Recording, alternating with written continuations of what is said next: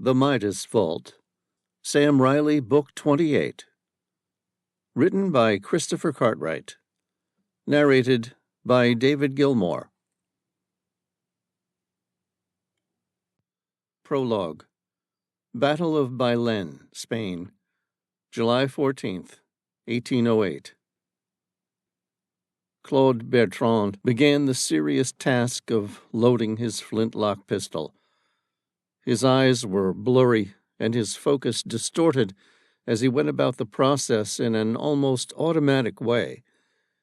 He had not slept through the night, after sensing a terrible premonition of the outcome of the fight, the battle that would start in the dawn's morning light. There was not long to wait now. The odds were not in their favor, but it wasn't that. They had beaten the odds previously, and so far Napoleon had not lost a battle throughout his great campaign. Claude had been frightened before those battles, too. Only a fool wouldn't have been. Yet this was different. There was something intangible, almost menacing in the air. It was as though the coming sunrise would bring with it some great evil that no living creature was prepared to greet. Soon he would learn just how inaccurate that premonition had been. He could never have imagined that the final toll by the end of the day would be so much worse than what he could possibly believe. He glanced at his firearm. It was a quality pistol made by Leclerc of Paris, a family of gunmakers who specialized in elite weapons. With iron hardware throughout, the barrel was octagonal and swelled at the muzzle. He busied himself with his Leclerc 69 caliber flintlock. His heart hammered in his chest, not from fear, but anticipation. His every move deliberate. He went through a series of rituals practiced countless times before. First, he picked up the worn ramrod, its wooden surface smooth and gleaming from years of use. His gray eyes, weary yet determined, flicked to the lead ball resting on the scarred wooden table. It was a 69 caliber, a lethal bullet for his equally deadly weapon. He held the lead ball up as if offering it to the gods of war. His gaze lowered to the flintlock. It was a rugged piece of artistry, stamped with the scars of battle, proof of survival. He ran his fingers over the cool brass of the trigger, the coarse texture of the hardwood grip. Eh bien, it felt good to be doing something routine, to concentrate on the methodical task he'd undertaken so many times before that his body operated on muscle memory alone to achieve its goals. After a few minutes, he felt his breathing slow. Using a practiced hand, Claude picked up his powder horn. He carefully poured a measure of black powder down the barrel, its sharp, sulphurous smell mingling with that of the dew-soaked earth. The lead ball followed, dropping into the dark mouth of the barrel with a soft thud. He used the ramrod, pushing with measured force, to seat the ball snugly atop the powder. With a soft click, he closed the frizzen hammer over the priming pan, locking in a smaller amount of powder. It was this tiny bit of explosive that would ignite the main charge within the barrel, transforming a simple lead ball into a deadly missile. The flintlock was now loaded, the potent combination of black powder and lead ball just waiting for the spark that would unleash fury and ruin. Claude's eyes lingered for a moment on the weapon, a sense of satisfaction washing over him. The pistol wasn't just a tool, it was an extension of his resolve, a physical manifestation of his dedication to the Emperor. He strapped the pistol to his hip, feeling its familiar weight comforting against his side, at the opposite end to his sheathed saber. Footsteps approached his open tent. Claude looked up to see Gaspard, his brother, enter. They were both officers in Napoleon's great army, but each employed in very different positions. Claude was a cavalry officer in charge of a regiment. Gaspard, his mirror-image twin brother, who, much to Claude's chagrin, seemed to have been blessed with a much greater portion of intelligence, was employed as a scientist. Gaspard's original objective, along with 300 other men of science and letters, was to record the culture of Egypt, including an extensive series of writings and engravings known as the Description de l'Egypte. Egypt, that's where the nightmares had begun. Was there something vile and sinister found inside one of those pyramids? Or perhaps inside one of the ancient burial chambers? Claude didn't know which, but it was most certainly within the ancient African empire that the nightmares had begun to wake him. Whatever evil had been unearthed, it seemed that Gaspard had been tasked with finding a use for it. Claude was nearly certain of it. Not that Gaspard had told him. In fact, he'd barely spoken to him since they had left Egypt. Claude could only guess that Napoleon had personally given his brother a commission and ordered him to tell no one. It was the first secret his twin had ever kept from him. That made him think it must have been an extremely dangerous weapon they had discovered in Egypt, and his brother had most likely been charged with working out how to operate it. Claude's brows drew down into a frown. It seemed particularly ominous that his brother should seek him out before battle.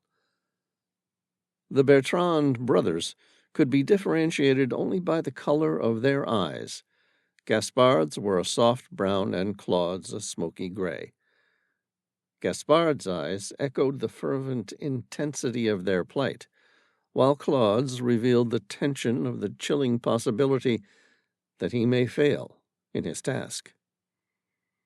Claude studied his twin. There were deep lines of stress carved across his face. He hadn't noticed them before, and he wondered if it had really been that long since he'd set eyes on his brother. Gaspard had a leather satchel on a sling over his shoulder. By the strain it seemed to be placing on his body, it appeared heavy, a weight he was barely capable of carrying. Yet from his expression, the thought of sharing this burden with another would be impossible to consider. Claude opened his mouth to ask if he was all right, but Gaspard spoke first. "Mon Dieu! I'm in serious trouble, Claude, and I need your help." Claude was shocked. Gaspard had been born 15 minutes before him, and had matured so much faster that he had always looked up to him like an older brother. "But of course, how can I help? I need your assistance to fulfill my personal sworn duty." He paused, breathed in, and then exhaled. "I must betray Napoleon." If Gaspard was anyone other than his twin, who he knew to be the most honorable man he'd ever met, Claude would have drawn his pistol and shot him right there and then, in response to those treasonous words. Instead, he waited for his brother to explain his reasoning. Silence lingered in the air for a few seconds, and then Gaspard said, "Will you help me?" Claude cocked his head slightly to the side. His eyes narrowed. "May I ask why?" "No. Just know that I wouldn't ask this of you unless I believed it was the only possible option. So will you do it?" It was madness. But the person he was closest to, the one man who knew all his dreams and with whom he had shared all his secrets, was asking. Claude nodded. "As always, I am at your service." "Très bon. Now we must leave camp immediately." "We're abandoning our men? Deserting just before the battle?" Gaspard nodded. "I'm afraid we must." Aware that opposing his brother in this mood was futile, Claude sighed. "All right." Gaspard exchanged a quick sentimental glance and then exhaled slowly. He withdrew a sealed envelope from inside a leather satchel. His face expressionless, he placed it into Claude's hand in silence. Claude's fingers ran across the envelope. The parchment bore the subtle, dignified hue of aged ivory, soft to the touch, yet firm in its resilience. It was meticulously folded into a compact square, edges aligned with a precision that suggested the skill and care of the one who had folded it. The script that adorned the surface was elegantly scribed, each stroke of ink proof of the importance of the message within. There was a single name written on the front, for whom the missive was addressed: Claude de Bertrand. The sealing wax was a rich burgundy, a color reserved for royalty or high-ranking aristocrats, symbolizing the weight of the content within. Claude inhaled, smelling the faintly aromatic scent of beeswax and resin. Pressed into the wax was a proud eagle, clutching a laurel wreath in its talons. Around the central image was a series of swirling designs, not unlike the vine leaves often found adorning the stone walls of old French estates. Each detail had striking clarity, the crisp lines standing in bold relief against the wine-dark wax. The seal bore the distinct emblem of Napoleon Bonaparte. The presence of this crest confirmed Claude's suspicion that his brother had been secretly working under the direct orders of the Emperor. This letter looked as important as if it were written by Le Petit Corporal, Napoleon Bonaparte himself. Claude arched his eyebrows. "What does it say?" "It provides instructions for how you should proceed if I am captured." Claude went to open it. "Don't!" Gaspard stopped him, placing his gloved hand on his brother's shoulder. "It is only to be opened upon my capture. Burn it if I escape today." "Why?" Claude asked. "I don't need some letter to tell me that I have to fight with everything I have to free you." "No!" Gaspard lifted an authoritative palm to silence his bravado. "Some things are far more important than our own lives." "Ah!" Claude edged closer to the whispers he'd been hearing ever since they left Egypt. "Such as the Midas Vault?" Gaspard paused, his mouth open, as if he were about to question how much his little brother had heard about the ancient alchemy device. He gave a frustrated sigh, thinking better of it. "Suffice it to say, the Midas Vault under no circumstances can fall into the enemy's hands. This goal must be accomplished. It is more imperative than saving my life, and likewise yours. Tu comprends?" Claude didn't, but he understood that it was essential to his brother, and therefore that was enough. What could be so important about an ancient armament found during Napoleon's Egyptian conquest? Gaspard spoke, his voice harsh and low. "Nobody's even supposed to know about the weapon. Listen, I'll tell you everything if we survive today, but no more until we're free and far away from here. Everything I need you to do is inside the letter. Is this understood?" "Not really, but I will do as you ask, my brother." Gaspard hugged him, in what might very well be their final embrace. "Now, let's go." Gaspard's lips were set in a grim line of determination. "Security is on high alert. The provosts will be expecting deserters before the battle. I fear that there is a very good chance neither of us will escape alive." Gaspard stepped outside. Darkness draped itself across the landscape, the looming form of the Sierra Morena mountains, etched starkly against a sky strewn with distant cold stars. Amidst the twilight, the Napoleonic army's encampment flickered, a somber constellation of guttering torches, casting wavering, ghostly shadows on the grim faces of the French soldiers. Bathed in the soft light of a nearby campfire, 2 Arabian thoroughbreds stood proudly. Their sleek coats, one a deep chestnut, the other silver gray, glistened in the fiery glow. Tethered securely to a nearby hitching post, the horses stood side by side, their torsos expanding rhythmically with every breath, their occasional snort interrupting the still morning air. The chestnut was a magnificent beast, its body betraying a coiled strength beneath the burnished hide. Its large eyes held a wisdom that seemed to echo the countless battles it had seen. A mane as black as pitch flowed down its neck, and its tail flicked lazily. The warhorse's presence spoke of controlled power and resilience. Its companion, the silver gray, seemed to be crafted from the very essence of moonlight, its dappled coat shimmering with an almost otherworldly luminescence. Its silver mane and tail were like flowing silk, lending an elegant touch to this war-hardened veteran. The chestnut snorted softly, turning its dark, expressive eyes toward Gaspard as his master approached. There was a familiar comfort in its gaze, a shared understanding born out of countless skirmishes and narrow escapes. In his hands, Gaspard held a worn leather satchel, its surface scarred by countless battles.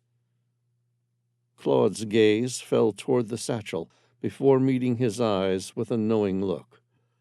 The exchange was brief, almost imperceptible, but for the twins it was enough to acknowledge their mutual commitment.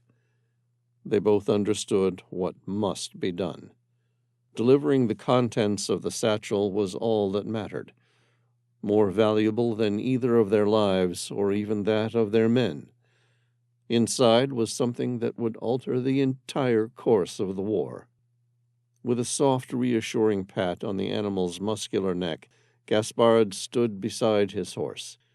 His fingers worked deftly as he secured the satchel, looping the straps around the saddle's horn, the worn leather of the saddle cool beneath his touch. He tightened the buckle, ensuring it sat firmly against the horse's side. It was within easy reach, should he need it in haste. He double-checked the fastening, moving with practiced ease. The calm, steady rhythm of his actions was in stark contrast to the anxious beating of his heart. With the bag and its contents secure, Gaspard gave the chestnut's neck a final pat. Then he positioned himself beside the saddle, his fingers tracing the worn leather. Gripping the saddle horn, he planted his boot in the stirrup.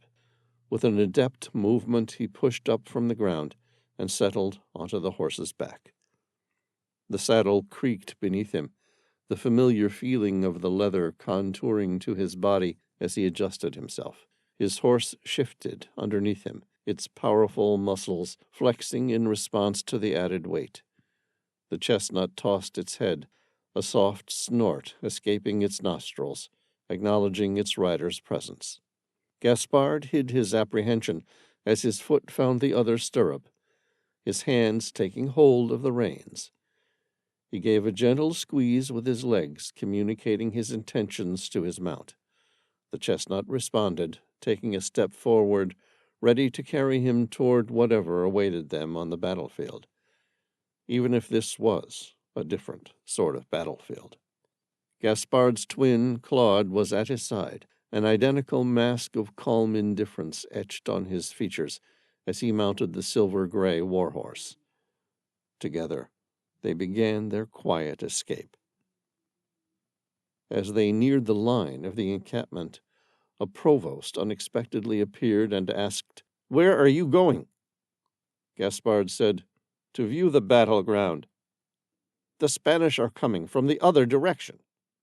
"I know that, you fool," Gaspard replied, as the senior officer of the two brothers.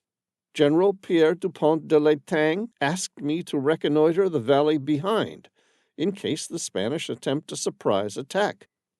The Provost gripped the bridle along with the chestnut's bit with a firm hold. His eyes staring defiantly at Gaspard, he said, "You're lying." "How dare you call me a liar?" Gaspard replied, his voice betraying his aristocratic breeding and none of his hidden fear. Etienne Navarre, the general's aide, said, "I spoke to the general no more than a few minutes ago. He informed me the Spanish are still in their bivouacs to the north, and nobody is to the south." Gaspard shrugged. "I know. I just passed him. He told me to head to the back and ensure nobody tried to desert through to the south." The Provost said, "More lies." Gaspard touched the hilt of his saber. "How dare you challenge my honor?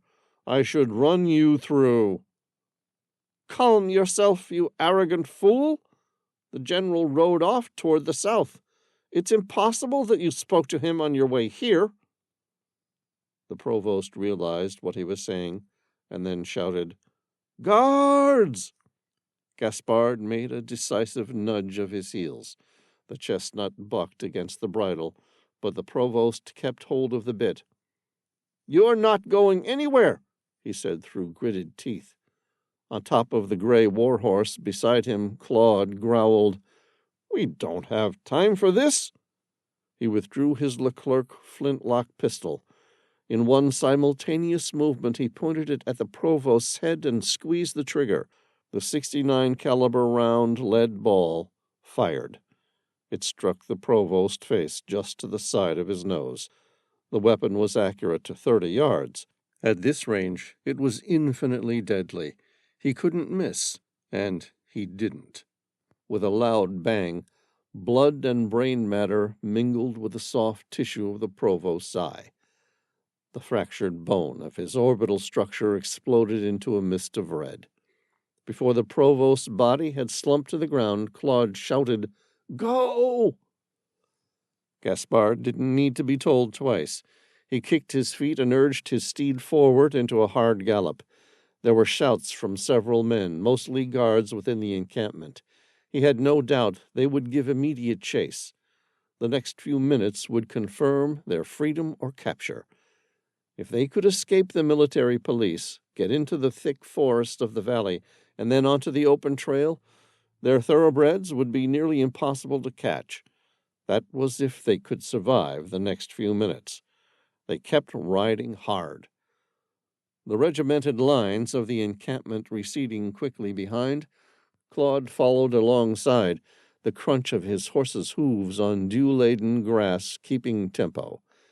Their fleeting silhouettes stark against the wild beauty of the Spanish countryside, they painted a surreal image under the waxing moon.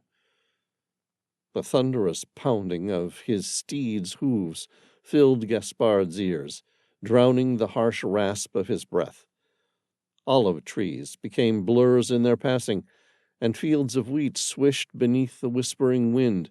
The strain of controlling his mount stressed Gaspard's arms and legs, who, unlike his brother, had never become an expert rider. Yet the dread of the relentless provosts, echoing behind them like ravenous wolves, spurred him onward. With a look of desperate, silent agreement, Gaspard and Claude diverged. The twins made a simple, silent exchange. "Good luck," before Claude disappeared into the yawning maw of a shallow ravine, while Gaspard plunged into a grove of cork oaks, their gnarled limbs grasping out like skeletal hands in the starlight, forcing him into a trot. Gaspard's heart pounded, mirroring the beat of his horse's hooves. Each stride mimicked his mental prayers to the impartial gods of war. Suddenly the desperate pounding rhythms were shattered by the sound of a gunshot, the echo reverberating off the surrounding rock. The chilling sound froze his blood. The horse faltered mid-stride, a sharp whinny of pain piercing the air. Gaspard kicked his horse back into a brisk canter. At first his willing steed surged ahead, but then it stumbled, its powerful legs buckling beneath it. Gaspard was thrown forward into the unforgiving rocky ground. He landed on the edge of a small boulder, bouncing twice as he fell, before his head collided with a small stone, turning his world to darkness. Gaspard opened his eyes. His world spun, a dizzying whirl of pain and fear. Without knowing if he'd been out for a split second or an hour, he reached for the leather satchel that held the most valuable contents on earth. Too valuable. There was no time to take a moment to mourn the loss of his loyal horse. He grabbed the satchel and struggled to stand. Strong hands seized him, hauling him to his feet. The Provost's harsh voices filled the air, triumphant and cruel. "Deserting before the battle? Your brother killed one of my men. You know there's only one outcome left for you." Gaspard tried to fight his arms free, but 3 soldiers moved quick to restrain him. Within seconds he knew there was no escape. The Provost snatched the leather satchel. "You won't be needing this in hell." Gaspard's eyes darted to where a coarse post was already being struck into the ground, its base hammered firmly into the Spanish soil. The light from a lone torch danced across the rough grain, casting ominous shadows in the darkness so close to the camp. Gaspard watched the spectacle unfold with a knot of fear in his stomach. He turned to the Provost, his eyes pleading. "You have no idea the sort of evil that thing is capable of releasing on the world?" The Provost's lips curled into a malicious grin. He opened the string that bound the leather satchel and exposed the surprising contents within. His eyes widened in curiosity as he removed the ancient lyre from its velvet-lined case. Its 7 strings glinted ominously in the firelight. It looked more like a stunning artifact that belonged in a museum or within a palace, perhaps owned by one of the French nobilities that had caused the bloody revolution. Gaspard could see the immediate disgust in the Provost's face as he picked it up. "I know what this is," the Provost said, his voice resonating with an eerie calm. "It was a prize taken from Egypt by the Emperor." Gaspard didn't make a sound. The Provost took his silence for agreement. A wry grin returned to his lips. "I heard a rumor about this, mostly whispers from ghosts, and they, of all creatures, can't be trusted. But I wonder, now that I see how important it was to you to escape before the battle, I wonder, could there have been some truth to the rumors?" Gaspard's mouth was now firmly clamped shut. Nothing he could say would be of any benefit. The Provost shrugged as though it didn't make a difference to him. He turned to the 4 soldiers standing nearby awaiting his orders. "Tie him up." Gaspard was forcefully tied to the stake driven into the ground. His boots were removed, revealing the raw blisters of countless marches, and were planted firmly as if anchoring him to the spot. He tried to lift his feet away from the sandy earth, but the Provost laughed and ordered his men to tie his legs securely to the stake so that his feet remained buried in the soft Spanish soil. When the ordeal was complete, the Provost handed Gaspard the lyre. "Play." Gaspard's jaw clenched. He shook his head in a definite no. The Provost laughed. "Why? It is merely a musical instrument. I assume, given it was so important to you, you must like to play, and my men and I like to listen. So play." "No!" It was the only word Gaspard could muster. The Provost's voice turned cold and hard. He placed the lyre in Gaspard's hands and said, "Play, or we will shoot you where you stand." Gaspard opened his fingers and dropped the instrument. He made a theatrical shrug. "So shoot me. My life is already over." The provost frowned. He withdrew his pistol, a Prussian muzzle-loaded weapon. He aimed the firearm, placing the tip of the barrel on Gaspard's left lower leg. Then he squeezed the trigger. It made a loud popping sound. Bone and tissues splintered into a gnarly mess of human suffering. Whatever bravado Gaspard might have previously felt in the knowledge that no matter what he did, he wasn't going to live through the next 15 minutes, was immediately extinguished. In its place was the burning pain that shot up through his leg. He whimpered and writhed in agony, his breathing coming in harsh, raspy breaths. The muscles of his arms and legs thrashed in vain against their restraints. It took a good minute, maybe more, for the whimpering to die down. When Gaspard had finally regained enough control to silence himself, focusing on not giving the provost the pleasure of seeing him lose it completely, the provost stepped in close and handed him the lyre. That sinister smile was back. The provost whispered, "Now, only you have the ability to make the pain stop. So, play." Gaspard held the lyre. His eyes darted toward the provost, who had taken a seat on a log, his legs crossed and his eyes wide, as though he were about to watch a great symphony perform. Gaspard's eyes narrowed as he reflected on the two choices before him. Both seemed equally vile, yet part of his success in life was not to dither. Once he knew the facts, he made quick decisions. With a snort of acceptance, he shot the provost a winning grin that suggested he held the final card to play. His expression was so confident that his audience flinched back. Even the provost seemed to retreat from him. Then, with the joy of knowing that in his death he was going to bring with him those tormentors responsible for it, he brushed his fingers over the strings and played. Gaspard produced a superb, haunting melody that made his blood run cold. At first, nothing happened. He exchanged a glance with the provost, who looked disappointed, as though the show had been a bit of a letdown. Then, an agonizing stiffness began to creep over Gaspard's fingers. His heart hammered in his chest as he looked down, and a gasp of shock tore from his throat. His hands were no longer flesh, but metal. They gleamed gold. His eyes fixed on the provost's, and his lips made a knowing smile.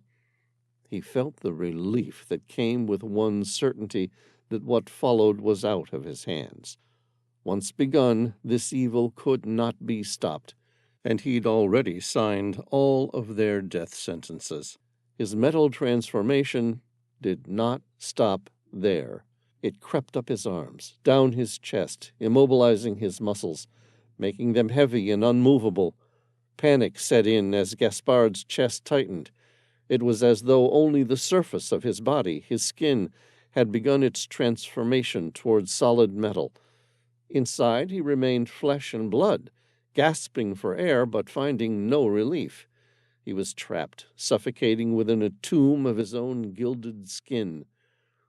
Across the distance, under the dim glow of the moon, he spotted a familiar figure, the shadow of a powerful war horse and its rider on the horizon. Claude watched his twin brother's oncoming demise with a stony expression. Their eyes met. Gaspard gave him a silent nod, a knowing gesture, an unspoken promise. Claude knew what needed to be done. He felt certain that his brother would complete his mission. With the last piece of movement available, he mouthed the words, "Open it." His brother reached down, lifted the letter, and waved it in acknowledgment. Gaspard smiled, feeling the peace of a dying man. His world was narrowing to a pinprick of light. His breathing became shallower, each gasp more desperate than the last. And then, with one final flicker of consciousness, Gaspard the deserter, the man of gold, fell into eternal, silent darkness. Yet he rested easy. His brother knew what needed to be done. To protect the world, he must betray Napoleon and destroy the Midas Vault. Claude stared at his brother in both fascination and horror. When the first rays of the sun crept above the horizon and a beam of golden light streaked across the sky, it struck his brother's smiling figure. Gaspard was illuminated in a way that Claude had never seen before, casting him in a resplendent golden hue. It was a wondrous sight, both majestic and magical. He had been transformed into a glowing statue. His brother glowed like fire. He looked like an angel, shimmering, glimmering. He reflected the sun's rays like a mirror, casting an enchanting glow that seemed to blend the natural and the supernatural. It was a vision of pure majesty. The dawn's light melded with Gaspard's form, creating an illusion of movement where there was none, for Claude knew his brother was dead.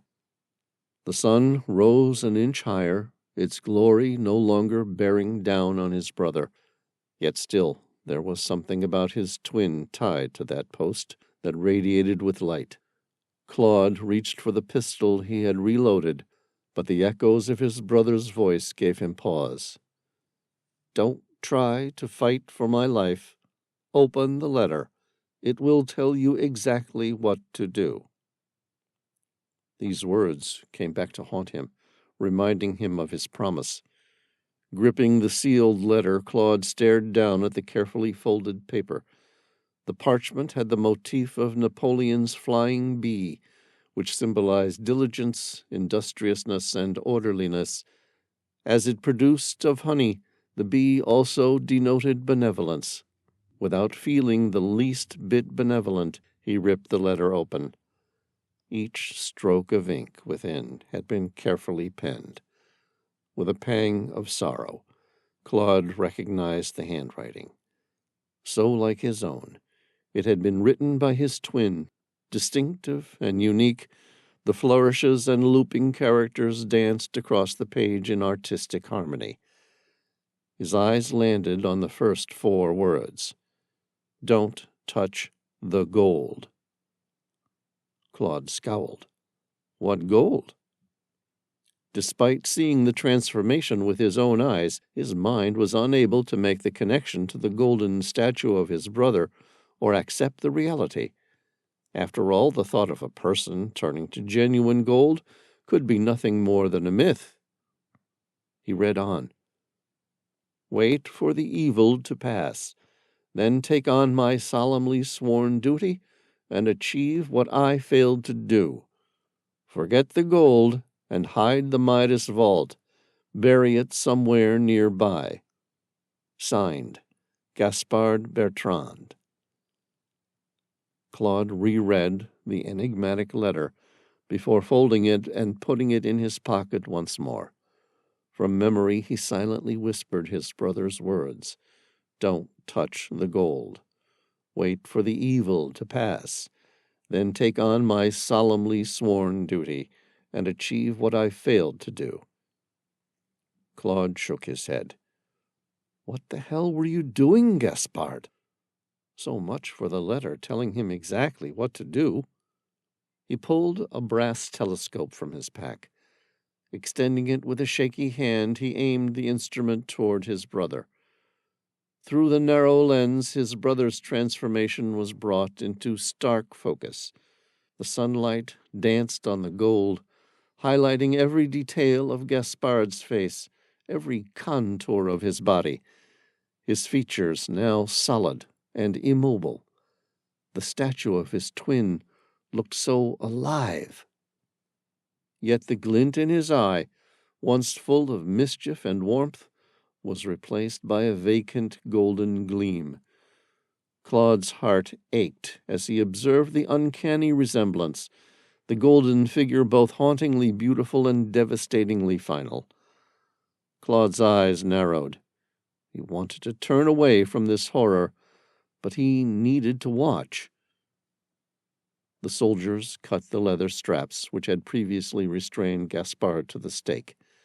They tried to lift him, as though they could carry him solid, but his golden brother was now far too heavy for 5 grown men to lift. After several attempts to move him, the Provost and the 4 soldiers chopped at his brother's lifeless body. There were yells of mercenary glee as they used their swords and knives to hack at his limbs. The sabers bounced off his body as if he were stone. Their weapons chipped and blunted, as the fine French swords were no match for this priceless statue. One soldier managed to snap off Gaspard's finger. There was a mixture of blood and gold. Bile rose in Claude's throat, but he kept the lens of the telescope focused on his brother. Whatever transformation had taken place, the gold must have only transformed his skin and not his internal organs. For a split second, he thought possibly his twin was still alive, entombed in gold. But even if he had been, it wouldn't be for very long. His sight landed on Gaspard's chest, which was frozen still. Claude was no doctor, but even he knew the simple mechanics of breathing involved the movement of one's chest. The soldier yelled with joy and held the golden finger up to the sky. If it had transformed to gold, that finger alone would make him richer than he'd ever be, even if he fought for Napoleon for the next 100 years. Next, the soldiers worked on Gaspard's previously wounded lower leg. The Provost had shot him there, and the bullet had wreaked havoc on his brother's shin bone. The soldiers twisted and pulled on the golden foot until the fine shell of gold snapped midway up the leg at the sight of the bullet's earlier destruction. The leg came free. It was so heavy, it took 2 soldiers just to lift it off the ground. And even then they couldn't lift it very far. The 5 men shouted and laughed in the ecstasy of gold mania. It lasted a few minutes, bellowing words about what they were going to do with their riches, what they were going to buy, and the power they were about to gain. Then the screams began. The evil spirit that lived within the Midas Vault began to swarm. The men who had just seconds earlier shouted with joy at the great riches before them now shrieked in shock, pain, and abject horror. For where there is such great and unnaturally blinding light, an equally unnatural darkness must follow. Chapter 1. Angel Albino Corzo International Airport, Mexico, present day. Formed 15 million years ago, the colossal Chevé Cave in the remote Sierra Juarez mountain range of Oaxaca, Mexico, is one of the deepest subterranean cavities in the world. After an elite expeditionary caving team disappeared deep inside the Chevé Cave, the crisis hit the first page of local and national news. A rescue team had been quickly assembled and sent in to reach the missing cavers. Unfortunately, after 3 days, nothing was heard from this life-saving crew. It was then presumed that the rescue team had also vanished within the flooded cavern. Now they, too, had fallen, were lost, or perhaps even deceased. These circumstances made international news for days. Within a week of the first team of cave rescuers disappearing, a second team of global cave diving experts was then hastily put together. Their mission was to go in, discover what went wrong, and return everyone, living or dead, to the surface. A list of names of possible candidates capable of reaching the profoundly challenging environment and leading this second team of rescuers was determined. It was a very small list. The rescue team needed to be quick agile, and experienced, capable of making their way through a labyrinthian series of ladders, chains, and Tyrolean traverses to reach the heart of the Chevé Cave. All this before scuba diving through a series of flooded sections known as sumps. Once they pass every relevant sump, then they would reach the new section of the cave recently discovered, which led to an underground river system known as a siphon. It was a near impossible task, given the amount of equipment required to carry out this difficult and dangerous operation. It would be one of the most complex search and rescue missions to ever take place, and although the list of people capable of being on such an elite crew was very short, the number of people qualified to lead such a team was even smaller. And at the top of that list was one name: Sam Reilly. An Airbus H-225M Cougar helicopter sat on the tarmac of the Angel Albino Corzo International Airport, fully loaded and ready to go. A heavy lift craft, it was a long-range tactical transport military helicopter that belonged to the Mexican Air Force. Twin-engined, it had a seating capacity of 30, including 2 pilots. The Cougar, along with its air crew, some soldiers, and members of what would soon become Sam's team, were on loan to help the search and rescue efforts. The cabin of the helicopter was filled with the muted hum of conversation and the creaking of seats as the passengers settled in. The environment was cold and sterile, but an air of anticipation hung heavily, as though every person on board was just waiting for a chance to make a difference to the lives of the trapped cavers. In the cockpit of the Airbus, the pilot switched on the master switch. A distant mechanical whirring clicked on and began to grow louder, demanding the attention of everyone on board. The Cougar's engines slowly woke up from their dormant state. Toward the back of the cabin, wearing a noise-canceling headset like every other passenger on board, Sam gazed out the window. He felt solid vibration under his feet, a tangible demonstration of the power that was building. He shifted in his seat, the hard contours of the helicopter's interior pressing against his back. The military helicopter was heavily loaded with medical supplies, equipment, and incoming members of the rescue team, including the medical team who planned to set up a hospital bay beside the entrance to the siphon, including a hyperbaric chamber. It was a long shot that anyone was still alive down there, but if there were, the medical staff was determined to provide them with the greatest chance of survival. Next to Sam, Tom Bauer stretched out the full length of his 6'4" frame, as if he didn't have a care in the world. He weighed 240 pounds.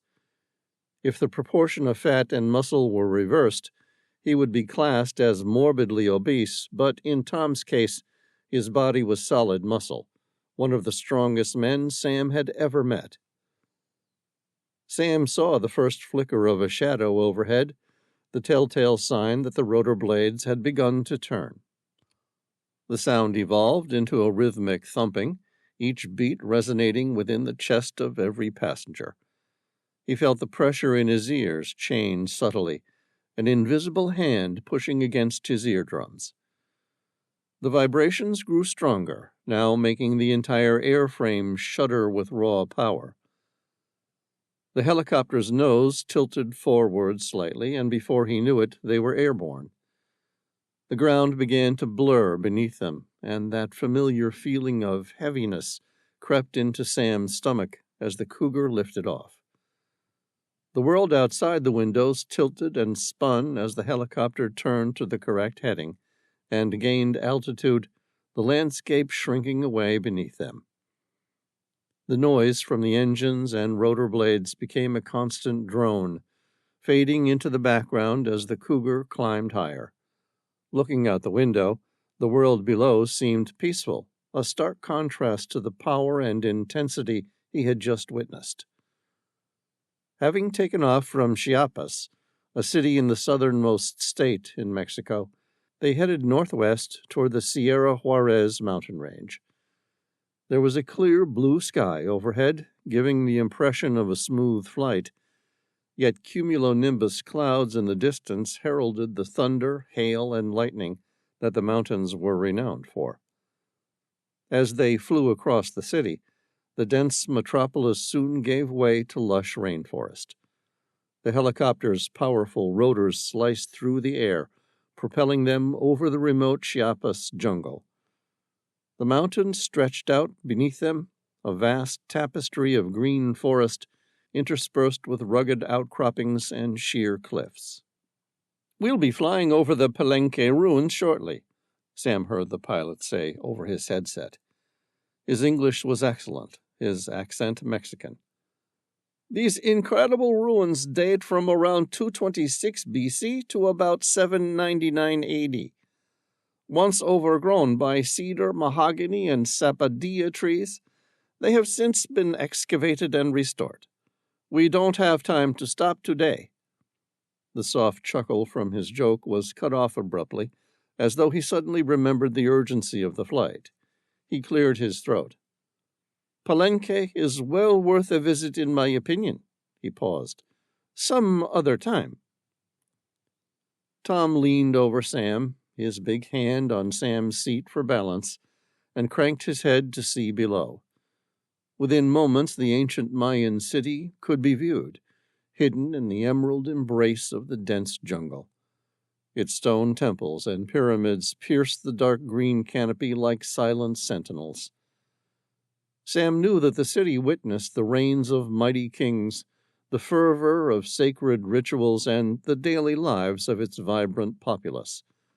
The glyphs etched on its walls whispered tales of epic battles, diplomatic alliances, and the deep-rooted cosmology that shaped the Mayan worldview. The Palenque Palace was equipped with numerous large baths and saunas, which were supplied with fresh water by intricate water systems and aqueducts. Shafts of sunlight played upon the moss-covered structures, while meandering rivers and waterfalls glittered like silver threads around the ruins. It was a breathtaking mosaic of the wilderness and ancient architecture, a tribute to the enduring legacy of a civilization long past. Towering above the rest were the pyramids, silent stone sentinels. These monolithic structures, adorned with intricate carvings and stairways, had once echoed with the chants of priests and the footsteps of nobles. They stood as reminders of the city's glorious past, of ceremonies that had once drawn the entire city to their steps in veneration and awe. Yet, as with all great civilizations, time had taken its toll.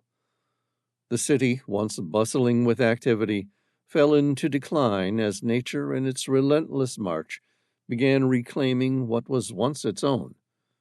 The very jungle that had been a backdrop to Palenque's grandeur now intertwined with its ruins. Streams and waterfalls meandered through the ancient cityscape, adding an aura of timeless beauty to the scene. "Ladies and gentlemen," the pilot said, "Agua Azul waterfall, on the right." Agua Azul, meaning blue water. Well, Sam thought, that was certainly accurate. Shimmering in hues of blue and turquoise, water cascaded down a series of terraces, each level more mesmerizing than the last. White foam from crashing currents stood in contrast to the deep blues of the pools they created, making it appear as though the jungle was adorned with a necklace of sapphires. From above, Sam could see mist rising from the base of the falls, like ecstatic ghosts dancing in the sunlight. The rainbows that formed in these mists added to the magical aura. The greenery that surrounded the falls appeared even more vibrant from this vantage point. Trees stretched as far as the eye could see, an uninterrupted carpet of green, broken only by the sinuous ribbons of clear blue water. Despite the roar of the helicopter's blades, Sam imagined the sound of the waterfalls below, nature's symphony, echoing through the canyons and reverberating off the dense foliage. He gazed ahead, where the serenity of the blue began to give way to a more foreboding sight. Black clouds amassed in the distance, their dark forms towering above them, menacing and almost otherworldly. They seemed insurmountable barriers, their shadows casting an eerie gloom that warned of the impending storm. The helicopter's engines whined as the pilot began to climb, attempting to move above the clouds. "Do not concern yourselves, my friends," Sam heard the pilot's calm, competent voice in his headset. "This is simply a regular weather pattern that hugs the Sierra Juarez. It shouldn't be too bad, but you might want to hold on. Things will get a little bumpy for a while." Sam felt the subtle change in the cabin's atmosphere. There was a palpable tension, a shared understanding among the occupants of the challenge that lay ahead. Each person was lost in their own thoughts, but they were all bound by the same thread of expectation. The helicopter, with its humming engines and determined trajectory, felt like a tiny vessel caught in the waves, daring to navigate treacherous waters. Sam placed his hand on the cold window pane, trying to reconcile the beauty and danger that lay ahead. The boundary between the tranquil blue and the thunderclouds was sharply defined, as if the natural world itself was drawing a line in the sky. As the distance to the dark wall of storm diminished, the engine's vibrations and storm turbulence grew more pronounced. At one point they plummeted on a downdraft perhaps 300 feet, and later swung upwards a similar amount. One passenger threw up, and many lost color, appearing gray and sick. Sam shot a look at Tom while grinning a pirate's grin. They both braced themselves. The fleeting golden glints of sunlight began to fade as the helicopter approached the storm's periphery. Sam took a deep breath, mentally preparing himself for the impending clash between man, machine, and the unyielding force of nature. Up front in the cockpit, rain began to pelt the windshield, forming large streams running downward.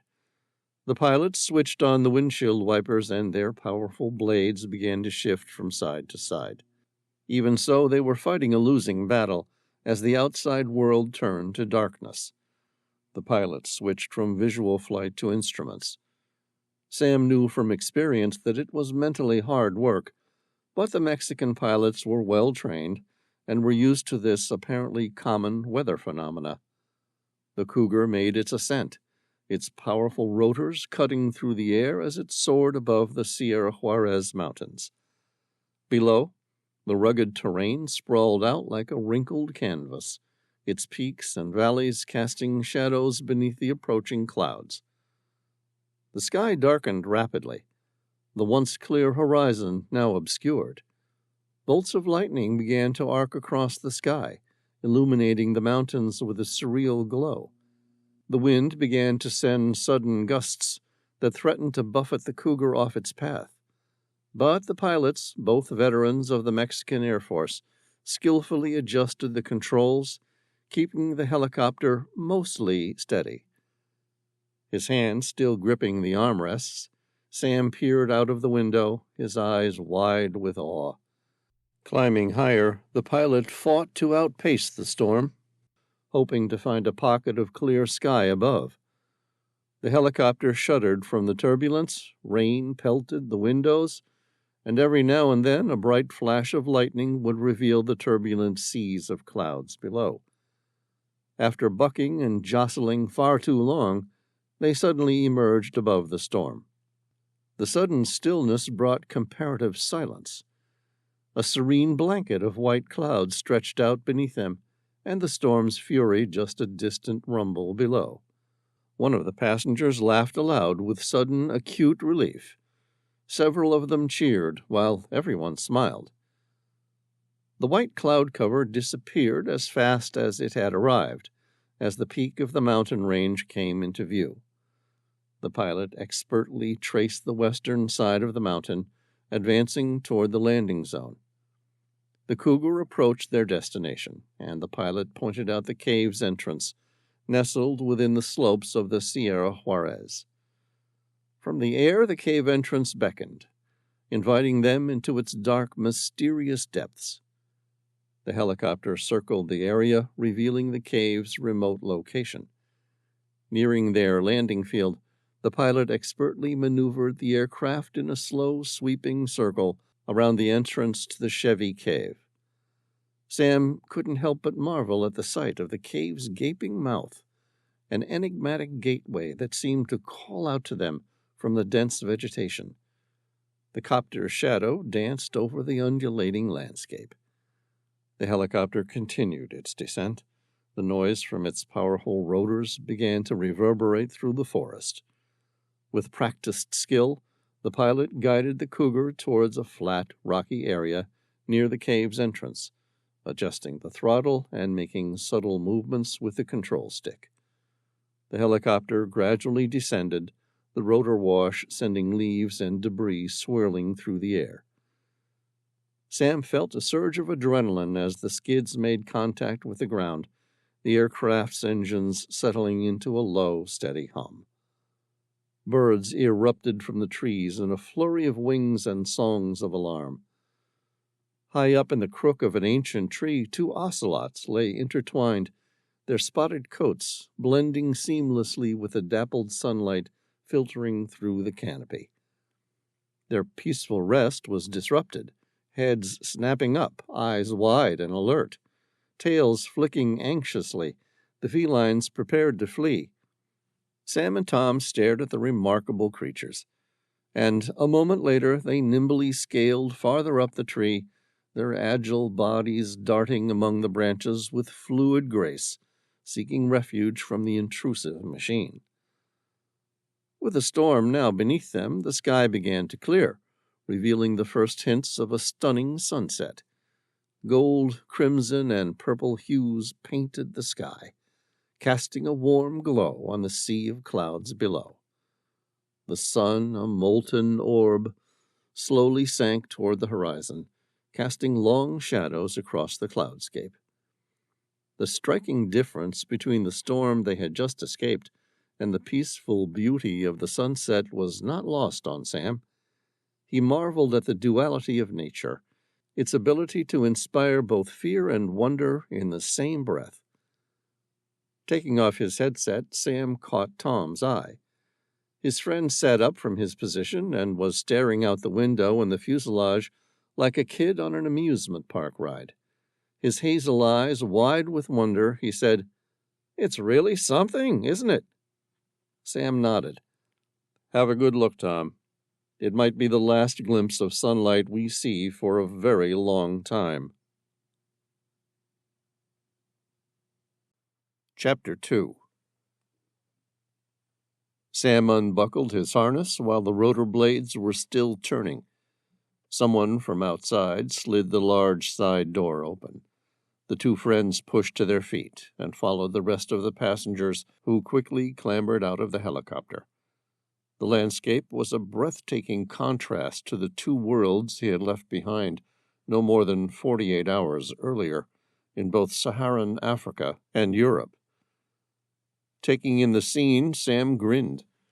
The air around him was charged with anticipation. While the details of exactly what had happened were sketchy, there was something deeply inspiring about a rescue mission. It brought out the very best in people. Sam's boots crunched on the gritty soil as he disembarked from the Cougar along with the rest of the incoming rescue team. The night air was cool and carried the scent of moist earth mixed with the tang of diesel fuel. In the distance, a generator kicked into life. Cloaked in twilight, the generator was a pulsating heart in this remote community, sending the lifeblood of electricity to the bulbs that would soon light the landing zone. The deep thrum grew steadier and more pronounced, a low-end soundtrack to the wilderness surrounding the entrance of the Chevé Cave. As the helicopter's rotors wound down to a muted whirl, the generator's rumble continued to fill the auditory void. It was a rhythmic, mechanical chugging that spoke of civilization's reach into this secluded expanse. Sam stood for a moment, letting the vibrations through the soles of his feet anchor him to this juncture of nature and human endeavor. Abruptly, the darkness fractured. Several powerful spotlights punched through, their white beams slicing the black veil over the landscape.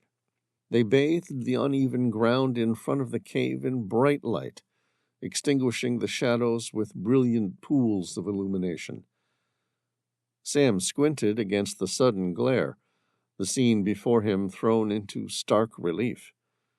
The landing zone, once an indistinct part of the rugged terrain, was now a stage set for the evening's operations. The lights hummed slightly, a high-pitched counterpoint to the generator's base, casting their unwavering gaze upon the earth as if summoning the explorers to the mouth of the subterranean world awaiting them. The path to the cave's entrance beckoned, and the journey into the earth's depths lay just beyond the light's reach. Someone opened the cargo hold, and an army of rescue workers, cavers, and volunteers formed a human chain to begin unloading the horde. Sam and Tom moved to join the chain. A short, wiry man of 50, with dark eyes and the unshaven, weathered face of a seasoned outdoorsman, stopped them. "Sam Reilly?" he asked in English. Sam looked at him. "Yes." "My name is Leon Ortego, but call me Leon." He looked Spanish, but his voice betrayed more a European background. Or perhaps he was Mexican, but he worked with a predominantly European global team of cavers for so many years that he'd picked up some of their voice traits. Leon offered his hand.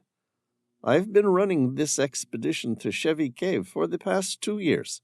Thanks for coming. I really appreciate it." Sam shook his heavily calloused hand. He gestured toward Tom with his other hand. "This big fella is Tom Bauer. He's one of the best cave divers alive. He and I go right back to grade school together." "Nice to meet you," Leon said, shaking Tom's hand. "I've read about some of your exceptional diving projects. Thanks for coming." "So, this is your project?" Sam asked. Leon said, "It's called Mapa hasta el Corazón de Chevy." Sam translated the words aloud. "Map to the heart of Chevy." "That's right. Only it's not quite my project. It's been a work of progress over many years. With each decade, a new enthusiast and a new team comes along with superior technology and additional financial backing. Then, what do you know? They move through a previously unpassable section and discover more of this extraordinary cave." Tom frowned. "You mean you are the supervisor of the map to the heart of Chevy?" Leon shrugged. "I see myself as merely the current custodian of an ongoing endeavor. Does that make sense to you?" Sam and Tom exchanged a brief glance. They both liked what Leon saw as his mission. Sam thought about that for a second, the corners of his mouth lifting into a smile. He instantly had an even higher opinion of Leon. The man considered himself to be a temporary custodian of a longer-term project that transcended his own lifespan. "It makes perfect sense," Sam said. "I like your attitude. And surprisingly, I completely understand the position. You are part of something more important than yourself." "Sí, exactamente." Smiling, Leon placed his hand on Sam's shoulder. "Come, there will be plenty of time to fill you in all about the project on our way into Chevy. But for now, I want to bring you up to speed with what we know so far about the original accident and where we're at with the rescue mission." "Agreed." Sam's eyes glanced at the helicopter being rapidly unloaded by more than 50 people. We've got some gear on board. Shall we help them? No. There are more than enough people to move things, and not so many first-rate cave divers. Tom said, I'll wait for our gear. No need, Leon shook his head. I'll get someone to retrieve it for you while I update you both. Then I hope we can immediately begin our journey to the habitat. That's where many of the rescuers are waiting. It's above the final sump where the original team went missing. He turned to catch a passing volunteer and said, Randall, can you head to the helicopter and find all the equipment labeled Sam Reilly or Tom Bauer, and bring it to the command center? Randall, a disheveled caver with a beard that belonged on a Tolkien dwarf, stopped and smiled. Then, with a lazy salute, he said, Will do, sir. Good. Leon returned his attention to Sam and Tom. The surface habitat is up around the corner. Follow me. Sam's boots pressed into the soft earth, the spongy rainforest soil yielding beneath his weight. As the expanse of the tent city came into view, a surge of amazement washed over them. It sprawled out in a chaotic yet purposeful patchwork before the gaping maw of Chevé Cave, like a modern-day caravanserai that had sprung up from the Mexican wilderness. The largest tent loomed ahead. It was a behemoth of canvas and rope, its peaks soaring toward the sky as if in silent competition with the sky-reaching trees that bordered the clearing. The fabric, of vibrant white trimmed with blues and greens, billowed slightly in the gentle breath of the mountain wind, walls puffing out like the chest of a giant. This tent was the nexus of the encampment, the central hub from which all explorations began and to which they returned, bearing the secrets unearthed from the cavern's depths. Sam took note of the meticulous organization within the chaos. Supply tents huddled together in familial clusters, their purpose betrayed by the neatly stenciled symbols on their flaps. Food, equipment, first aid, all essentials for the teams delving into the Earth's unexplored fissures. Smaller personal tents fanned out from the center, each a cocoon for the weary bodies of the cavers and researchers after their subterranean pilgrimages. The air was alive with the hum of activity. Voices floated in a blend of excitement and fatigue, underscored by the clinking of gear and the occasional clatter of a cooking pot. Sam's eyes traced the lines of ropes that anchored the large tent to the ground, like the web of an immense spider designed to catch the dreams of all who slept within. A sense of purpose radiated from these temporary structures and the people that buzzed around them, a community bound by the singular desire to unravel the mysteries held tight within the Earth's ancient layers. Moving closer, Sam could see people moving in and out of the main tent's entrance, an energetic flag that continuously flapped as if waving greetings to newcomers.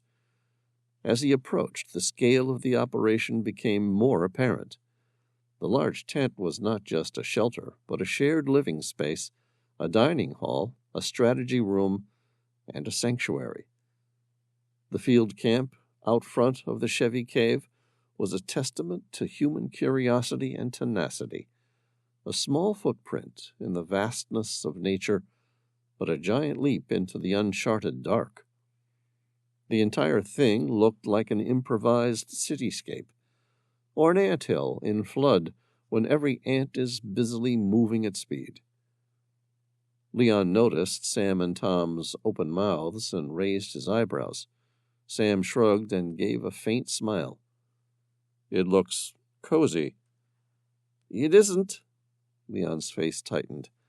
Don't get too comfortable. Time is passing. I'll go through the maps and plans with you, and then we'll begin our journey to the underground habitat. He turned and started walking. Tom and Sam followed. Chapter 3. What appeared to be Leon's office was adjacent to the main tent, and it was a Spartan affair. Sam's gaze traced what was there and, more remarkably, what wasn't. There were no chairs. An unopened laptop rested on the ground next to a single power plug. Otherwise, the tent was empty except for a single large table upon which lay multiple detailed maps of the underground world of Chevy. It looked like Leon was more of a hands-on expedition leader who didn't spend much time above ground. Sam raised questioning brows to Tom, expecting Leon to offer them a seat somewhere. Instead, Leon began without preamble. "How much do you know about Chevy?" "Not much," Sam admitted. "Only what the guidebook says. It's one of the largest in the world, and its spidery network of tunnels just keeps getting bigger." "That's right." Leon's eyes lit up as he began his briefing on the cave system. So Chevy was first discovered in the mid-1980s by modern cavers Bill Farr and Carol Vesely. Since then, it has been pushed to the depth of 4,869 feet, making it the second deepest cave in the Americas. Tom gave an appreciative whistle. Leon added, "As of 2015, the cave system had the greatest proven depth potential in the world, as confirmed by a dye trace from its main entrance to the resurgence some 6,000 feet lower. The terminus of the main Chevy system is a large breakdown pile reached after diving through 2 sumps. It is just over 5 miles from the entrance, making it one of the most remote underground locations on Earth. Due to the logistical difficulties of continuing exploration from this point, expeditions are focusing on finding midway entrances that might provide a quicker route into the middle Chevy system." "Have you had much luck?" Sam asked. "Plenty, along with an equal number of setbacks. In 2004, an international caving expedition led by the U.S. Deep Caving Team discovered a new cave they named Jadoo. The ingress to Jadoo is located 3 miles northeast of the Chevé Cave entrance. Jadoo appeared to head in the direction of Chevé Cave, with a predicted intersection beyond the tunnel collapse that stopped the team in 2003. Current expeditions are underway to find a connection between Jadoo and Chevé Cave, which will produce a cave system more than 2 miles in depth. The integration of the entire system will produce a 7,500-foot deep cave and will represent the deepest cave in the world." "What happened to that plan?" "The ceiling collapsed, so the 2 caves never became linked." "Okay, but you said you had some luck." "Yeah." Leon nodded again, and began to pace while gesturing with his hands to punctuate details. "In 2017, a passage was discovered in the nearby Peña Negra cave, linking the 2 cave systems. Then in 2021, more than 15 miles of previously unknown cavern was discovered in Chevy. For a predominantly vertical, deep caving expedition, this represented a stunning increase to the known extent of the cave system.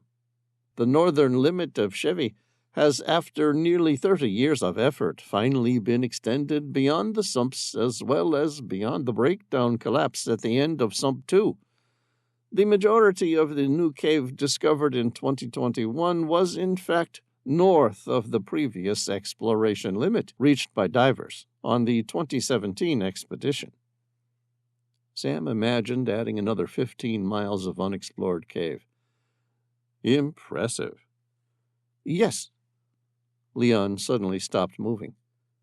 "These new tunnels are mostly horizontal in nature, although there are level changes of nearly 1,000 feet between some sections of the labyrinth." Leon pointed to the map on the table.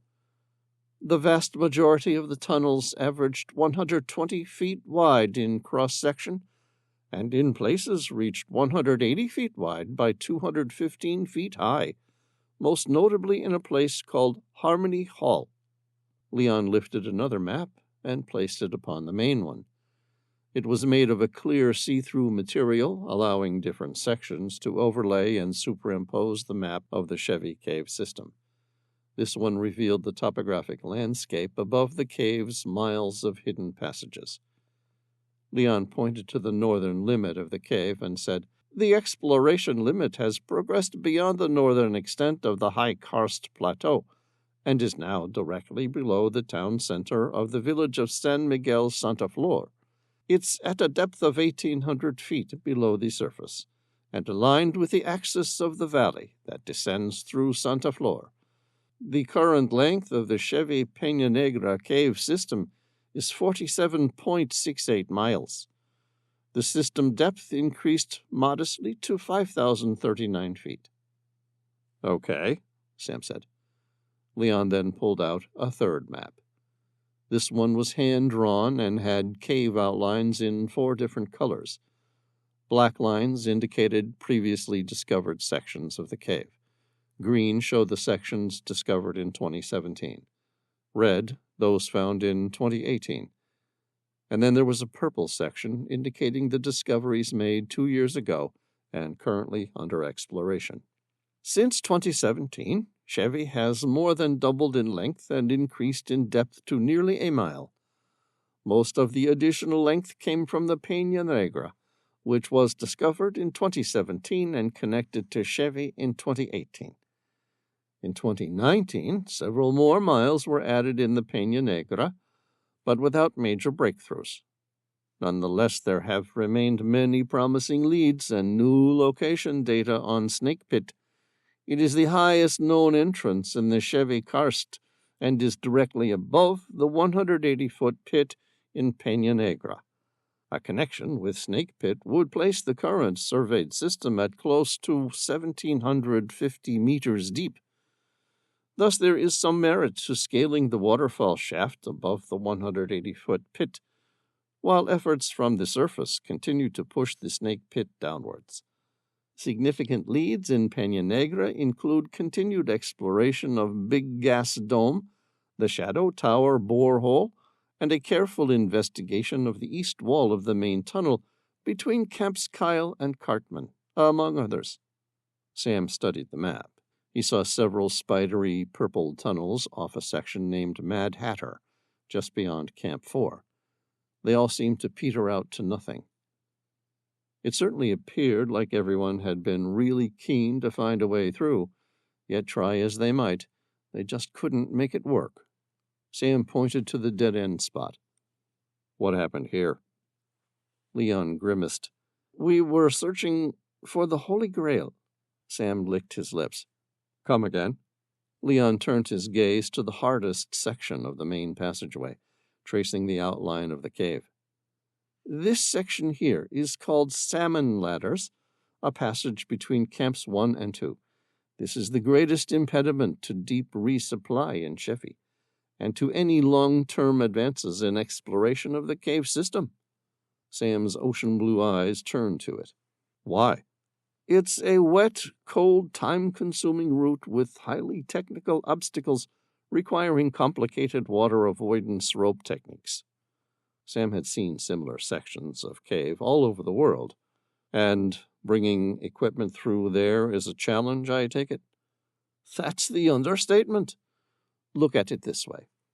For every week's supply of food, water, and medicine transported across the salmon ladders, it takes 3 weeks to get it there."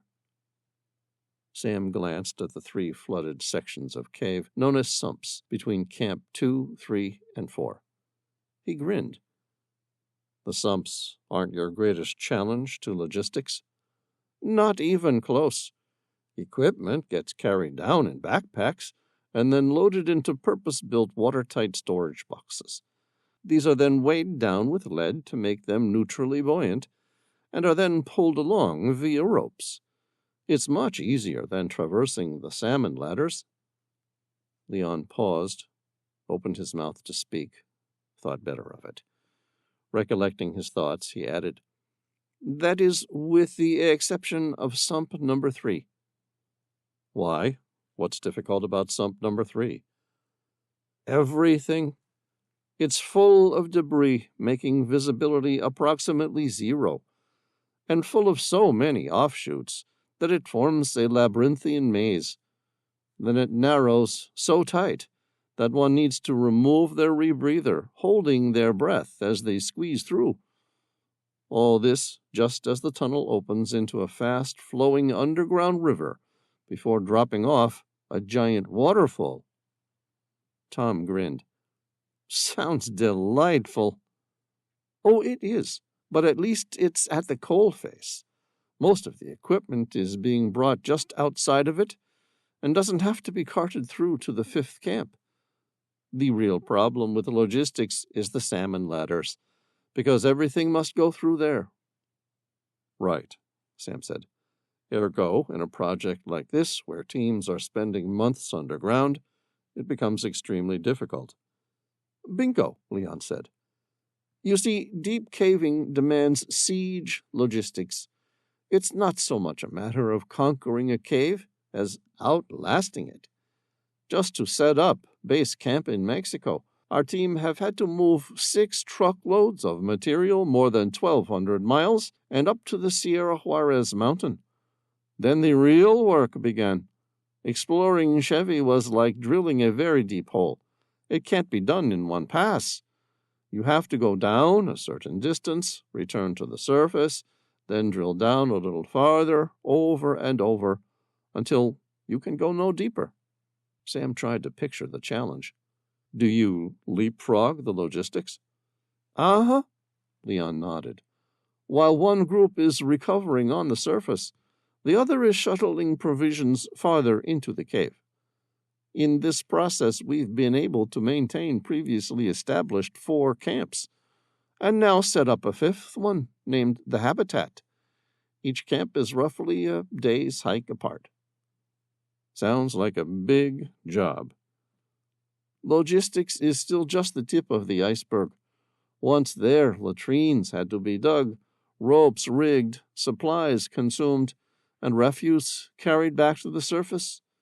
Scuba divers and climbers are really just like advanced scouts for the mud-spattered army behind them, lugging 30-pound rubber duffel bags through the cave. Sherpas of a sort, though they'd never set foot on a mountaintop. We call them mules. Sam said, just like climbers scaling Everest. Yeah, only cavers, even more than climbers, must travel light and tight. Bulky packs are a torture to get through narrow fissures, and every ounce is extracted in sweat. Throughout the decades, caving gear has undergone a brutal Darwinian selection, like lopping off redundant parts and vestigial limbs. Simple items are often best. Nalgene bottles, waterproof and unbreakable, have replaced all manner of fancier containers. Cavers even stuff their sleeping bags into them. Toothbrushes have lost their handles, forks, a tine or two, packs their adjustable straps. Underwear is worn for weeks on end, the bacteria kept back by antibiotic silver and copper threads. Silver and copper undies, Sam chuckled. Wasn't it Plato that said necessity was the mother of invention? Quite right, Leon agreed.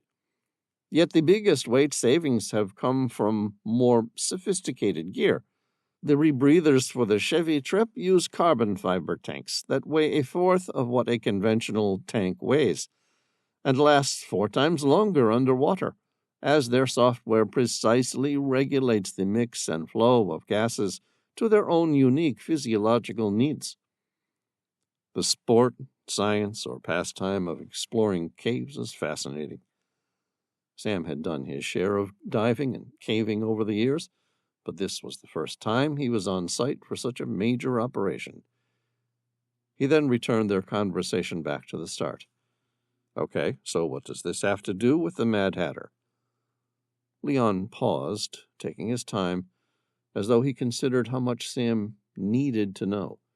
In 2019, a team began searching for a bypass to the salmon ladders and also the looking glass breakdown between the black borehole and Camp 3.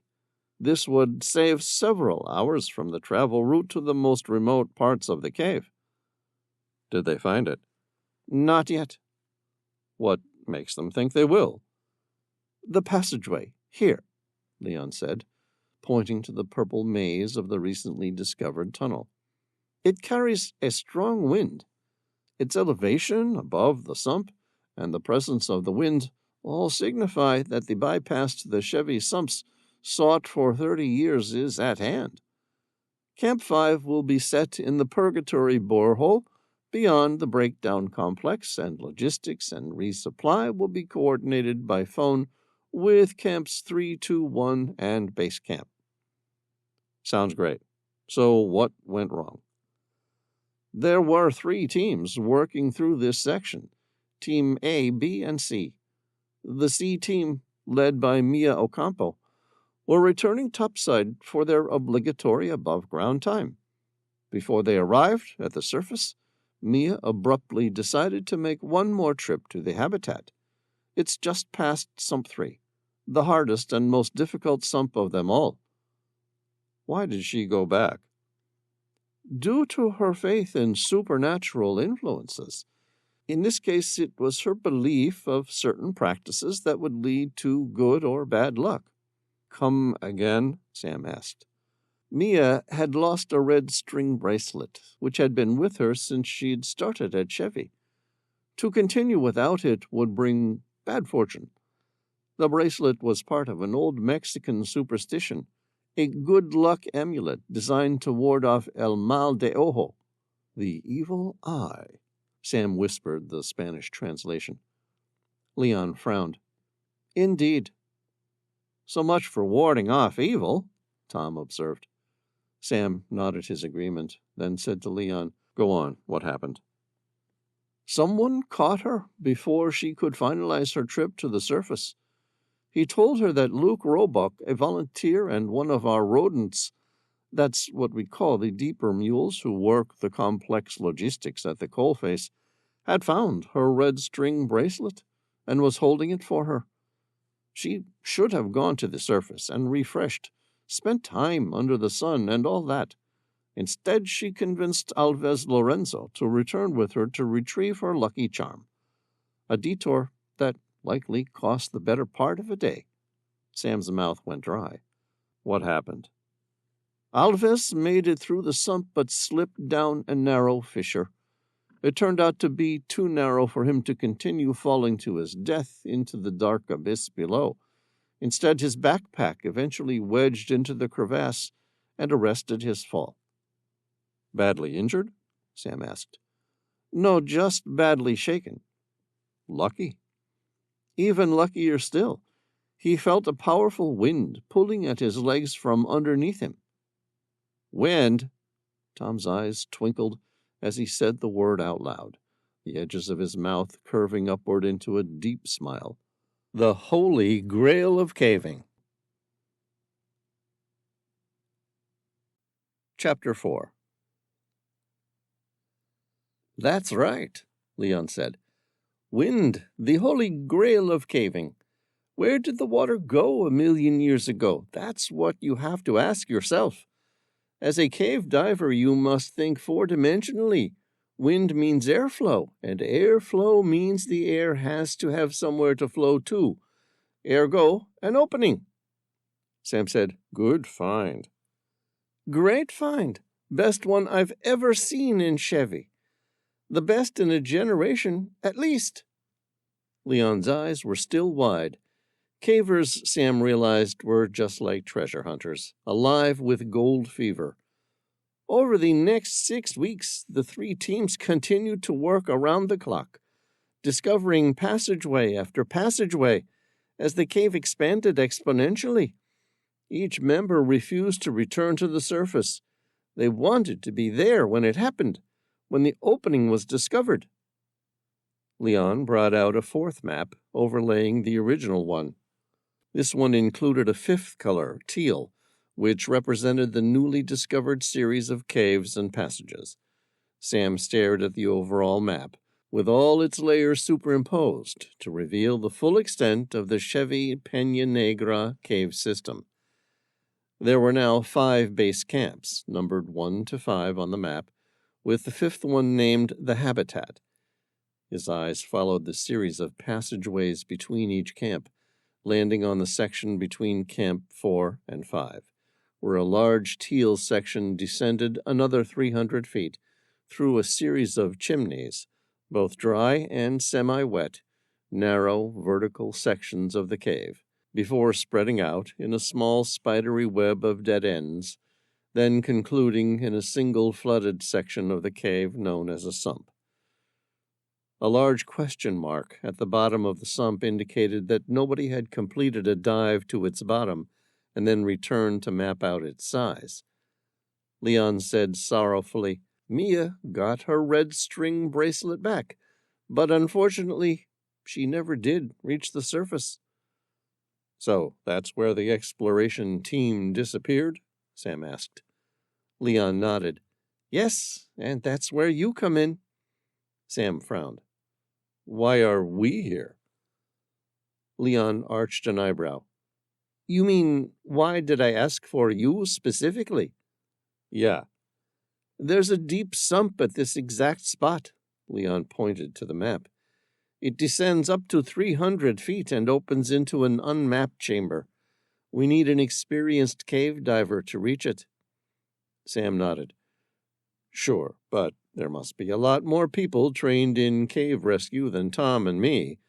Professional divers who were in a closer proximity to Mexico at the time of the accident." "Not for this." "Why?" "A list was made." Leon folded his muscular arms across his chest. "Only a handful of people in the world are capable of making such a dive. Besides, we've already sent a rescue team in to get them. It was Team A, who were nearby at the time of the disaster." "What did they find?" Sam asked. Leon's lips formed a hard line. He gave a somber, apologetic shrug. "We don't know. They never resurfaced." Sam frowned. "The rescue team didn't return?" "They did not. And neither did the second rescue team, Team B, we sent in to help." "Wait." Sam tilted his head, confusion written across his face. "How many people have we lost down there?" "6 in total. 3 teams of 2, A, B, and C." "What?" Tom looked outraged by the rushed rescue missions. "Who ran diver support during the 2 rescue attempts?" "A cave volunteer named Luke Roebuck, the rodent. He's an American from North Carolina. He was the least experienced of the group. He was there hauling equipment at the time, not even a scuba diver, an amateur caver who had recently offered to volunteer with the equipment haulage. Arrived a few weeks earlier. Started out as a mule, but turned into a rodent when the new section was opened after Sump 3. "Not a scuba diver?" Sam frowned. "I thought you said the habitat was on the other side of 3. "It was. I mean, Luke had never dived before he got here. He only picked up basic diving to continue being part of the team. He was instinctively very good at it, and so, with the help of the other members of the team, he made it through Sump 3 and was able to continue his role as a rodent, hauling equipment from Sump 3 to the habitat. He's only made the journey once and in one direction. Thus, after they lost the rest of the teams, he was unable to return to Camp 4 on the other side of the sump. He was effectively trapped until someone came looking." "The last man standing," Sam observed, then returned to the disaster. "What did Luke say happened to the divers?" Leon gave a small shrug. "Nothing. 6 people went in. 0 came out again." "And there wasn't anyone else there?" "No, just Luke and teams A, B, and C." "Why not?" Sam frowned. "I mean, was it normal for these people to be on their own without a support team?" "Team A and B were supposed to be the support team for diving team C. Luke just happened to be there. He got caught up in the original loss of Team C, then stayed to support the second 2 rescue missions. Tom's eyes narrowed, pushed into deep furrows by his brow. Nobody sent for help? Time was vital. We're talking about a deep water sump with a projected depth of 300 feet. Not a lot of bottom time on a dive like that. Any chance of a successful rescue mission meant that the divers needed to go in immediately. No phone to the surface. We were in the process of bringing in communication lines to the new cave system, but they weren't active yet. Sam pressed his lips together, picturing the scene. It's hard for trained rescuers to stay focused and maintain a level of objectivity during such a disaster. Nearly impossible for an amateur caver who didn't know anything about diving, let alone extreme cave diving. Over the years, he had heard several versions of this kind of domino effect catastrophe. Someone slips through broken ice. Their friend tries to help, but instead is pulled in after them. The third friend, lover, brother, or spouse follows. Urgency rules every action. No one goes for a rope or calls for help as emotions are heightened by the life-or-death scenario. I see, Sam said. Thus, all 3 teams were effectively on their own. Yeah, they were. Leon's face drained of color. He knew the Mexican authorities would have a field day with the obvious mistakes when they performed a root cause analysis of the disaster. You have to understand the passion and excitement these cavers must have been feeling when they found this discovery. It was like discovering a giant gold nugget, and the start of a massive seam, followed by the ensuing rush to find it all. All right, Sam said, picturing the sequence of events all too clearly. Where's Luke now? He's on his way out. Good. I'd like to talk to him. Get a first-hand rundown on the events and its timeline. Of course. Sam stared at the deep sump on the map. So, basically, what you're saying is that nobody who has descended through that sump has ever returned. Leon patted him on the shoulder. And now you know why you're here. Anybody else capable of making such a complicated dive is already down there, either trapped or, more likely, drowned. Chapter 5. The entrance of the tent flapped open. Sam glanced over to see a small group of volunteers bringing in their equipment and belongings from the helicopter. A woman of 40, with the physique of a seasoned caver, the muscles of her arms toned and sharp from years of pulling on climbing ascenders, was the first to enter, carrying 2 large duffel bags. Her eyes looked from Leon to Sam and Tom. You must be Reilly and Bauer? Sam said, That's us. Have you been assigned a tent yet? She asked. Sam shook his head. No. Apparently we won't be staying around long enough to need one. Just put it down anywhere here. Okay. She shrugged, placing the 2 duffel bags next to their feet. The bags landed with a muffled thump, their zippers glinting briefly in the lantern light. Close behind, another group maneuvered 4 aluminum alloy storage boxes through the narrow opening, their efforts synchronized. Sam's eyes observed the careful placement of each box, the dull metallic clank resonating within the canvas walls, joining the soft thud of the duffel bags. Tom reached out, steadying a box as it was set down, his fingers brushing against the cool, hard surface. Leon frowned at the pile of equipment, as the tent was transformed into an alcove that resembled a small dive shop, the tent shrinking with each additional piece of gear. He shook his head. You can't bring all that stuff down to the habitat. Sam asked, Why not? For starters, it would take you a month to haul it there, even if you had an army of volunteers." Leon drew a breath. "Besides, anything and everything you're going to need down there will be available in the habitat. The important thing is getting you down there to lead the rescue mission." Tom said, "Not without our dive gear." "Any equipment you need is already down there. Not like our gear." Tom's smug grin made Leon think that maybe Tom knew something he didn't, but he couldn't imagine what it could be. "Trust me," Leon said, shaking his head.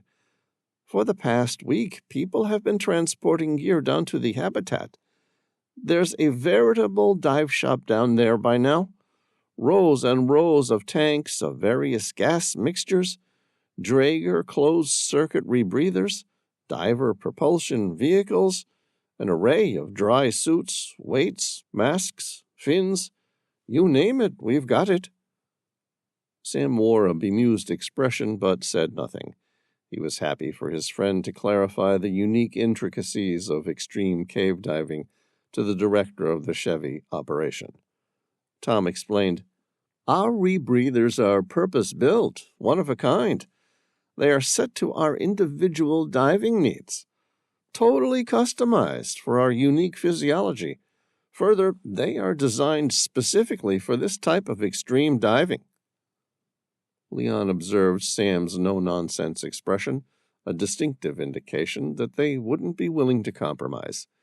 Not interested in getting bogged down in the details, Leon gave in. "Okay, that's settled. You're taking your own rebreathers." Sam nodded as though it were a foregone conclusion. "So, when do we leave?" "As soon as you've reduced your gear load to absolute minimum." The lines etched deeper in Leon's face, as though even that was too much of a concession.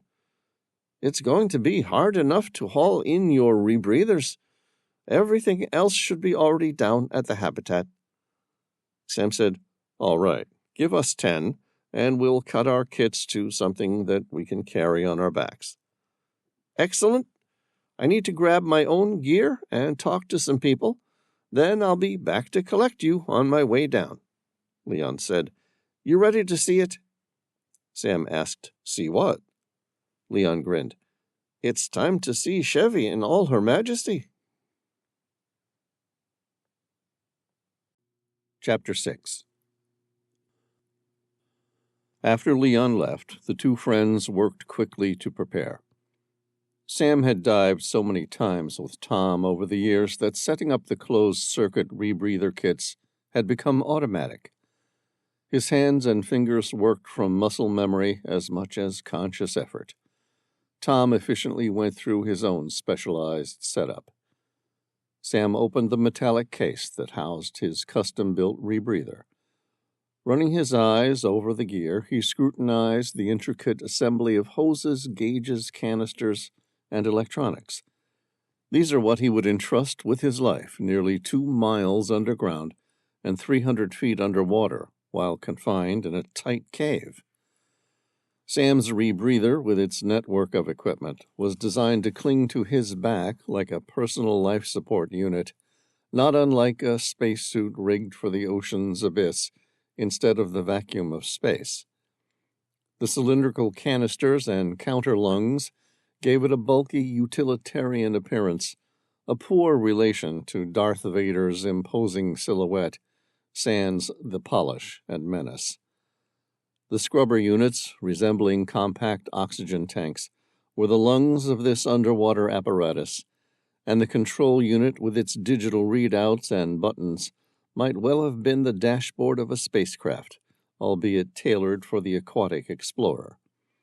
As Sam checked his gear, the ensemble of technology and life-giving machinery seemed to whisper of otherworldly adventures, akin to a diver's version of a spacewalk in the silent, weightless deep. Rebreather diving had infinitely changed scuba for him. Unlike traditional scuba, his rebreather conserved every breath he took, scrubbing the carbon dioxide and recirculating the unused oxygen via a closed loop. This recycling process extended his dive times far beyond what traditional scuba could offer. Further, the diver was less affected by the depth than a traditional air cylinder. This would allow Sam deeper penetration without the need for excessive tanks. In the serene stillness of the caves, the absence of bubbles was a blessing. With no noisy exhalation to disturb the sediment or delicate cave formations, Sam could hover and observe pristine conditions with minimal impact. The stealth afforded by the CCR was not just a courtesy to the environment, but a safety feature. It reduced the risk of dislodging silt that could cloud his vision and orientation. Furthermore, the warm, moist gas from the rebreather was a comfort in the cool, often frigid waters that ran through the cave systems. It helped Sam maintain his body temperature, staving off hypothermia that could threaten during long exposures. Sam also knew the precise control of gas mixtures in his rebreather was crucial in managing the risk of decompression sickness.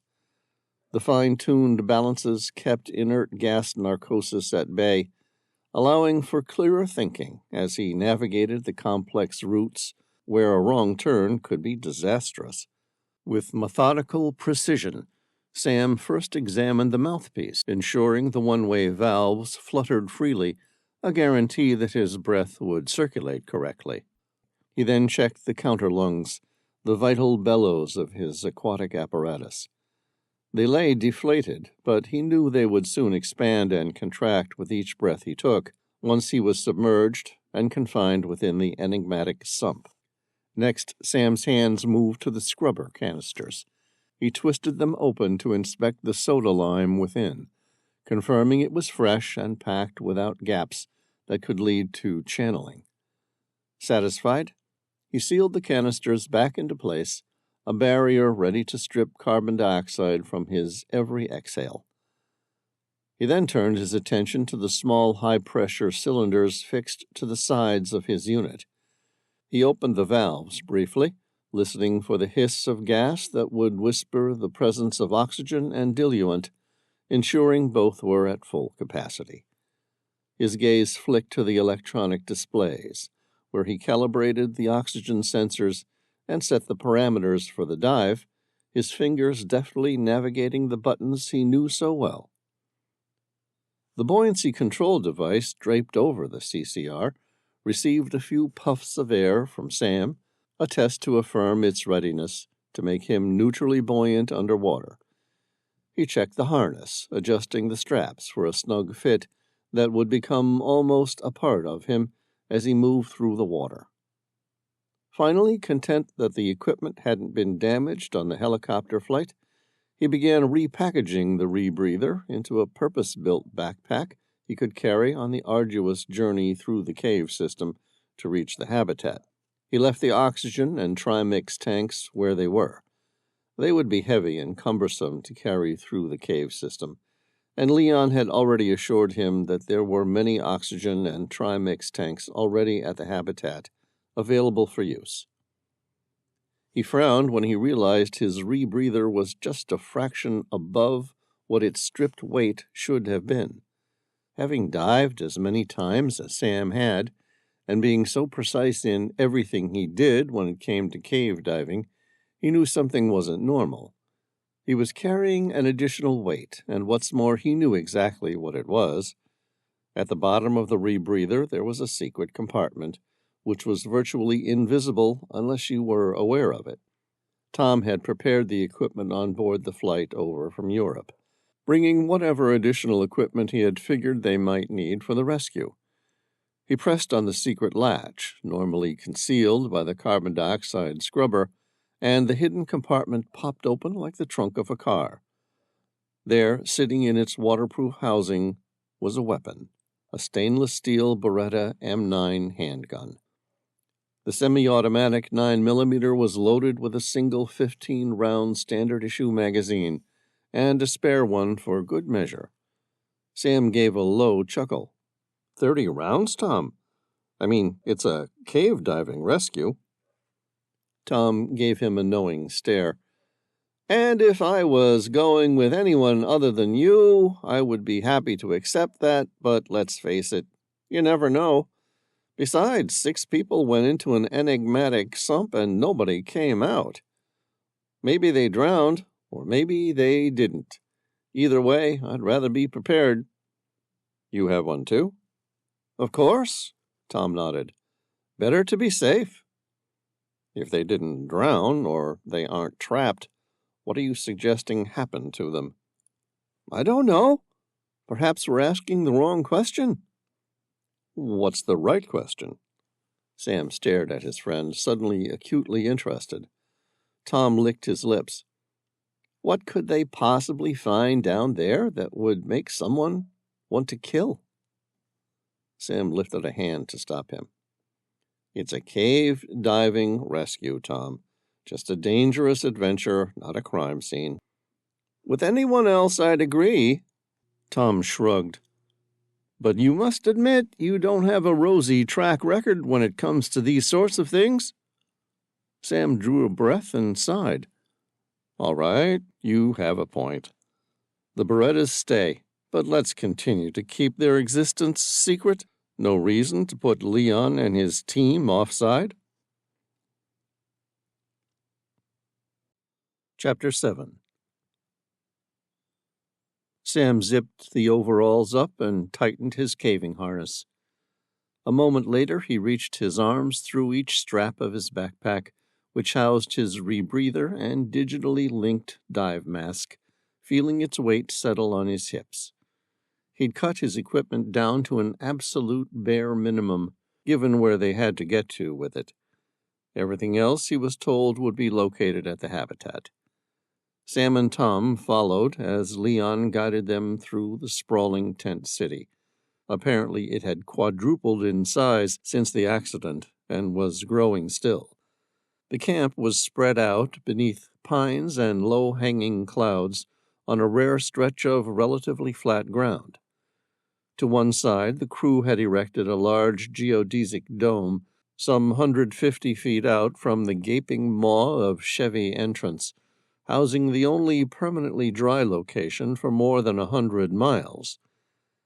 Inside, more than a dozen people worked on computers, reported on progress of the various missions and projects, and communicated with those inside the cave and the ever-growing team of experts who worked off-site. To the other side of the valley, the cavers had hung a giant blue tarp, sheltering a long plywood table, stacks of provisions, and a pair of 2-burner camp stoves. On most expeditions, base camp is a place to dry out and recover from infections acquired underground, like cracked skin, inflamed cuts, and staph bacteria that burrow under one's fingernails till they oozed pus. Yet this forest was nearly as wet as within the cave. Several cavers rested beside a large open fire, one of the few methods of drying oneself after weeks below ground. A short caver with a long, thick beard sat by a fire, reading his 5-year-old daughter a passage from The Hobbit. Leon pointed him out to Sam and Tom and said, "That's Felix. He and his wife Julia are both archaeologists. They've traveled the world for nearly 20 years, searching caves for ancient secrets. Alyssa, their daughter, has been with them to every expedition since she was born." Leon's dark eyes sparkled with humor. "Apparently, no one suggested that they stop what they loved doing once they were parents." Sam laughed. His eyes turned to young Alyssa. The 5-year-old looked enamored by the story. Her eyes were bright, burning as bright as fire, as her mind imagined the secrets hidden below her. "She doesn't look like she's suffering for it." "Not at all. Alyssa's one of our best cavers. Children are naturals, although her parents are careful to make sure that she's tethered to a rope if she's near an abyss." Sam wondered if John Ronald Reuel Tolkien could have ever imagined a place like Chevy when he'd written The Hobbit. With its glistening caverns and plummeting boreholes, stalagmites tall as organ pipes, and great galleries draped in flowstone, deeper than any goblin lair. Chevy was every bit as much a dwarven kingdom as Middle-earth. Sam studied the cavers. They were so completely different from one another. It was hard to imagine what they all did in their previous lives, or what had driven them to become so heavily invested in trying to reach some of the deepest recesses of the earth. He turned to Leon. "How many people did you originally have working here?" Leon arched an eyebrow. "Before the accident?" "Yeah." 63 cavers from 18 countries. Leon stopped so that they could overlook the sprawling tent city that was expanding even into the night. 28 men and 34 women. Sam tilted his head, the math not quite adding up. 62 cavers? 63, including one child, Alyssa. Sam said, "Oh, right." Leon kept walking. Although those numbers change as cavers tended to pass through the camps over the course of the season, there were roughly 15 permanent veteran members, reinforced by recruits from caving groups worldwide. On any given day, the cave might be home to a host of divergent characters. He started explaining with waving hands as he walked. We've had everyone from a particle physicist from Berkeley, a molecular biologist from Russia, a spacecraft engineer from Washington, D.C., ranchers from South America and Hawaii, a geologist from Sweden, a tree surgeon from Colorado, a mathematician from Slovenia, a theater director from Poland, and a traveling cave guide from Canada who lived in his Jeep and spent less than 100 days a year above the ground. "Amazing," Tom said. "I love it." "They're a paradoxical breed," Leon said. Sam looked at him. "How so?" "Cavers are generally restless and active, yet fond of tight places, highly analytical, yet indifferent to risk. They seem to have evolved for solitude, yet they work together as a selfless unit. Pale and deficient in vitamin D, they are phlegmatic creatures drawn to the mystery of deep holes and dark passages." Sam smiled. "What do you think connects them?" "Honestly?" Leon gave an ambivalent shrug.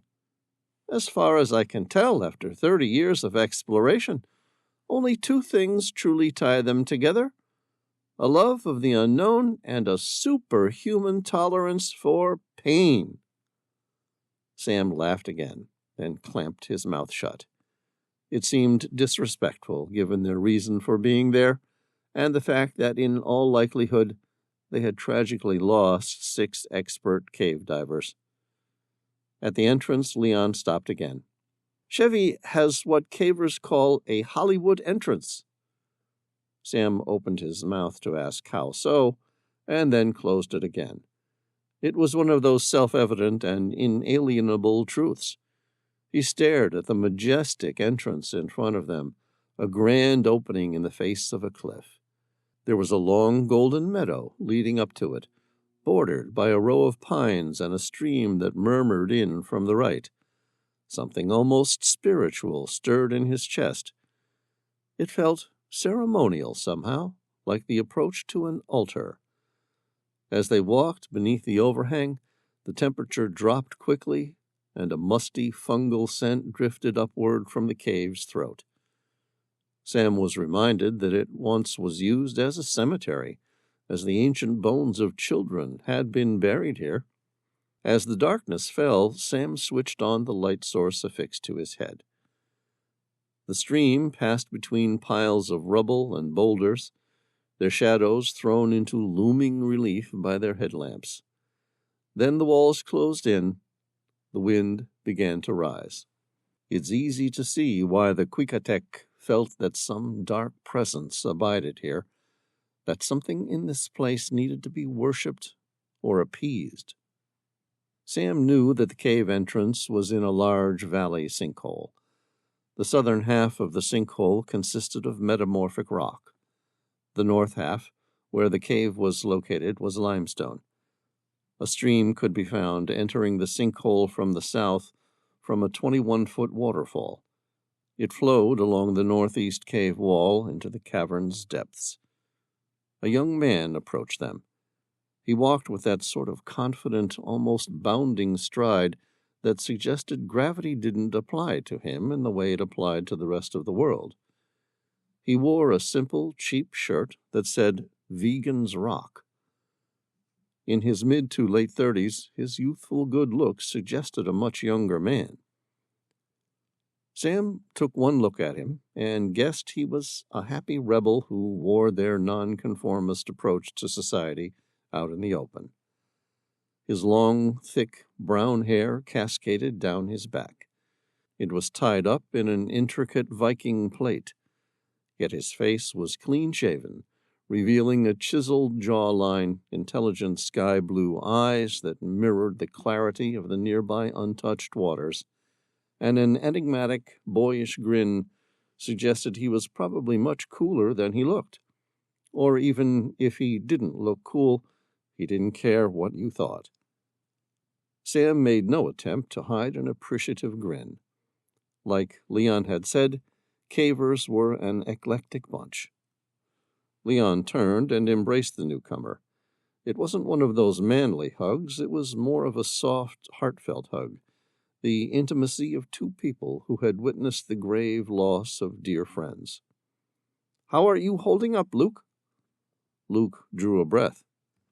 "I haven't given up hope that they've found a large air pocket and are just biding their time." Leon nodded, then gestured to his newly recruited colleagues. "Luke, this is Sam Reilly and Tom Bauer.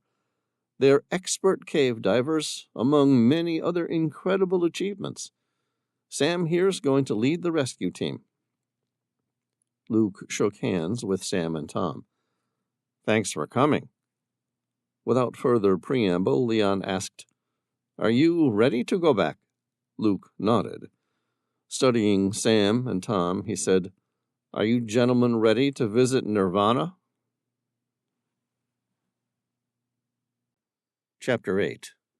Chevé Cave, Mexico. 4 men entered Chevy: Sam, Tom, Leon, and Luke. They carried relatively light backpacks, splitting the obligatory dive equipment that Sam and Tom had refused to relinquish between all 4 of them. Everything else was already underground, or would be brought in over the coming hours and days by an army of mules and rodents.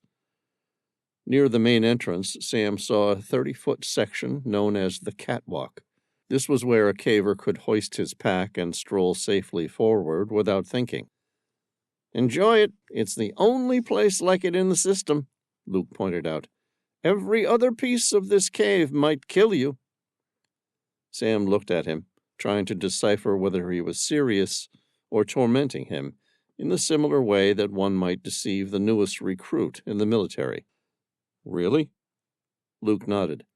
"You have no idea what you're in for." As they walked, Luke filled them in on the events of the disaster. He spoke with the honest, methodical candor of an analyst. Sam noticed he was a naturally chill guy. There was no panic in his voice, no excitement or embellishment, just the facts. Mia and Alves went in.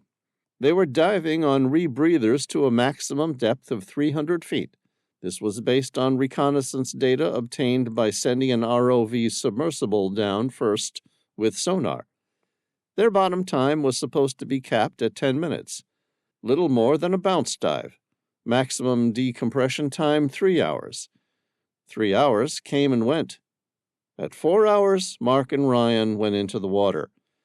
They were followed by Jess and Alana, who were planning to set up a deep-water decompression habitat and several additional deco tanks. No one came back. 48 hours went by.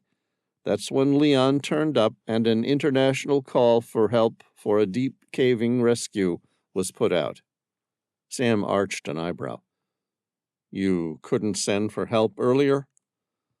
Luke turned his palm skyward in an apologetic gesture. I was trapped there, just like the rest of them, only in a different air pocket within Chevy. If nobody came, eventually I would have tried to make the dive through Sump 4, but my chance of survival was infinitely small without guides to help me. More likely, I would have disappeared too.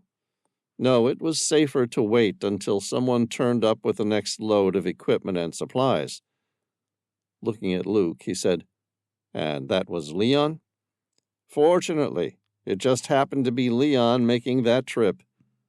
You went back with him? No, I'm not much of a diver at all.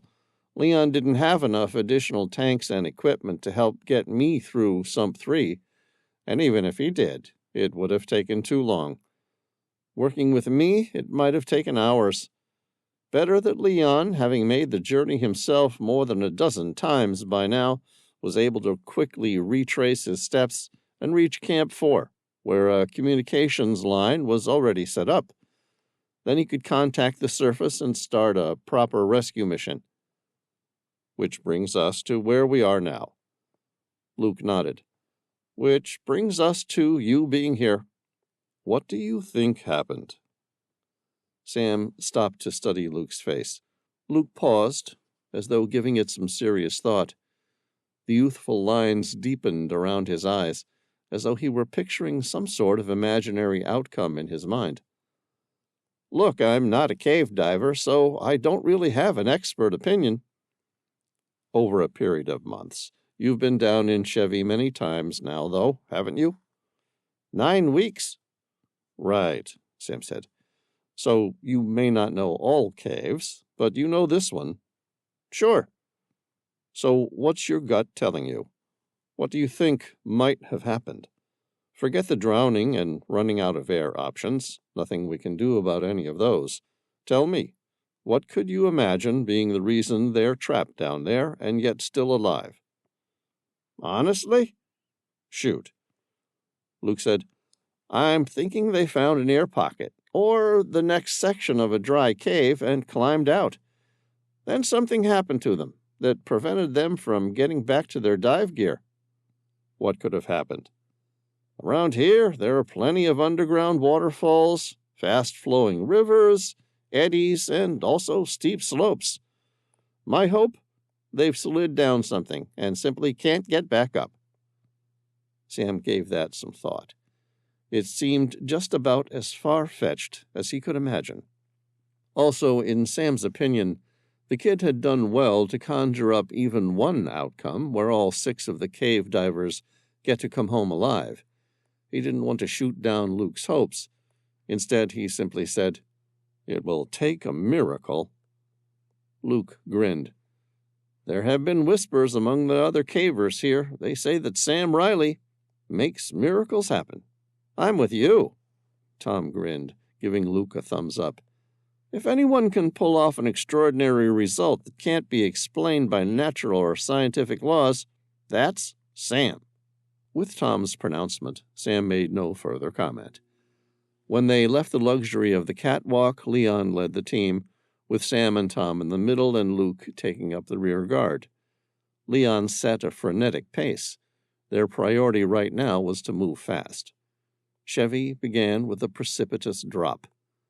The team went down 3,000 feet in less than half a mile. It then leveled out. To go another vertical mile, they had to travel 10 horizontally, and nearly 2 of those miles would be underwater. Although the water eventually gathered into a single stream, the cave's upper reaches were full of oxbows and tributaries, meandering and intertwining through the rock. They paralleled one another for a stretch, then veered apart or abruptly ended. Sam was fit, genetically athletic, generally finishing in the top percentile for anything he set his mind to, including basic training in the Marines all those years ago. Yet it was quickly apparent both Leon and Luke were more accustomed to this sort of grueling exercise. Sam's breaths came in heavy, ragged gasps, echoing against the damp walls of the narrow cave system. Each inhalation was a laborious effort, filling his lungs with musty, earth-scented air. His muscles burned with exertion as he clambered over jagged rocks and squeezed through tight passages, the rough surfaces scraping against his skin. Sam kept walking, squeezing out the last of the air from his lungs as he slid through a narrow slot in the limestone. On the other side, he drew a deep breath. When he looked back, Tom shook his head and shot him a chagrined smile. Tom was tough, but this kind of intense workout really separated the doggedly determined from the quitters. Despite the fatigue that threatened to overwhelm Sam, he pushed forward with a relentless pace, driven by an urgency that pulsed through his veins. Beads of sweat trickled down his forehead, mingling with the dirt and grime that clung to him. The dim light from his headlamp cast eerie shadows around him, but Sam's focus remained unbroken. Like the others, his every step was a testament to his determination to navigate the challenging terrain of the cave. Sam was tempted to imagine the cave's passageways as an ancient trail for the Aztecs, but these tunnels were never meant for inhabitants. They were geological formations, differentially eroded. Many times their soft deposits ground down to serrated edges or carved into knobs and spikes that his body had to contort itself around. When prospecting for deep systems, Sam knew cavers started in mountains with thick layers of limestone deposited by ancient seas. Then they looked for evidence of underground streams and for sinkholes, sometimes many miles square, where rain and runoff get funneled into the rock. As the water seeps in, carbon dioxide that it has picked up from the soil and the atmosphere dissolves the calcium carbonate in the stone, bubbling through it like water through a sponge. Chevy was the ultimate display of this process. A long squirm down a tight shaft led to an even longer crawl, a slippery descent, and so on. It was nature's obstacle course, relentless in its challenges. Up ahead, a steady, almost blue light began to glow. It began to flicker wildly, flashing on and off like Morse code. Sam's eyes narrowed. "What is that?"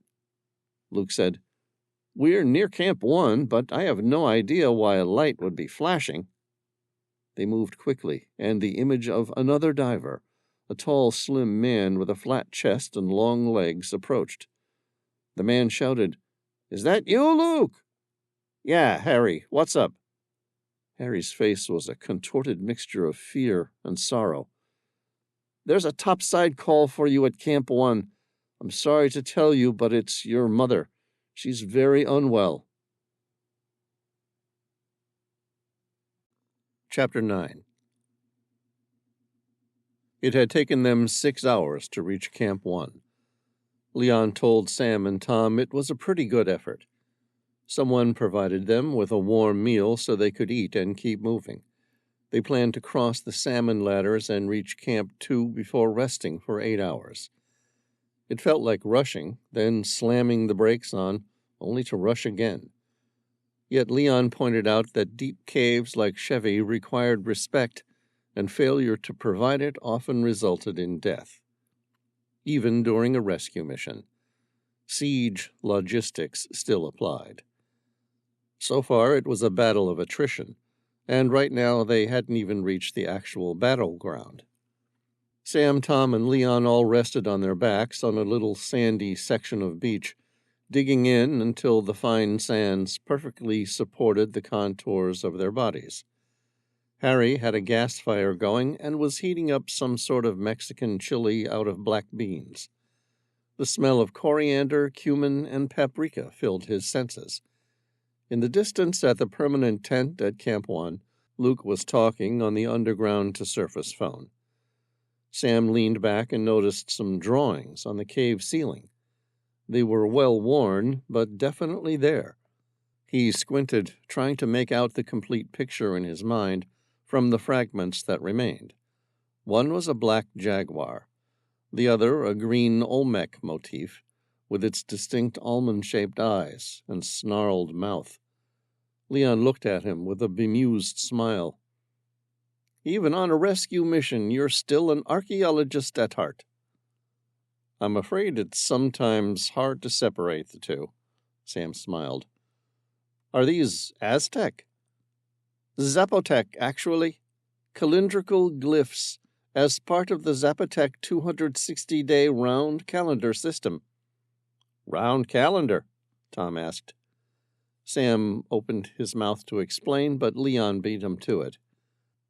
The calendar, called Tzolk'in in Yucatec Mayan, has no months, but features 20 different glyphs or signs, including crocodile, deer, water, grass, and eagle, which are combined with the numbers 1 to 13, resulting in 260 unique days. It was popular throughout Mesoamerica. Sam said, So, it's a calendar? We think so. Sam fixed his flashlight on the Jaguar. What does this mean? Leon shrugged. No idea. Some archaeologists had a look years ago. Their studies showed it was Zapotec, but that's about as much as they could get from it. So much has worn away. It probably represented the death of a great king. Sam arched an eyebrow. Really? Who knows? I'm a caver, here for adventure and exploration. I'm not an archaeologist. That's fair. Sam looked around the chamber, his flashlight twisting in a slow arch. Have you found much pre-Hispanic artifacts and history down here? Not this far down, but closer to the mouth of the cave there was plenty. Pre-Hispanic peoples used Chevy Cave for their ceremonial practices. In the Yucatec region, most beliefs focus on a mystical figure called Señor del Cerro, a.k.a. Lord of the Hill, who dwells in Chevy and cures souls who are said to go there. Numerous Yucatec artifacts have been found within its passages.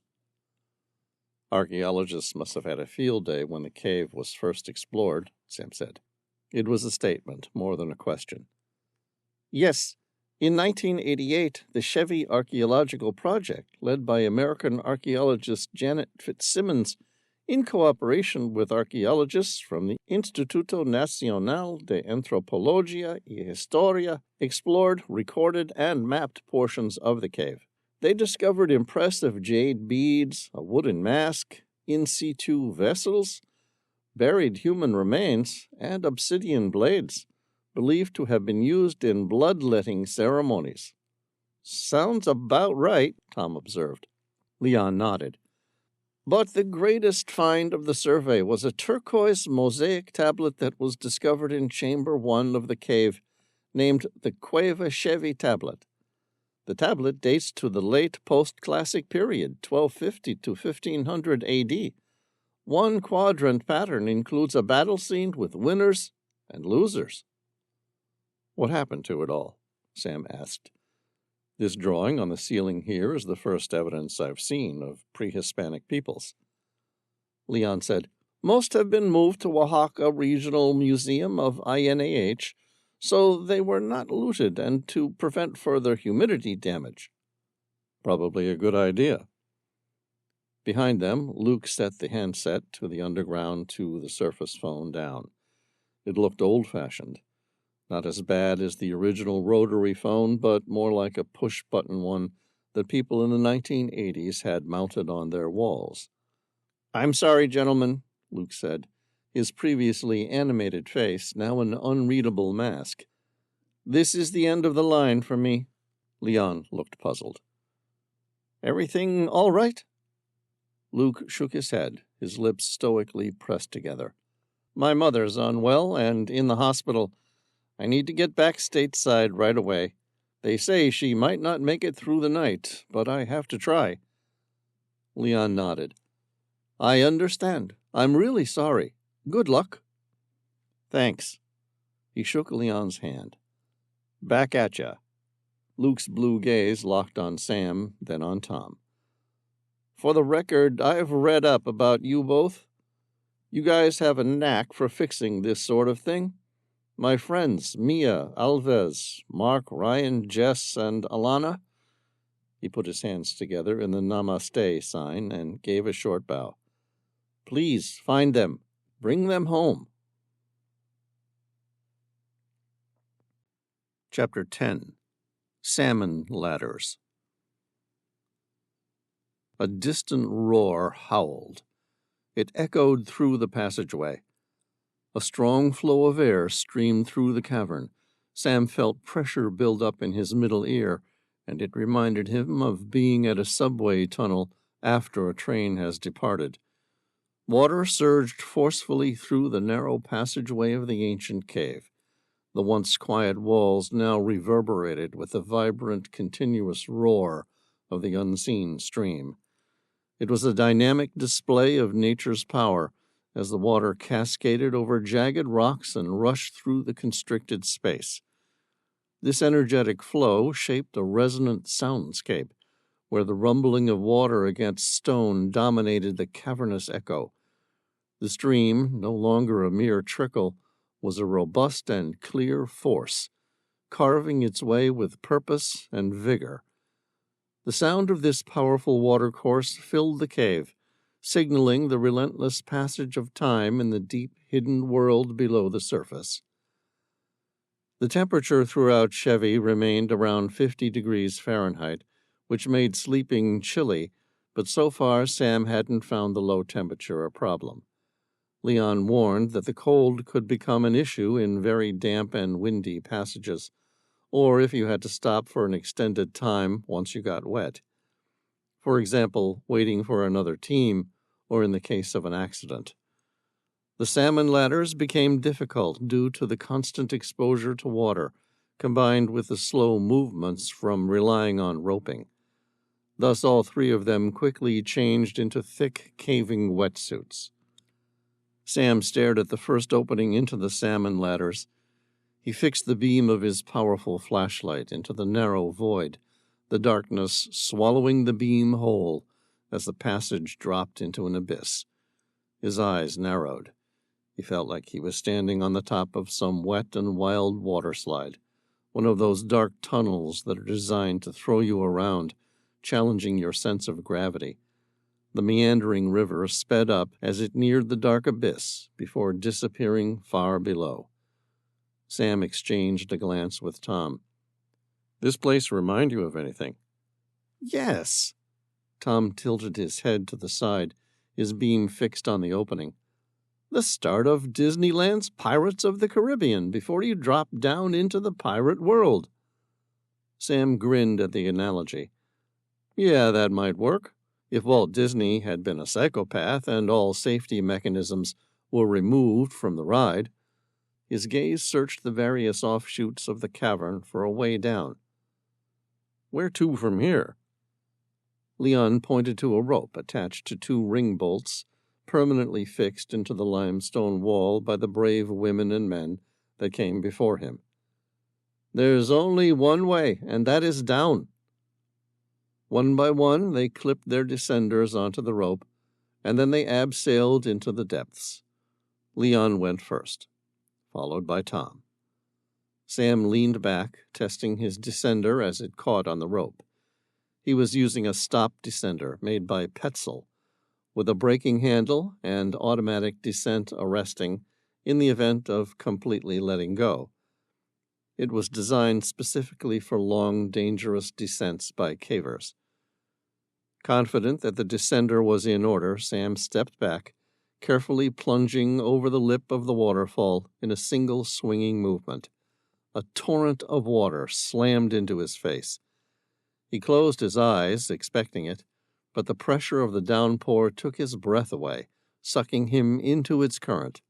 Cavers and canyoners were known to have drowned in such waterfalls, trapped high in the air, flooded by the downwash. Sam kicked both legs hard against the wall, breaking free of the torrent. He released the braking handle on his Petzl and quickly dropped out of the direct line of flow from the waterfall. It was a 110-foot abseil. Sam slowed his descent and cautiously abseiled down the rest of the immense subterranean waterfall. Deep underground, the cavern around him echoed with the thunderous sound of cascading water. With his left hand, he wiped the water off his face. When he opened his eyes, he saw the start of the salmon ladders in all its glory. There, at the bottom of the waterfall, all three of them collected themselves on top of a large rock ledge. The air was cool and damp, filled with the mist of the falls, and heavy with the earthy scent of the underground world. The sound of flowing water, a constant companion, echoed off the cavernous walls. It created a noisy yet somewhat supernatural atmosphere. Again, Leon went first, then Tom, and lastly Sam. A complex labyrinthian network of ropes and caving ladders dominated Sam's next 800 feet as he negotiated some of the hardest sections of the cave so far. He gave an internal cheer when successfully climbing up, and cursed viably when he slipped and fell down, yanked to a stop by the ropes that saved him. This was very much like playing a life-size reality game of snakes and ladders. The salmon ladders consisted of a sequence of step-like rock formations, each level separated by a small vertical drop, resembling a rugged staircase. The steps had been formed by the erosion of limestone, a process shaped by the flow of water over millennia. Sam found the ladders varied in height, with some steps being just a few inches high, while others may be several feet. The rock surfaces had water streaming down the formations, creating a treacherous and slippery terrain. But while it was deadly and challenging, it was also incredibly beautiful. He saw streams of water and small pools at various levels, reflecting the ambient light and creating an ethereal attraction to this underground landscape. Sam found himself admiring the trailblazers, the first to travel through here, guiding the way for others to follow. Even knowing where to go, he found the ladders magnificently beautiful and impossibly difficult to navigate in equal proportions. Sparse light filtered down from the three cavers' headlamps, providing just enough illumination to cast the rocky surfaces into a ghostly glow. In many places, Sam saw stunningly blue or turquoise pools of water. The clarity of the water was remarkable, but not at all surprising. The water in limestone caves is exceptionally clear, as the limestone acts as a natural filter, purifying the water. The variety of color was the result of the mineral content, the way light travels through water, the depth of the pool, and the lighting conditions within the cave. Sam approached the edge of the large chamber, his eyes fixed on the Tyrolean traverse that stretched across a void of nearly 100 feet. Beneath him, the fast-flowing water of the cave river churned, streaming through the cavern walls.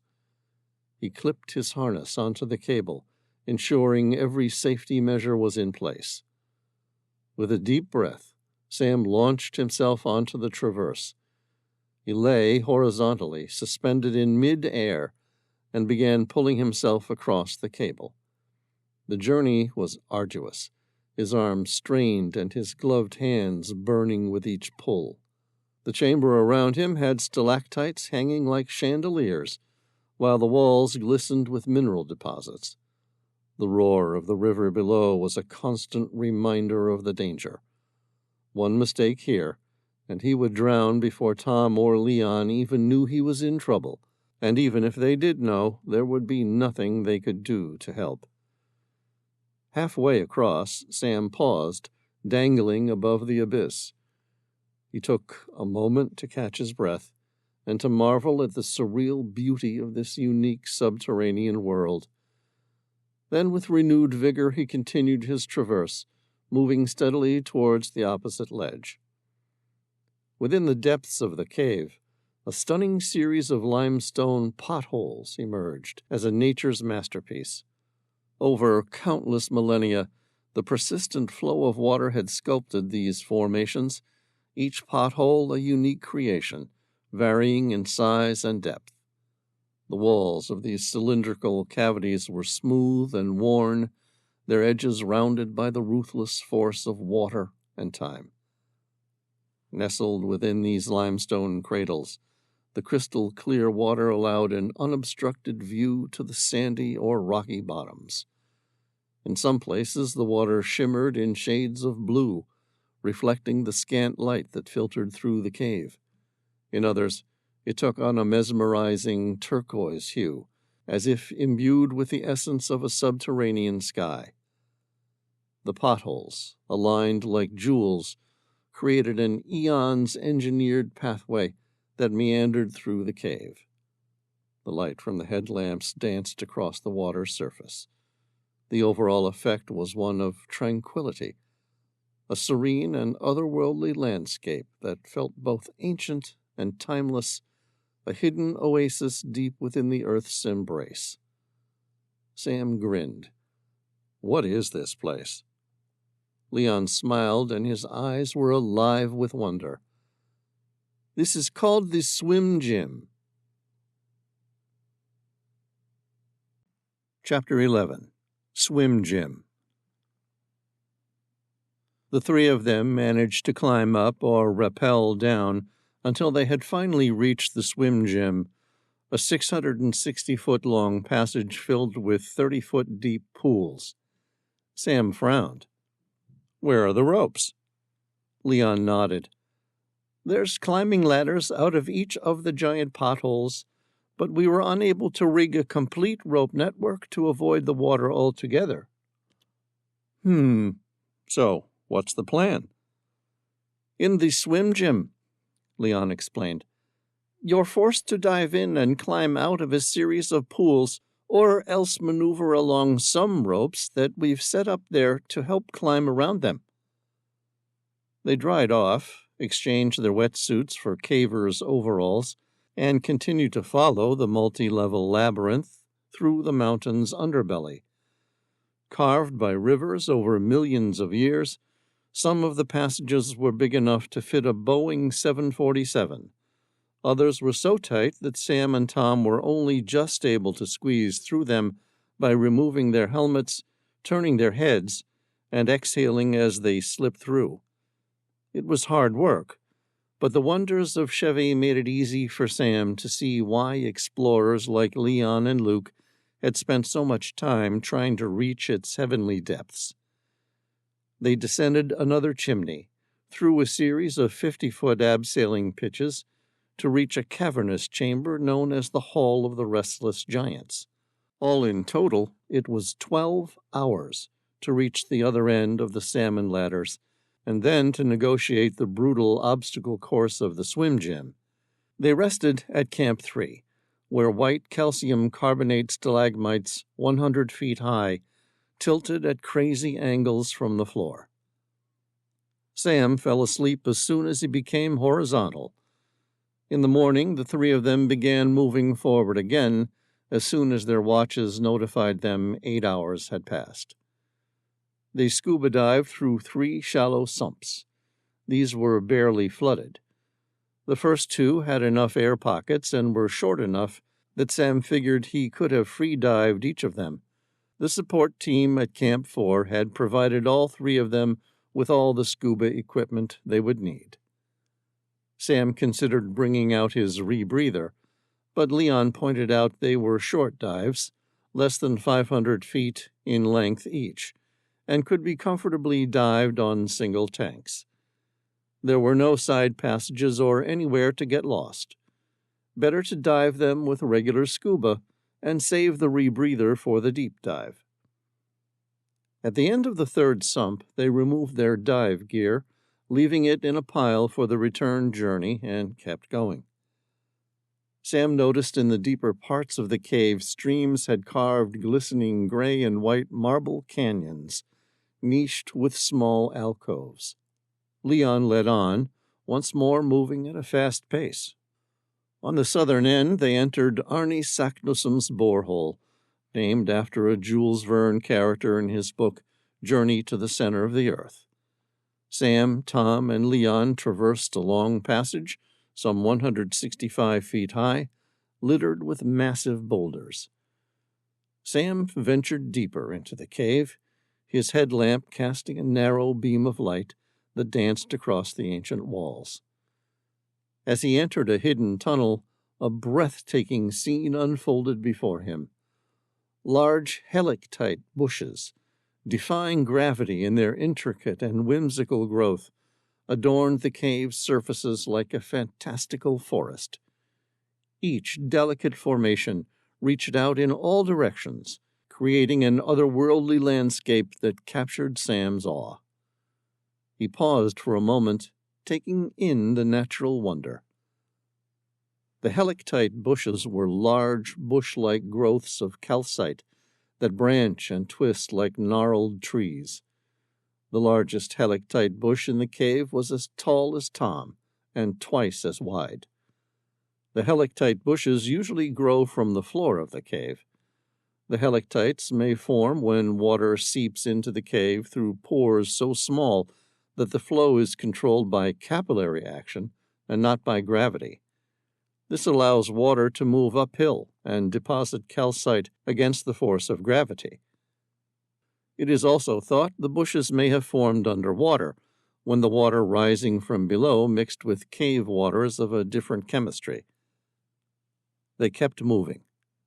Leon continued, setting a frenetic pace.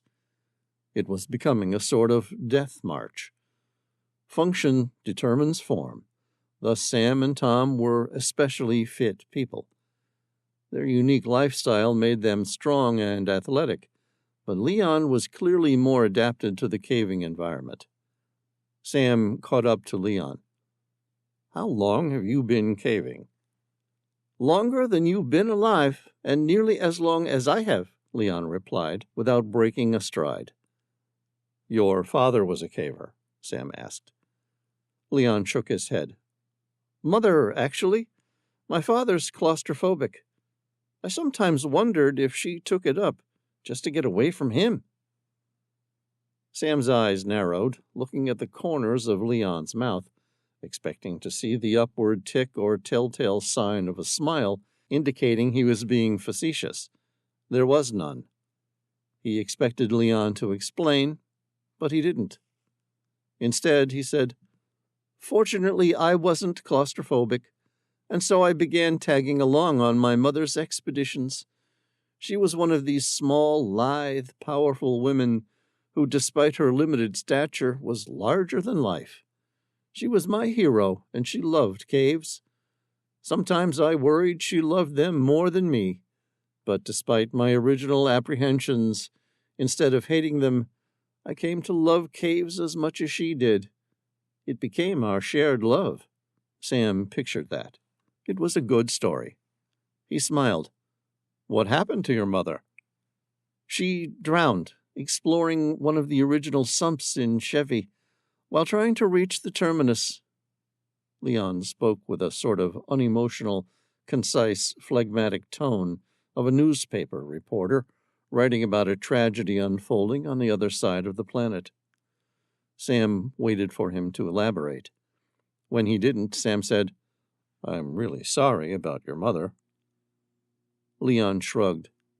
"Caving is inherently dangerous. She knew the risks." They kept walking.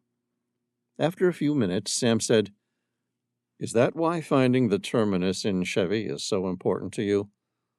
Leon stopped. He looked at Sam directly. Their eyes met. Leon paused as though genuinely giving some thought to Sam's question.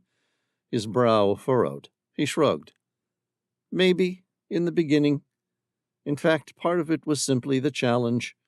Chevy had killed my mother, and now I wanted to beat it." "But then?" "Chevy is too majestic, too magical. What might have started as a challenge has persisted for the better part of a decade. I've fallen in love with her, and if I spend my life mapping her secrets, then that will be a life worth living." Sam grinned. "Good for you." Leon's recalcitrance had been pierced by their conversation. Instead of clamming up, he continued. It's not just this cave, you see. It's all of them. Chevy manifests everything that is wonderful about caving." "Go on," Sam said. "I have my own thoughts on why caves are so beautiful, but I'm interested in your ideas." "Caves are dark. You cannot see them from the surface. Their entrances often bear no portent of what is below. Chevy has an unusually large entrance, but even that does little to reveal what is to come hidden beneath the mountain." Leon's eyes were alive with his own speech. "There is no sense of scale that can be grasped from the surface. Conversely, high-altitude mountains carry the opposite visual effect. The closer you get, the more powerful the sense of scale and awe becomes." Sam said, "Everest." "Indeed. No place conveys this sense of humility better than Mount Everest. From Rongbuk Monastery, Everest is still iconic at a range of 16 miles. As you approach on the original Mallory route, it finally becomes clear how staggeringly big this mountain is to anyone attempting to climb it." Leon gestured passionately as he walked. "Chevy dwarfs Everest in horizontal extent, extending from Lhotse to Rongbuk. To perform this rescue, we will travel significantly farther underground than the distance from Rongbuk Monastery to the summit of Everest, with a vertical descent below the surface rivaling the elevation gained to the summit of Rongbuk Glacier. Unlike mountaineers, however, the hard part begins when you have to leave the cave. The only way out is up." Sam had thoroughly reviewed the map. "Yes, I understand." "Deep caves rarely call attention to themselves. Like speakeasies and opium dens, they tend to hide behind shabby entrances. A muddy rift will widen into a shaft, a crawl space into a vaulting nave." Leon looked to be enjoying himself now. "Take Krubera, for instance." Sam shook his head. He'd heard of the deepest known cave in the world, but knew little about it. "The deepest cave in the world. It's in Arabica Massif, somewhere in the Republic of Abkhazia." "Right," Leon confirmed. "It begins as a grave-size hole full of moss and crow's nests. When local cavers first explored it in 1960, they got less than 300 feet down before the shaft leveled off into an impassable squeeze. It was more than 20 years before the passage was dug out, and another 17 before a side passage revealed the vast cave system beneath it. Yet the signs were there all along. The bigger the cave, the more air goes through it, and Krubera was like a wind tunnel in places." "If it blows, it goes," Sam said, repeating a popular caving aphorism. Leon nodded, treating Sam as an equal. No truer words were ever spoken. "Where do you think Chevé's terminus will be found?" "I don't think. I know." Intrigued by his certainty, Sam asked, "Where?" "The Santo Domingo Canyon." "Really?" "Yeah, a few years ago we tried using tracer dye at the start of the Chevy's water source. It all came out a few days later in the Santo Domingo Canyon." "How far is that?" "Nearly 70 miles from the entrance, making Chevy the deepest, longest cave in the world." "If it can be navigated." "Oh, one day someone will do it. Maybe it's like a giant relay, and at some stage that flame that lit Chevy's torch of discovery was held by my mother. Right now, it's me.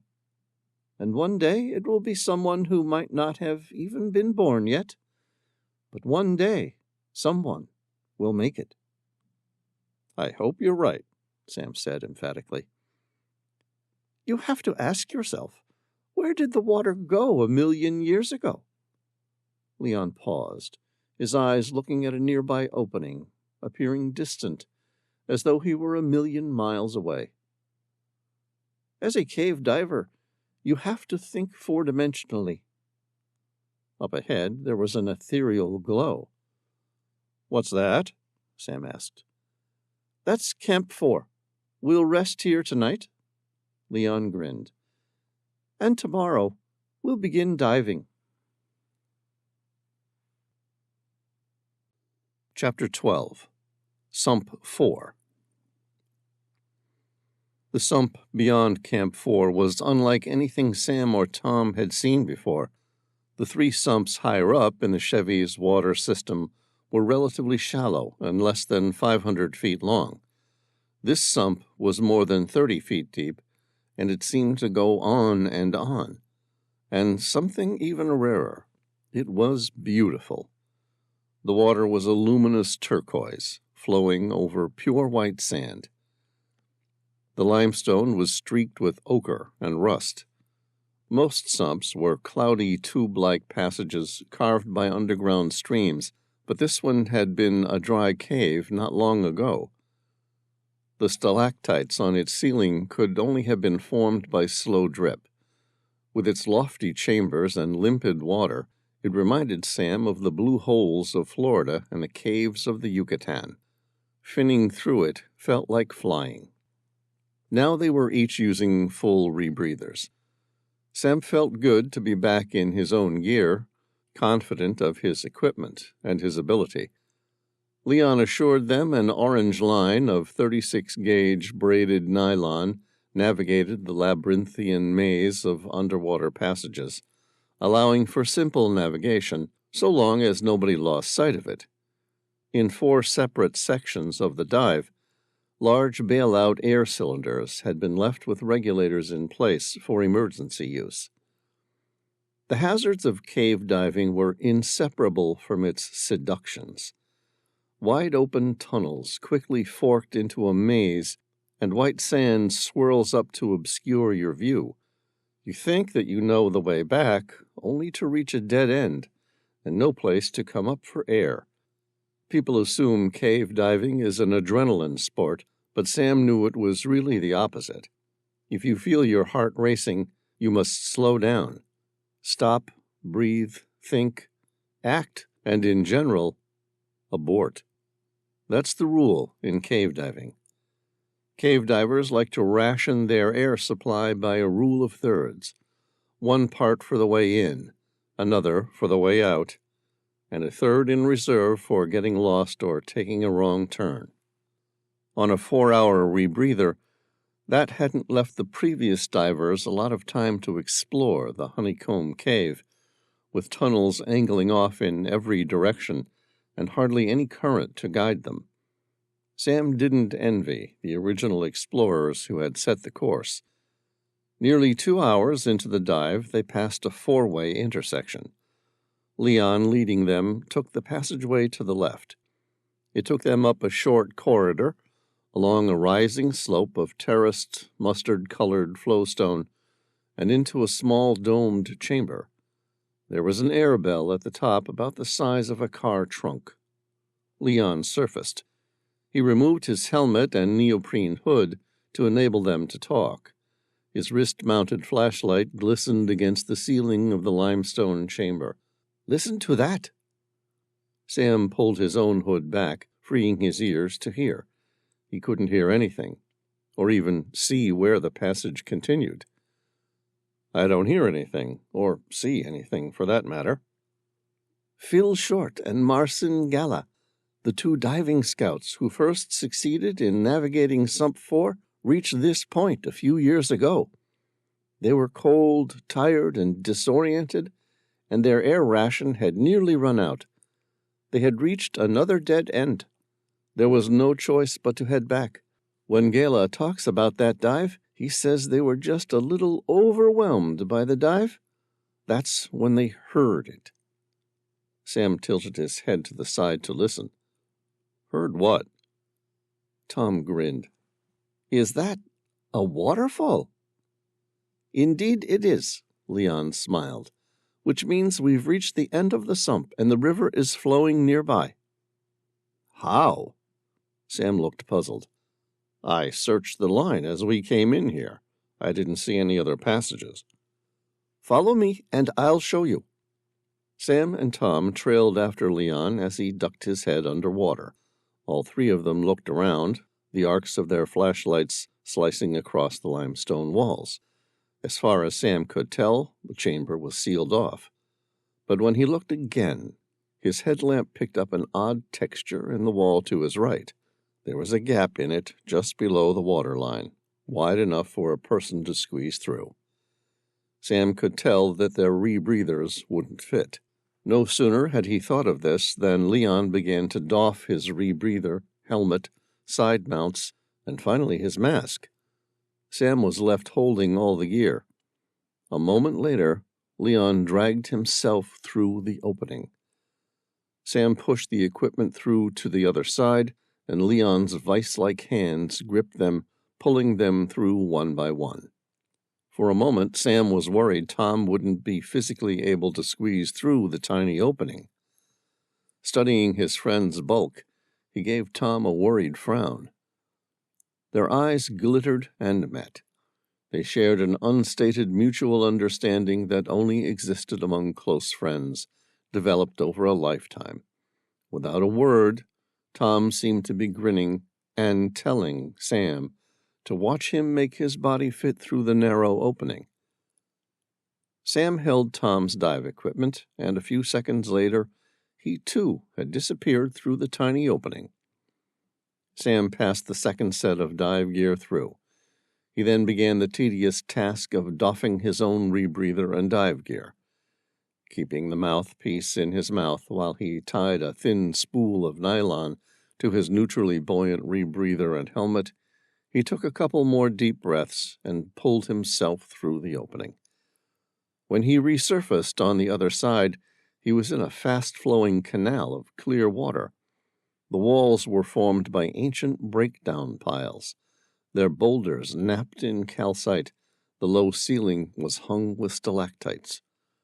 He pulled through the rest of his equipment, attaching his helmet and leaving the rebreather and face mask floating next to Tom and Leon's, which they had now tied together and attached to another string.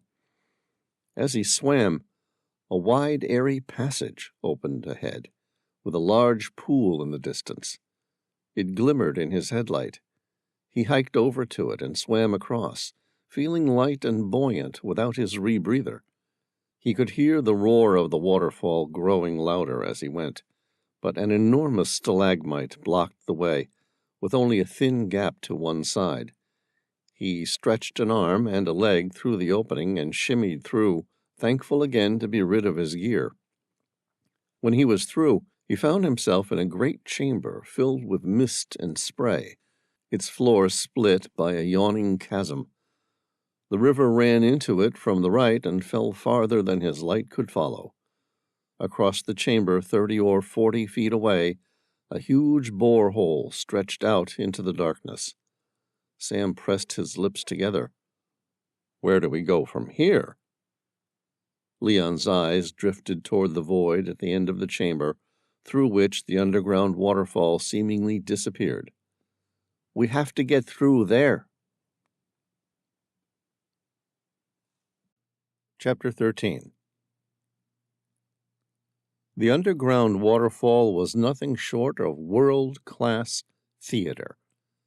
A torrent of crystal-clear water cascaded from an opening in the craggy ceiling high above, tumbling and swirling in a mesmerizing dance, throwing prisms of light in every direction. The water appeared to come from out of nowhere, a veritable phantom, falling in a roaring rush to disappear into the dark abyss below. The cooling mist hung in the air, the cavern echoing with a deafening applause of crashing water. Stalactites, ancient stalagmites, vertical counterparts, hung from the cavern ceiling like an audience of shadowy ghouls, their ghostly figures illuminated by the rare shifting underground light. Sam studied the spectacle, his experienced eyes darting to the rough stone edges where a suitable abseiling anchor had been set. Beside him, Tom gazed at the waterfall in awe, momentarily entranced by its raw, hypnotic beauty. Leon had a beatific smile on his face that suggested he was more at home here, racing toward a rescue mission, than anywhere else on Earth. Sam let him enjoy it and clipped his descender into the permanently fixed rope. He double-checked his gear, nodded to Tom, and then stepped over the edge, the cascading waterfall before him becoming his world. His feet found their footing on the slick stone wall, the ground beneath him an unforgiving, slippery canvas.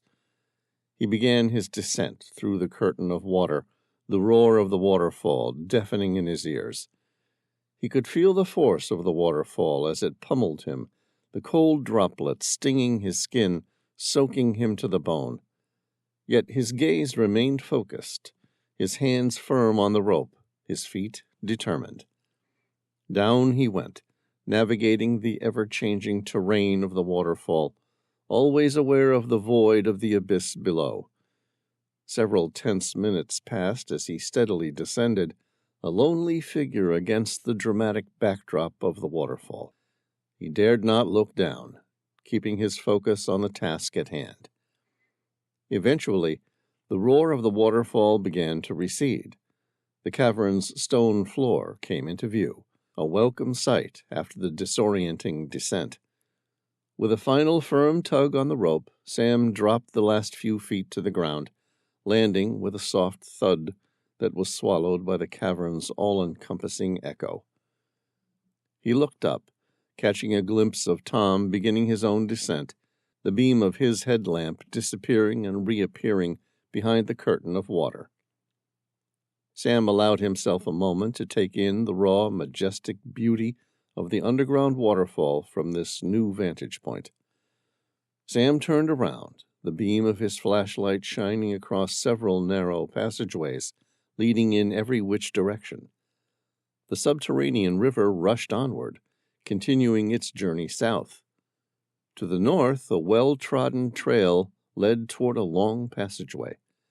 When Sam passed the beam of his flashlight across it, the tunnel appeared to glow back at him. First one beam, then two, followed by a third. 2 men and 1 woman. Their faces were etched with worry, but despite their concern, they wore broad smiles. A man named Nathan Tasker approached first and held out his hand. "You must be Sam Reilly. Welcome to the habitat." Chapter 14. Camp 5 was housed in a large chamber. It reminded Sam of a cathedral, long and comparatively narrow. There were giant limestone stalagmites all lined up in a row like the pews in a church. His gaze swept across the hollowed vault before landing on the makeshift camp. The camp was a hub of activity, a stark contrast to the stillness of the surrounding subterranean world. The habitat was another geodesic dome made from high-tech metallic materials. Next to it was a large field tent, followed by a 2-person summit-to-sea, inflatable, portable, hyperbaric chamber. Finally, his eyes landed on a large tent that housed the dive tanks and an array of dive equipment. Rows of tanks, fins, masks, and wetsuits were methodically arranged, each piece crucial for the safe exploration of the cave's aquatic realms. The air in the tent was thick with the scent of neoprene and metal, along with every type of spare part one might need to service or repair their dive equipment. Roughly 10 feet past the geodesic dome was a small hole in the ground. It was the sort of innocuous siphon that disappeared deep into the heart of the mountain. Leon glanced at Sam. "You guys want to take a look at it?" "Sure," Sam and Tom replied in unison. Sam stepped over and stared down into the dark abyss. "Careful," Tom quipped. "If you gaze long into an abyss, the abyss also gazes into you." Sam smirked. Thank you, Nietzsche. Sam had been led to believe that this was a true siphon, an underground river that dissipated farther underground. Yet in this case it was still water, more like a sump than the true siphon through which the rest of the river from the waterfall had continued to flow. Nathan, a support worker who had been at Camp 5 since the accident, approached. "Welcome to the chimney." Sam arched an eyebrow. "The chimney?" "It's a vertical sump that descends to a depth of nearly 300 feet. "How can you be sure?" Sam asked.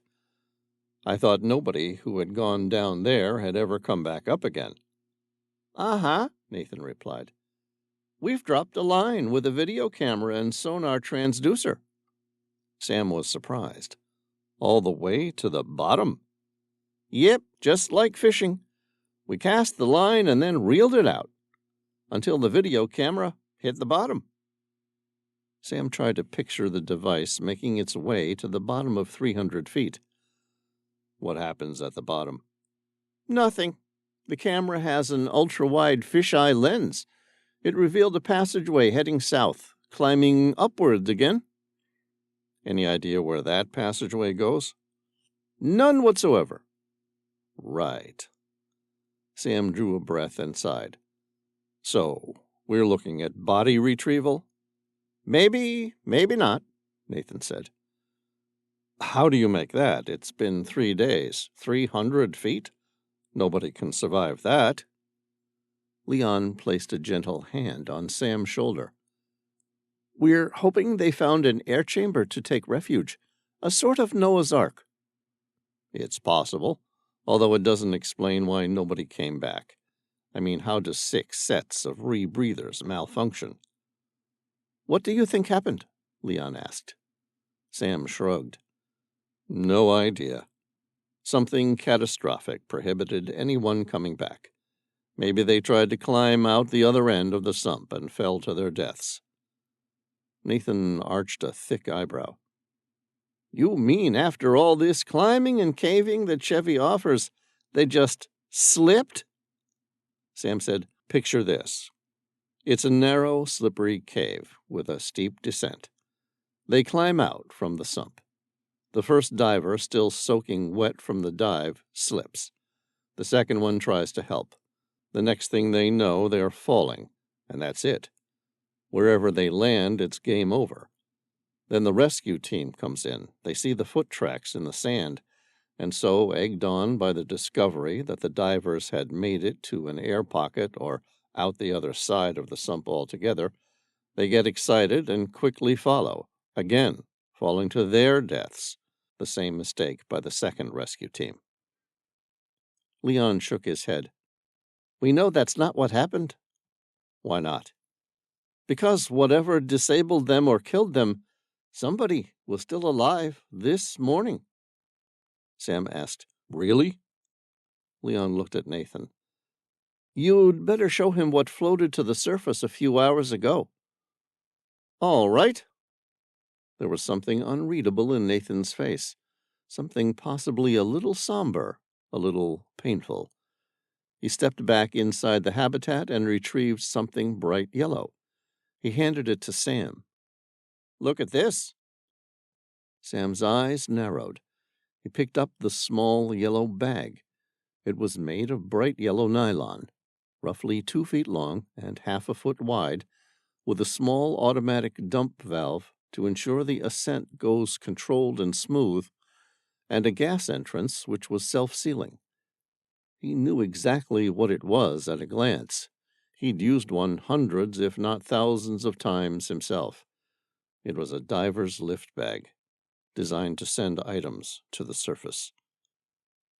He ran his hand over the lift bag to where a diver's slate was attached to a D-ring at the bottom of the bag's bungee strap. He turned it over. There was a single word written: "Help." Sam's eyes landed heavily on something else. On the slate was a smear of blood in the shape of a small hand, but no other indication of what had happened to the dive team or where the blood had come from could be seen. Sam exchanged a brief glance with Tom. His lips remained firmly clamped together. Then he gave an apologetic shrug, as if to say, "Aren't you glad I decided to bring the Beretta 9mm semi-automatics?" Chapter 15. The thing literally jumped out of the pond like a damned fish. Sam watched Nathan's suddenly expressive face. The man looked spooked, as if the experience was still raw in his memory. "When?" Sam asked. "I don't know, a few hours ago, just before you arrived." Sam's lips curled upward with incredulity. "Really?" "I swear. I was just standing at the pond, lost in thoughts about those who were missing. As you can imagine, we're all close here. You see, we maintain a 24-hour vigil, just in case someone should surface. Someone needs to be there." "Right," Sam said. And then, bam! Nathan just about spat the words out. "This thing explodes out of the surface, flies several feet through the air, and slams into me." Tom suppressed a grin. "I can imagine that giving you a bit of a fright." "You have no idea." Nathan shook his head, still reeling from the memory. "I swear, my heart stopped." Sam looked at the diver's slate attached to the lift bag. Most divers carried them. All cave divers carried them. They allowed one to write underwater. It's the easiest way to communicate underwater without expensive and complex underwater radio systems. That method requires the diver to wear a full face mask, something extremely dangerous in the caving environment, and even more so when using a rebreather system. Help. He stared at the blood next to the plea for help. Nathan said, "So, you see, someone's still alive down there." Sam frowned. "We don't know that for sure." "What do you mean? They sent a message up only a few hours ago." "Maybe, maybe not." "Why not?" "There's a chance they sent this message 4 days ago. The lift bag was inflated with air and began to rise, only to get snagged on any number of possible impediments, such as oddly shaped speleothem. Then a little movement in the water has shifted it, finally releasing it to float freely to the surface." Sam shrugged. "The pressure increases by an atmosphere every 33 feet. Thus floating up from a potential depth of 300 feet. That's a lot of expanding air." Tom said, 34 feet? Sam frowned. "What?" Tom said, "Pressure increases by 1 atmosphere every 33 feet of salt water. In fresh water like Chevy, it increases by 1 atmosphere every 34 feet. Sam nodded, amused that Tom felt the need to correct him. "You're right." Sam turned his attention back to the diver's slate. "Why is there blood here?" Nathan looked puzzled. "Huh?" "The blood," Sam said. "There's a large gash of blood soaked in the slate. Why?" Leon said, "They must have knocked their hand on something. It's a dangerous place. Who knows? I wouldn't worry about it." "Really?" Sam met Leon's eye. "Everyone who has gone down there has failed to come back. There's blood on the only thing that has returned. It looks like something bad has happened down there." "Hey, I mean, obviously, it's concerning. Something unexpected and most likely tragic has occurred. There's a reason 6 of the best cave divers in the world went down and 0 came back up." Sam said, "Is there any chance someone else went in after the first divers?" "You mean other than the rescue teams?" Leon asked. "Yeah, someone who wanted to get rid of the divers."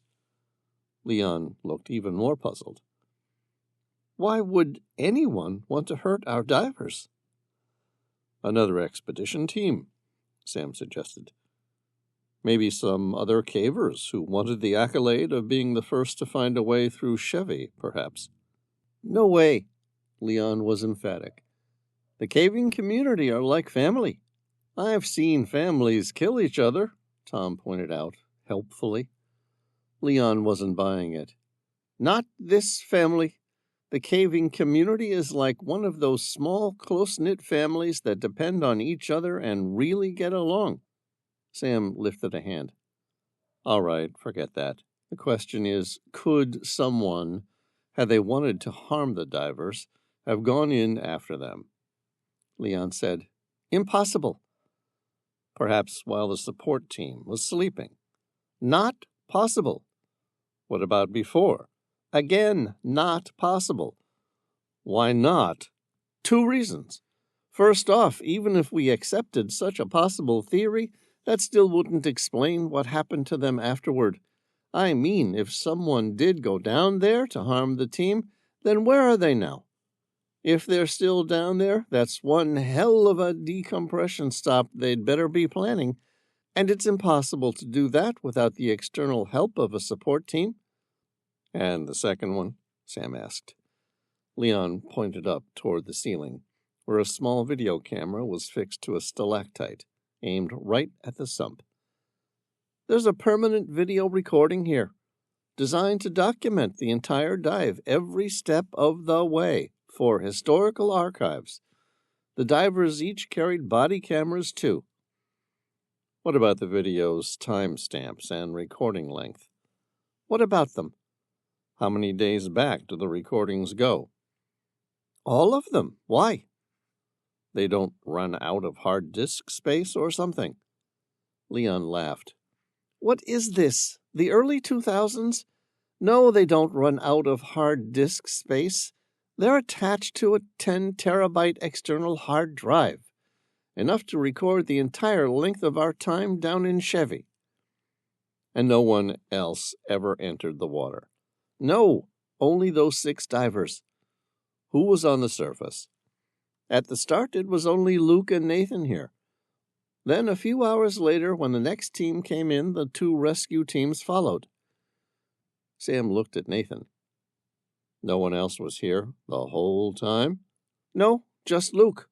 And he couldn't retreat to Camp 4 because he wasn't a competent enough cave diver. Exactly. No, we're both support crews, both mules and now rodents. We carry things at the coalface. We're not cave divers in general, so Luke needed a lot of help to get through Sump 4. No way was he going to even try on his own. Better to wait for the next team to come in after they hadn't heard from us. Sam asked, Did Luke ever leave Camp 5 during the attempted rescue? No, not throughout the whole rescue. Certain? Well, no one else was here, so that's hard to verify for certain, but Leon found him, and he said he hadn't moved since the accident. But there's constant video surveillance. Only of the pond, not the rest of the camp. Right, so he could have gone somewhere else. Sure, but the fact remains nobody else went into the sump. We have video confirmation of that. Was Luke in that picture? In the video recordings? Nathan asked. Yeah. Sure. He came, he paced with what was clearly nervous anxiety, and then walked back to the tent. Then he wasn't in the video, but most of the time he spent staring at the pond. But he must have slept. Well, yeah, he got a few hours here and there. Why? Just trying to think outside the box. Nathan shook his head. It's absurd to think Luke was involved in this. Sam's eyes narrowed. Why? You met Luke, right? Right. So you know he's not the kind of guy who is searching for accolades. He's not trying to become the first to reach the bottom of Chevy, and he sure as hell isn't trying to get rich or steal anything from a couple of poor cave divers who have spent their last paycheck on improving their dive gear and staying another few weeks underground. The idea's absurd. All right, Sam said. Let's see what we find when we go down there. Chapter 16. Sam and Tom spent the next 2 days rebuilding their dive gear. The trip into Chevy had given their rebreathers a beating. Many of the parts had been cracked or contaminated on the way down, so the 2 men took their time, cleaning each piece and cannibalizing components from an extra kit, knowing that they'd soon have no time to spare. The rebreathers were good for 4 hours underwater, longer in a pinch. They removed carbon dioxide from a diver's breath by passing it through canisters of soda lime, then recirculating it back to the mouthpiece with a fresh puff of oxygen. They put brand-new soda lime canisters into their rebreathers, checked the gas mixtures of the new tanks, and recalibrated the life support systems.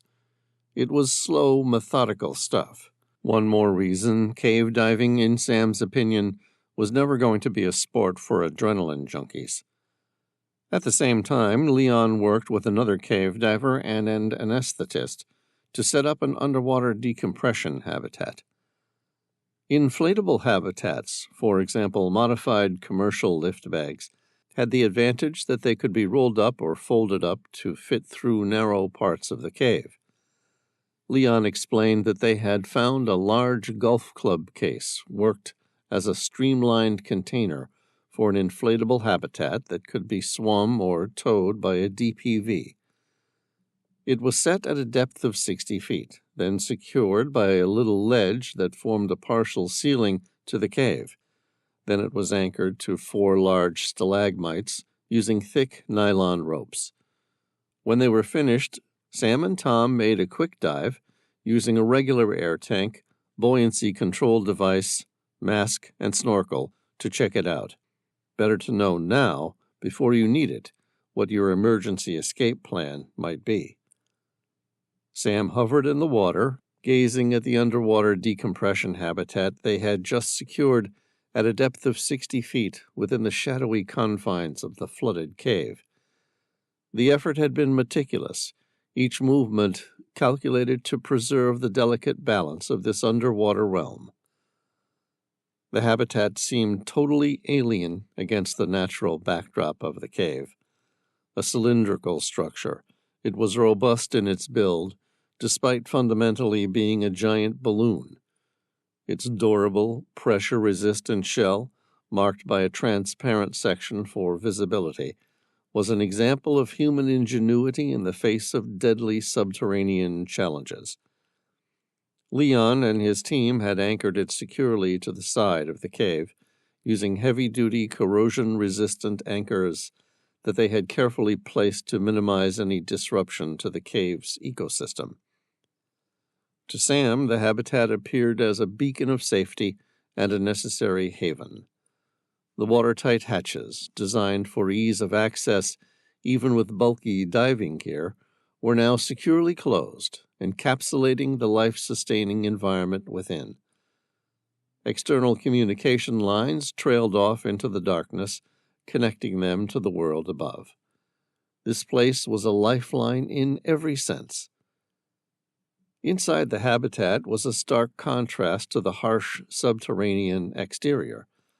Bench-like seating areas offered rest for the weary divers out of the water, and the air was noticeably fresher, scrubbed clean of CO2, and replenished from oxygen tanks hidden within the walls. LED lights cast a soft glow, illuminating the compact but efficiently organized space. Here, amidst medical supplies and emergency equipment, divers could undergo crucial decompression stops. The habitat's controlled atmosphere mimicked shallower depths to allow their bodies to adjust safely after the deep dive.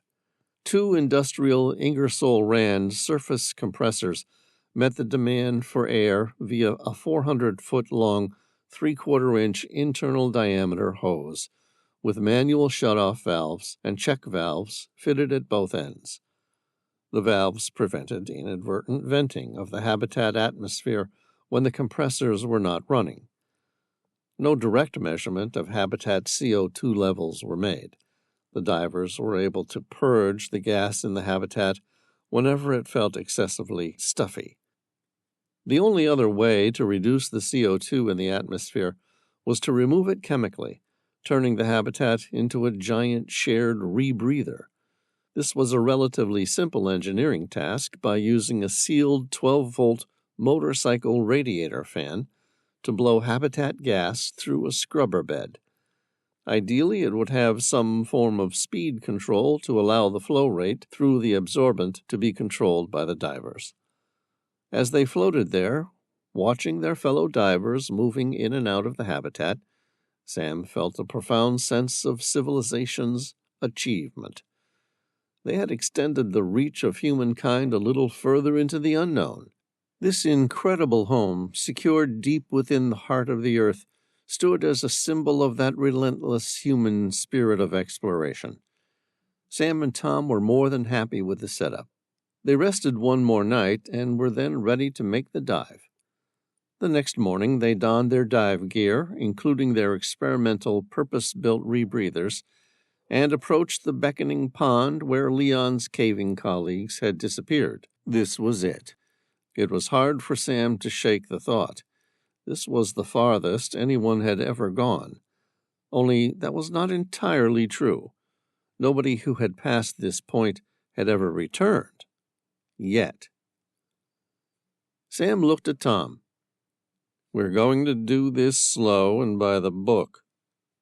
Tom shrugged. "What book?" Sam grinned. "The one I plan to write, if we manage to pull this off." Chapter 17. Gouffre Jean-Bernard Cave, France. Bright green eyes stared directly at her for a minute. It seemed like an hour, or only a second. Fear and adrenaline pulsed through her veins like a shot of dry ice. Zoe Rochefort's heart skipped a beat. Despite the warmth deep inside the cave, the temperature felt like it dropped the instant the sinister presence crept into their presence. Zoe's heart began to race. She watched, horrified, as a wraith-like figure materialized out of the shadows. It glided effortlessly, its eyes glowing in eerie green. The fine hair follicles on her warm skin stood erect. Her wiry, petite, and athletic frame gave an almost imperceptible shudder. Jean-Bernard, the world's deepest known cave, was located in the Alps near the town of Semwents-Haute-Savoie, Department, Rhône-Alpes region, southeastern France. The highest of the limestone cave's entrances was located above Semwents at an elevation of 7,428 feet. Zoe and her boyfriend had worked for months to reach the bottom of this thing. At a depth of 6,012 feet, and having traveled a little over 18 miles underground, they had reached the deepest point ever explored by a living person in the Gouffre Jean-Bernard cave. Just moments earlier, she had stood in awe of the underground beauty. She had marveled at the intricate patterns formed by the ancient stalactites and stalagmites, the gentle sound of water droplets echoing through the darkness. Their headlamps had cast eerie shadows on the cavern walls. Yet, in an instant, that elation had soured into abject fear at the presence of the creature standing before them. Her razor-sharp mind was incapable of reconciling what she now saw with her own eyes. The beast was tall, 7 feet at least. Its skin appeared to ripple like some sort of light-absorbing cloak. Like a mobile black hole, it appeared to swallow the bright beam of light cast from their headlamps. Her eyes narrowed, gazing at the wraith's head. It was faceless. Its penetrating emerald-green eyes stood out in the black night of the cave. She exchanged a quick glance at her boyfriend, Jules Durand, who instinctively took a step forward as if to protect her. She lifted a hand, suggesting she was all right. Its appearance was truly extraordinary. The creature must have evolved to live at this depth in absolute darkness. She tentatively put her small hand out in a gesture of peace. Her sky-gray eyes looked kindly at the creature as one might at a small animal. The corners of her mouth creased upward in an equally gentle smile. They had found a truly unique creature, never previously seen by humans. How in the world had it evolved throughout the eons, miles beneath the rocky surfaces of the French Alps? "Hello?" she said, in a soft voice, barely above a whisper. The creature turned its head, if you could call it that, to its side. Tilting to its left, it was almost as though it were taking in these strange creatures for the first time, too, with equal curiosity. Durand lifted the ice axe he'd used just minutes earlier to pull away a small amount of rubble in the narrow passageway to free up their progress and reach this new chamber. The gesture was universally recognized as threatening in any language. The creature growled, although that wasn't quite the right word. Instead, it was a sort of soft, low-frequency, resonant bark, a sound one might imagine coming through the bared teeth of a very small rabid dog, more like a Chihuahua than a German Shepherd. Only in this case the wraith revealed no teeth, let alone the appearance of a mouth of any sort. The menacing sound continued. There was something alien and yet strikingly familiar, as though she had heard this very sound somewhere previously before. Not recently, but perhaps in a movie. She felt the knowledge of it in the distant confines of her memory. It was a sort of trilling hum, which graduated in a series of low-frequency whistles. Zoe held her breath, turning the palms of her hand outward in a gesture of submission. "It's okay?" The wraith's eyes locked onto hers. A moment later, the trilling sound stopped abruptly. Then the creature launched itself at her. Durand swung the ice axe into the side of the wraith.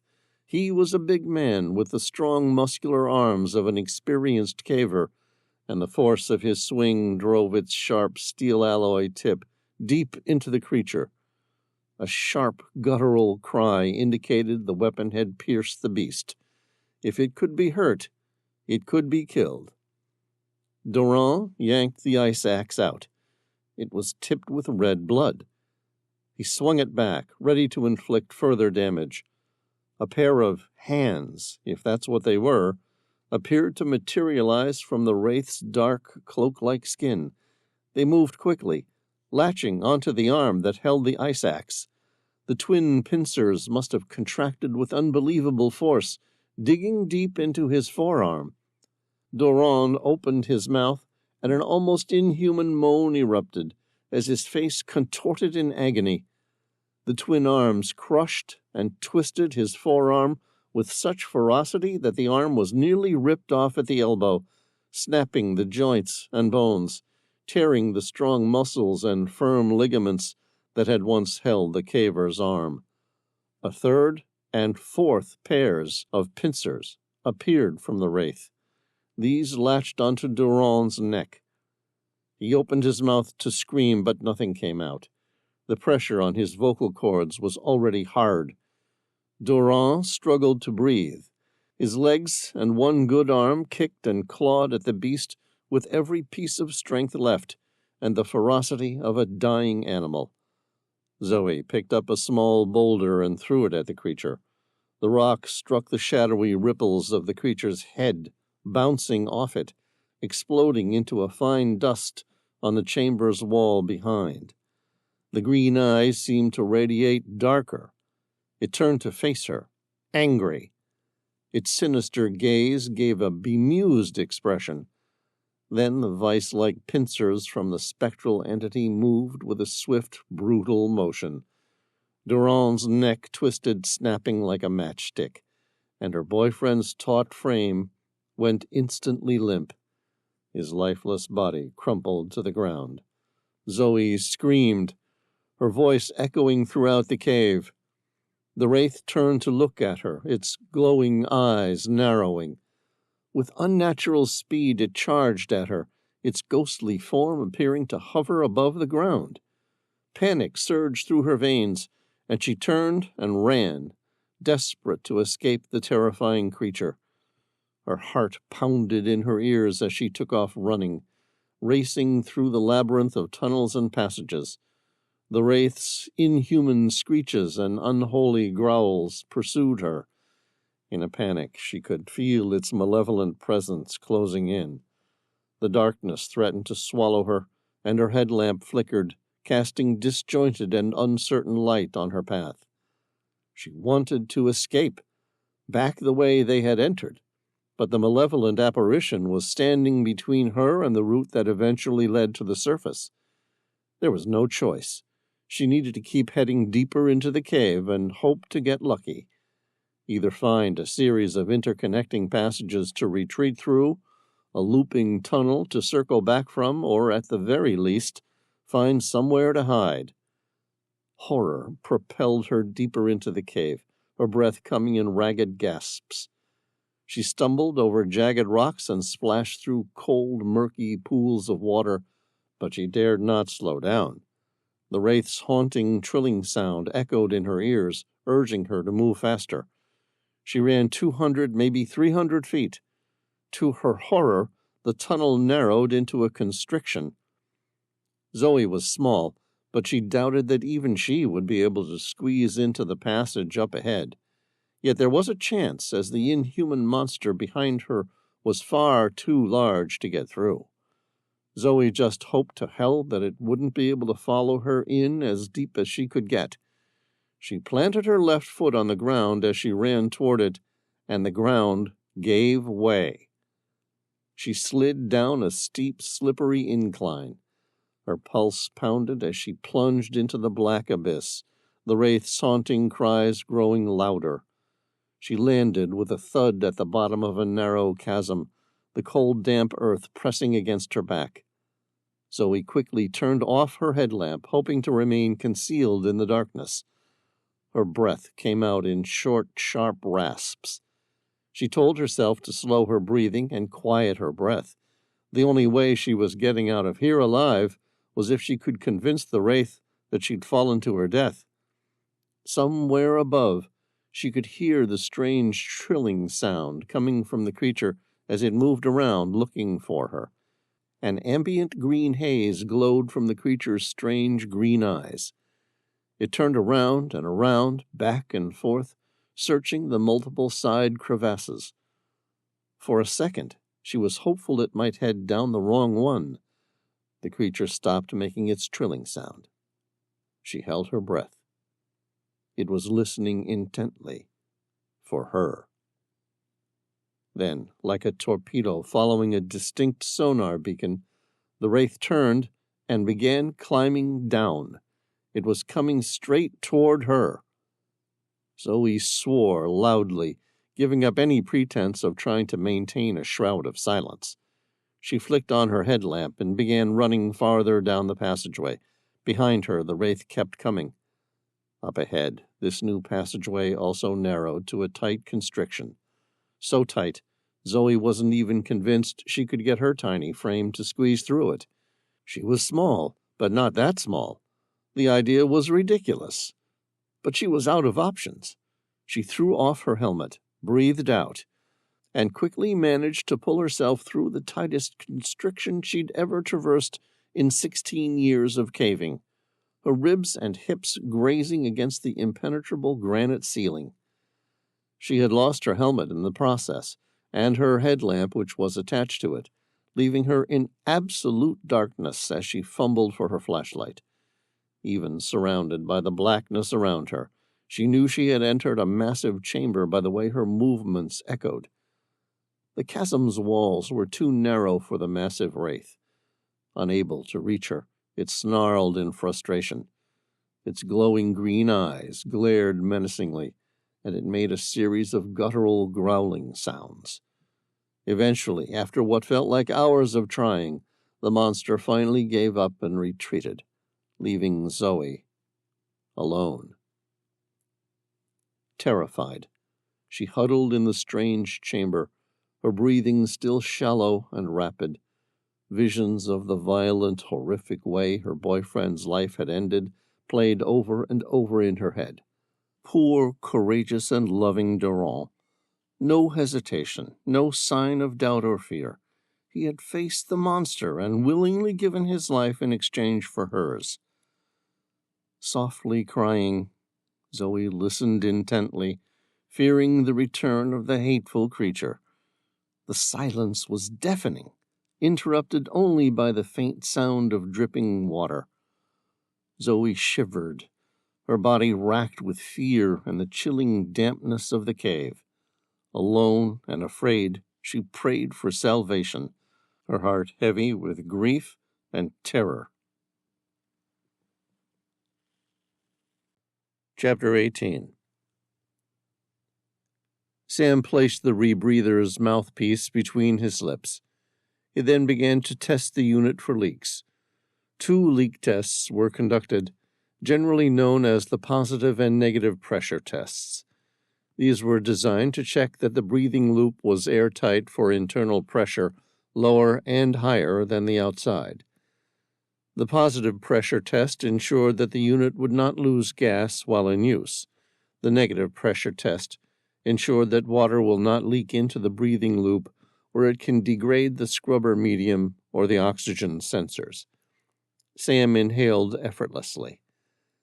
The gas he breathed was humid and warm rather than the dry, cold air divers breathe with compressed air, scuba cylinder, and regulator setup.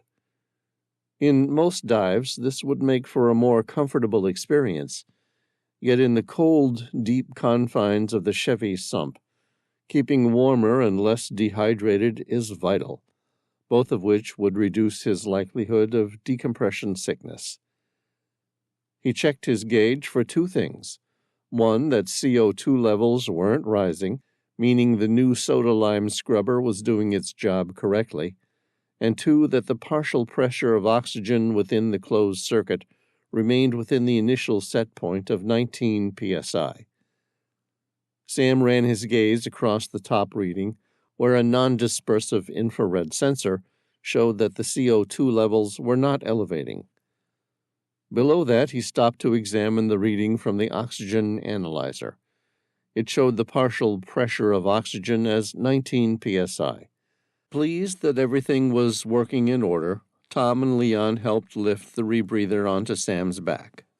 No matter how many times one performed the task, getting suited up was always a difficult dance. The rebreather's rigid, rectangular aluminum backpack gave Sam an unbalanced appearance outside of the water. Not quite as bad as putting on a NASA spacesuit, which weighs approximately 280 pounds. Good to go in space, yet outrageously awkward on Earth. Mounted on either side of this backpack were 2 gas cylinders. One was filled with oxygen, the other with a diluent called trimix. Even oxygen was lethal at the depth they were heading. Thus it needed to be diluted with something. At 300 feet, trimix was that diluent. TM by 10.5 to 50, to be exact. 10.5% oxygen, 50% helium, and the balance nitrogen. Ironically, this mix was lethal when used near the surface, which meant Sam and Tom's rebreathers would only begin to draw from the diluent as they got deeper. Divers need less oxygen in the mixture the deeper they go. Helium, unlike nitrogen, has a non-narcotic capability. The fact that it's also less dense than oxygen and nitrogen means a reduced breathing effort for the diver at depth. Sam and Tom's strategy was to do an initial bounce dive and make a few sonar pings. That way, their portable active radar, fixed to the front of the dive propulsion vehicles, could formulate a map of any tunnels. Then they could return to the surface to develop a plan. Neither of them had any intention of becoming the third rescue team to disappear without any trace. No how, no way. They would take it slow and get it done right. The concept with a bounce dive was to descend rapidly spend less than 10 minutes bottom time, and then ascend before the compressed nitrogen had a chance to significantly build up in their bloodstream. This would result in a shorter decompression time and less risk.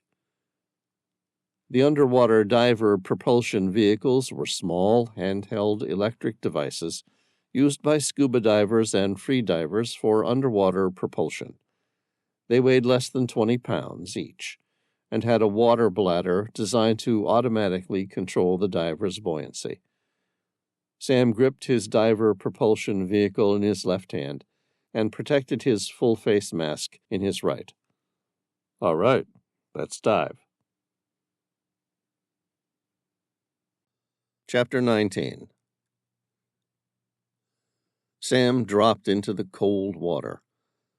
His head dipped below and then surfaced a moment later. He switched on the power button.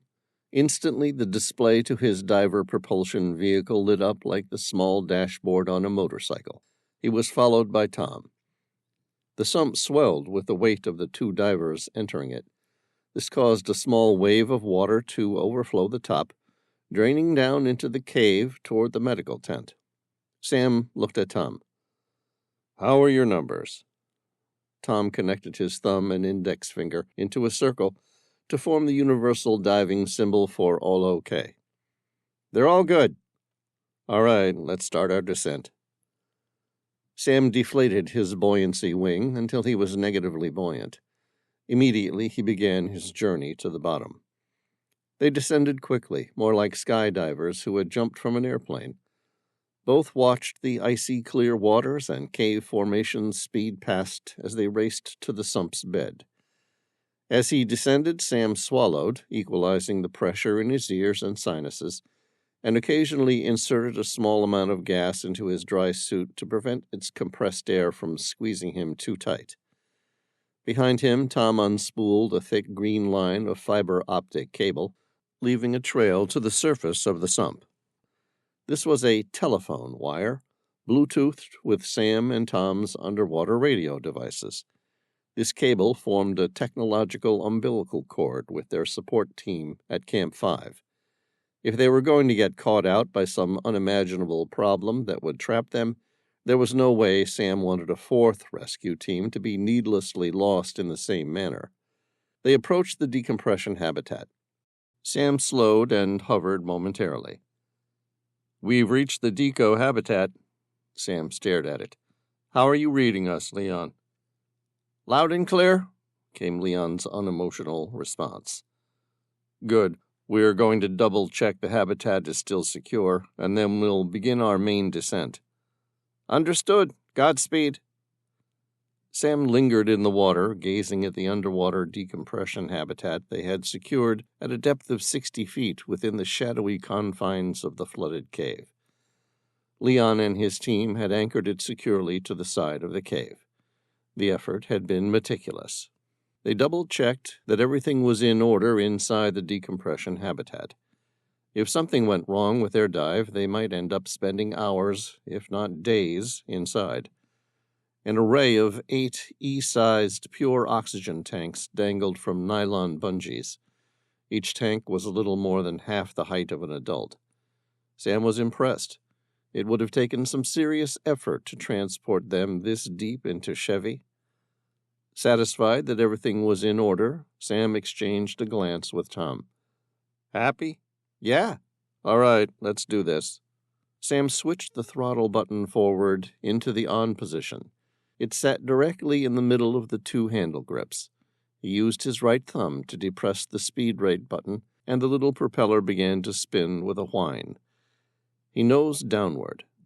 Then he and Tom continued their fast descent to the depths of the forbidden sump. Limestone served as a purifier, meaning the flooded chimney they were traveling down was crystal clear.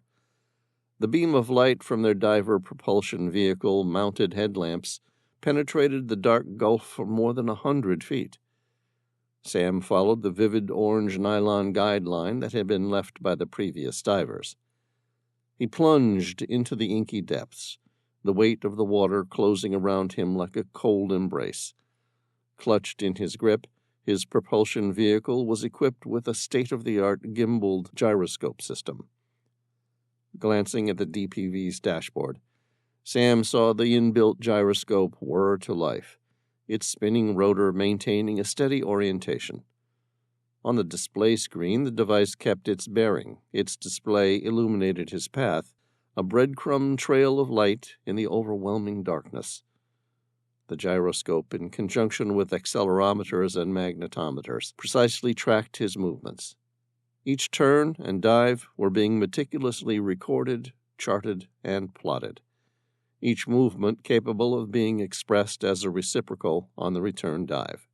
Sam maneuvered through the narrow vertical passages that ran all the way to the very bottom of the sump, the DPV responding fluidly to his commands. Stalactites hung like chandeliers, and walls shimmered with mineral deposits. He activated the DPV's sonar system, sending sound waves echoing off the cave walls. The reflections painted a picture of the surroundings, revealing hidden crevices and undulating landscapes. Sam felt a surge of excitement. He was charting a path where no one had ventured before. Well, no one had ventured and returned, anyway. The data logging system diligently captured every detail, creating a 3D map of this underwater maze. As he fell deeper, Sam's thoughts occasionally flickered to the world above. But the gyroscope's unwavering orientation kept him grounded, a constant reminder of his position relative to the cave's entrance. This technological marvel was his lifeline, his guide through the bowels of the earth. After nearly 300 feet of vertical descent, the ground finally rushed to greet them. Sam eased back on his DPV's throttle, slowing his rate, until he came to a neutrally buoyant hover some 10 feet above the bottom of the sump. His eyes swept the chamber in a long arc from right to left. At first glance, the cavity appeared sealed off, a round rock wall without egress, like the bottom of a well. Sam depressed the mic. "We've reached the bottom of the sump. No sign of the lost divers yet." Leon's calm voice came back over the radio. "Understood. Keep me informed." Sam glanced at Tom. "You see anything?" Tom shook his head. "Not much." Sam moved the beam of his wrist-bound flashlight in a small arc toward the bottom of the sump. He traced the orange guideline as it disappeared beneath a small limestone ledge. The line went somewhere. Was there a false bottom to the sump? At first glance, he'd actually missed the opening. It was only the presence of the guideline that revealed the existence of the hidden passageway through which it disappeared. "All right, Tom. So far, so good. Let's see what's in there." "Agreed." Sam eased the throttle forward gently. The electric motor on the DPV whirred as he slowly moved toward the opening. Following the orange line beneath the ledge, Sam discovered a tight passageway and moved through it. He climbed upward another 5 or 6 feet. Water flowed across his face. He stood up and was standing in a massive, air-filled chamber. Sam glanced at his dive watch. The gauge still showed their depth as 300 feet. Sam grinned. "Whoa, we're in a genuine trump." Chapter 20. A trompe almost never existed in nature. Sam had never seen one before, neither had Tom. Trompes require no moving parts and no electricity, just running water, air, and an elevation drop. The system formed like the S-bend in a modern toilet. Only in this case, air was trapped in the middle section of the pipe instead of water. The air inside the trompe becomes equalized to that of the surrounding water. In this case, it was pressurized to a depth of 300 feet. That meant there was another section of water on the opposite side of this air chamber that rose 300 feet, evening out the pressure. That on its own was a particularly rare occurrence. But limestone was highly porous and readily absorbed gas. Air traveled through the fine molecules of the stone, allowing an eventual equalization of pressure and then filling with water to compensate. Sam's gaze traveled upward. This section of limestone karst flowed through an ancient lava tube. The glassy obsidian was at the opposite end of the porous spectrum, meaning the ancient trapped air was unable to disperse. Ergo, a genuine trompe had formed. Sam glanced at the edge of the turquoise water. A thick beach of pearly white sand lined its edge. Several deep footprints formed a trail leading up from the beach, around the chamber, before disappearing through a narrow tunnel. Sam smiled. The chance of finding those missing team members alive just rose up a notch. Their luck has changed for the better. His flashlight stopped on a darkened section of sand. It almost appeared black against the pearl whites. It was blood. Tom shrugged. Then again, maybe it hasn't. The lines around Sam's face etched deeper with worry. Something happened here. Yeah, something bad. They dragged their equipment up onto the sandy shore. Tom quickly popped open their storage compartments and retrieved the two stainless steel Beretta M9 handguns. He handed one to Sam.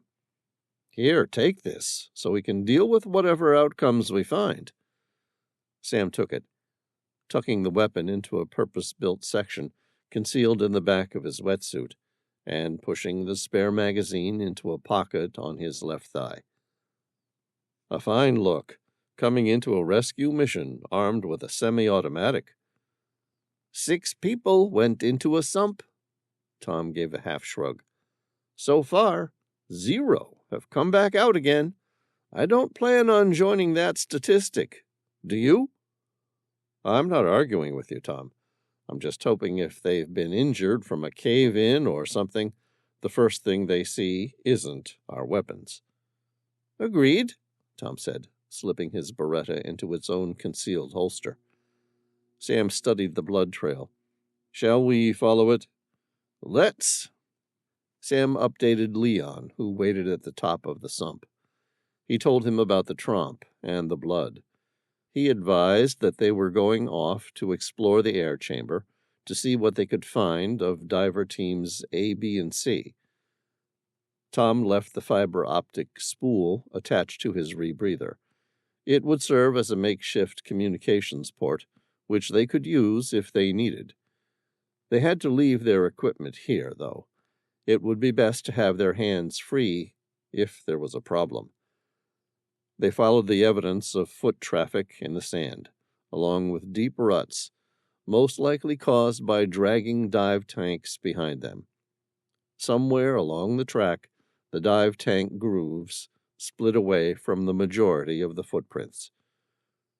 Was it possible someone had stored the dive tanks closer to the entrance to the air pocket, while the rest of the caving team had gone on in search of an exit point?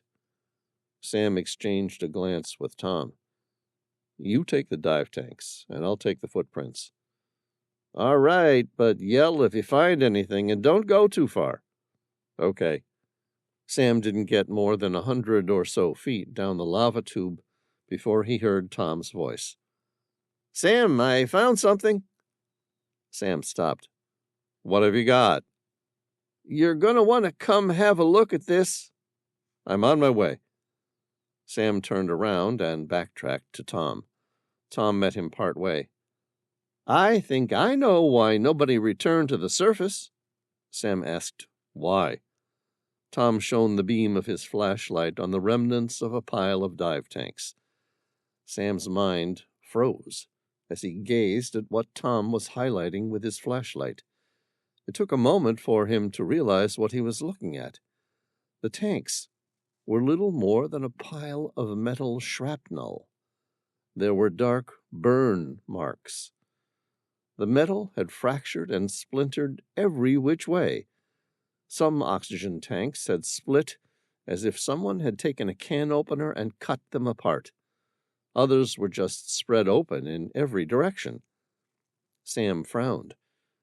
It appears that there was some sort of an explosion. Looks like it.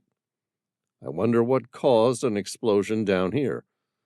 Tom said, I don't know, but it's obvious that something pretty bad happened. Sam nodded. And now we know why the divers were trapped. I'm not so sure. What do you mean? Sam asked. Their dive tanks were destroyed. Impossible to reach the surface on a single breath, especially when you have a 3-hour deco stop to do. No, I get that, Tom said, his mouth pressed together, forming a hard line. I'm still wondering where the first and second dive team are. You're right.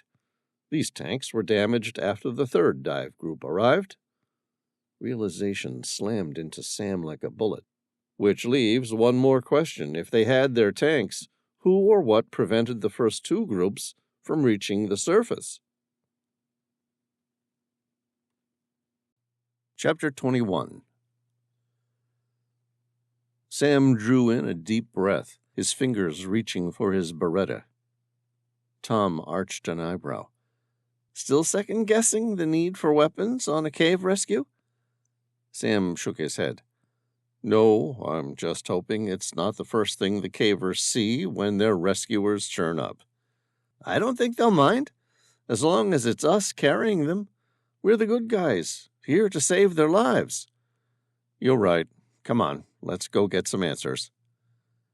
Sam returned to the communications hub, picked up his full-face mask, depressed the push-to-talk radio set, and filled Leon in on what they knew so far regarding the tanks.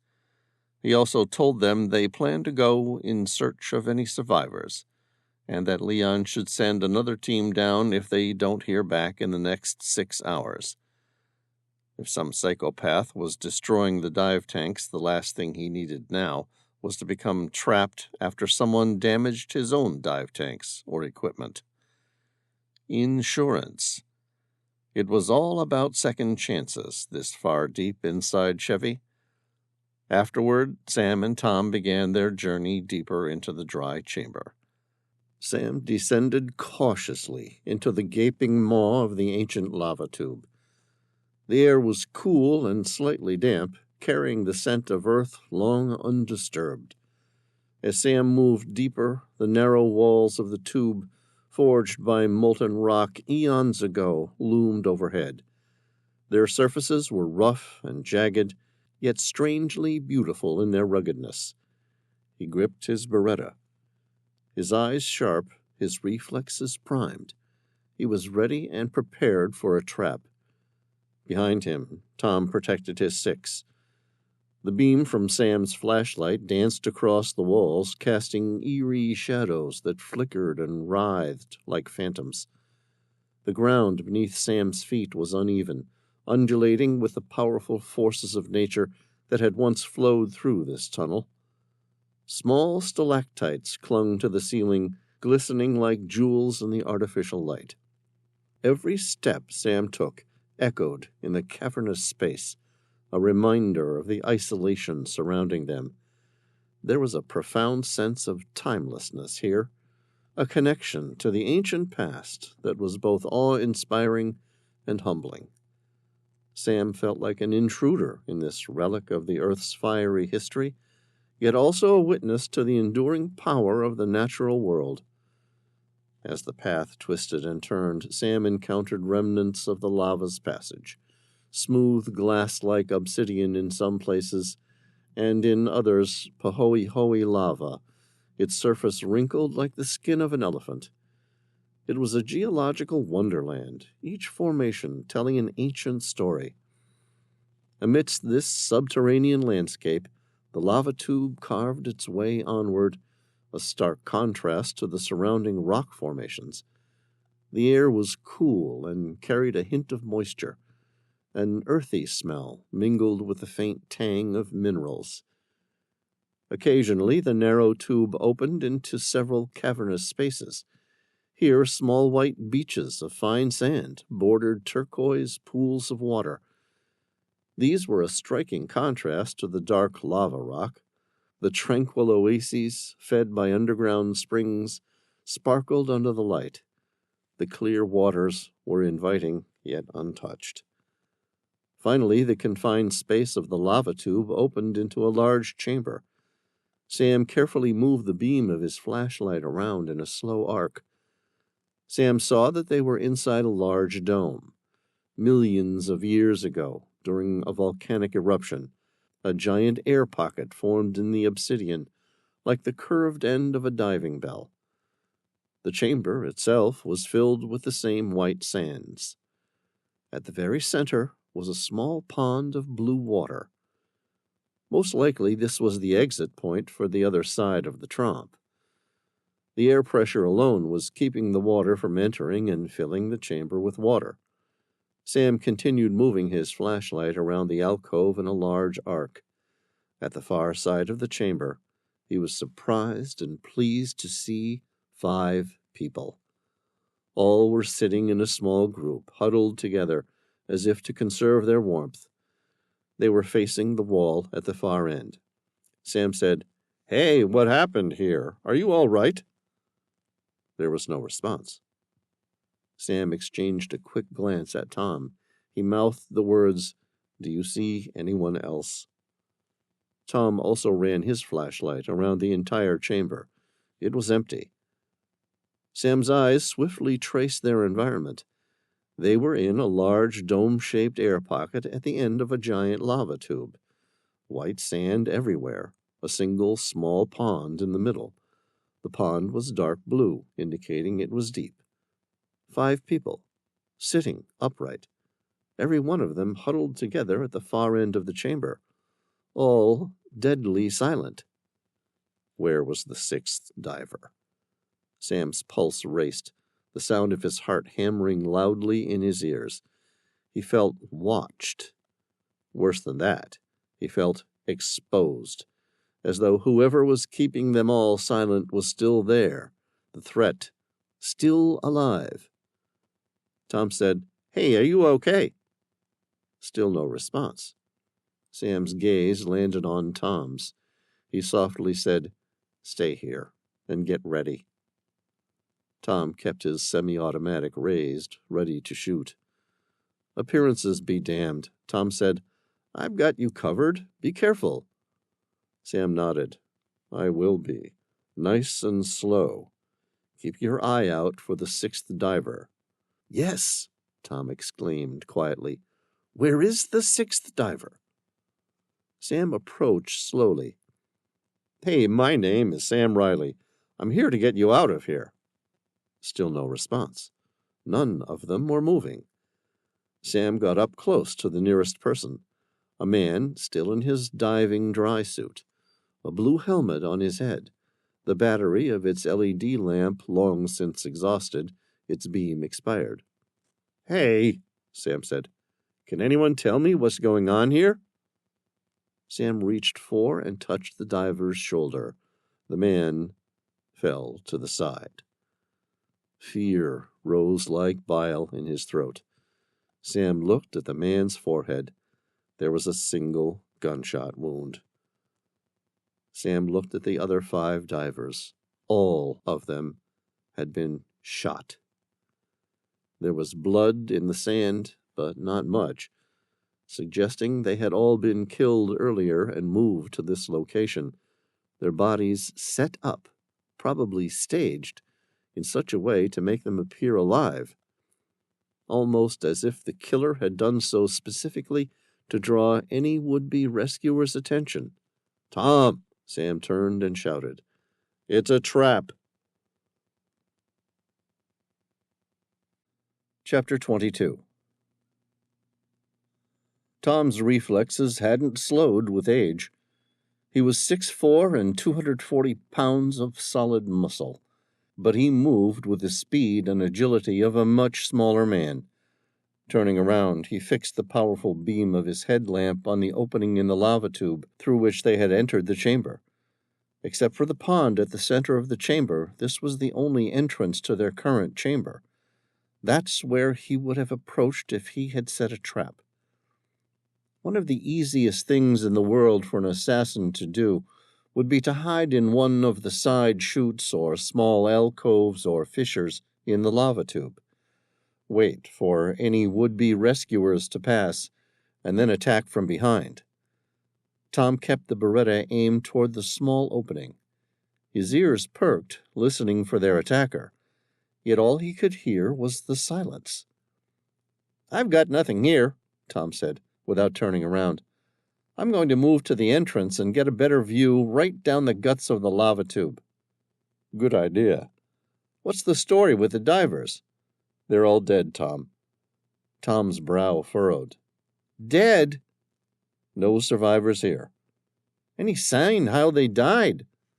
Sam's voice was cold and hard. "Shot, dead. But some have been stabbed, too." "So weird." Tom stepped toward the void. "I mean, who at the bottom of a deep dive would want to perform mass murder? Only someone with experience could do it." "Agreed." Sam's voice betrayed his incredulity. "I mean, 6 people went down a 300-foot well, and only one comes back up again. It's kind of easy to know who's guilty, right?" "Right." Tom flashed the beam of his light into the lava tube. The light penetrated a couple 100 feet, reflecting off the glassy walls of volcanic rock. If the 6th diver was waiting to ambush them, it wasn't in the main lava tube. He mentally ran through everywhere they had been since surfacing in the Tromp. They had been thorough and systematic. There were no places to hide, no obvious alcoves big enough to conceal another diver. It was possible, but unlikely. After a few minutes, he returned to Sam and said, "I don't think he's here." "I don't either," Sam said. "And the murderer isn't a he. She's a she." "Really?" Sam nodded, bringing up an image of the missing divers on his tablet. "I checked the diving manifest. 5 are dead. There is only one missing, a woman. She was the cave leader who found this new section of unexplored cave." Tom looked at the image of the missing diver. "Mia Ocampo," he said the woman's name out loud. Sam's eyes narrowed on the name. "Spanish." His eyes lit up. "Wait, I remember that name. When the C team, led by Mia Ocampo, was halfway to returning topside, Mia decided to make one more trip to the habitat. Leon told me she had to go back to get the red string bracelet, which had been with her since she'd started at Chevy. It was her good luck charm." "I remember," Tom said. "The charm was supposed to ward off the evil eye. If she didn't get it back, it would be bad luck." "I wonder if she found it," Sam asked. "Judging by the way things turned out, doubtful." Tom studied the image of the missing diver, fixing in on her dark brown eyes. She was quite beautiful. Only one question haunted him. Was she the killer? Chapter 23. Sam retrieved 3 large glow sticks from a pouch on his thigh. He cracked each one in a firm, practiced motion, causing the plastic casing to give way under pressure. Inside, the sealed glass vials containing the chemical solution fractured, releasing their contents into the surrounding medium. Sam shook each glow stick, and the chemical reaction commenced. The breaking of the vials allowed 2 substances, a phenyl oxalate ester and a hydrogen peroxide solution, to mix. This reaction excited the fluorescent dye also present in the glow sticks, causing it to emit photons, the particles of light. They were similar to those found at rave parties and Halloween, only these were military grade, capable of producing enough light to flood the entire chamber with a warm glow. Sam placed them strategically around the chamber. The first one cast a radiant green hue, illuminating the jagged edges of the lava rock. The second, emitting a bright blue light, accentuated the stark white of the limestone formations. The third, a vibrant red, brought to life the still waters of the underground pools, turning them into glowing mirrors reflecting the fiery hue. The entire chamber glowed. It was magical. The chamber, once shrouded in shadow, was now awash in a symphony of color. The chemical light bathed the rock in a surreal glow. Sam stood back, admiring the transformation, the interplay of color, light, and darkness, showcasing the wonders of this underground world. No way someone was going to sneak in without being spotted with a naked eye. Tom stepped closer to the 5 dead bodies. He made a face. "What the hell caused that sort of damage?" "What damage?" Sam asked, trying to follow the direction of his gaze. "The bullet wounds or the stab wounds?" "Neither." Tom's face became a mask of horror mixed with incredulity. "Look at that arm." Sam stared at the arm. It looked normal. There was a regular bend where the elbow belonged, only it didn't turn in the normal direction. In fact, it wasn't even where the elbow belonged. It was a newly formed articulation somewhere along the mid-shaft of the humerus. Sam checked the tablet and found this was Ryan. He had been a 30-something-year-old caver who looked like he'd spent most of his life underground and the rest of the time pumping iron in a gym. Judging by the size of him, iron wasn't the only thing he was pumping. Sam looked at the muscles of his upper arm. His triceps and biceps were massive. At a glance, his upper arm might have been a smaller person's thigh. Sam couldn't even imagine the amount of force needed to overcome those muscles, and then break a bone that was so well protected. A gunshot would do it, but in his case, there was no sign of external trauma. It looked like someone even bigger and stronger twisted his arm until the bone simply snapped. Sam shook his head. Imagine the size of the person required to do that. I don't think it's possible. Could you have done it? Sam asked. No way. I could work at it all day, and I would never achieve the pressure needed to fracture an arm like that. And you're a big guy, Sam said. Does it strike you as strange that Mia was capable of doing so? Maybe she did it post-mortem, Tom suggested. You know, when the muscles are already relaxed. It doesn't work that way. Muscles naturally contract. They take effort to extend, meaning that even if Ryan was dead first, the muscles would have been tight and restrictive. So what are you thinking? I don't know. Maybe she had some sort of twisting mechanism, a weird mechanical advantage or a rotating equivalent of the lever. Tom shrugged. Maybe. How did she kill them all here in such a tight grouping? Sam said she didn't. No? No. It looks like she took her time and shot or stabbed each caver on their own. Sam's eyes narrowed and his brow furrowed. I'm imagining her running around, hunting each one at a time, equipped with a weapon she knew she was safe. It was just a matter of time to find each member of her team. Tom's gaze returned to the group of dead cavers. So what? She then dragged them here and set them up to look like they were still alive, or at least huddled together? It would appear so. Why? To surprise whoever came next. If you think about it, she didn't have to hunt 5 people simultaneously, just one to begin with.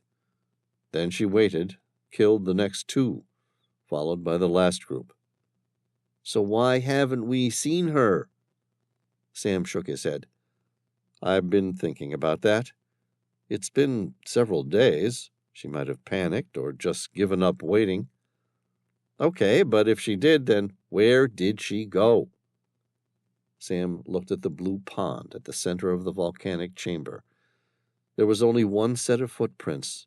They led into the pond, but not back out again. Sam approached the siphon. his Beretta still pointing, ready to fire. He took 10 or so steps toward it and stopped. There, in the pearly white sands, something glistened blue against the glow of the luminescent sticks. It shimmered like gold. He kneeled to retrieve it. Sam picked it up in his hand. He was wearing dive gloves, not that he was particularly worried about interrupting the integrity of the crime scene. It was the brass casing of a shell. 6 divers go down. Only one comes back. Kind of hard to argue against. He examined the brass shell. Not a lot to learn from a casing. Despite what Hollywood and crime shows would have one believe, it was impossible to determine what type of weapon fired the shot just by glancing at a discharged casing. Best one could hope for was to identify the size of the round. Yet even then there were plenty of weapons that used the same ammunition, so that didn't exactly narrow the field much. Forensics, given the time, could match or exclude a shell from the barrel of a specific weapon, but without the weapon, there wasn't a lot of information to be derived. Sam saw the shell had once housed an 8mm round. Most modern pistols used 9mm rounds these days. Glock now made a 10mm, but Sam couldn't think of any standard 8mm handguns. He licked his lips. "Hey, Tom, any 8mm come to your mind?" The Roth Steyr M1907 was an 8mm. Tom paused, his sharp mind ticking it over for a few seconds. The Austro-Hungarian cavalry used them in World War I. Then you've got the 8mm Mauser. I can't picture someone sneaking a rifle all the way down here. Far more likely they had a pistol. Could have been an Ecol Tuna. That's a BB gun. Tom shrugged. What about the Kulspruta M39? The Swedish submachine gun. Hey, I know for a fact that they're chambered in 8mm or 7.62 by 51mm NATO. My dad used to own one. He said it was gifted to him by a Swedish sailor who was on exchange with the U.S. Navy. A good guess, but they don't look like they were mowed down with a submachine gun. Tom shrugged. Forensics will work it out, or we could just ask Mia, I guess. Yeah, you're right, Sam agreed. He followed the footprints to the edge of the pond. Looking into the crystal clear water, he spotted a single diving fin. It was blue, with a single green line down the middle of its back. It had sunk next to the shore. Not impossible, but really difficult to scuba dive with one or no fins. It's like kicking air. It made Sam wonder why the diver didn't stop to put it on or reattach it if it had slipped off. Sam grimaced. Looks like she was in a hurry. She must have been. There's no sign of a caving guideline. The only reason a caver might do that would be if they knew the cave really well and were certain it had no side offshoots or anywhere to get lost. In fact, even then, no sane caver would do so. Agreed. More like someone running from a predator, unable to risk taking the time to set up a guideline. Or, perhaps, a person who had gone mad and killed the rest of her dive team might just decide to keep diving without a spool. Tom frowned. Meaning she had no intention of ever coming back. Chapter 24. Tom and Sam entered the water 20 minutes later. Equipped with multiple additional oxygen bottles, which had been lowered by the support team at the habitat, Sam began his dive. He expected the flooded cave system to turn swiftly upward, leading to a surface at an equal level as Camp 5. He was prepared to make the series of 3-hour decompression stops needed to prevent compressed nitrogen from building up in his bloodstream. These stops would prevent expanding and bubbling in his joints, leading to acute decompression sickness. This was once referred to as the bends, for its telltale sign of divers bending at their elbows and joints. After carrying his dive gear, along with the additional oxygen bottles, it felt good to become neutrally buoyant once more. He dipped his head under water, his full-face mask providing a 270-degree view of the magical lagoon. The sight took his breath away. The crystal-clear cave was so beautiful, he had to remind himself the purpose of their dive. It was a newly discovered cave and unmapped, and Mia, in her haste, hadn't bothered to leave a diving spool. Sam could generally pick his way through any cave by memory and internal gyroscope. It was a skill he'd inherited by good fortune and honed with decades of cave diving. Similarly, he could divine a sump's path from half-conscious clues, the flow of current, its fluctuating temperature, the shape of the walls or ripples in the sand. This ability probably appeared like mysticism to those uninitiated to the art. Still, he took no chances. They swam from chamber to chamber, the beams of their headlamps needling the dark. Sam unspooled a nylon line behind him, like Theseus in the labyrinth. They were 80 feet in before something reflected at them. It was blue, with a single green strip down its side that gave it the appearance of a tropical fish. Tom fixed his flashlight's beam on it, and it glistened like silver. Tom said, "I got something." Sam said, "I see it." He pulled alongside the floating dive fin. It was neutrally buoyant and appeared to be drifting lifelessly in the middle of the flooded lava tube, like something in outer space. Sam frowned. "This is the other fin." "Looks like it." Tom's eyes narrowed. "She must have chosen to remove it after losing the first one. Easier to dive with no fins than one." Sam nodded. "Only just. You got another theory?" "Not one that I like." "Go on." Sam said, "She already drowned, or was in the process of drowning by this stage. Maybe she was affected by drugs, got a blow to the head, or had some sort of medical condition. Diabetes can render someone unconscious or delirious if their blood sugar levels step too far out of the normal parameters." "You think she went on a killing rampage because of diabetes?" "Maybe," Sam shrugged. "Then again, she would have had to be crazy enough to bring a pistol down here to begin with, so who knows?" "Indeed, you might be right." Their diver propulsion vehicles whirred as they descended into the stunningly blue abyss. After 30 feet, the flooded lava tube turned from horizontal to a sharp vertical shaft. Sam concentrated the beam of his flashlight straight up. The light disappeared into a vertical void. He exchanged a glance with Tom. "This thing looks like the fast-tracked ride to the surface of this tromp." "Agreed." They slowly made their ascent. All in total, it took 3 hours to decompress. There were no signs of Mia as they reached the surface of the second sump. It opened to a very different environment than the tromp formed in the bubble of air and the lava tube, which they had just left. The geology was all limestone karst, with another sandy white beach. Sam removed his dive mask. He took a breath of air. It was warm and moist.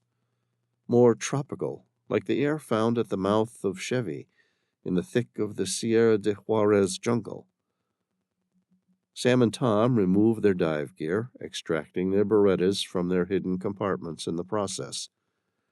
They were dry and fully loaded. Mia was presumably still armed and deadly. No way they were going to take a chance. The chamber was relatively small, maybe the size of a 3-car garage, instead of the basketball stadium-sized, gigantic obsidian cathedral they had just left.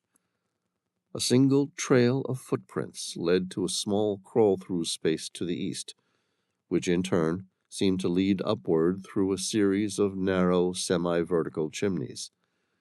Next to the opening was a dry suit, mask, and rebreather. Sam examined it. The rebreather was a Draeger. He had dived with a similar one up until recently. He glanced at the titanium backing plate, which housed the twin white oxygen tanks, along with the trimix diluent needed to prevent the oxygen becoming toxic. The back plate had been ripped open from the inside out, its scarred titanium reminding him of the image of a submarine's hull after a depth implosion. It takes a lot of energy to cause that kind of damage. Sam's eyes narrowed on a small brass shell casing on the opposite end of the chamber.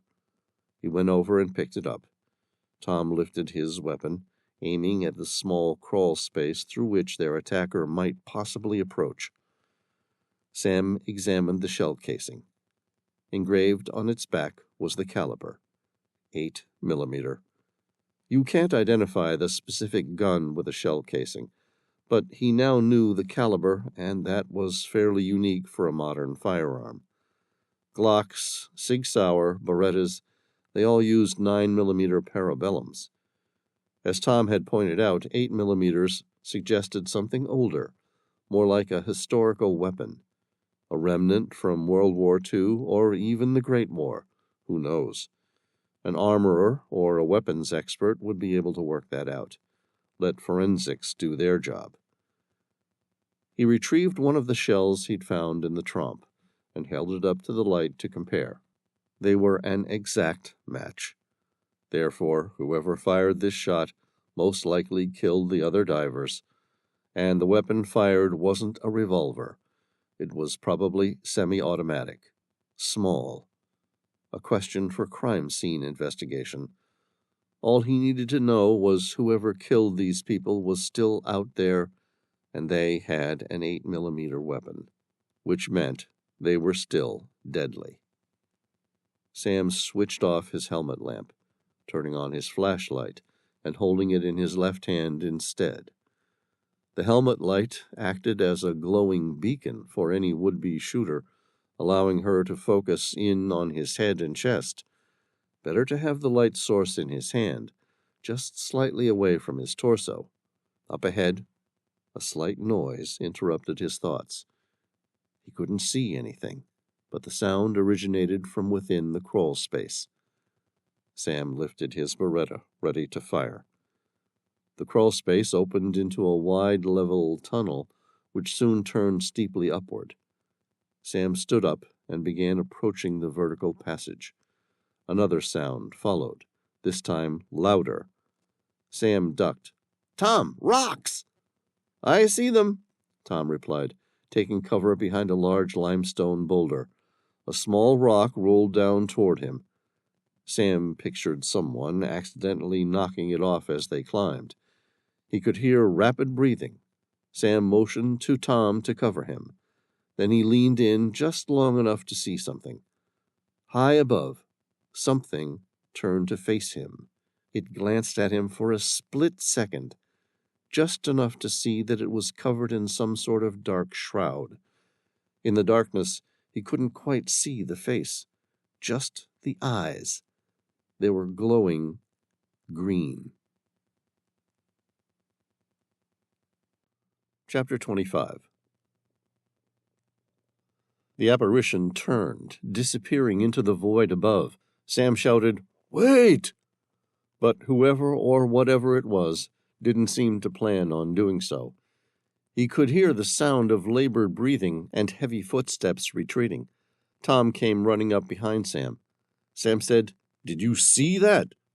Tom tilted his head, a curious expression on his face. "The eyes?"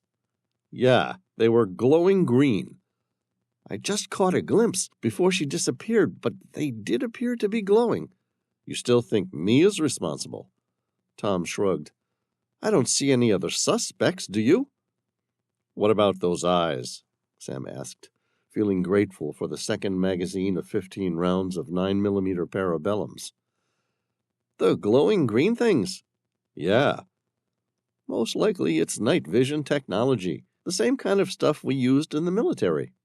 I've seen plenty of types of night vision goggles, but nothing that radiates a green light from the outside. True, but Mia's at the leading edge of expeditionary caving. They're testing out a lot of new materials and equipment here.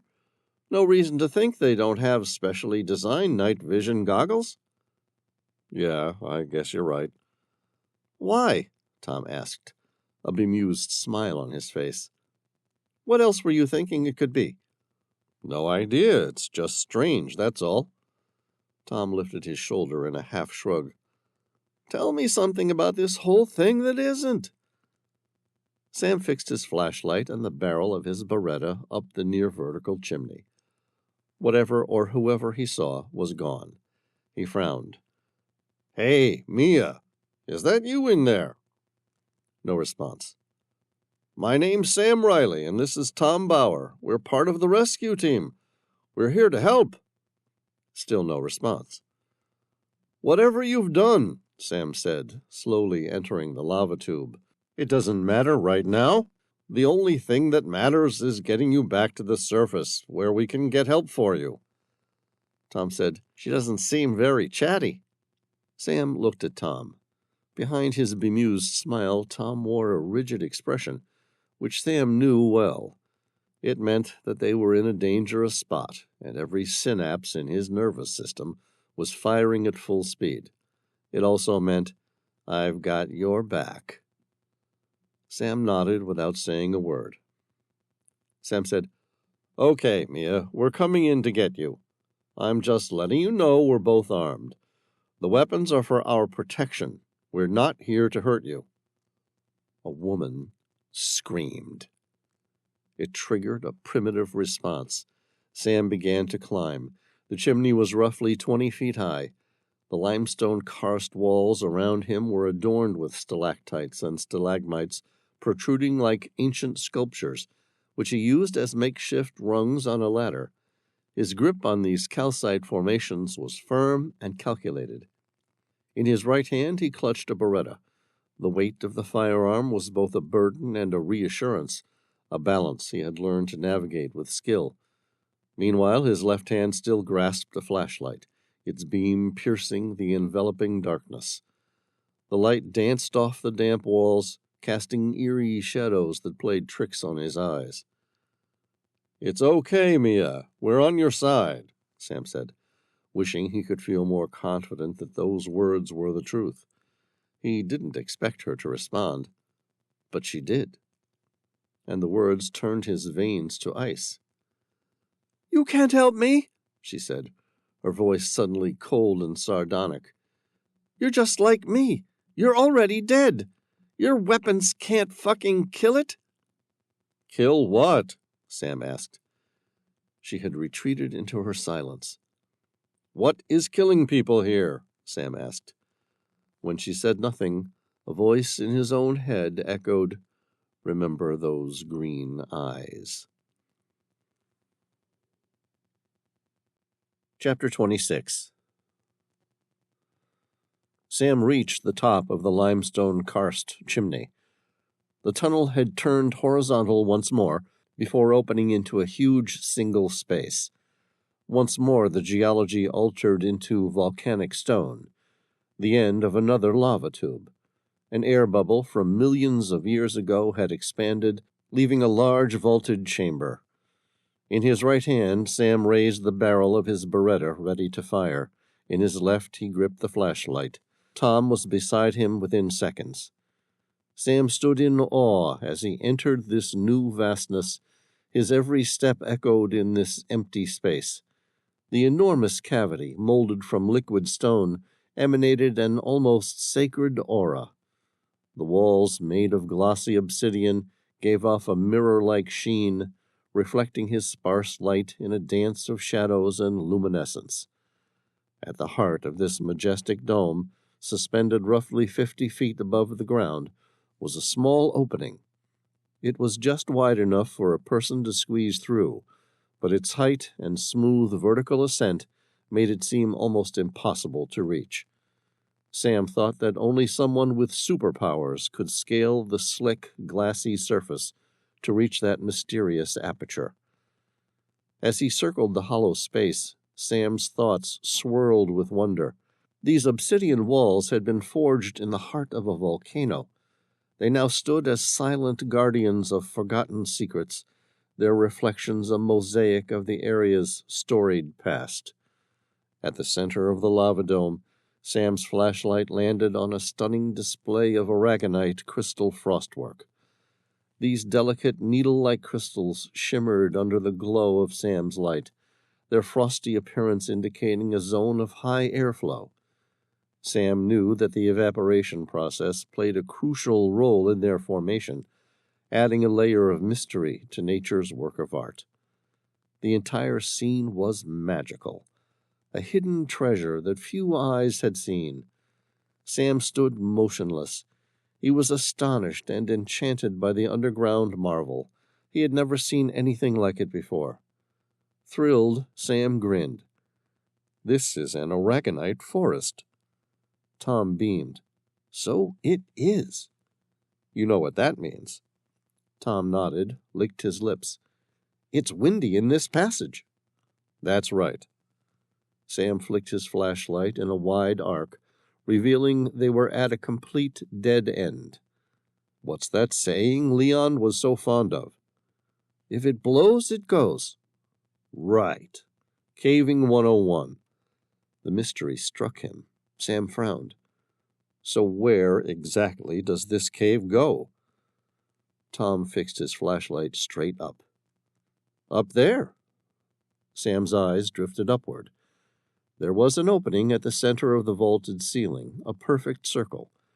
It reminded him of the oculus in the Pantheon, Rome. Oculus was a Latin word meaning eye.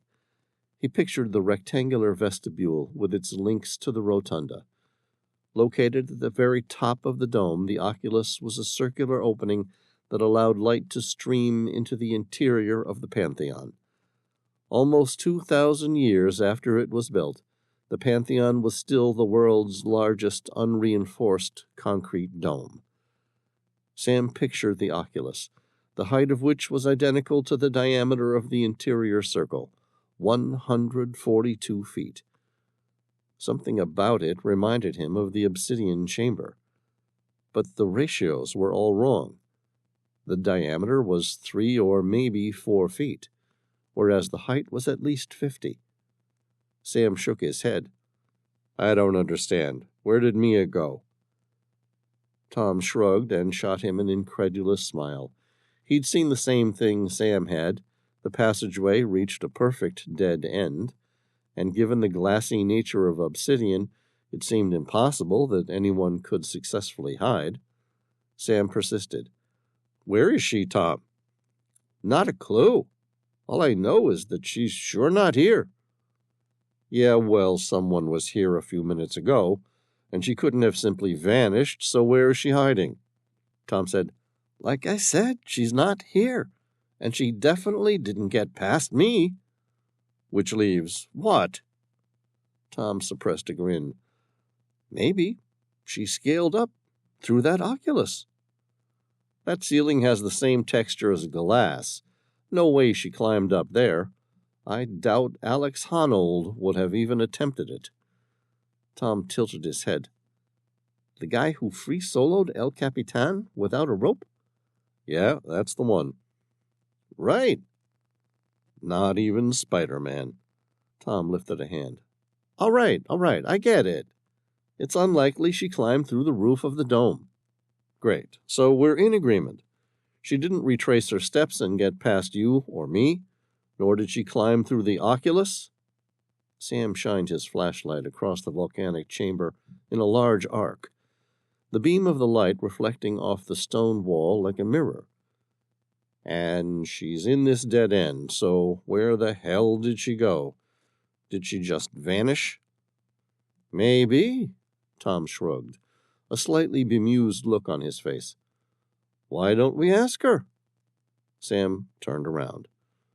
On the far side of the large space, right where he'd just shone the beam of his flashlight, was a strikingly beautiful woman stripped down to her green bikini, her almost porcelain-white skin in direct contrast to the inky black of the obsidian vault.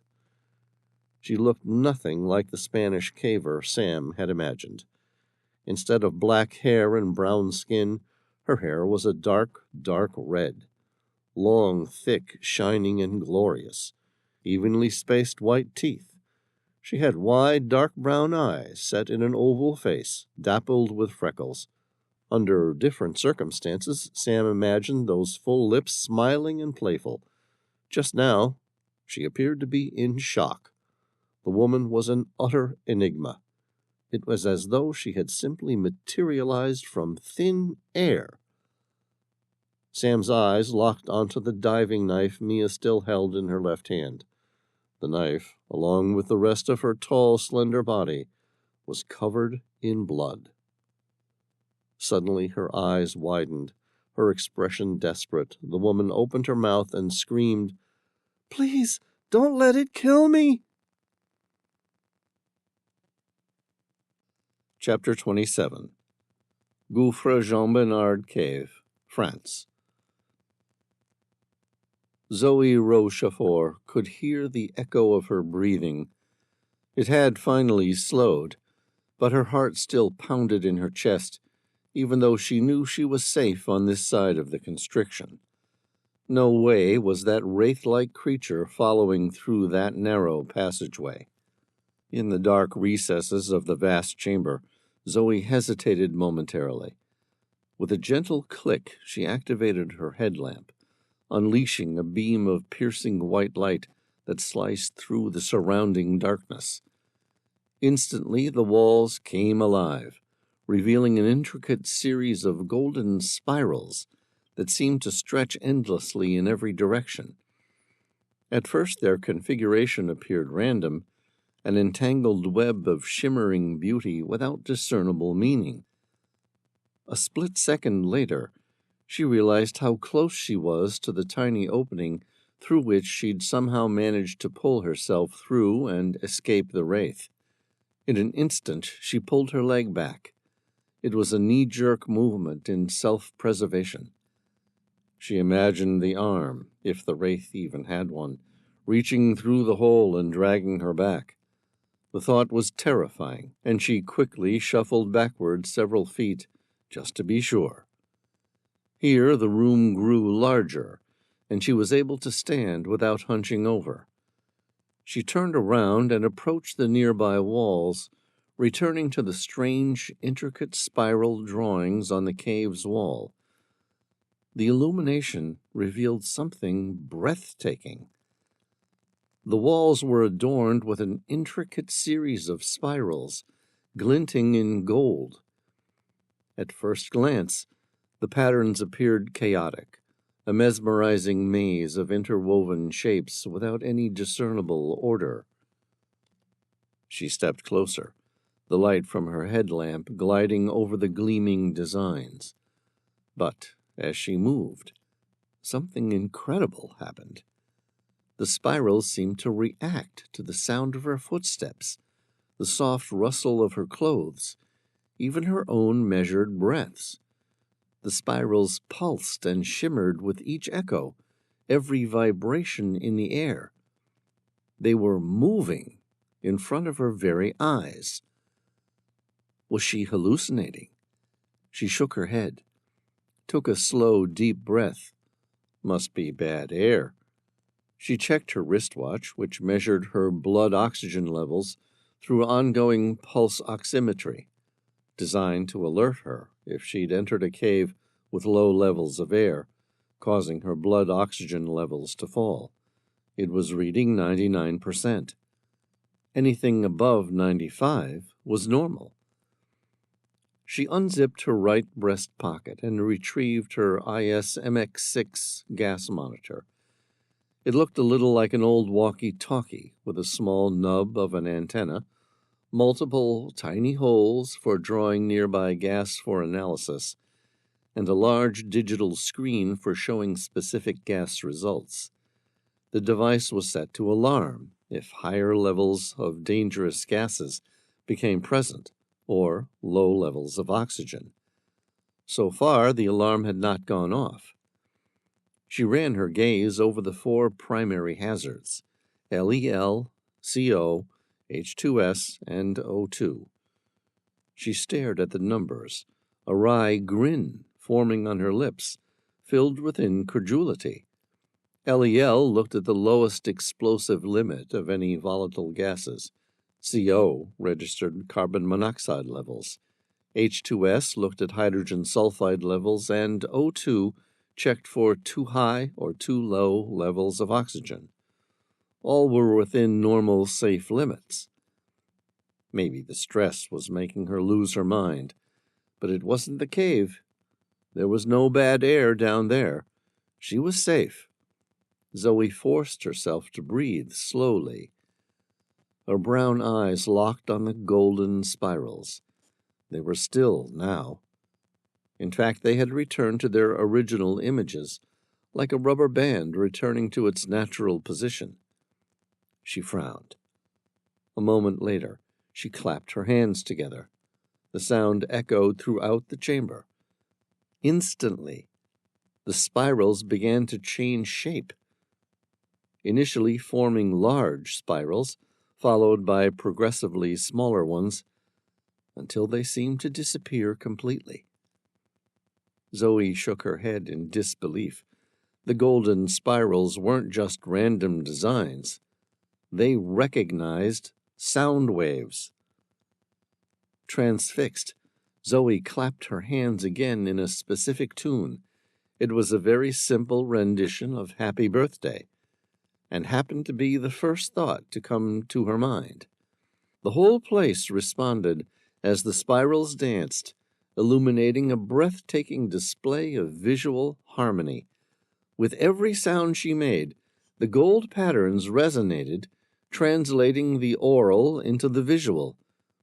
She stood there in the heart of the earth, surrounded by ancient artistry and technology beyond her understanding, feeling both small in the vastness of the chamber and incredibly connected to its secrets. She was so blown away by the seemingly magical experience that all thoughts of the creature that snapped her boyfriend's neck and her near-death experience were momentarily forgotten. No, not forgotten, just placed on hold as this incredible mystery filled her mind. An archaeoacoustic would have a field day down here. Zoe had only heard of the new discipline last year when an expedition she'd been on had brought in an archaeoacoustologist. The field only emerged at the start of the century and used modern acoustic methodologies to understand and analyze historical artifacts from a new perspective. The interdisciplinary nature of the subject made it a fertile ground for archaeologists, anthropologists, psychologists, and acousticians. Among the objectives of archaeoacoustics was to virtually reconstruct lost atmospheres with the help of virtual reality devices and oralization software.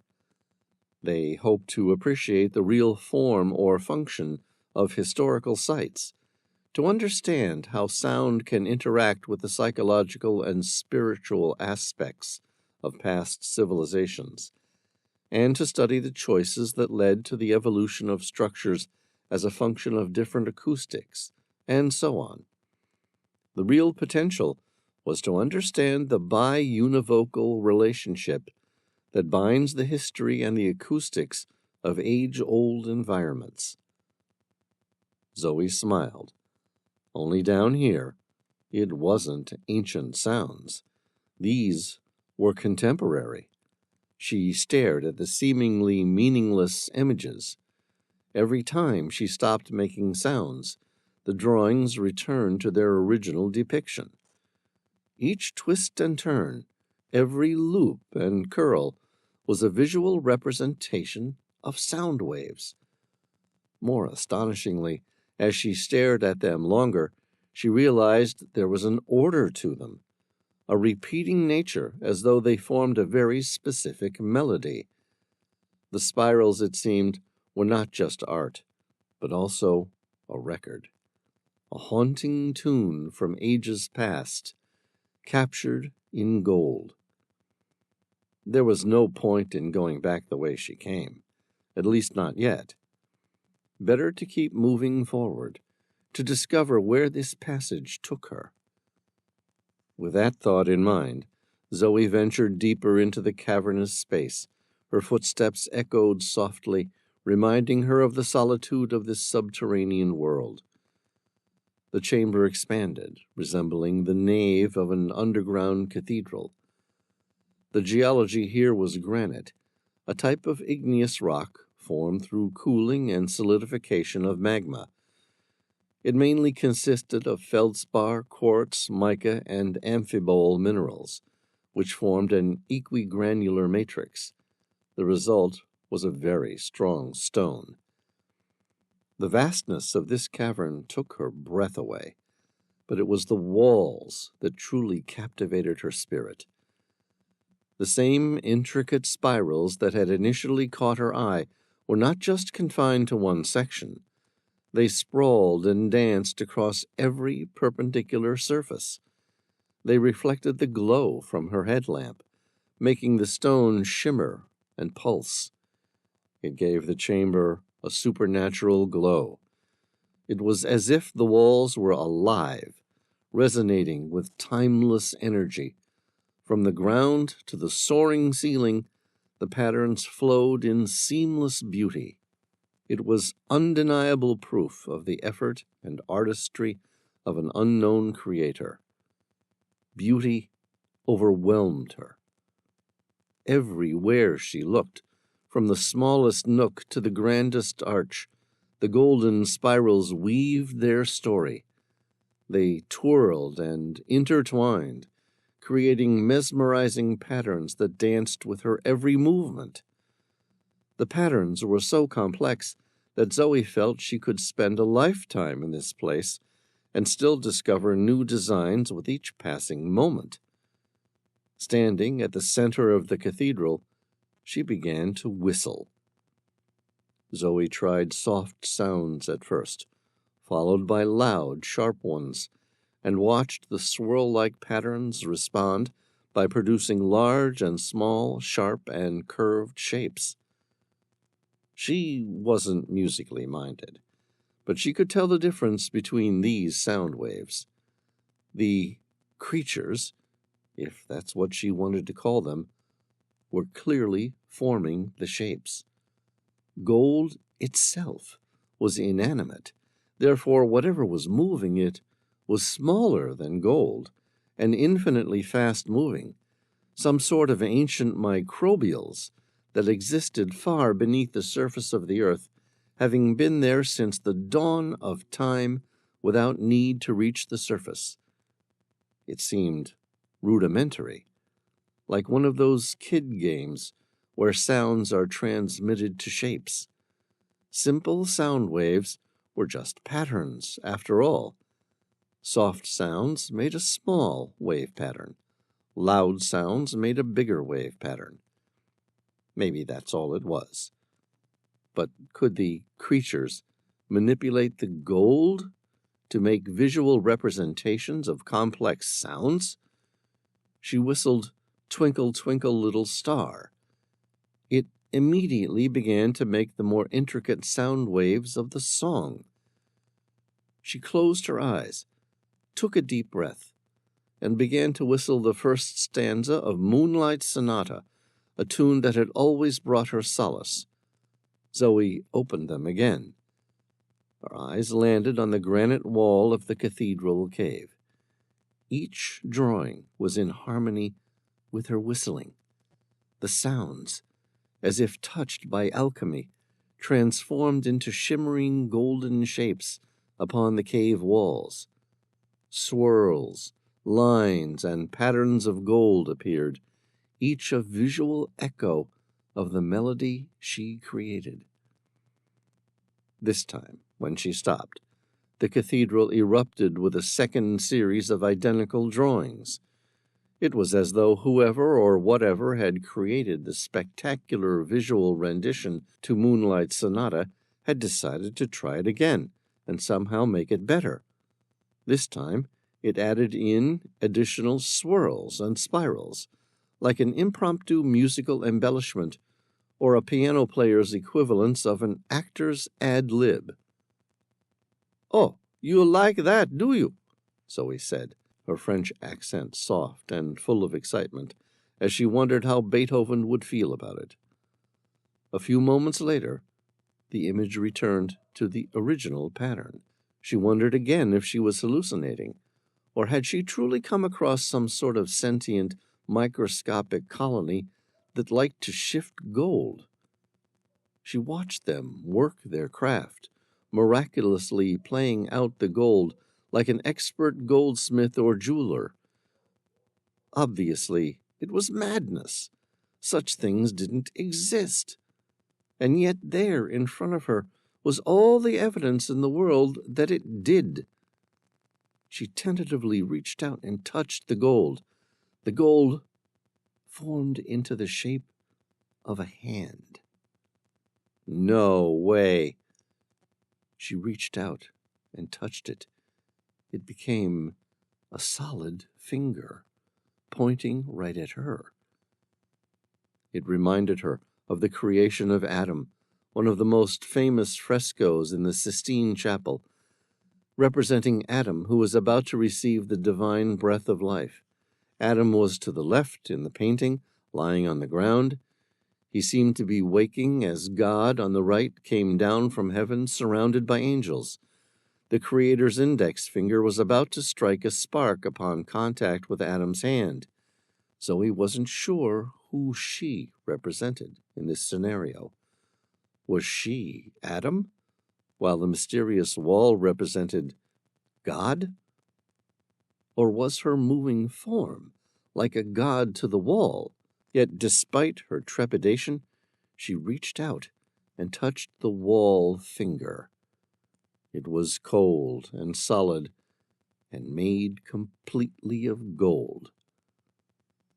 "Hello," she whispered, feeling a mixture of awe and skepticism, as though she were being duped by something or someone. Her eyes narrowed. Whatever it was undoubtedly sentient, almost playful. A moment later, the finger dissipated like a mirage. The subatomic particles of gold began moving at unimaginable speeds. The gold turned to dust before shifting into a sort of haze, like that of a swarm of bees. The image was beginning to blur. It was trying to make a shape. Zoe stared at it. "What is it?" she asked, feeling a little less stupid and more awed by the magic unfolding before her. Her eyes widened and her lips curled into an incredulous grin at the image being created in front of her. It was forming the outline of a face.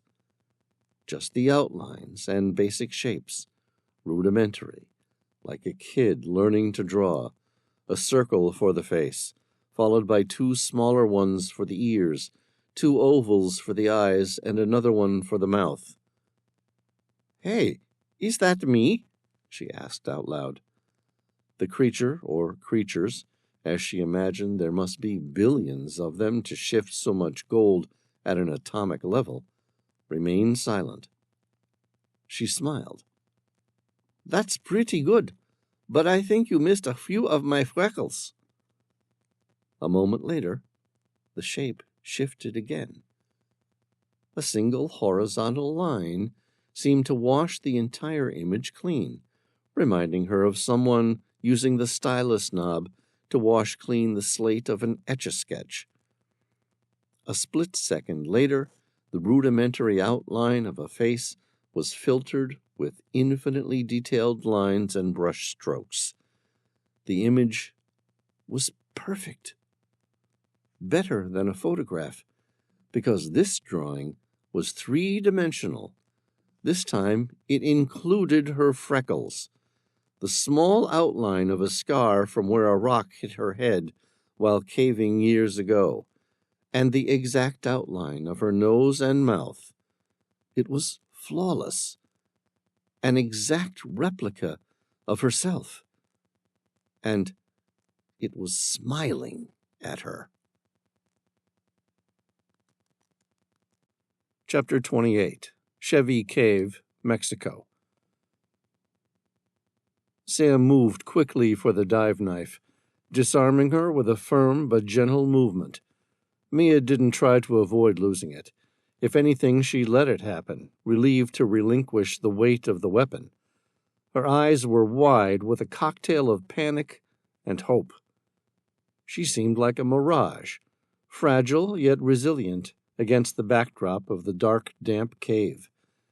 He watched her turn toward him, her movements hesitant, yet filled with a desperate kind of relief. As she stepped closer, her gaze locked with his, conveying a storm of emotions that words could never capture. The sight triggered a primitive emotion, and he rallied to protect her. He opened his arms, and Mia, with a few trembling steps, fell into his embrace. He held her tightly, feeling her shiver against him, her body weak and cold from the ordeal. In that embrace, Sam felt a surge of protectiveness, a vow unspoken yet deeply felt. He felt the need to keep her safe from harm.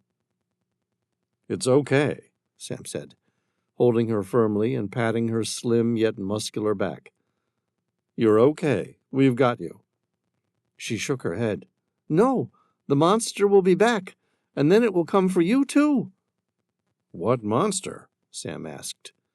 Mia's voice grew louder. "The one with the green eyes." For a moment, Sam stopped breathing. He had seen those green eyes himself, but he didn't believe it. "Whatever comes, we'll deal with it." "That's what Alves said."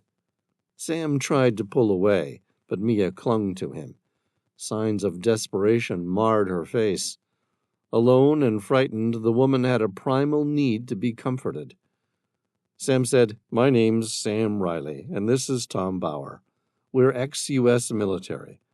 We're both armed, and I assure you we keep up our practice at the range.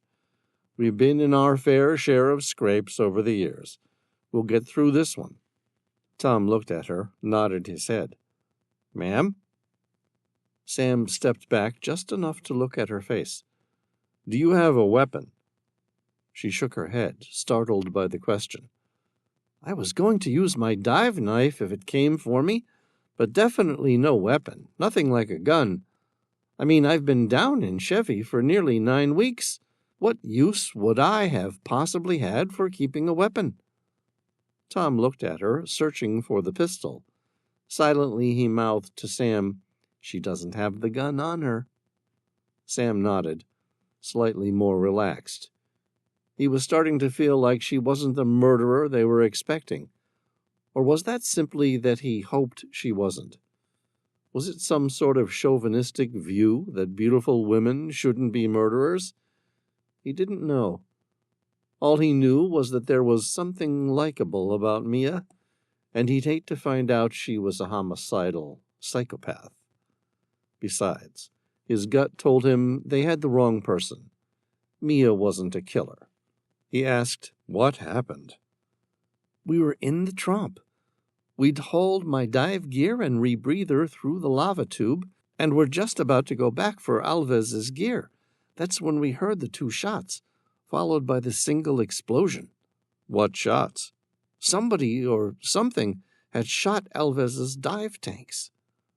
"What happened next?" Mia shook her head, trying to remove the memory from her soul. "There was a wraith standing over Alves's dive gear, some sort of evil monster, and it had green eyes." Sam drew a breath. "Green as in hazel?" "No." Her answer was emphatic. "Green, as in vibrant, glowing emeralds." "Glowing?" "Yes, glowing." Mia tensed and took a step back. "I don't know what to say. Its eyes were radiating with some kind of otherworldly green light." "What did it look like?" Sam persisted. The wraith. Can you describe it? She paused, taking the time to picture the monster. It was roughly 7 feet tall and covered in a sort of light-absorbing cape. Light-absorbing, Sam murmured. You mean like a black cape? No, this was specifically designed to absorb light. You ever heard of Vantablack? Sam's smile was kind but cocky. I have, actually. The coal black paint and carbon nanotube arrays look black because they absorb the energy of the incident light almost completely. Yeah, that's what this looked like. It, whatever it was, looked inhuman, or possibly human with a type of cape designed specifically to ensure his identity couldn't be recognized. It's possible, Sam agreed. What happened next? It killed Alves. How? The wraith grabbed him with what had to be a device, but nothing like I've ever seen before. It must have been some sort of hydraulic machine. Not that I saw anything like that. She stared down at her feet. Maybe the unnatural creature was just strong. Tears began to stream down Mia's face as she continued telling her story. I haven't a clue how it did what it did, but it grabbed Alves's arm and twisted, snapping the bone. She hiccuped, then caught her breath. His screams will haunt me for the rest of my life. I'm sorry, Tom said. But you just don't get it. Her voice hit a high, hysterical pitch once again. My friend Alves was formidable, a second-generation caver. That powerful man had been crawling into dark caverns since he was a small boy. She sniffed, holding back a sob. He was one of the strongest men I'd ever met, but he cried and begged for mercy. How did he die? Sam asked. The monster eventually tired of the noise, I guess. Like turning off a switch, she spoke with sudden objectivity, her tone coming across as cold indifference. With one move, that thing just reached out and grabbed him by the throat. Without even trying, it snapped Alves's neck like a twig. Sam nodded. Lines of sympathy etched into his face. What about the others? A puzzled frown creased her brow. What others? Mark, Ryan, Jess, and Alana. Now she seemed genuinely perplexed. What about them? Sam took her wrist and gently squeezed it. Can you tell me how the others died? Died? Mia shook her head emphatically, as though she could quash the reality that was already taking shape in her mind. Mark, Ryan, Jess, and Alana were never down here. Aren't they still up at the top of the Sump, running support in Camp 5? Sam shook his head. What do you think they would have done if you and Alves didn't return? Oh, God! Mia's hands covered her face as realization struck her with the force of a blow. They would have sent a rescue team. Mark and Ryan would have come. Yes, only that team was killed, Sam said, his words barely above a whisper. Like you and Alves, they didn't return to the surface either. Mia drew a breath and wailed. So Jess and Alana came down to rescue all of us? She stared at Sam. Then her dark, frightened eyes turned to Tom. You two. You're the third rescue team then, aren't you? Sam nodded. Yes. They shouldn't have done that. We have an unwritten deal in expeditionary cave diving. If a team goes missing, no one else should lose their lives trying to rescue them. It would have been pointless. After Alves and I failed to return, they should have known we were dead. We were 300 feet underwater. But they didn't. They hoped you were all right. Mia closed her eyes. Mark and Ryan came down first. Sam nodded. Mia's forehead crunched up in pain. The boys would have told the girls to leave them if they failed to return.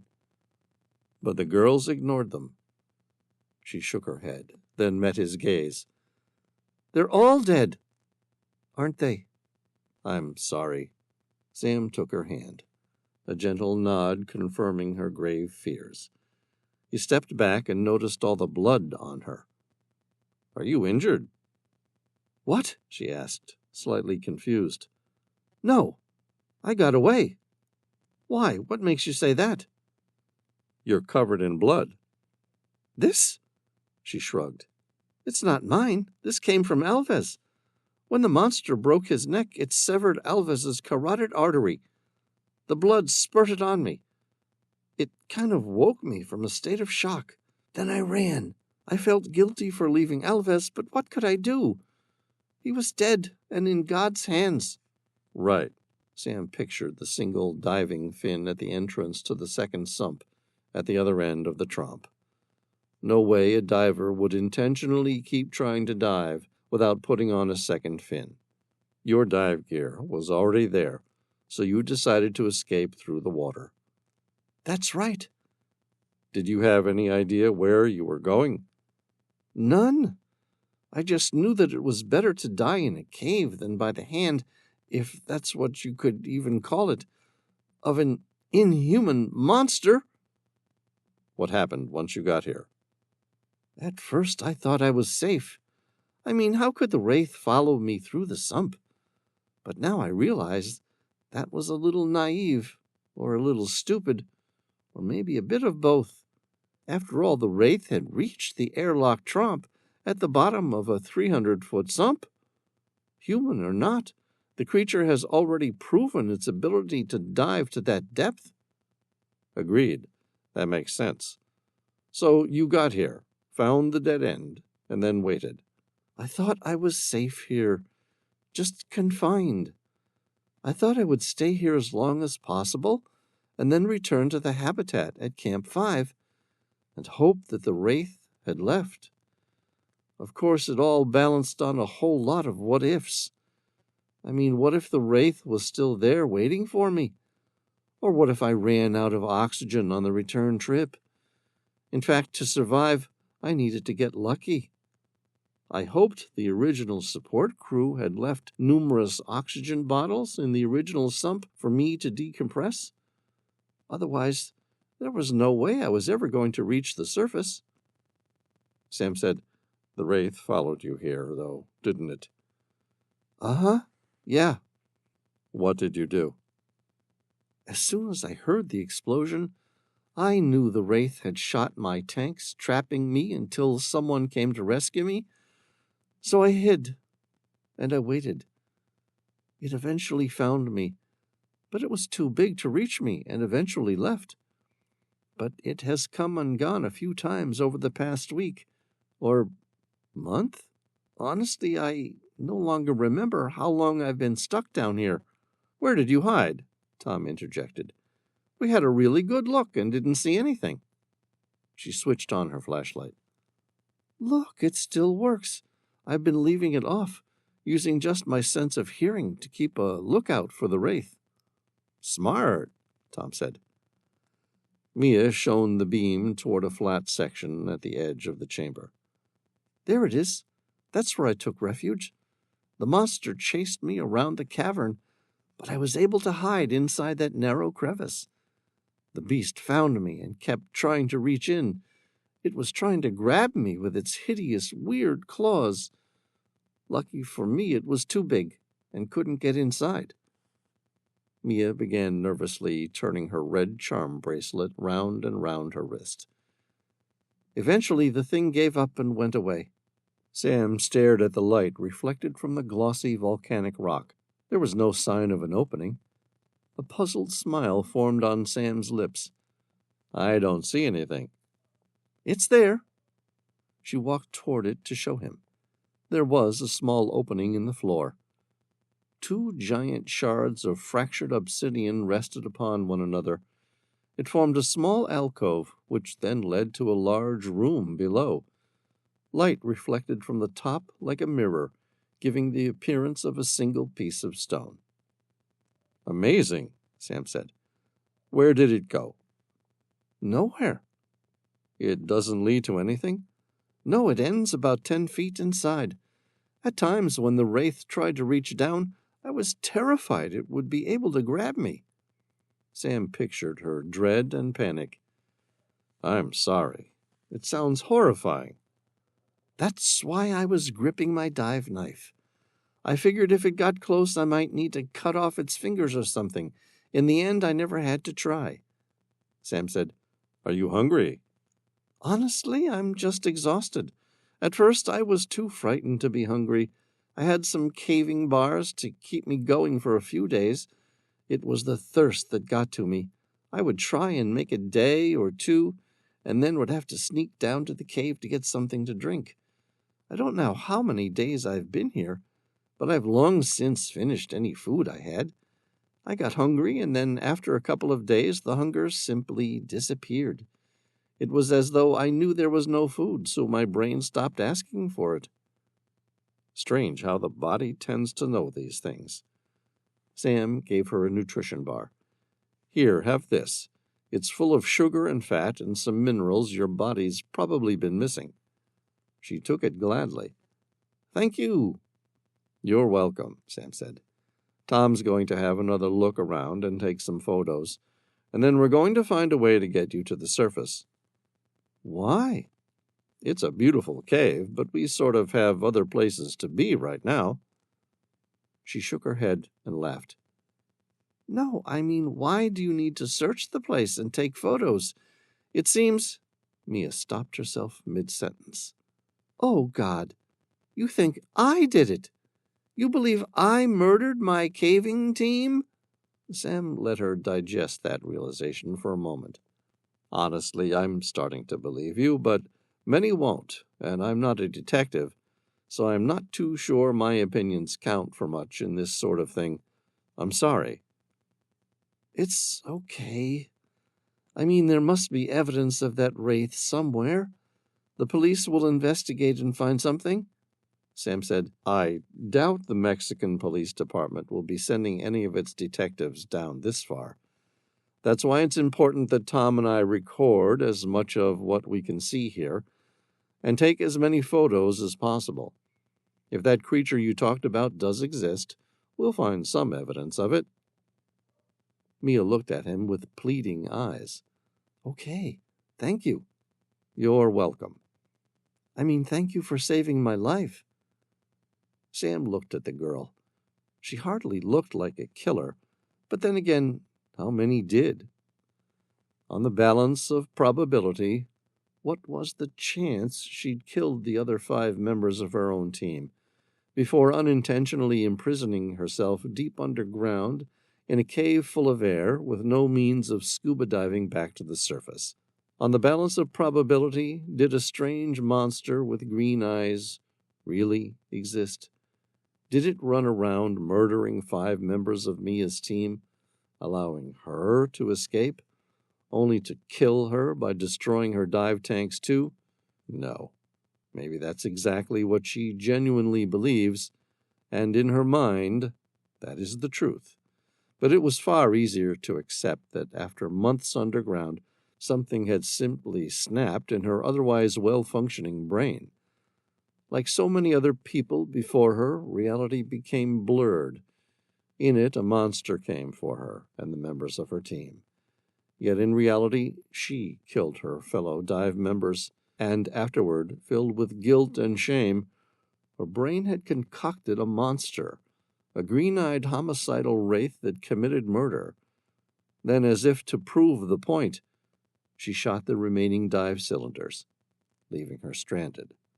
All alone, with nothing but her thoughts and her insanity left.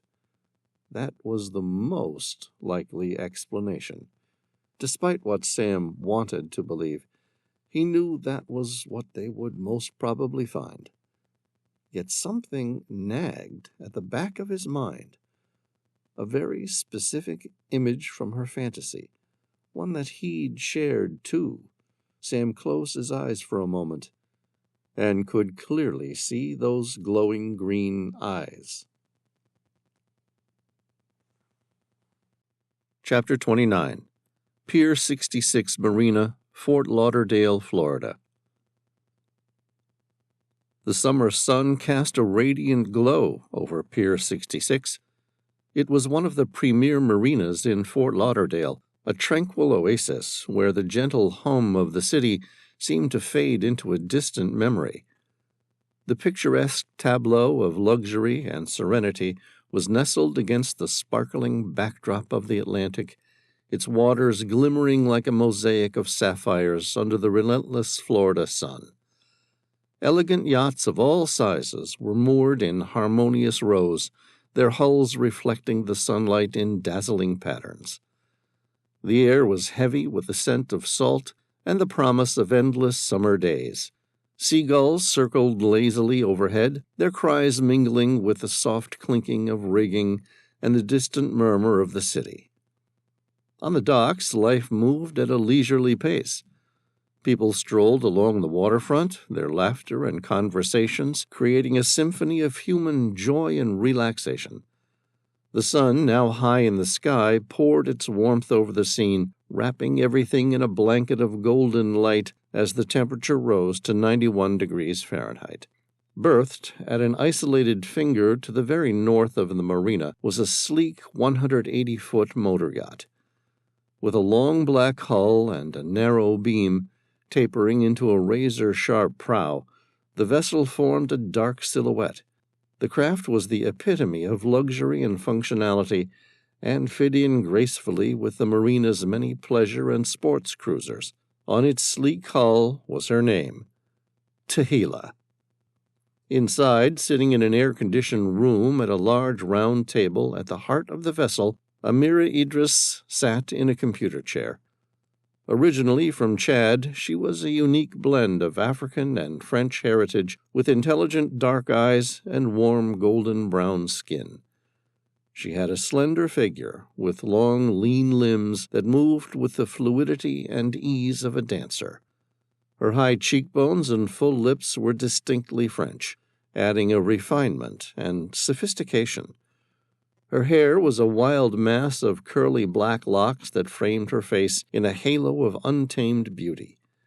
She wore it loose and free, a symbol of her independent spirit and unbridled passion. Her eyes were locked on two computer monitors. One was linked into a database of topographical maps of North Africa, the other satellite images and recent aerial photographs. A leather-bound journal lay on the table. A single hand-drawn sketch was visible on the open journal. It depicted a hideous creature, a golem.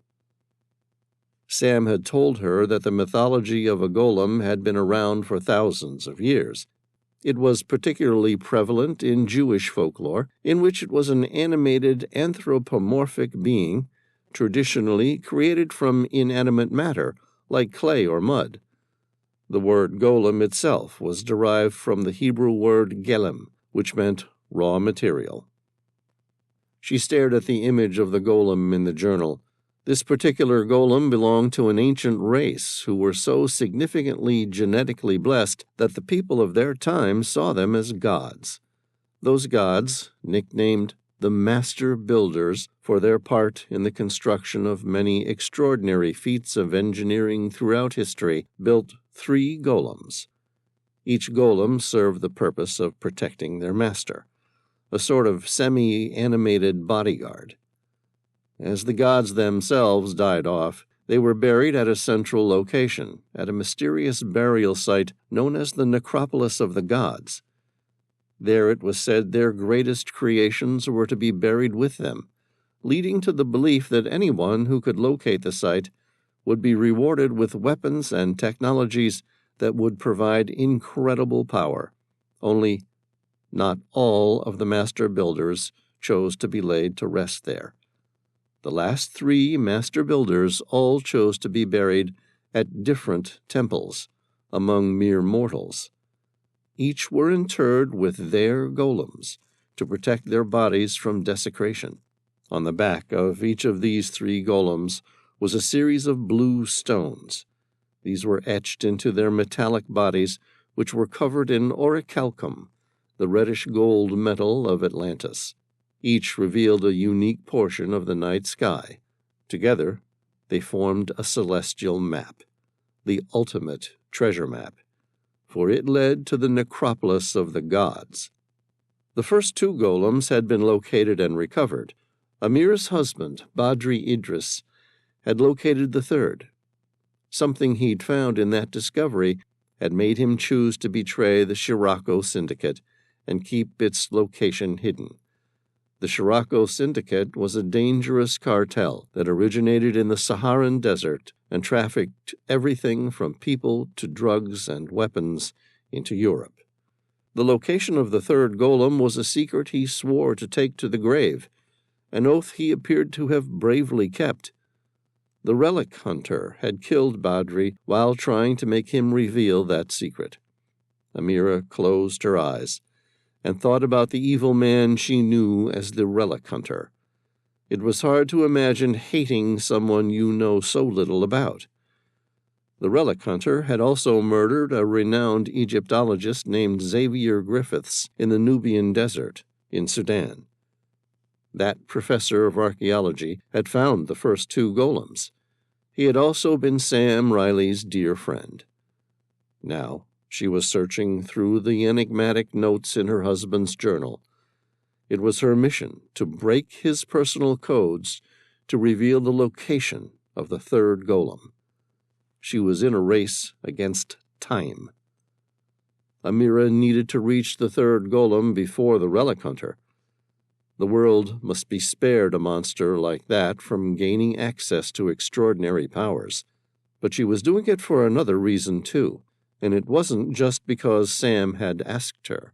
No, it was only through tracking down the third golem that Amira could locate the relic hunter. Once she did, she was going to punish the man who murdered her husband. It was up to her to set things right. Civilized society and most religions taught that revenge was wrong. Amira had no means of reconciling this principled concept with what she felt driven to do. What she did know was that she simply must find the relic hunter. Then she was going to kill him. Chapter 30. Veyran stared at the golem. Because of its weight, the sculpture had been placed deep in the bowels of the Tehillah, where it would have the least effect on the ship's center of gravity. It also meant he, as the ship's engineer, had to share his space with the hideous creature. This gave both him and their resident high IQ dog, smarter than most humans, a genetically engineered golden retriever named Caliburn, the creeps. The golem had been a truly grotesque creation, a haphazard amalgamation of mismatched features that starkly contrasted with the balanced, idealized figures of Renaissance masters. Its height and composition were its only elements reminiscent of the human form. The gleaming orichalcum shell was an eerie parody of the golden glow often seen in painted cherubim and divine figures. Its face was ugly, as it had been crudely carved.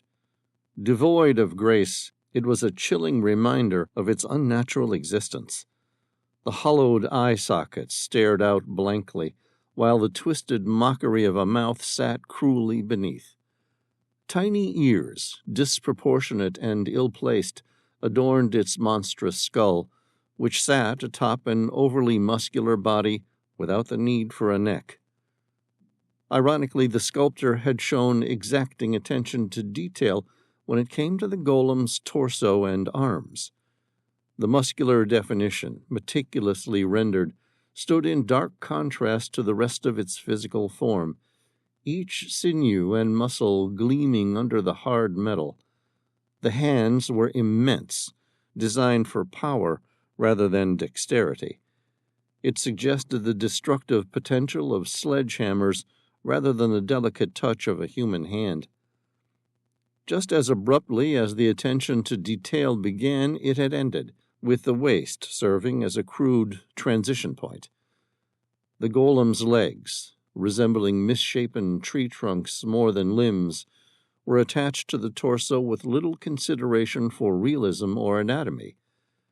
This abrupt shift in sculpting skill and attention to detail served as an eerie reminder of the Golem's purpose, a formidable guardian of raw power and defense, rather than a work of art to be admired for aesthetic appeal. Veyron shook his head and returned to his work. Tehillah was in port so that he could service each of her twin Rolls-Royce 28,000 horsepower MTU diesel engines. It would keep him busy for the better part of 3 weeks. Not that he minded. He was a submersible engineer, not a boat engineer. But machines were machines, and he'd spent enough time on board the Tehillah to know her every working aspect better than any diesel mechanic. Besides, he liked these sorts of projects. He was like the kid who'd grown up with Lego, progressed to Technic, and restored every kind of engine, and restored his uncle's 1959 Cadillac Coupe de Ville. Then he obtained an education at Institut National Polytechnique de Grenoble, followed by a Ph.D. in submarines. Now he got to play with really big machines. With that thought, he clambered down into the heart of the engine well. Then he began his work. 20 minutes later, Veyron was elbows deep in the belly of the Tehillah's starboard engine when a cacophony of barks erupted above the throbbing hum of the yacht's machinery. His hand, clutching a half-turned wrench, froze in place as his senses homed in on the frantic noise. It was Caliburn, the golden retriever, his alarm echoing down the metal arteries of the yacht. It was not the familiar, playful bark that often echoed through the corridors, but a distressed, persistent yelp. With a sigh, Veyron wiped his hands on a nearby rag and ascended from the engine room, making his way toward the source of the noise. In the heavy cargo hold, the nickname for the only free space in the engine room, Caliburn stood rigid, his fur on end, ears pulled back and eyes fixated on the Golem. His body was taut, his tail like a flagpole, as he continued to bark at the intimidating figure. It was as if he had the creature cornered. The Golem seemed even more daunting under the harsh, sterile lights of the hold. Its oddly muscular arms gleamed ominously, adding an unnatural chill to the room. "Easy, Caliburn," Veyron cooed, approaching the anxious dog and placing a comforting hand on his back. The frantic barking transitioned to a low, persistent growl, but the dog's gaze never left the Golem. Veyron followed the line of sight, staring at the hollowed indents that served as the creature's eyes. It was the craziest thing, but the darned object seemed alive. "I can't blame you, Caliburn," he muttered, his fingers working their way through the dog's golden fur to offer solace. "This thing creeps me out, too. But think about it," he added, giving the dog a gentle scratch behind the ear.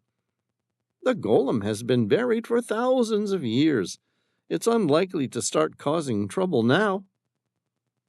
Caliburn's growl ceased at Veyron's reassuring words, replaced by a soft, uncertain whine. Despite the unease that the Golem stirred within him, Veyron managed to offer the dog a comforting smile. They were in this together, whatever lay ahead. He stepped away, returning down into the engine bay. Another 20 minutes went by. Outside, a large pleasure cruiser raced into the harbor at full throttle, speed limits be damned, producing a large wake. Even before it hit, Veyron gripped a side railing, knowing that it was going to give Tehillah one heck of a shake-up. When the wave rocked the motor yacht, it produced a violent sway of the ship, echoing in the deep thrum of the machinery. Red alerts flashed across his engine's dashboard, forcing him to shut down the system. Above the mechanical clamor, he heard a high-pitched yelp from Caliburn. It was different from the aggressive and fretful barks from earlier. This was more than being afraid of a stupid Golem. Abandoning his tools, Veyron dashed up the stairs towards the commotion. As he burst into the heavy cargo hold, an eerie sight met his eyes.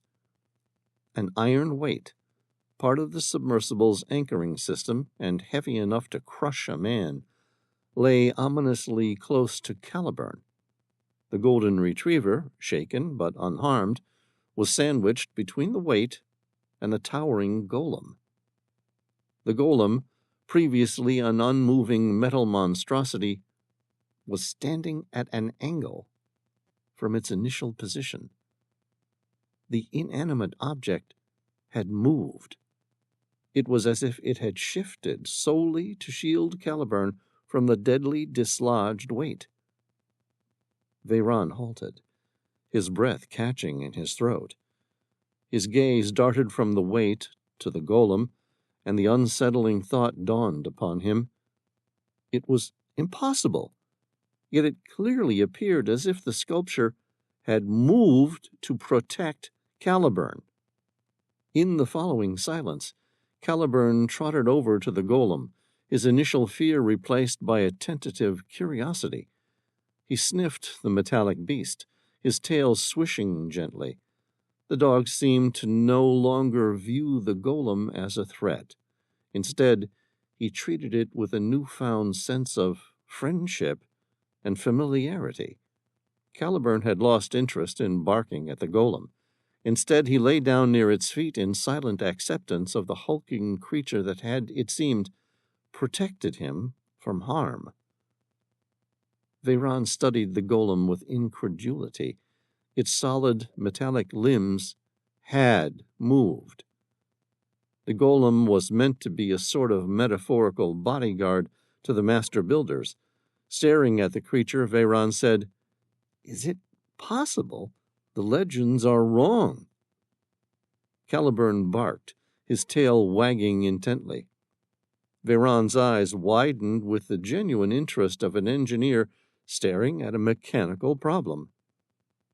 Were the golems actually alive? Chapter 31. Somewhere Over the Atlantic. Sam and Tom had hopped on a commercial flight. It was the fastest way to reach Europe. They were now on board an Emirates A380, having booked twin private suites. Sam's cell phone began ringing. It surprised him. They were somewhere over the Atlantic.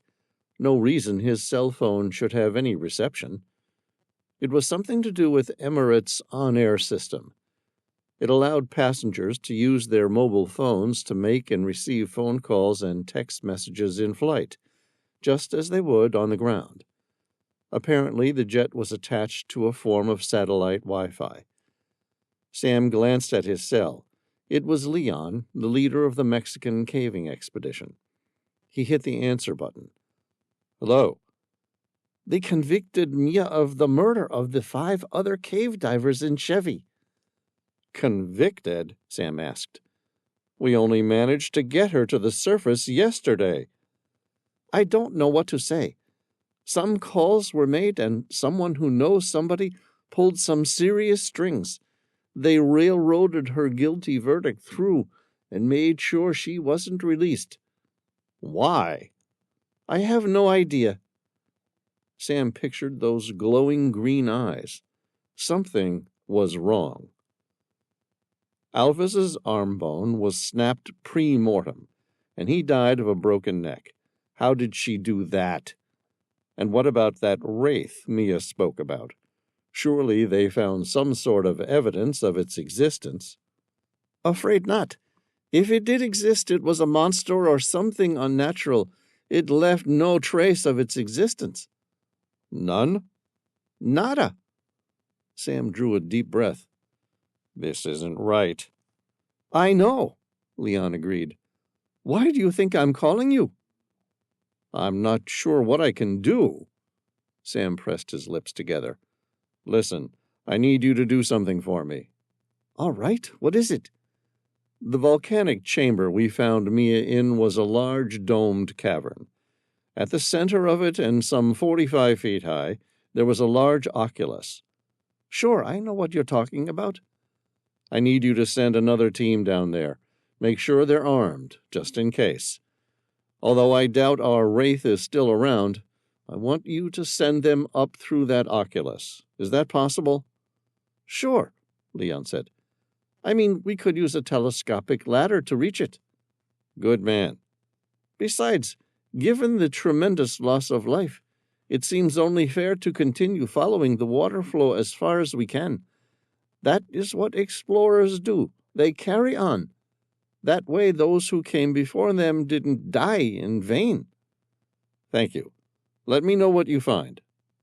Leon asked, What are you expecting us to find? I don't know. Answers? To what? To whether or not Mia is innocent or guilty as hell. Chapter 32. 2 hours later, stretched out in the luxurious first-class suite and sound asleep, Sam's cell began to ring again. He grimaced, momentarily wishing for a return to the days when commercial flights banned any cellular activity. Sam blinked the sleep from his eyes and glanced at his cell phone. It was Amira. He found himself surprisingly pleased that she called, and immediately hit the answer button. Without preamble, she said, I found it. That's great. Sam rubbed his eyes. What did you find? The third golem. Sam paused, letting that sink in for a few seconds. Really? You found it? Uh-huh. Yeah, I think so. I've narrowed it down to either Jadoo Plateau or Kasar Dra. Kasar Dra? Sam tilted his head, trying to picture the geography. Isn't that in Algeria? Yeah, that's the one. Sam frowned. Jadoo Plateau is in the Sahara. They aren't even in the same country. Are you sure you can't narrow it down a little more? Afraid not. My husband didn't exactly leave GPS coordinates. He was very intentionally obtuse in his descriptions, writing in riddles and puzzles that only he can understand. But I've narrowed it down to those 2 places. All right, great. We'll check it out soon. Talk to Elise and tell her that we need her to book us 2 flights to Libya. Tell her I want to hire a small plane, preferably by some no-name airfield. Then we'll fly out on our own. Why Libya? Amira asked. Jadoo Plateau is in Niger. Exactly. That's why. If the relic hunter is following our movements, I want to make sure he doesn't have an easy time keeping up. Okay, so it's a date. You and me, alone, back in the dust and heat of the Sahara Desert. Sam grinned, and his voice was teasing. Stick with me, Amira. I know all the romantic getaways. I look forward to it, she said, her voice mocking, but with an undertone of genuine desire in the background. When will you be back? A few days, if I'm lucky. A week, tops. Sam wished he was on a plane to Fort Lauderdale right now. I'm on my way to Czechia. Why are you heading to Czechia? A guy I know has a problem. Truthfully, I've never met the man, but I've read his book on archaeology. He's renowned for his work around the world. Tom and I are going to see if we can help. What's his problem? I don't know yet. Something to do with the Midas Vault. The what now? Have you ever heard of King Midas? As in everything he touched turned to gold? Sam nodded to himself. That's the one. So what exactly are you racing back to Central Europe for? I don't know yet. An old friend of mine has been missing, presumed dead, for 5 years. Then recently he contacted me to tell me that stories of his demise have been greatly exaggerated, and that he's been searching for the Midas Vault, the device King Midas once used to turn anything he touched into gold. Amira said, You know alchemy isn't real, right? Sam grinned. I once did, but over the years, I'm less convinced alchemy was all witchcraft and charlatans. Have you ever heard of dragon's breath? No, not unless you mean how dragons are supposed to breathe fire, although not sure what that fairy tale concept has to do with anything. It's all right. Ask Who to show you his sword of dragon's breath, and then tell me alchemy isn't real. Amira laughed. It's okay. I believe you. Good luck. I miss you. Sam grinned, and his heart jumped in his chest. You know, I really miss you, too. More than I have any right to. Does that sound weird, given how little we know each other? No. Maybe a little, she admitted. I don't care, though. It makes me happy to know that you're thinking of me and that you miss me. It makes me feel better for being crazy about you. I can't wait to see you. I can't wait to see you too, Amira. Sam didn't want to hang up yet. Instead, he asked, What's new on the Tehillah? Anything interesting to report? Actually, there is. Go on. Caliburn finally stopped barking at the Golem. That's good. He gets worried about the strangest things. Sometimes it makes me wonder if he knows something we don't know. Sam pictured Caliburn's wagging tail, big brown eyes, and his mouth that appeared to be pulled back in a permanent smile. Sam figured that dog was the most popular member of his team. But I'm glad he's okay. Any idea why the sudden change? Yeah, we had an incident a few days ago. Go on. A large pleasure boat cruised into the harbor at full speed. Its wake rocked the Tehillah, and a large anchor broke free of its restraints, nearly falling on Caliburn, except... She paused, as though unable to explain where she was going with her story. Except what? Sam asked. It landed on the Golem instead. Sam grinned. And Caliburn thinks the creature saved him. Amira's voice softened. It appears so.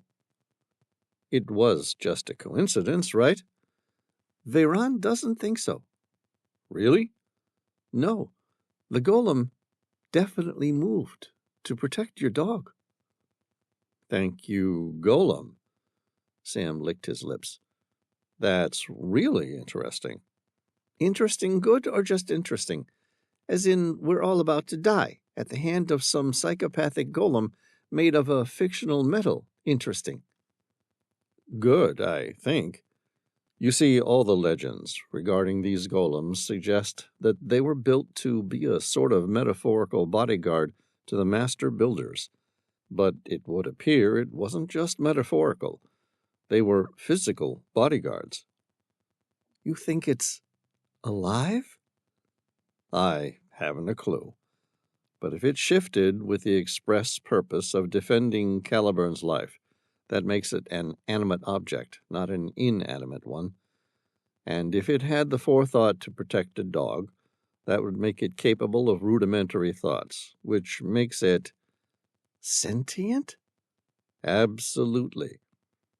What do you want to do? Sam thought about it for a few seconds. Talk to Genevieve. Tell her Elise has some contacts at a local university.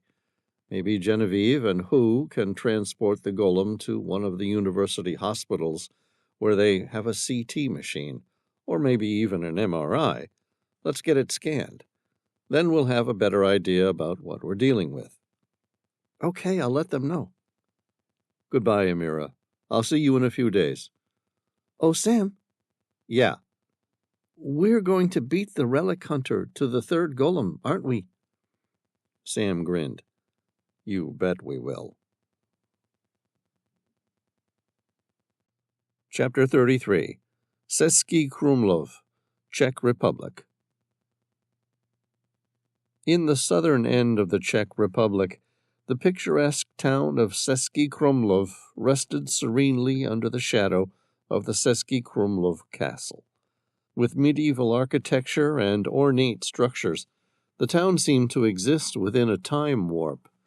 Maze-like streets revealed surprises at every corner. The houses, painted in vibrant pastel hues, added life to shops and homes. Each structure told its own tale, a unique blend of Bohemian, Gothic, Renaissance, and Baroque architectural styles. In Český Krumlov, the air was often filled with the smell of coffee and trdelník, a traditional Czech pastry. Local dishes were served in small cafes and breweries, while parks and gardens offered tranquil hideaways. The murmur of the Vltava River was a part of the town's atmosphere, with residents navigating the river in canoes and rafts. Sam found himself at a quaint cafe in Český Krumlov, the river's gentle flow providing a soothing soundtrack. The cafe buzzed with the chatter of locals, while tourists snapped photos of picturesque scenes. He was meeting someone he hadn't seen in years, and even then only in passing. Professor Leonardo Legrand, once the head of archaeology at Panthéon-Sorbonne, a prestigious French university. From their phone conversations, it appeared that Professor Legrand had become increasingly frightened and suspicious, to the point of paranoia. Due to his discovery of the Midas Vault, he worried about people he didn't know and strangers tracking him down. He even went to great lengths to spread a rumor that he was dead. The fact remained, being suspicious didn't necessarily mean that he was wrong. If Professor Legrand had indeed found the remnants of King Midas, it placed him in a vulnerable position. That would mean he had discovered a means of producing gold or finding gold faster. Accordingly, it was easy to believe there were a lot of people out there more than happy to kill to get this information. Legrand had sought Sam out specifically because he said that he'd met him once, and although he didn't really know him, Sam's reputation for honesty and honor was well established.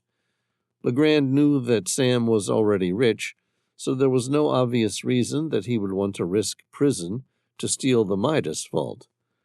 Still, Legrand didn't trust anyone else, even to the point where he refused to meet Tom Bauer. Instead, he'd suggested they have a coffee together at a public cafe. It would be a sort of informal meet and greet, where they could discuss why the professor had contacted him. To appease Legrand, Tom had gone to check out the castle. Built in 783 A.D., the citadel was perched on the crest of a rock promontory which had been sculpted by the Vltava River and was directly above the town of Český Krumlov. Sam sat alone in the cafe, waiting. He ordered a cappuccino and a traditional pastry. The cappuccino came out with intricately detailed latte art, in the shape of a tree he couldn't recognize. Sam finished his coffee, enjoyed the pastry, and then continued to wait. Eventually, Sam stood and caught the attention of a waitress. If the flags on her nameplate were to be believed, she spoke English, along with French and German, as well as her native language, Czech. "My name's Sam Reilly," he said. "I don't suppose anyone has asked for me." "I'm afraid not, sir." She politely shook her head. "No one has asked for you or anyone else today." Then she said, "May I get you another coffee?" Sam didn't feel like he needed any more caffeine, but not wanting to be rude or appear out of place, he cheerfully replied, "Yes, please, a cappuccino, no sugar." "I'll bring it out shortly." "Thank you." As soon as she left, Sam noticed an older gentleman in the corner of the cafe. He had been reading the newspaper the whole time Sam had been sitting there. He lowered the newspaper, stood up, and said, "Hello. How was your flight, Mr. Reilly?" Chapter 34. Sam shook his hand firmly. He grinned. Sam had read everything the professor had published, so he felt as though he was meeting his hero. "Professor Leonardo Legrand." Sam met his gaze. I read your paper on Alexander the Great's Asian conquest. It's an honor to meet you, sir." "That's very kind of you. Would you believe I read your paper on Alexander's treasure? I enjoyed it, along with some of your other escapades, especially those involving the master builders. So really, I should say it is I who is honored to meet you." "Thank you," Sam said. "I was pleased to discover that you were still among the land of the living." He studied the professor. Professor Legrand cut a striking figure, even in his late 60s. He had a distinguished air about him, his silver hair combed neatly back, a pair of glasses perched on his pointed nose. The crow's feet at the corners of his bright blue eyes suggested years spent squinting at ancient artifacts and poring over dusty tomes. His wiry frame suggested strength, no doubt the result of countless expeditions and archaeological digs. He wore a tweed jacket despite the summer heat, and a faded red scarf draped around his neck. It was his signature accessory. Legrand smirked. "See, not dead yet." "Let's try and keep it that." Sam took a sip of his second coffee. "So you think you really found it?" "No, I don't think so." The professor shook his head with a suppressed laugh. "I know I did, 5 years ago. But now I need your help to bury it forever. That's what Midas deserves, freedom. Besides, the unique process to separate the gold and bring it to the surface is far more toxic than arsenic or cyanide once used in mines. Look at any mine where Midas has been, and you will see a deadly ring where nothing grows or lives again. The place becomes a toxic wasteland." "Uh-huh," Legrand nodded. "You go back and look through any satellite images of old mine sites and see just which ones where we used Midas. It's glaringly obvious to anyone who knows. And it's not just plants. All fauna fail to exist in the region ever again. A perfect ring of death follows Midas. You understand now why Midas must be destroyed?" "Sure," Sam agreed. "I wasn't successful." "No? What did you do?" "There are only 5 people on Earth who know the location of the Midas Vault, including myself. That makes 6. Those other 5 are all expert cavers who I had recruited for the project, and none of them had any idea what my intentions were." "All right. What went wrong?" "I wanted to destroy it." "But?" "I couldn't. I couldn't do that to them. I knew they needed to return to their home." "Who?" "Midas." Sam shook his head. "You're not making any sense. King Midas was a myth. The gold is a fantasy or some sort of archaic alchemy." "That's not true." Legrand took on his professorial voice. "As I'm sure you well know, King Midas ruled the Phrygians in the 700s BC, dominating much of what is now Turkey. During excavations of Gordian in 1957, Penn Museum archaeologists shocked the world when they found the tomb of King Midas's father, Gordios. It was completely intact, the skeleton of the king still lying in what was left of a cedar coffin. The rich remains of a funeral feast surrounded him.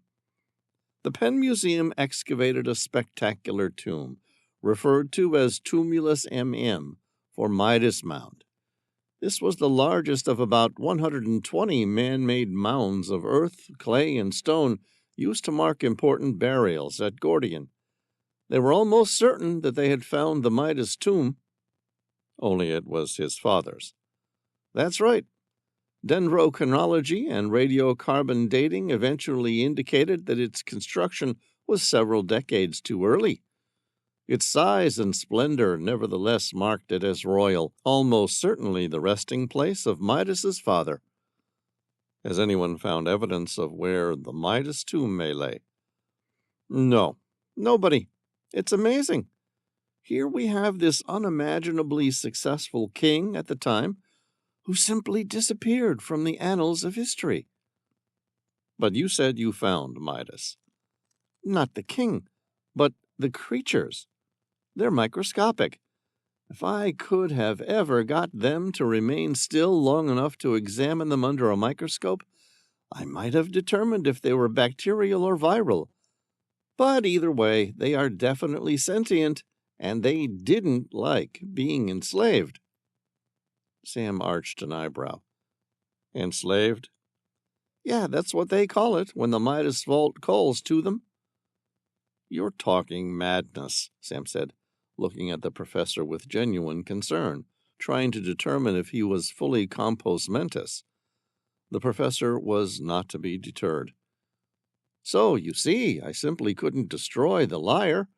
Instead, I needed to take Midas home, where the lyre could be destroyed and the colony allowed to return to their golden nest in peace. Sam looked at him through narrowed eyes. Where do they belong? I'll get to that. Legrand's eyes burned with excitement, fear, or some other strong emotion, and Sam wondered at the professor's sanity, or if gold fever had infected him too. Legrand explained. I was like Frodo, watching those around me becoming seduced by the power, of which I knew that I too was also vulnerable.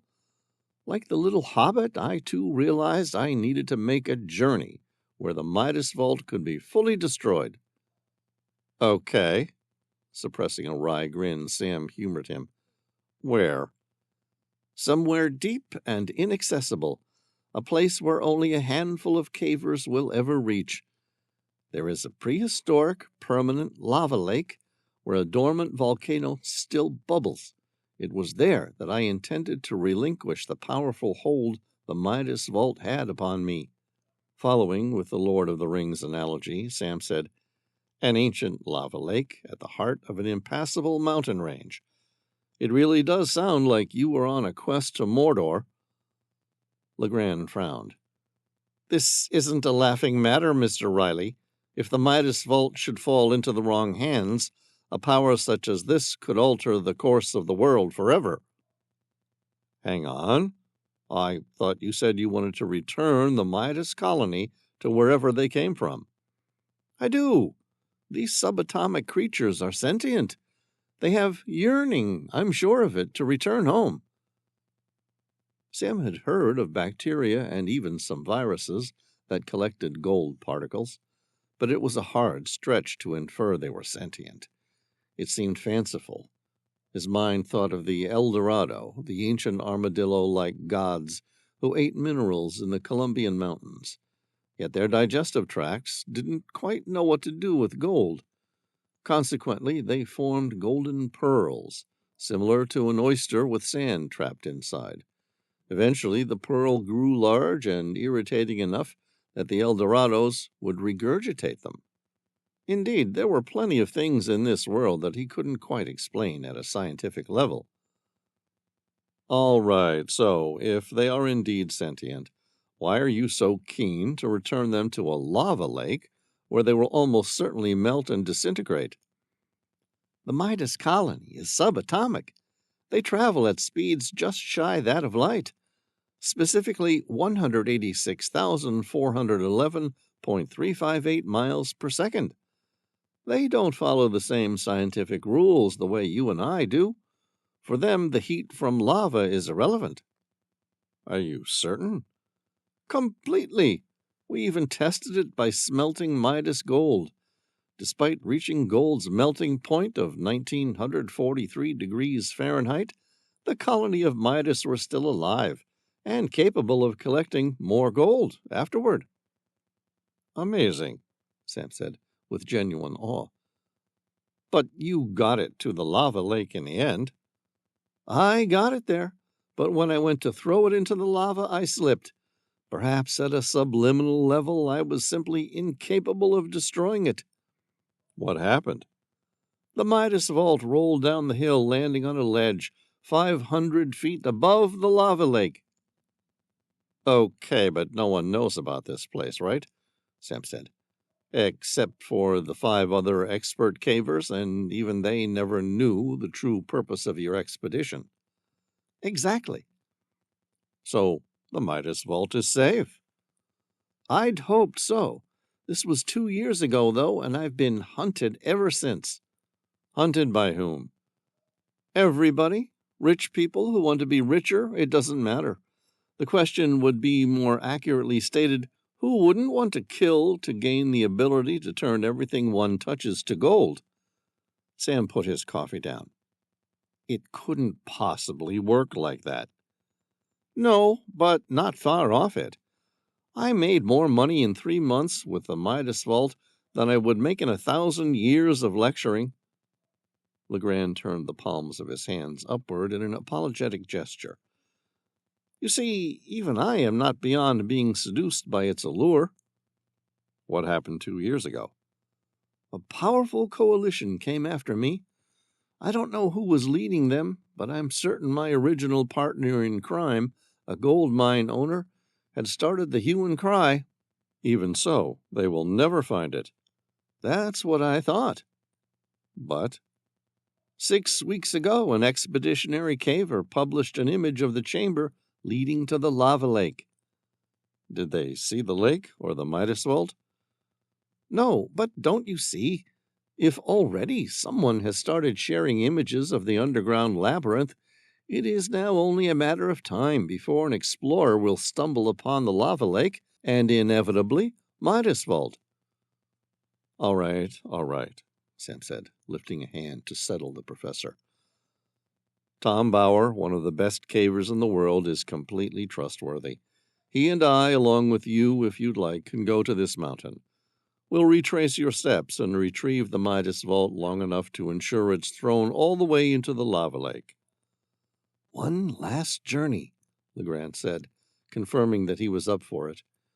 "The 3 of us, to return Midas to its golden nest and save the world."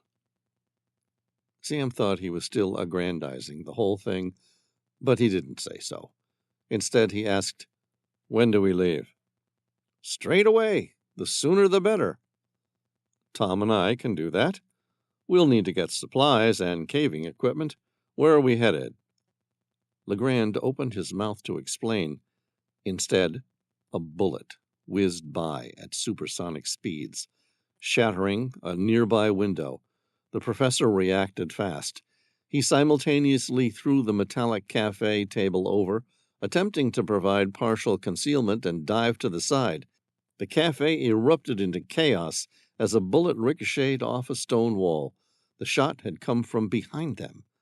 The 2 men dived over a sandstone wall, taking cover. A second round fired. Sam hit the cobbled stone path hard, grazing his arms and rolling. Legrand landed on him, and for a split second he was impressed at the professor's response times. "You okay?" Sam asked. Legrand was silent. Sam rolled the professor off him.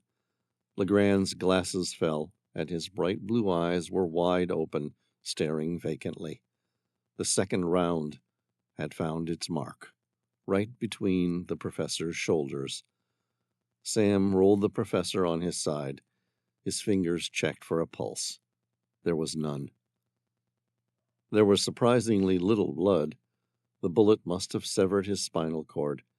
The impact from the round had snapped his brainstem, killing him instantly. The professor was dead. Chapter 35.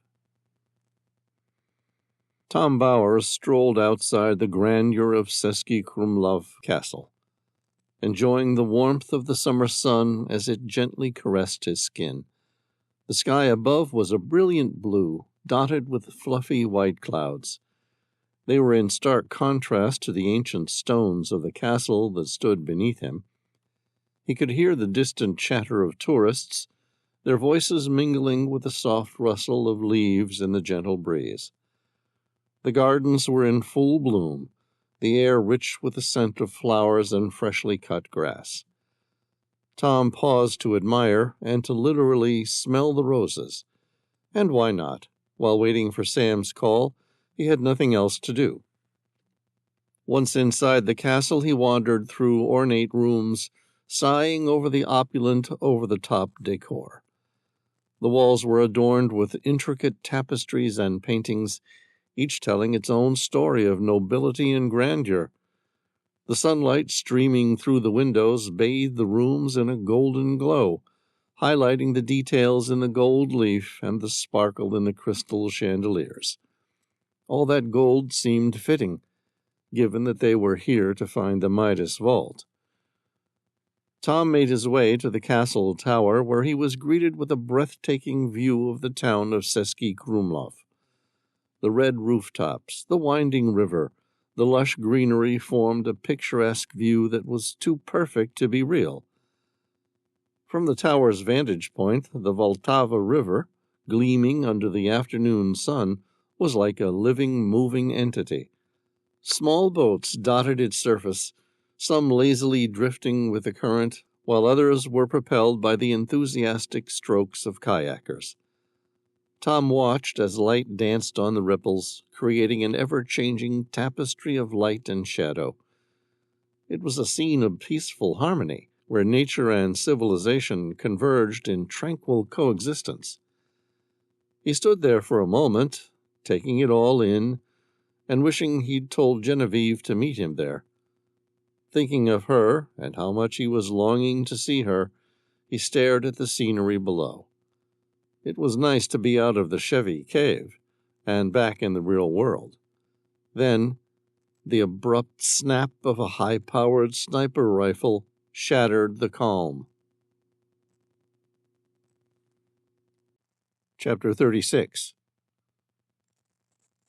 Amid the chaos, Sam's sharp eyes had scanned the surrounding area, catching a glint of metal in the distance. His heart pounded as he recognized the figure of a sniper who was rapidly making a retreat. He quickly searched the professor. Patting him down quickly, he retrieved his wallet and phone. One of them would hopefully reveal where he'd been living these past 5 years, and more importantly, where he tried to bury the Midas Vault. The sniper was nimble, swiftly jumping into a sleek black speedboat moored on the Vltava River. The hum of the craft's motor filled the air as he sped off, leaving a trail of disturbed water in his wake. Sam drew his Beretta and went after him. He launched himself into action, darting out of the cafe and onto the cobblestone streets of Český Krumlov. Nearby, a rustic wooden boat bobbed lazily by the shore, its teal paintwork weathered by the elements. An old man, the owner presumably, was just untying the ropes, his gnarled hands working slowly. Sam lunged for the small craft, pulling out his gun as a warning. The old man had the good sense to leap off, surrendering his boat without a fight. "I need this," Sam said. "Sorry." The old man turned his palms skyward and shrugged, as if to say, "You're the one with the gun." Sam clambered aboard, the vessel rocking violently under his weight. It was a simple boat, its weather-beaten steering wheel and throttle control reflecting years of use. He slammed the throttle open. Instantly the engine sputtered to life before roaring off in hot pursuit. Despite its age, the old boat was powerful. At one stage of its life, it had been thoroughly designed for speed. The riverbanks flashed by Sam, a blur of historic structures and towering bridges. The Český Krumlov castle loomed on one side, while centuries-old houses lined the other, their distinctive architecture an attractive backdrop to the high-stakes chase. The Vltava River, usually tranquil, was transformed into a racetrack as Sam navigated the winding route. Sam quickly began to close the gap. Up ahead, the sniper pulled a cord from his backpack. A paraglider's chute unfurled. Traveling at 60 miles an hour, the wing caught the air. It suddenly launched the person who murdered Professor Legrand high into the sky. Sam cursed as the sniper gracefully landed on an arching stone bridge above the river. He slowed the motorboat to a stop alongside a jetty beneath the bridge, jumped off the boat, and ran toward the cobblestone roadway above. Without missing a beat, Sam watched as a woman in black leather riding gear roared onto the bridge on a gleaming BMW R1250 motorcycle. Her helmet obscured her face, but her confidence and poise hinted at a dangerous allure. The sniper hopped onto the bike behind her, and with a throaty growl the motorcycle sped off, leaving Sam in their wake. Tom came running down the road toward him, his pistol in hand. "Are you all right?" he panted. Sam nodded. "Yeah, but the professor's dead." Chapter 37. Sam finished giving his statements to the Czech authorities. When they were finished, Sam handed the policeman, Detective Evzina Holochek, a card. Holochek glanced at the card and said in reasonably good English, "Harry Armstrong, gunsmith, detective retired. What is this?" "Harry's a long-time associate of mine. He has a Ph.D. in historic weapons and has been a lifelong gunsmith. He is also one of the best detectives, yourself excluded, of course, who has ever lived." The detective suppressed a laugh. "A real-life Sherlock Holmes, eh?" "Yes, and every bit as eccentric, yet smart and effective enough to justify one putting up with his idiosyncrasies." "All right, this Harry. What is it you wish me to do with him?" "Make some calls. Talk to anyone in the business. They will vouch for his authenticity and his ability." The detective shrugged. "Okay, yes. Let's say I do that. Then what?" "I'd like you to send your forensics and ballistics reports to him." "Why?" "As you're aware, Professor Legrand believed he had found the Midas Vault, and many people have been hunting for it. I believe that's ultimately what got the professor killed. Harry's been looking at some other ballistics, including an unexplained series of murders deep in a Mexican cave recently. There could be a match. I assure you, the information Harry can provide you will be in your interest." The detective arched his left eyebrow. "A sort of quid pro quo?" "Indeed." "This isn't one of your American crime thrillers, Mr. Reilly. We do not share information like this with non-law enforcement agencies." Sam grinned. "Yes, you do. You and I both know how the world works. You don't have the resources or the manpower, like every government policing agency in the world, to catch the group responsible for this. But I might, and when I do, I'm more than happy to place their names in your lap." The detective laughed. "All right, Mr. Reilly, I will ask around. If your associate Harry is indeed as good as you say he is, I will forward our ballistics report to him. We will be in touch." "Thank you, Detective Holochek." Tom approached a few minutes later. "How did that go?" "He's reviewed CCTV footage of the cafe. At least we're not suspects. He's run a search on you and I and is happy to help. We're free to go." "That's good." Sam said, "How about you? Did you find anything in the professor's wallet or phone to suggest where he's been or which cave system he hid the Midas Vault?" Tom said, "Yes and no." "Go on." "The wallet showed his address in France, where he keeps an apartment on the grounds of the Pantheon-Sorbonne University, where he's still technically a professor. He hasn't been there in 5 years. Last I heard, they were about to evict him on the presumption he was dead, which he really is now, so that won't help us out much." "Right." Tom smiled. "So, I plugged one of those USB-sized wireless devices into Legrand's cell phone. It was locked, but Elise hacked through that in about 30 seconds and siphoned up all the data stored on the phone." Sam felt hopeful. "Any luck?" "Some. Elise was able to hack his location services, basically seeing a history of everywhere he went with his phone since it was bought. One place identified an apartment nearby. It showed him visiting the same location most nights and remaining there for several hours." So that's his address. Exactly. Great. If she can do that sort of magic with his location services, tell her to track down the entrance of a cave. He said he spent a week reaching the lava lake. That means when he went underground, the phone's pinging system would have disappeared for roughly a week. She can add that into the Boolean code and find the cave easily. She could, if he'd been using this phone. Sam grimaced. Don't tell me. It's a new phone? Just a week old. That's pretty bad luck. Sam shrugged. Then again, it might be a good thing. How come?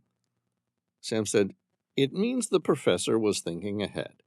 He knew that his location services were being stored in his phone, and presumably decided to destroy it afterward. If I had to guess, I'd say there's no chance we'll find his old phone at his apartment. In fact, I doubt we'll find anything of use there. So where do we go? Sam shrugged. To his apartment, of course. You just said we won't find anything there. Sam shrugged. True, but it's the only lead we have. Chapter 38. Sam knocked at the door of the professor's apartment. It was in Sesky Krumlov, within walking distance to the cafe where Legrand had lost his life. Anybody home? Sam asked. There was no answer. For the sake of keeping up appearances, he called out, Professor Legrand? Tom shrugged. I guess he lived alone. Sam tried the door. It was unlocked. That's interesting, Sam said, opening the door slowly. A tabby cat meowed and scurried toward an empty bowl on the kitchen table. Sam and Tom both withdrew their Berettas. They exchanged a quick glance. Tom moved first, with Sam covering him. Sam slipped through the door behind him. A minute later, he lowered his weapon. He could tell at first glance that they were alone. It was a single-bedroom studio apartment, one of those with the bed, kitchen, and living space all rolled into a single room, with the bathroom the only additional room in the house. The apartment was a quaint space, its aged charm evident in the creaking wooden floorboards and the slightly chipped yet intricately carved furniture.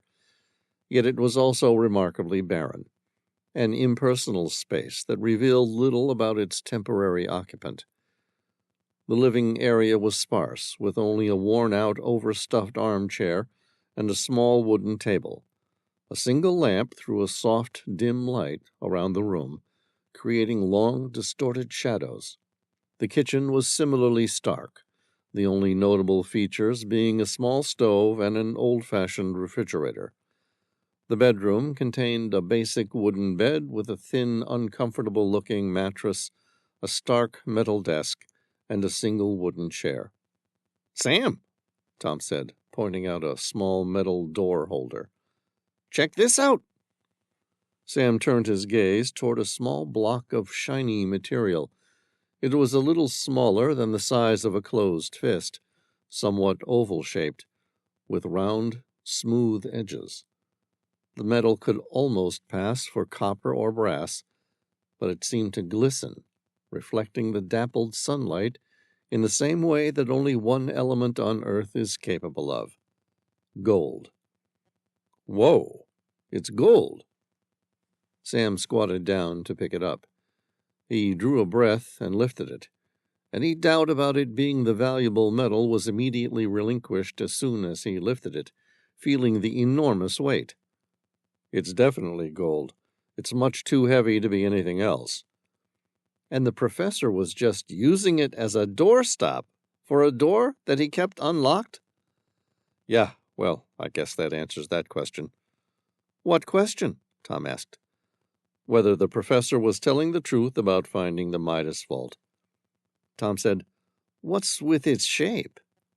Nothing unusual. Most gold smelting crucibles possess an oval shape with round, smooth edges. Amazing. Yeah, I wonder how he was trading it. He couldn't take it to any goldsmith to sell? Maybe.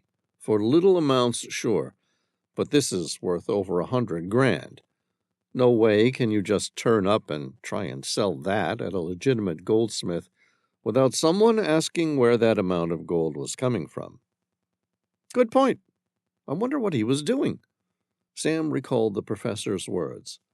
I made a deal with the devil. What in the world did you get yourself involved in, Professor? Sam put the gold block into his backpack. It weighed the pack down like he was prepped for a 3-day hike. He then turned to search the rest of the apartment. It was practically devoid of personal effects, which was unusual for a man as distinguished as the professor. It was as if Legrand had never really settled in, or as if he'd intentionally left no trace of his presence. But amidst this stark simplicity, Sam spotted a single photograph, propped up against the bedside lamp. Sam picked it up. The photo was taken of a group of people, all clearly cavers. With the professor standing next to them, he was in a harness and caving overalls, and surprisingly looking as though he fit into the group. Some of the cavers Sam recognized but didn't know. He'd seen one of them recently but couldn't recall immediately where. There was a woman standing at the edge next to the professor. She had dark, curly red hair, freckles, and a big smile. Sam exclaimed, "This is Mia!" Tom pointed to a small, wiry man next to her. "And that's Archie Bell." "Who?" "He was on the front cover of Descent, the British caving magazine, a few months ago. I've actually dived with him, some 10 or so years ago." "Great. Give him a call. Let's see what he can tell us about this expedition." Tom frowned. "That's not possible." "Why not?" Sam asked. "If you don't have his contact details, I'm sure Elise can track them down somewhere." "It's not that. I heard that he died 3 weeks ago." "Really?" A cold chill caught Sam's throat. "How?" "A bus crash in Peru. It tumbled off a ravine, killing everyone on board." Sam studied the image of another caver in the photo. It was a man in his 40s. He took a photo of the man's face and then put the image into Google. There were thousands of hits. His name was Tony Blatch. He'd made a name for himself on social media with photos of unique cave sites all over the world, had more than 1 million YouTube followers, where he candidly took his viewers to otherwise inaccessible regions of the subterranean world. Sam's eyes landed on the most recent article. Prominent caving photographer dies in a mugging. Sam clicked on the article. He was stabbed during a robbery in Japan. Astonished, Sam shook his head in disbelief. Who the hell gets mugged in Japan? Next, he searched for the woman standing next to Tony Blatch, Alicia Yeager.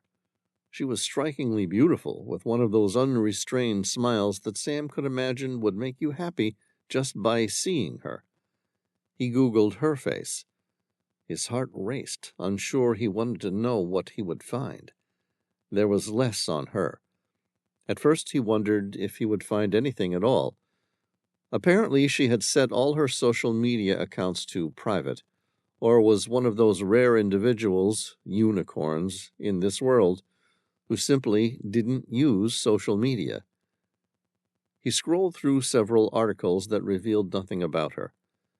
He was about to send her image to Elise, who would perform her sort of computer magic and extract anything and everything about her, hopefully including her whereabouts, when he landed on another obituary. Alicia Yeager, 22 years old, an upcoming star in the dangerous world of cave diving, was diving in a cenote in the Yucatan and drowned. Investigators found a bad mixture of gases in her tanks. It is unknown whether it was an intentional mistake on Ms. Yeager's part or an accident at the dive shop where they mixed the specialized gases. Her death was still under investigation. Sam clicked one last photo and put the image into Google. It was Zoe Rochefort. Another prominent caver. Several articles and no obituaries. It was a good start. There was a contact number. Getting better. He pressed the call button. A woman answered in French. Bonjour. Zoe, Sam asked. Non, c'est Tara. Qui est? The voice said in French. It meant, no, this is Tara. Who is this? Sam switched to French. He spoke with a slight accent, but was otherwise fluent. My name is Sam Reilly. I'm a cave diver. I'm trying to track down your sister. Any chance you know how I can reach her? It's very important. I am desolated not to be of help. Zoe, she is away for the summer. The summer? Sam asked. Where? I am unsure. The French Alps? Maybe the Pyrenees? I do not know. We live together, but it is not like we see each other often. Zoe and her boyfriend, Jules Durand, took their van and planned to spend the summer caving. I think she mentioned something about doing a big caving exploratory expedition. Listen, this is really important. Your sister was part of a caving expedition a couple years ago. She took an archaeology professor. Professor Legrand, oui, I remember. She said she had a lot of fun. In fact, I think she mentioned going back there to see if she could progress farther in the cave. Great. Any chance you can remember where that cave was? No. It was a big secret. Cavers, they are like that. They are all sure once they found a new passageway or a way through a previously impassable section of cave, but while they work on the route, they are always hushed. Listen, Professor Legrand was involved in something extremely dangerous. He'd found an archaeological artifact that was as deadly as it was valuable. The rest of that team, including Legrand, are all now dead. You need to think long and hard about where she might have gone or how I can message her. Her life depends on it. I am so very sorry, Mr. Reilly. I have no idea where she went or when she will be back. But if her life is in danger, perhaps going away is the safest action she can take, no? I hope you're right. Sam asked, what about a cell number? I'll send her a message. She'll get it as soon as she surfaces from the cave and can hopefully go to the nearest police station and wait for me there. I'm very sorry. She does not own a cell phone. Excuse me? Zoe, she is one of those free spirits. She goes where she likes and when she likes and does not conform to any normality in society. She's never owned a phone in her life. We still have an answering machine at home, just so people can leave a message for her to contact them. Is not that extraordinaire? Sam wasn't convinced it was extraordinary, but he did agree with her that being unable to be found might just save his sister's life. He left his cell number just in case Zoe contacted her. Sam stared at the picture. 5 faces stared back at him, their smiles now haunting. His eyes lingered on the one known surviving face, a pang of dread settling in his chest. Sam removed the photograph from the picture frame. No reason to let the professor's enemies know where they were. Sam said, We need to see Mia. She's the only one who might be able to tell us where Legrand went, and why someone is going to extreme efforts to prevent anyone from his expedition from speaking. The cat gave an excited meow. Sam turned to the door, his Beretta drawn. The doorknob turned slightly, then abruptly stopped. A man, in his early 20s, swore and turned to run. "Stop!" Sam shouted. Together, Tom and Sam chased the stranger, running at full speed. The kid jumped over a small rock wall, landing with a roll like one of those parkour athletes. Sam followed, sliding down on his stomach, hanging from his hands, before dropping to the ground some 10 or more feet below. Tom was now ahead of Sam. At 6'4" and full of muscles, Tom was built for sprinting. He gained on the kid and crash-tackled him to the ground. The kid rolled over. "Get off me!" Sam stepped up and put the Beretta to his head. "Quiet." The kid's eyes landed on the barrel of the pistol. He swallowed hard. "Listen, I can help you out. Just don't kill me." Sam said, "Okay, so talk." The kid stared blankly. "About what?" "Let's start with what you were doing at that apartment." "I feed my girlfriend's cat while she's away. That's all. Everything she owns is usually in a backpack or a camper van, so she leaves the place unlocked. Sometimes I use it if I'm too drunk to drive home." So it was not the professor's residence. It was a friend's house, a safe place, his hideout. Makes sense. Sam said, "Okay, so why did you run when you saw us?" The kid's eyes returned to Sam's gun. "Really? You want to know why I tried to run away from you two thugs?" Sam grinned. "Trust me, we're not the thugs you'd better be worried about." "I don't know what you mean." "You have no idea what's going on?" "No. I just feed my girlfriend's cat while she's away, that's all." Sam put the Beretta away while Tom searched the kid's pockets. He wasn't carrying a weapon. Tom found his wallet, grabbed a photo of his license, and texted the image to Elise to find out everything about him. He then handed the wallet back. "Here you go, Mr. Michal Chermak." "Thanks," the kid said, snatching his wallet back and tucking it in his trouser pocket. All three of them stood up. Sam handed the kid the photograph. "Do you know these people?" "Uh-huh," Michal said. "Some. I've met the professor a few times. Some of the other cavers, mainly in passing. Why?" "Most of them are now dead." "What?" "They were killed to prevent them revealing information about something they were involved in. I'm friends with the professor, and I'm trying to find out what happened." "All of them?" Sam didn't know how much to reveal. "Some. Others are missing, and we're trying to track them down." The kid's tone changed. "I don't believe it. Look, I'm happy to help in any way possible. Just tell me what you need." "That depends. What do you know about the Midas Vault?" The color drained from Michal's face. "Holy shit! That's what this is all about? It's my fault. I think I killed them all." Chapter 39. Sam listened as the kid explained what happened. He was Mia's boyfriend, but they hadn't seen much of each other lately. She was chasing her dreams at Chevy in Mexico, and he was finishing the end of an arts major at Prague University, Czechia. He hadn't meant to kill Mia and hadn't even heard that she had died. Sam observed the pain in Michal's face. He didn't want to interrupt the story, but he couldn't let the poor man suffer that much. "Look, Mia's still alive. I saw her in Chevy a few days ago." "That's great news." "But she's been convicted of murder." "Murder?" Michal shook his head dismissively. "It's impossible. She wouldn't hurt a fly, let alone a person."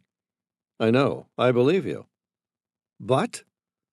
"The Mexican police service doesn't agree with my opinion." "Hang on. You said they convicted her already." "Afraid so." "Was she convicted when you saw her?" "No. It happened the day after I left. It's a long story. I'll bring you up to speed, but basically, the rest of her caving team were murdered, and she was the only person left alive in a small air pocket at the end of a large sump. The authorities think she lost her mind and killed the rest of the team." "But you don't?" "No.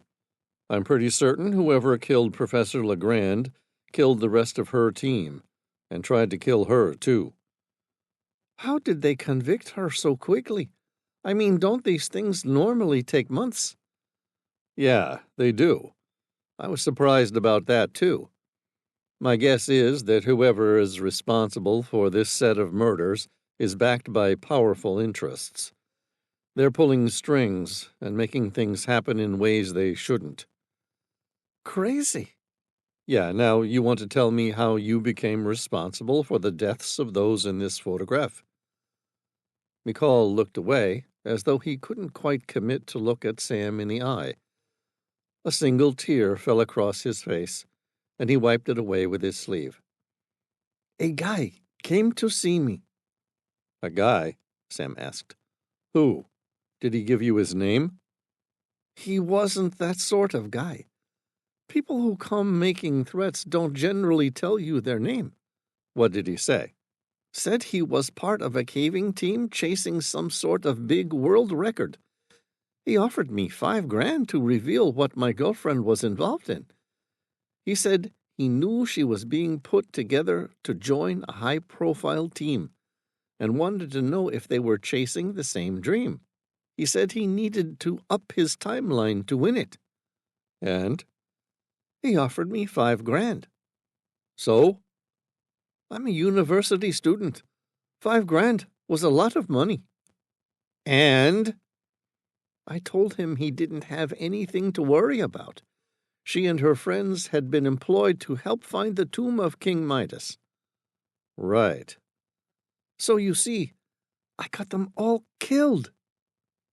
Sam put a sympathetic hand on his shoulder. There was no way you could have known.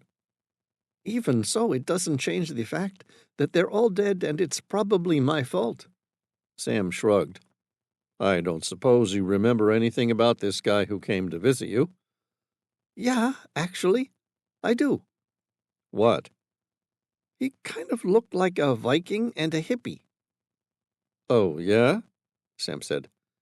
In his mid to late 30s, with long, thick brown hair cascading down his back, tied up in an intricate Viking plait, clean-shaven? Sure, that's the guy. Do you know him? I do, Sam nodded. His name's Luke Roebuck. Chapter 40. Sam headed back to the airport.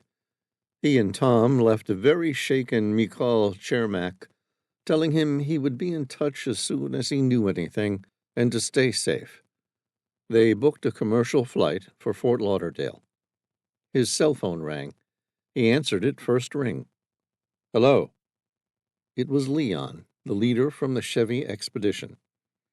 You were right. Someone came down through the oculus. Come again? We used a telescopic ladder to get through, and you'll never believe what we found. Go on. Ring bolts had been drilled into the limestone wall above, strong enough to hold a wire ladder. Someone used it to enter the chamber from above? Looks like it. Anything else? Yeah, there was a small cache of diving gear, including a rebreather and spare tanks. Enough for someone to make the dive to the Trump? Yeah, and to commit the perfect murder. Sam's heart sped up. Have you contacted the authorities? Yeah, they weren't interested. What are you talking about? This is big.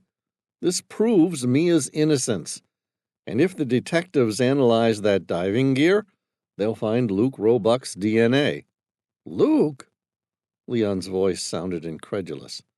Are you sure? Certain. I'm just leaving Czechia. A friend of mine put together a specialist caving team. Now almost every one of its members are dead. All in the past 6 weeks.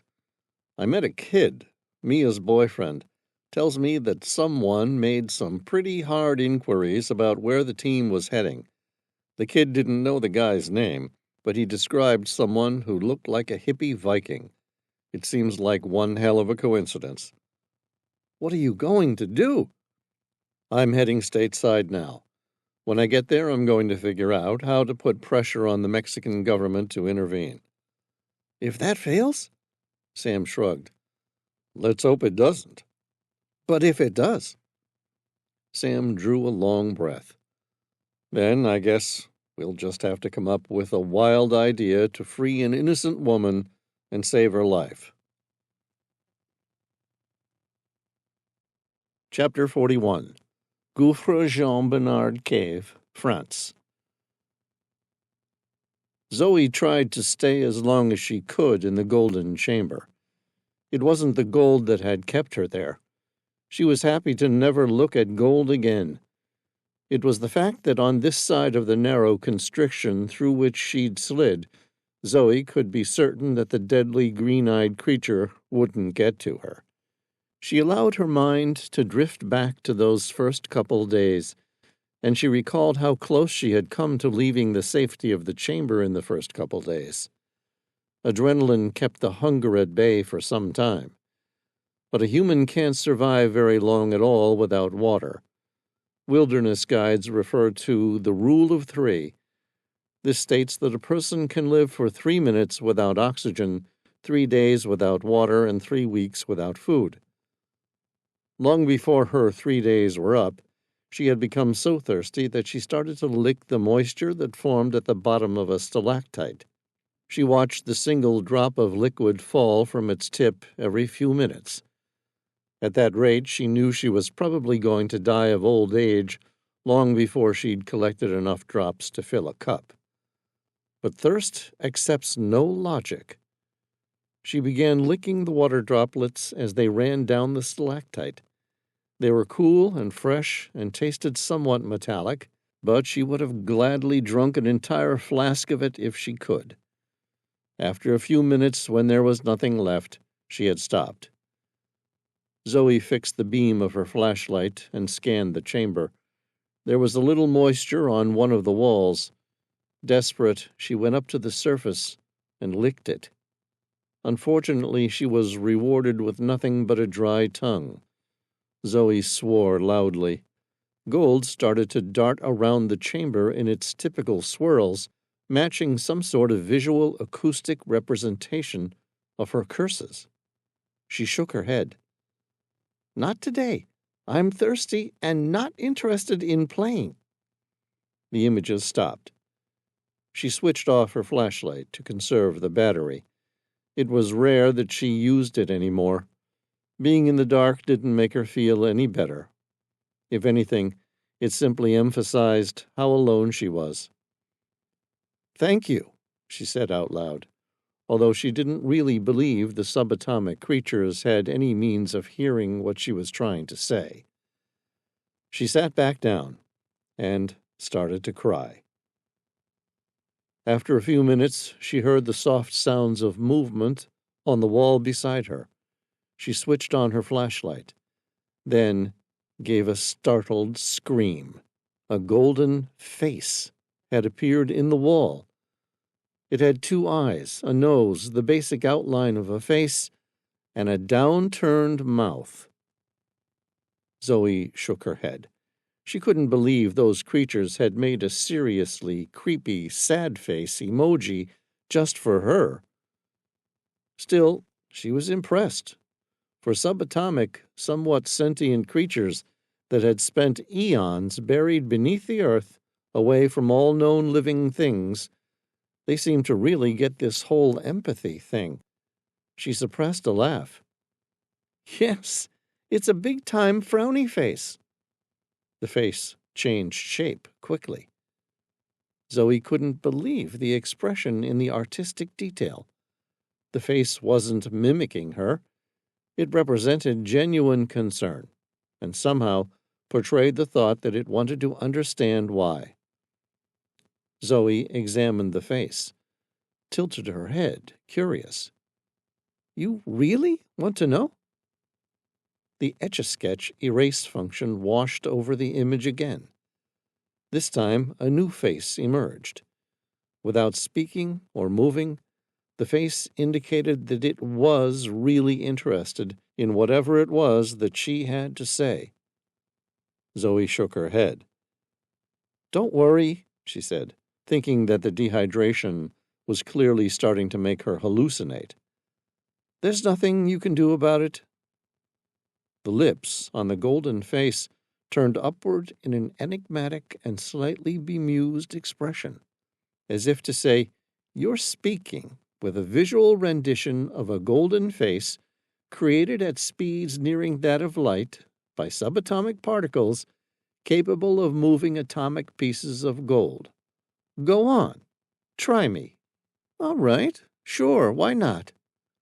She got up, fixed the flashlight on the stalactite.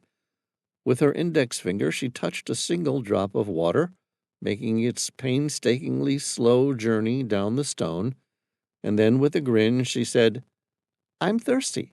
I mean really thirsty. I'm going to die here if I don't get to drink soon." There were some rustling sounds. She had learned that these were associated with the strange creatures moving their subatomic particles. Not quite sure what to expect, Zoe waited and watched. After all, even if they were sentient, there was no way they could possibly understand her gestures. Like, actually, how many people would get her hand gestures in a game of charades meant that she was dehydrated and needed to find water. And even if they did know what she required, it wasn't like they could simply make water appear from nothing. They worked with gold, not water. Zoe smiled. Case in point, the stalactite was clearly turning to gold. She frowned. "Sorry, I can't drink gold. I'm not that kind of girl." But the gold kept coming.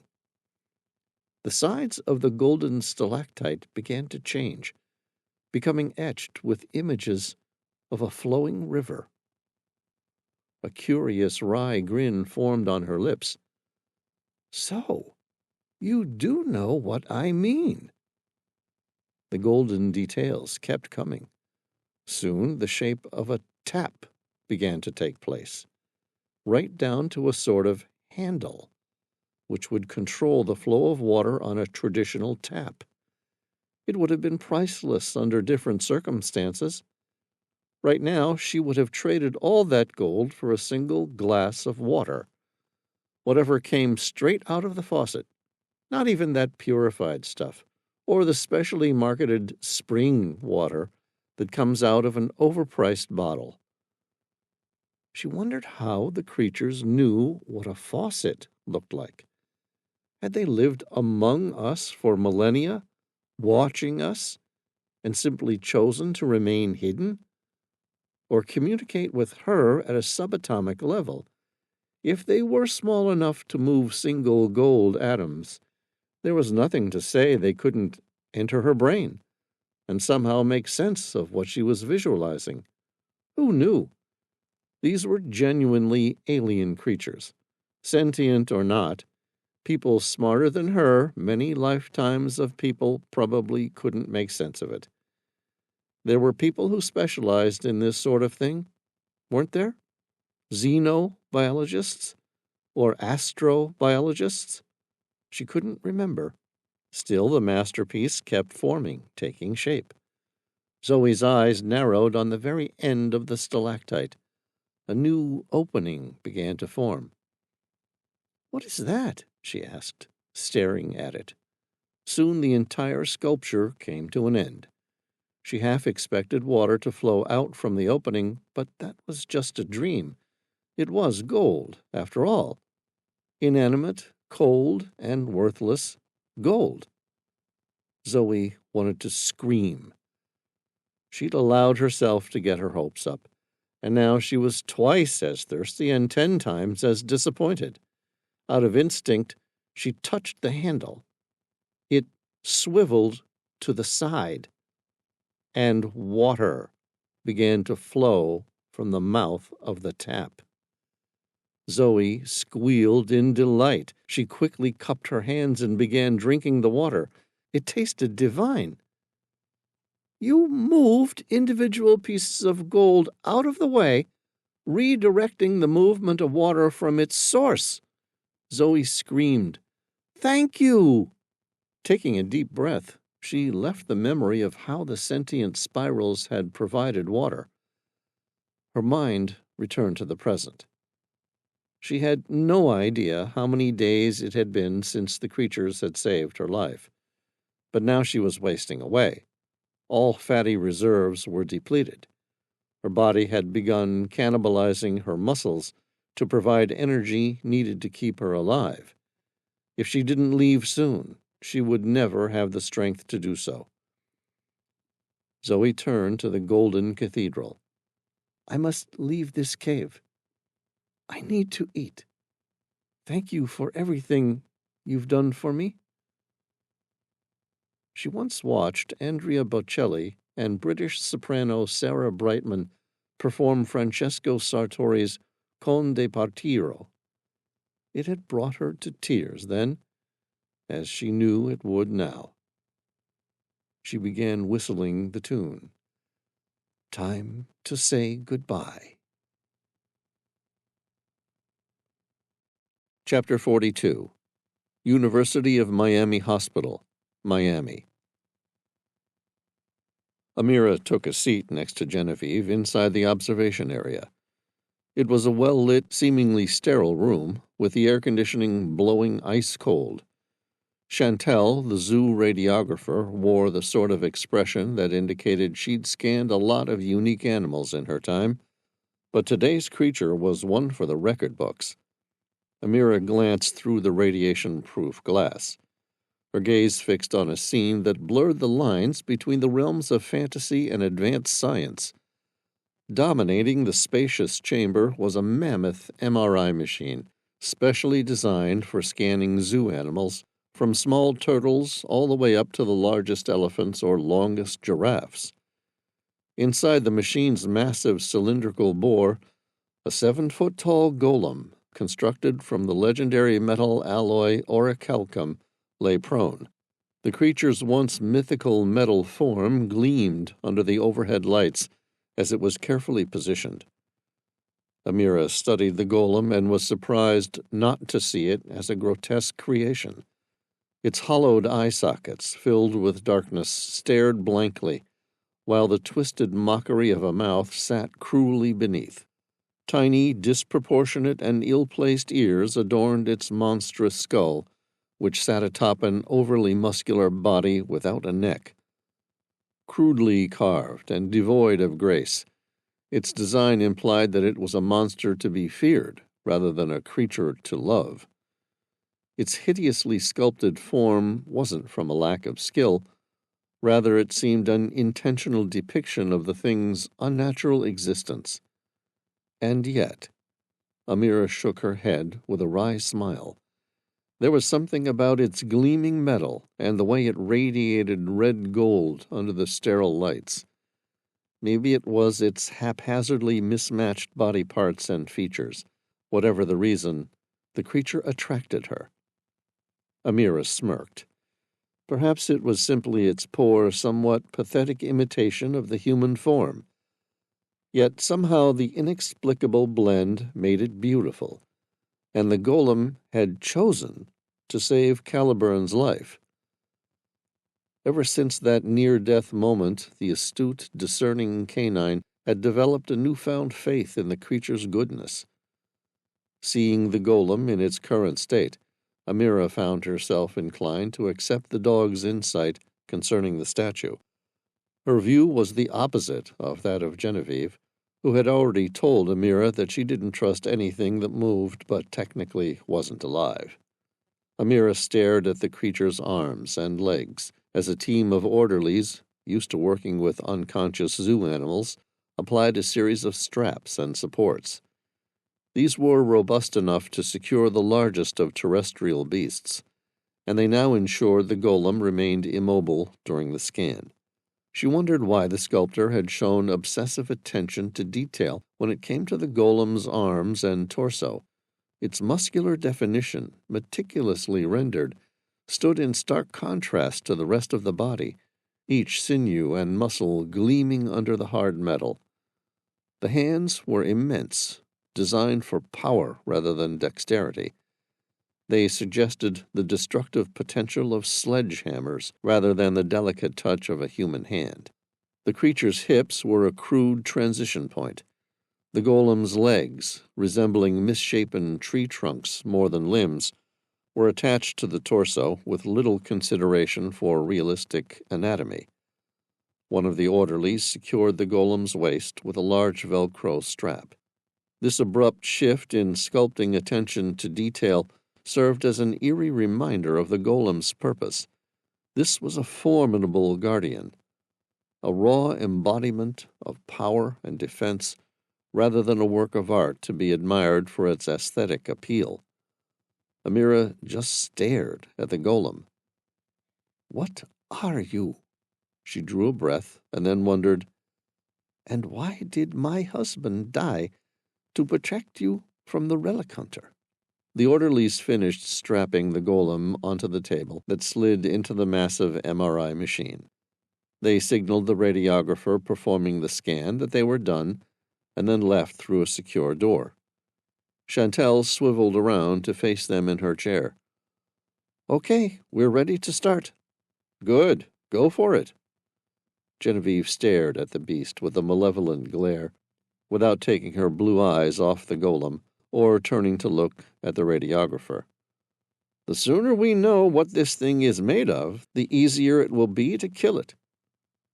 Amira, aware of her colleague's attitude, didn't flinch at this lethal intention. Instead, her lips curled in fascinated awe. "I don't understand. How can we MRI the golem? I thought MRIs and metals don't mix because of the magnetic field." "You're right. It's a bad mix traditionally. All sorts of things can go wrong when metal is placed inside the strong magnetic field of an MRI. Metals can heat up, they can arc with electricity. Metals caught in the magnetic field can be ripped through an animal's tissues. You wouldn't believe the things I've seen over the years. But the scientists who performed the thermal infrared spectroscopy tell me they believe the golem is made of orichalcum." Amira turned her palms upward, her eyebrows raised. "So that changes things how exactly?" She gestured toward the serene figure of the golem encased within the MRI scanner. "The golem is made of orichalcum, an ancient alloy. This mix of gold, copper, tin, zinc, and brass is non-ferromagnetic. That means it won't attract metal, which makes it safe for MRI scanning. Each of these metals on their own doesn't react to magnetic fields in a way that would pose a danger or distort the imaging." "None of those metals you stated are magnetic." Chantel shrugged. "Technically, they're classified as diamagnetic, meaning that they can be repelled by a magnetic field, but cannot form a permanent magnet." "Interesting," Amira swallowed. "And if the scientists were wrong about the spectroscopy?" Chantel arched a delicately trimmed eyebrow and gave a bemused grin. "You mean if the golem is actually made of iron?" "Yeah." Chantel snorted. "Well, then we're going to see a world of damage. That golem will be ripped apart. The MRI machine will probably be destroyed, and we'll be lucky if the building is still standing at the end of it." Amira said, "Let's hope the scientists got the spectroscopy right." "Let's hope," Chantel agreed. With a satisfied smile, Genevieve folded her arms across her chest. Amira could swear she was imagining the golem being ripped apart. "No problem. I love watching fireworks," Genevieve announced. Chapter 43. The MRI machine whirred into action. The sterile white room at the zoo radiology facility was buzzing with anticipation. The golem, a towering 7-foot figure, lay prone on the large scanning table. Despite the controlled environment and sense of excitement, an undercurrent of unease wove its way through the room. They were about to conduct an MRI scan on an artifact thousands of years old and potentially not entirely inanimate. Amira found herself unintentionally holding her breath.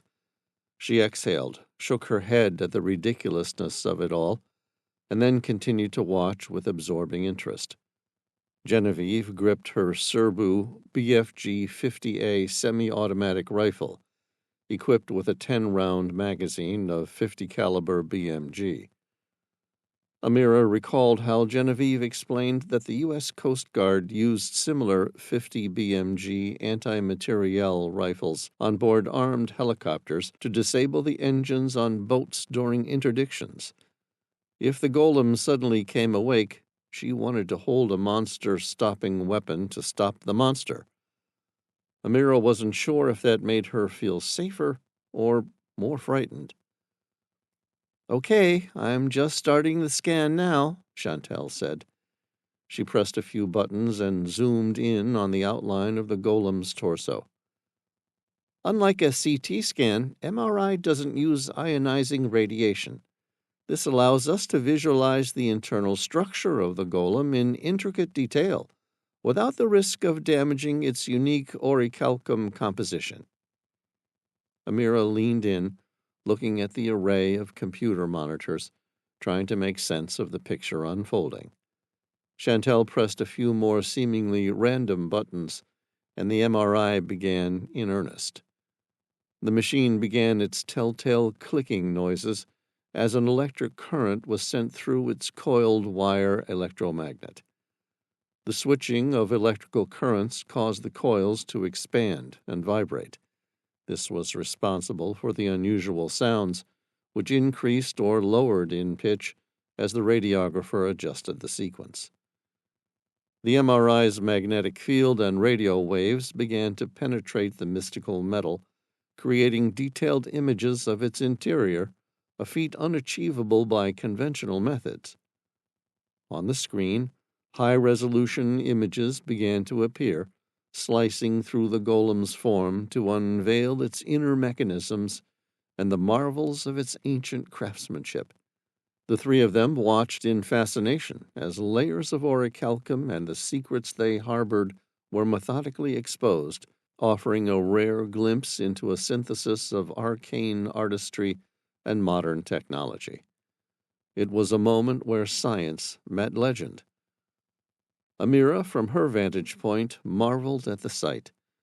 The MRI's ability to produce such clear, detailed images of a being as enigmatic as the golem was proof of the incredible advances in medical imaging. The scan started at the golem's feet, the machine's light moving slowly upwards, capturing images of what lay within. The first results, projected onto a screen, revealed what was expected, a solid structure of near-mythical metal. But as the scan reached the torso, the image flickered, revealing an unexpected sight. A dark, liquefied substance was occupying the chest cavity. Intrigued, Chantal zoomed in on the area, the 3D image rotating to provide a detailed look at the internal structure. It wasn't blood, as it was too dark and viscous. Instead, it was more akin to oil, suspended within the golem. The sculpture remained still, completely unmoving, yet apparently it had the potential for motion. "It's not alive," Chantal breathed, her eyes glued to the screen. "But it's not entirely inanimate either." "Well, is it dead or alive?" Genevieve asked. Her voice snapped like a whip, or a command. It was as if she were a soldier who'd found an alien inside a downed spacecraft. She needed to know if the creature could kill her and everyone around her. "Can't say," Chantal said. "Not yet." "What can you tell us for certain?" Genevieve persisted. "Look at this liquid."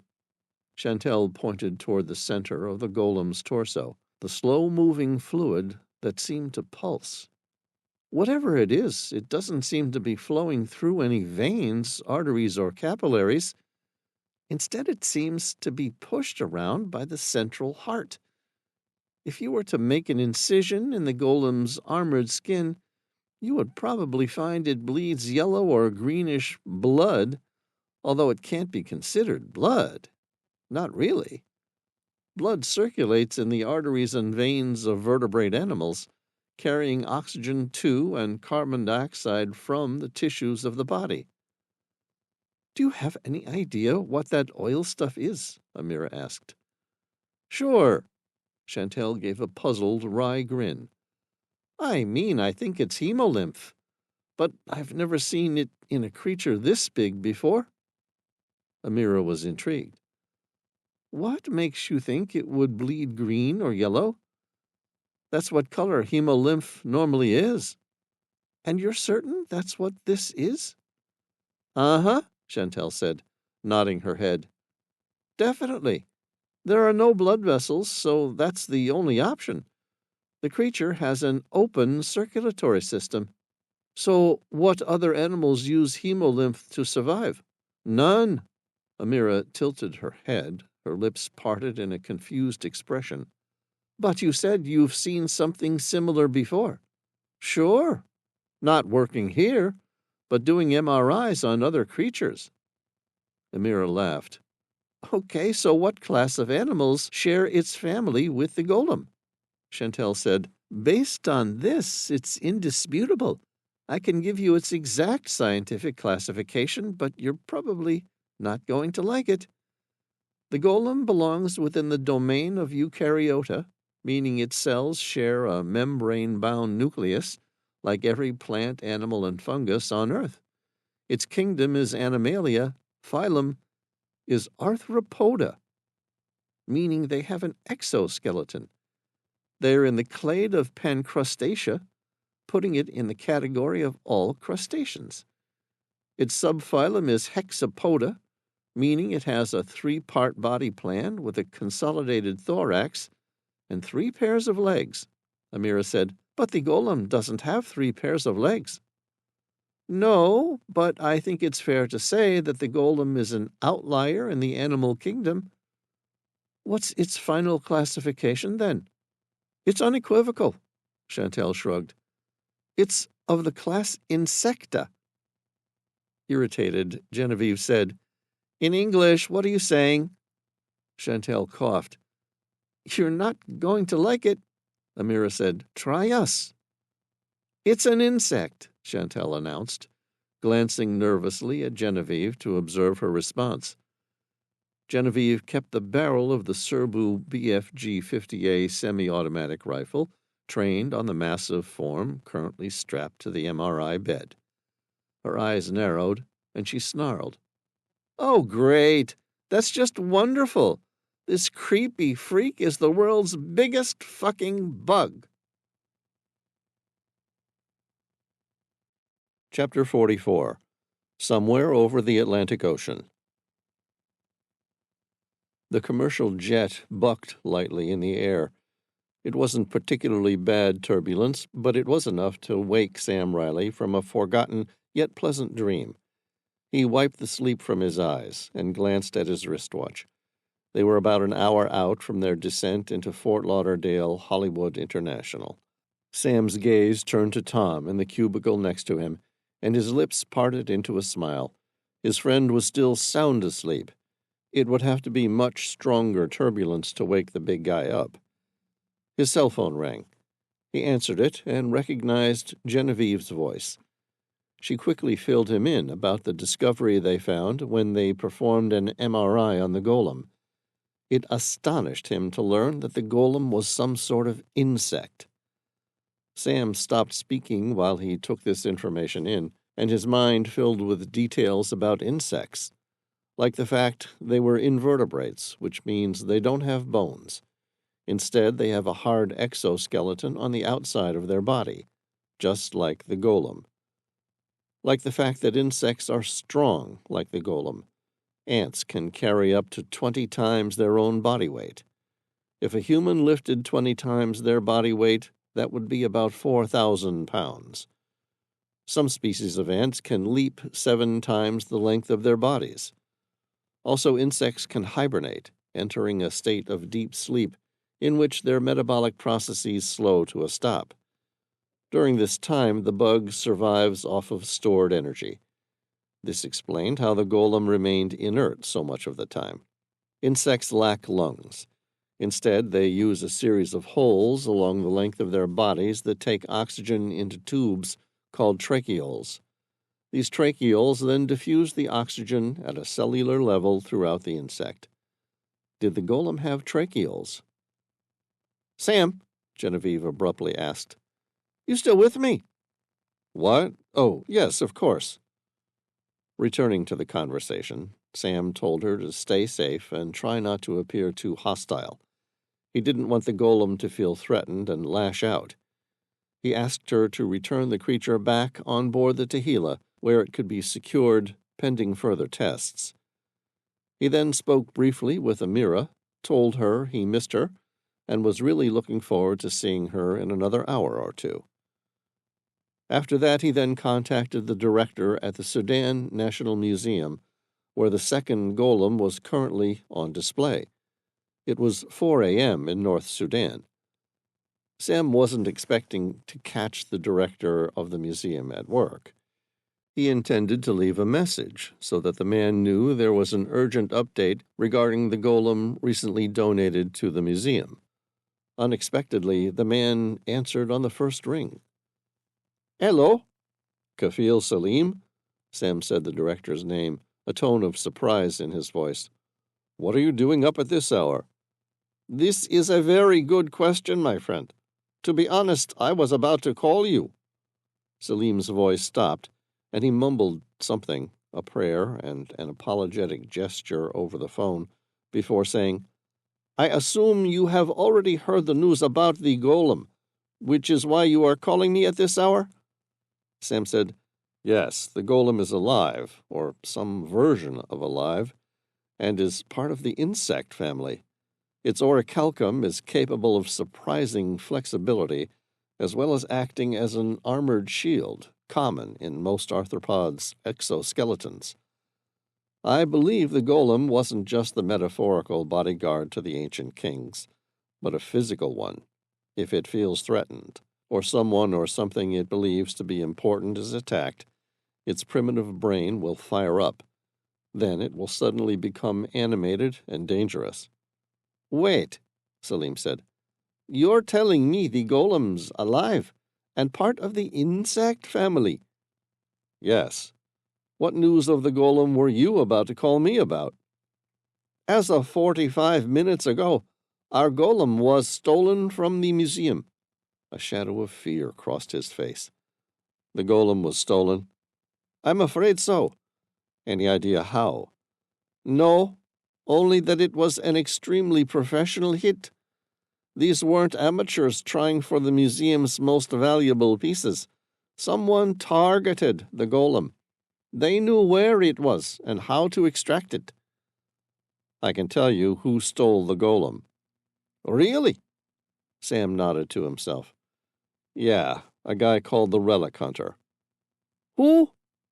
"I have no idea, but he, if it even is a he, is renowned at being capable of getting his hands on any artifact on Earth. Unique archaeological discoveries are his specialty. The Relic Hunter is trying to locate and acquire all 3 golems." Salim said, "I think he's trying to reach the necropolis of the gods." "I agree. I thought the golems would be safe where they are, but evidently not." Sam pictured the strange celestial maps on the back of the 2 golems.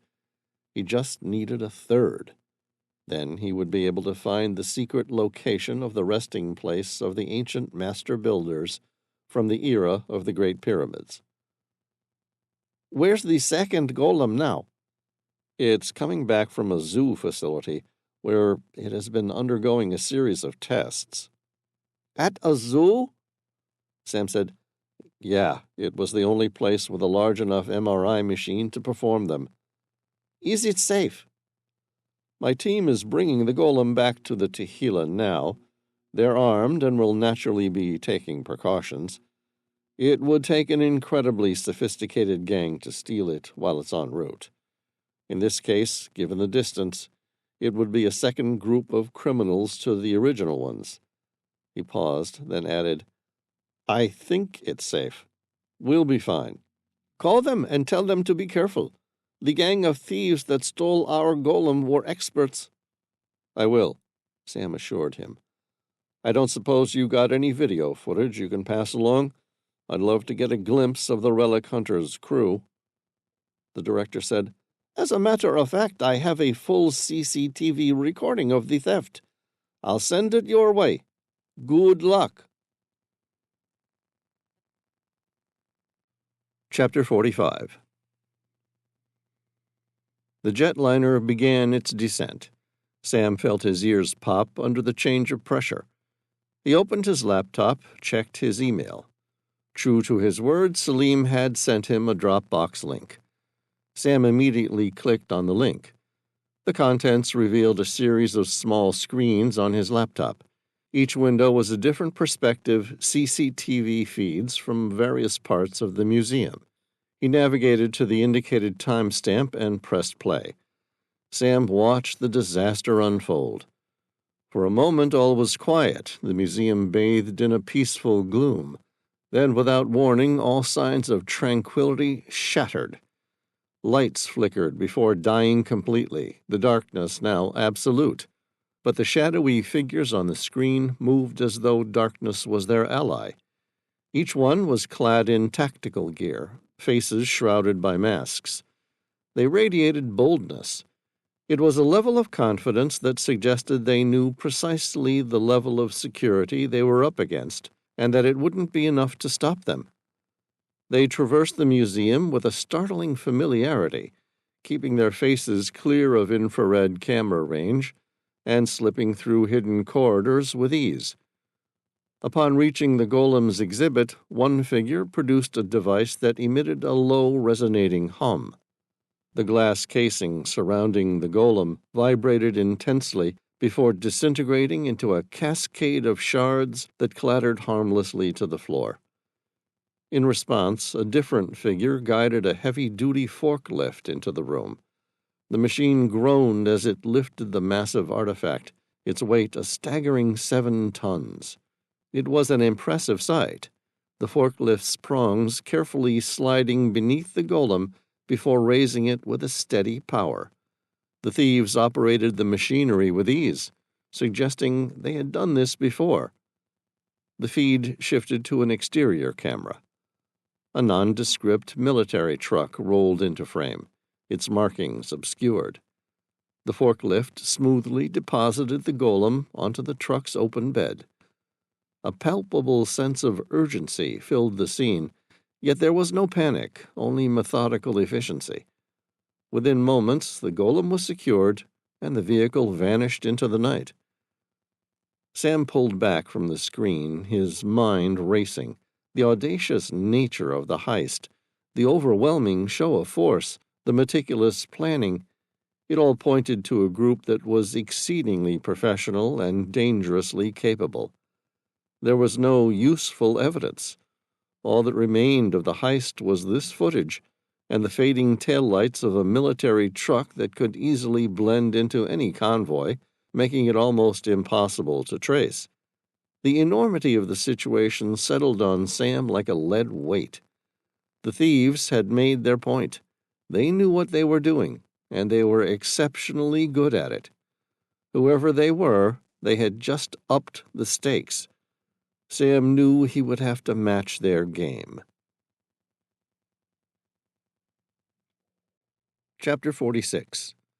Miami Zoo Radiology Center, Miami.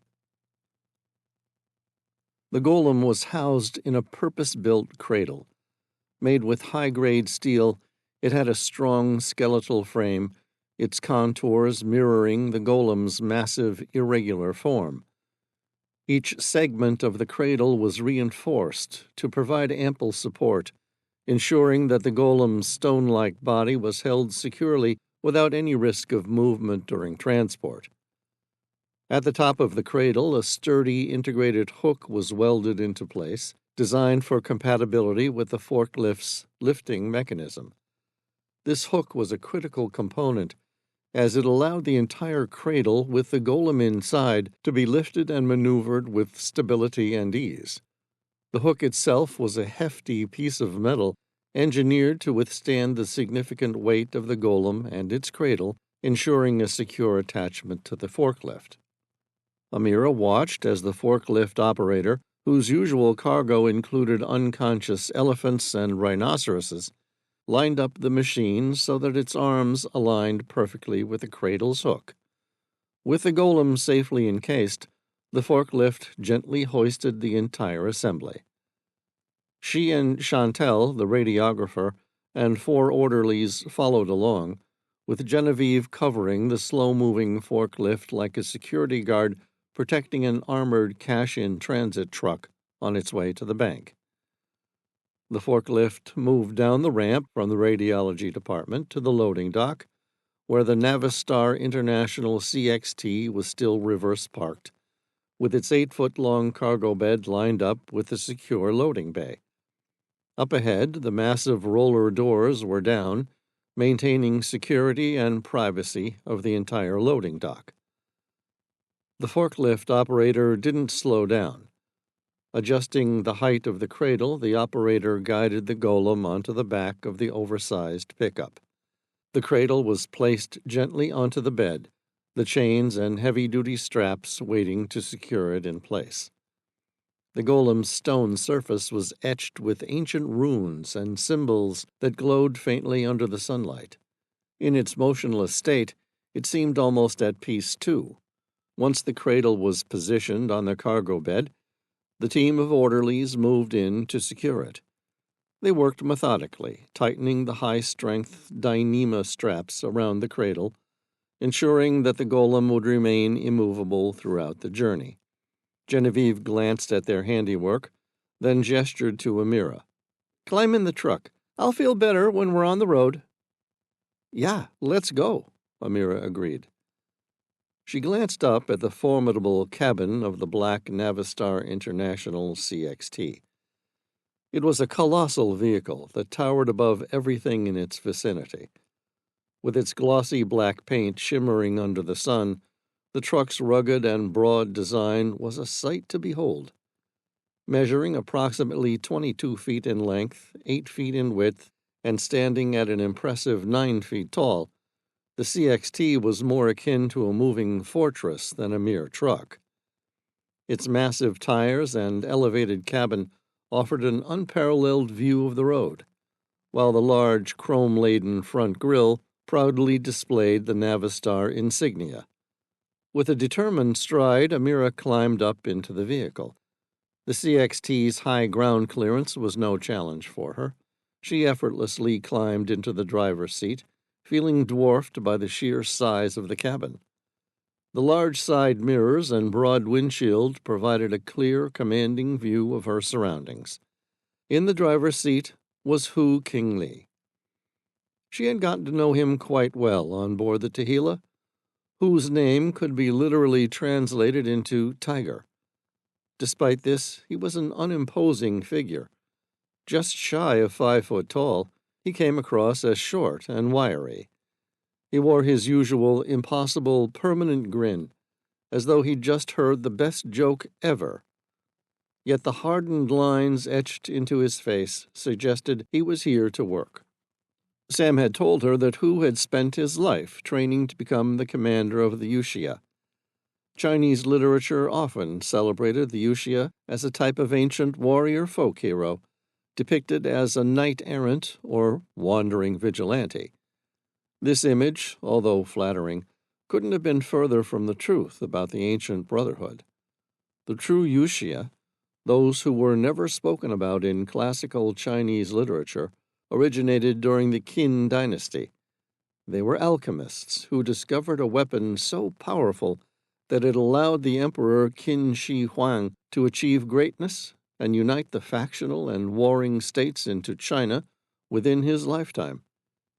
Hu was the 75th generation of warriors sworn to protect the Qin Shi Huang tomb, where the remnants of the powerful weapon, known as Dragon's Breath, rested until recently.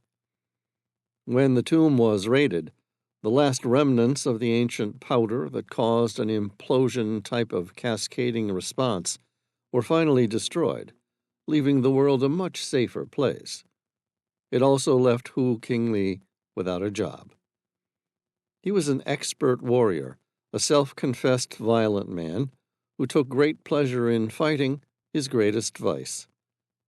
Hu had chosen to dedicate his life to ensuring this ferocious addiction was used on the side of good. Despite his size, he was an incredibly capable fighter. Attached to his belt was an iridescent sword known as Dragon's Breath, a seemingly antiquated weapon.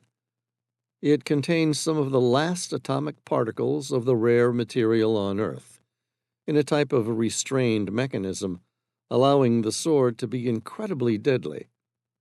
On the other side of his belt, he carried a QSZ-92 semi-automatic pistol. In its own cradle, between the driver and the passenger, rested a Remington 870 12-gauge pump-action shotgun. Genevieve opened the back door of the dual cab and climbed in. Sitting in the back of it was Caliburn, his hackles raised. His golden fur was sticking up. Piloerection, Genevieve thought absently, the medical term for his reaction. Caliburn had sensed something he didn't like. Restless at the delay, he emitted a quick, sharp bark. "I'm with you," Genevieve agreed, giving him a quick pat on the neck. Adrenaline was coursing through her. "Something doesn't feel right." As soon as the door was shut, she said, "Who? Drive!" Chapter 47. Who turned the key? The heart of the International CXT awakened first go. Its powerful International DT-466 diesel engine produced a slow, certain, and powerful throaty sound. A 7.6-liter powerhouse, capable of generating up to 220 horsepower and an impressive 540 foot-pounds of torque, rumbled to life. This engine, paired with the vehicle's tough build, could handle virtually any terrain and challenge. The red light in the loading bay came on. A few seconds later, the massive roller door slowly began to open. In the passenger seat next to him, Amira looked concerned and bewildered as Genevieve handed her a Heckler & Koch MP5 submachine gun and gave her brief instructions in how to use it. "What do you want me to do with this?" Amira asked. Genevieve shrugged, her eyes darting ahead and left and right, before turning to glance behind them. "If there are bad people out there trying to get the golem, point it in their direction and squeeze that trigger. The weapon will do the rest." "Bad people?" Amira asked. "How do I recognize which bad people I want to shoot?" Genevieve nodded in a gesture that hinted that it was a reasonable question that she struggled with every day. "Just shoot the ones trying to shoot at us, and you'll be right." "Okay, just shoot anyone who tries to shoot at us," Amira said. Then, catching the gravity of her words, she added, "Why the hell is someone going to start shooting at us?" "It might not happen," Genevieve offered in way of comfort. "But given Sam's track record, it probably will." Amira glanced at her. Small lines in her forehead furrowed as she frowned. "Really?" "I sure hope so." Hu grinned as though he were having the best day of his life. "The CXT is virtually an oversized tank, and we're armed well. Sun Tzu recommended avoiding a fight at all costs. But if it was really necessary, make sure you're the one driving a nearly indestructible machine and carry the greater firepower." He then laughed at his own joke. The roller door opened. Hu took his foot off the brake and shifted to the accelerator. The metal monstrosity began to move forward, its powerful engine barely above an idle.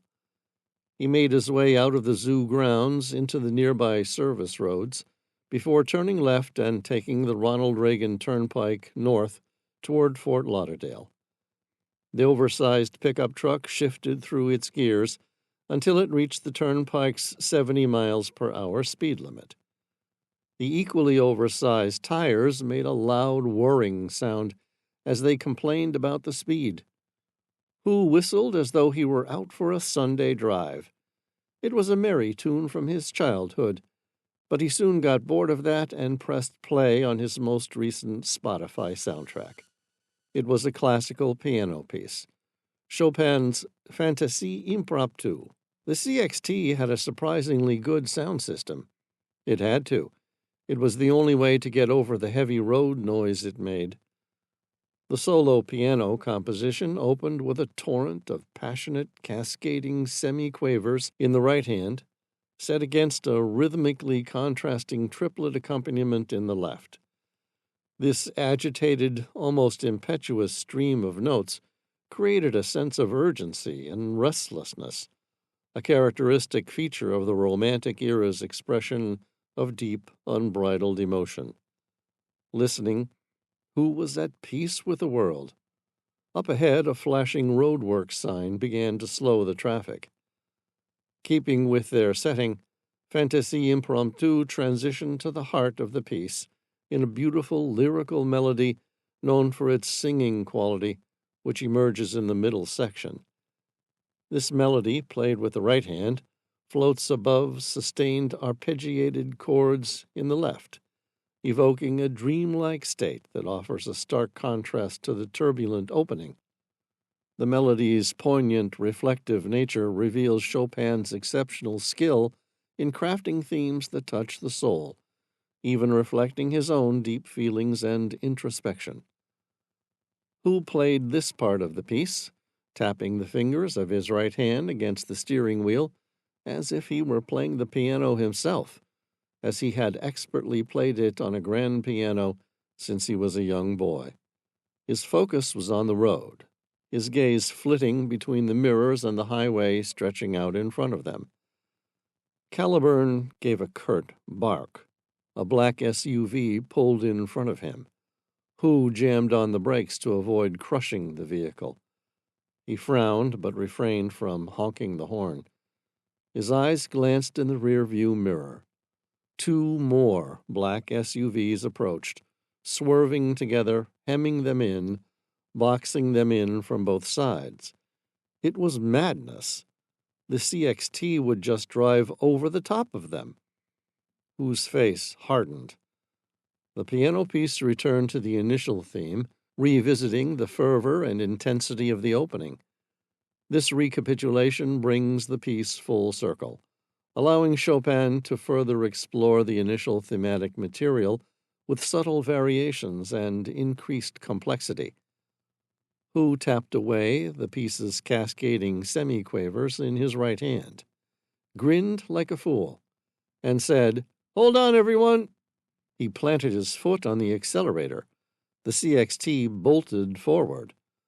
The truck surged forward, aiming for the small gap between the lead SUV and the safety barrier. Metal clashed with metal as they broke through, but the pursuing vehicles were undeterred, darting after them like menacing shadows. Someone inside the SUVs began firing at them. The bullets ricocheted off the CXT's metal bodywork, which was made of thick military-grade steel. The glass in the back windshield began to splinter. It was ballistic resistant, but the large spray of machine gun rounds was taking its toll. Hu said, "Genevieve, do you mind doing something about that?" "I'm on it," she said, winding down the side window. She brought the gun out and began shooting at the SUVs. The shots went wide. She pulled the weapon barrel back inside. "The angles are all wrong." Hu kept tapping out the chords of the piano piece as it raced toward its crescendo. "You've never shot out of the side windows at a pursuing car?" "Plenty of times. I've hit the driver many of those times, too." "So why are we still being chased by some SUVs?" "The International CXT. It's gigantic. Its cargo bed, along with the Golems, is too big. I can't shoot around it, and so any shots that I take are going to keep going wide." "Right," Hu said, now starting to understand the problem. "All right, I'll deal with it." Up ahead, traffic had slowed to a standstill. Who scanned the horizon. There was an accident at the Fort Lauderdale interchange. On the overpass, a large yellow Scania had broken down.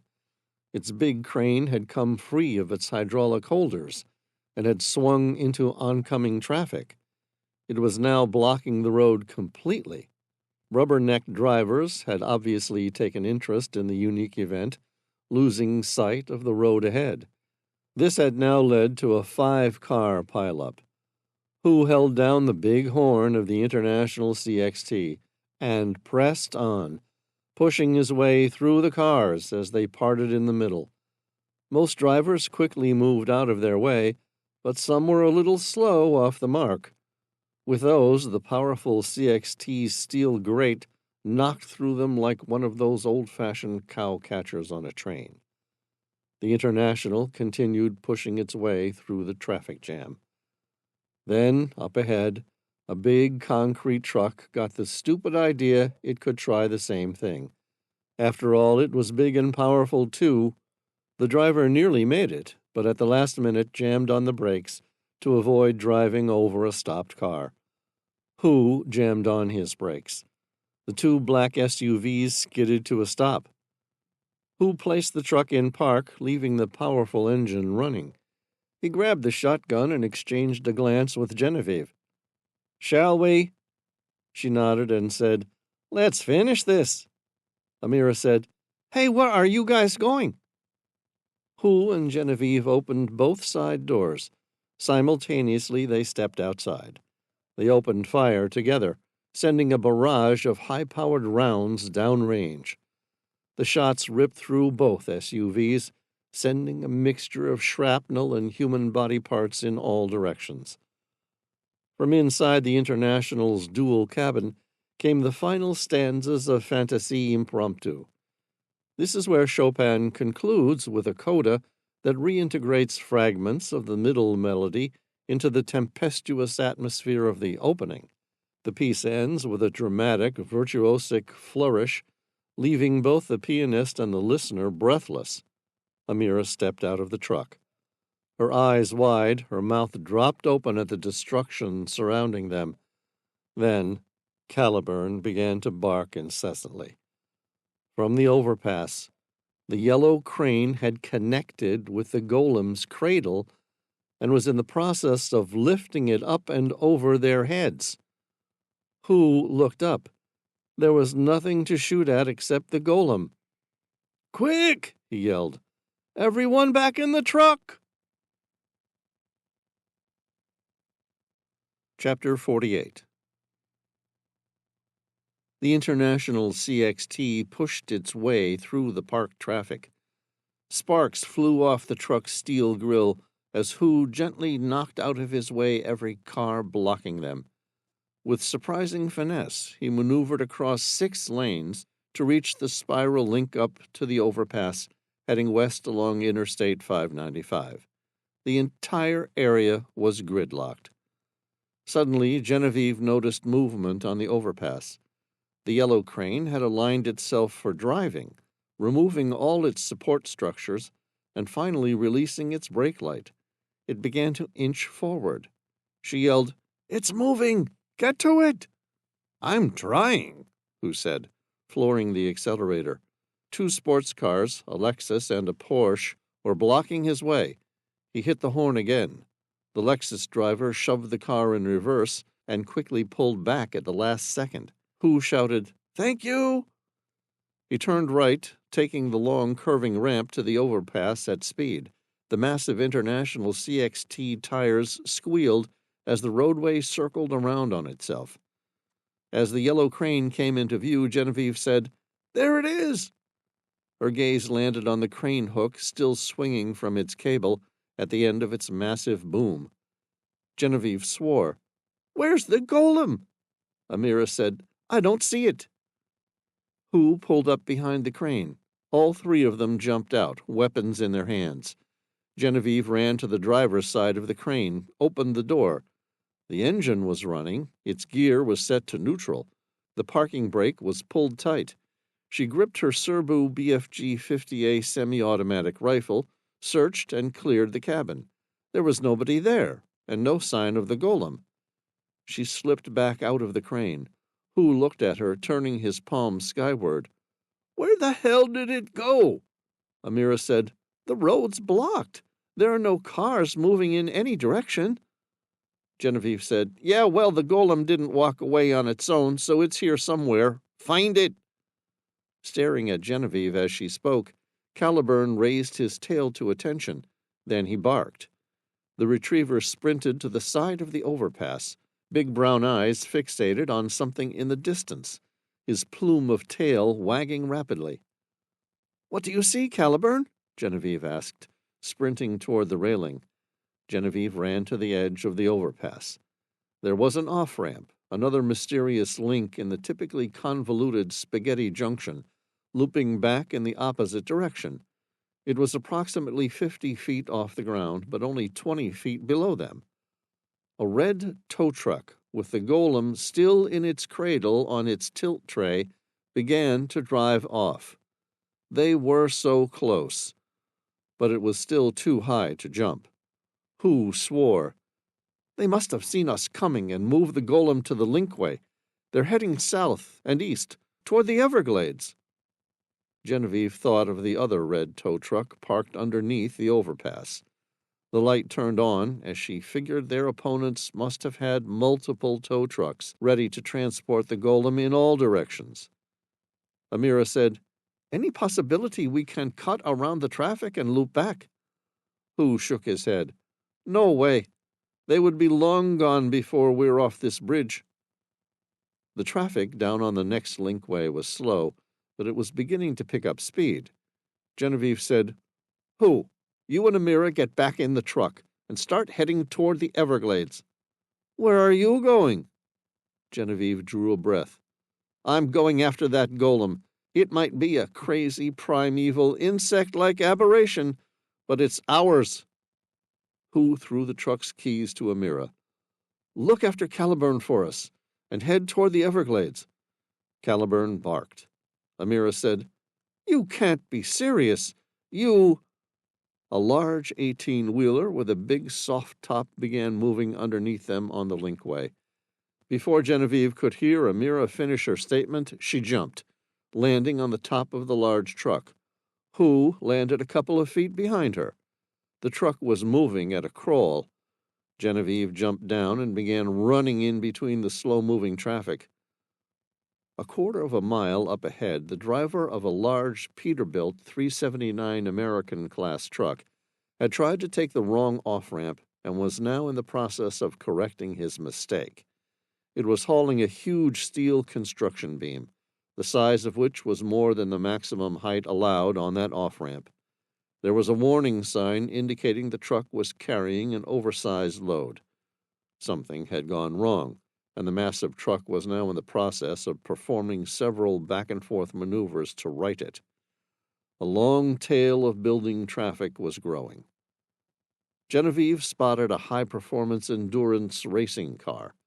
Boasting a striking aerodynamic design, its sleek, low-profile body, painted in a vibrant blue with white racing stripes, glided just inches above the ground. The shape, characterized by its long front hood and short rear, exuded speed and power. It gave the car an overall impression of aggressive elegance and technical prowess, while capturing the essence of racing heritage. She grinned. It was a Ford GT40, the same model that broke Ferrari's winning streak at Le Mans in 1966, becoming the first American manufacturer to have won a major European race since Jimmy Murphy's triumph with Duesenberg at the 1921 French Grand Prix. Genevieve knocked at the window. A young woman in expensive clothing, all couture, looked at her in a gesture that suggested she was an idiot. Didn't she know there was a traffic jam up ahead? Genevieve said, "Open up. I need your help." The woman mouthed the words, "What makes you think—" Genevieve showed her the barrel of the Serbu BFG 50A semi-automatic rifle and made a self-deprecating smile. "I really need this car." The woman swore and climbed out. Genevieve hopped in the driver's seat. "I'll try my best not to scratch it." Who climbed in the passenger seat. Genevieve took her foot off the brake, transferred it to the accelerator, and gunned it. Chapter 49. The Ford GT40 accelerated hard.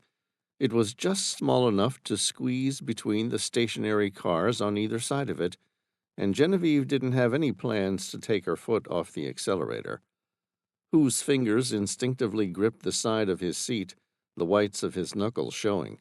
He swallowed hard. "I don't mean to tell you how to drive, Genevieve, but do you see that truck up ahead?" "I see it," she replied calmly, the engine roaring beneath her. Her composure was a facade. Genevieve's heart pounded in her chest as she pushed the stolen Ford GT40 to its limits. The damage bill was escalating, but it would be nothing compared to what would happen if the relic hunter got his hands on all three golems. If he managed to reach the necropolis of the gods, he would dig up some of the greatest weapons of all time. Her sky-blue eyes narrowed on the small gap between the large truck and its oversized steel structure, which offered a shallow passage beneath it. The GT40 might just be small enough to make it through. "Look out!" she yelled.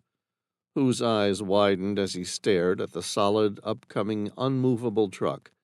He understood her plan instantly, then swallowed. Adrenaline coursed through her veins as she passed the point of stopping. Time seemed to slow as she aligned the sleek GT40 with the shadow of the truck. "Doc!" she shouted, and both she and Who bent down as low as they could in their seats. The world turned into a blur of metal and noise. There was a heart-stopping moment of screeching metal as the top of the GT40 collided with the truck's cargo. Sparks flew, and the sound of tearing metal was deafening. Genevieve kept her grip firm on the steering wheel, her face white, as she maneuvered the car with precision under the looming obstacle. A split second later they emerged on the other side. Genevieve and Who shot up, gasping for breath. The roof of the GT40 was gone, ripped clean off, leaving them in a makeshift convertible. Wind whipped through their hair, and the sky above stretched vast and open. Who said, "She's going to be upset." "Who?" Genevieve asked, laughing as the sports car picked up speed on the now open highway. "The owner of this fine vehicle. You did say you would try not to scratch it," Who chided. She shrugged. "Hey, I tried." "I hope the total bill for this doesn't break the bank. Sam's going to be upset when he gets hit with the cost blowout we've run up today." "Not as much as if we lose this golem." Up ahead, the red tow truck turned left onto I-75. Who forgot his argument and pointed up ahead. "Turn off onto I-75. "I see it." Genevieve shifted up another gear. "Call Amira and tell her to meet us there. We're going to have this golem back soon." Luck was on her side. She spotted the truck lumbering along a side road, the golem's cradle still visible, secured to the back of the tilt tray. She pushed the sports car to its limit, weaving through traffic until she was right behind the truck. Genevieve pulled in close to the truck so that the hood of the GT40 rested underneath the tow truck's tilt tray. She exchanged a quick glance with Who. "Hold the wheel." "What?" he asked. A moment later, the Serbu BFG-50A semi-automatic rifle was strapped around her shoulder. Then she climbed over broken glass, remnants of the sports car's windshield and missing roof, onto the hood, and stepped up onto the tow truck's tilt tray. She didn't even miss a breath in her stride. The GT40 swerved as Who quickly shimmied into the driver's seat behind her, shaking his head. Genevieve glanced at the golem, still firmly secured within its cradle. She moved toward the single cab at the front of the tow truck. Glancing into the cab through the narrow rear windshield, she spotted the driver. He was roughly 50, with a big beard, tattoo-covered arms, and an equally big beer gut. He was on his own, easy to deal with. She climbed around, opened the passenger door, and pointed the serbu at the unsuspecting driver. "Howdy," she said. "This here is a serbu BFG-50A semi-automatic rifle. It fires 50 caliber BMG rounds and is loaded with a 10-round magazine. But I must warn you, one shot is enough to kill you and take off most of this cabin. So how about you do yourself a favor and listen very carefully?" The driver's eyes narrowed. He slowly looked at her. Incredulity more than fear was showing in his dark brown eyes. "Who the hell are you?" "I'm the person who's missing a golem." Realization hit him like a jackhammer.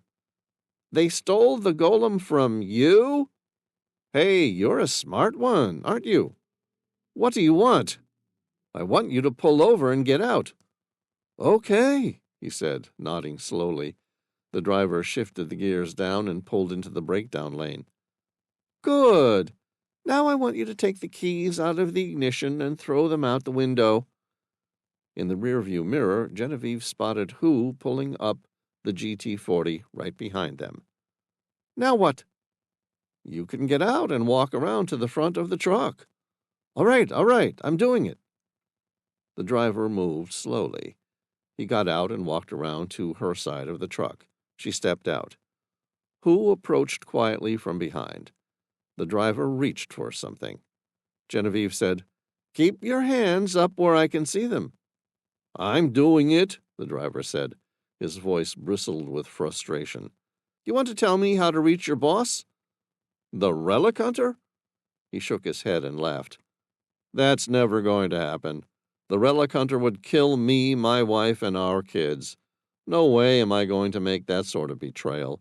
I'd rather deal with you." She shrugged. "You wouldn't say that if you had any idea what sort of person I am." The man suddenly fumbled with his trouser pants. "I said keep your hands where I can see them." The truck driver lifted his right arm up. A heavy revolver materialized out of nowhere into his right hand. In a split second, he squeezed the trigger. Simultaneously, Who drew Dragon's breath, its blade glistening with deadly iridescences. In one quick swing, the ancient blade sliced through the driver's forearm. The hand and revolver fell. Genevieve grinned. "You took your time. I thought I was going to have to shoot him myself." "Sorry." A stunned look registered on the driver's face. It was shock, not pain. First, because his right hand was suddenly missing, severed by a damned swordsman who came from nowhere, and then because something weird was happening to his body. The driver screamed. With his left hand, he tried to stem the bleeding from his severed right. Only there was no blood. It was as if the razor-sharp blade had cauterized the wound. His left hand touched his right forehand, and his fingers fell straight through, as though it were liquid. "What the fuck?" the driver swore. Genevieve spoke. "The sword was laced with an ancient alchemy powder named Dragon's Breath. Right now, its poison is eating away at your flesh in a sort of strange chemical chain reaction, leading to subatomic particle implosion." He tilted his head in disbelief. "What the—" She shrugged. "I don't have time to explain what's happening to you. I can tell you it will be over very soon. How do I find the relic hunter?" The driver's eyes went wild as he tried to move his other hand and realized it was disappearing in front of his eyes. All his appearance of restraint evaporated like mist in a hot sun. The driver stared at the twin stumps of his hands in abject terror. The fingers of his left hand began to twist around the palm of his hand as if trying to roll a marble, and then his fingers began to disappear, followed by his forearm. There was nothing he could do to stop the transformation. He was dying before his very eyes. "The relic hunter," Genevieve said. "Focus! How do we find him?" The driver stared defiantly in the face of his certain demise. "You can't find the relic hunter, but trust me, She's gonna find you. Chapter 50. A moment later, the driver howled as his torso dissolved inch by inch. Within moments, his entire body was snatched away, until all that was left was a kind of hollow dust upon the ground, a type of shroud of darkness. Those dust particles began to rise and spin. Fueled by the heat of the implosion like a miniature tornado, the strong, well-formed, and presumably short-lived whirlwind stood just shy of 6 feet tall. It spun rapidly, catching dust particles in its upward circular motion. The dust devil looked more like a living specter than a natural weather phenomenon involving a vertically oriented, rotating column of wind. This one was nearly translucent, but as light from the afternoon Miami sun cast down upon it, the storm reflected all the colors of the rainbow.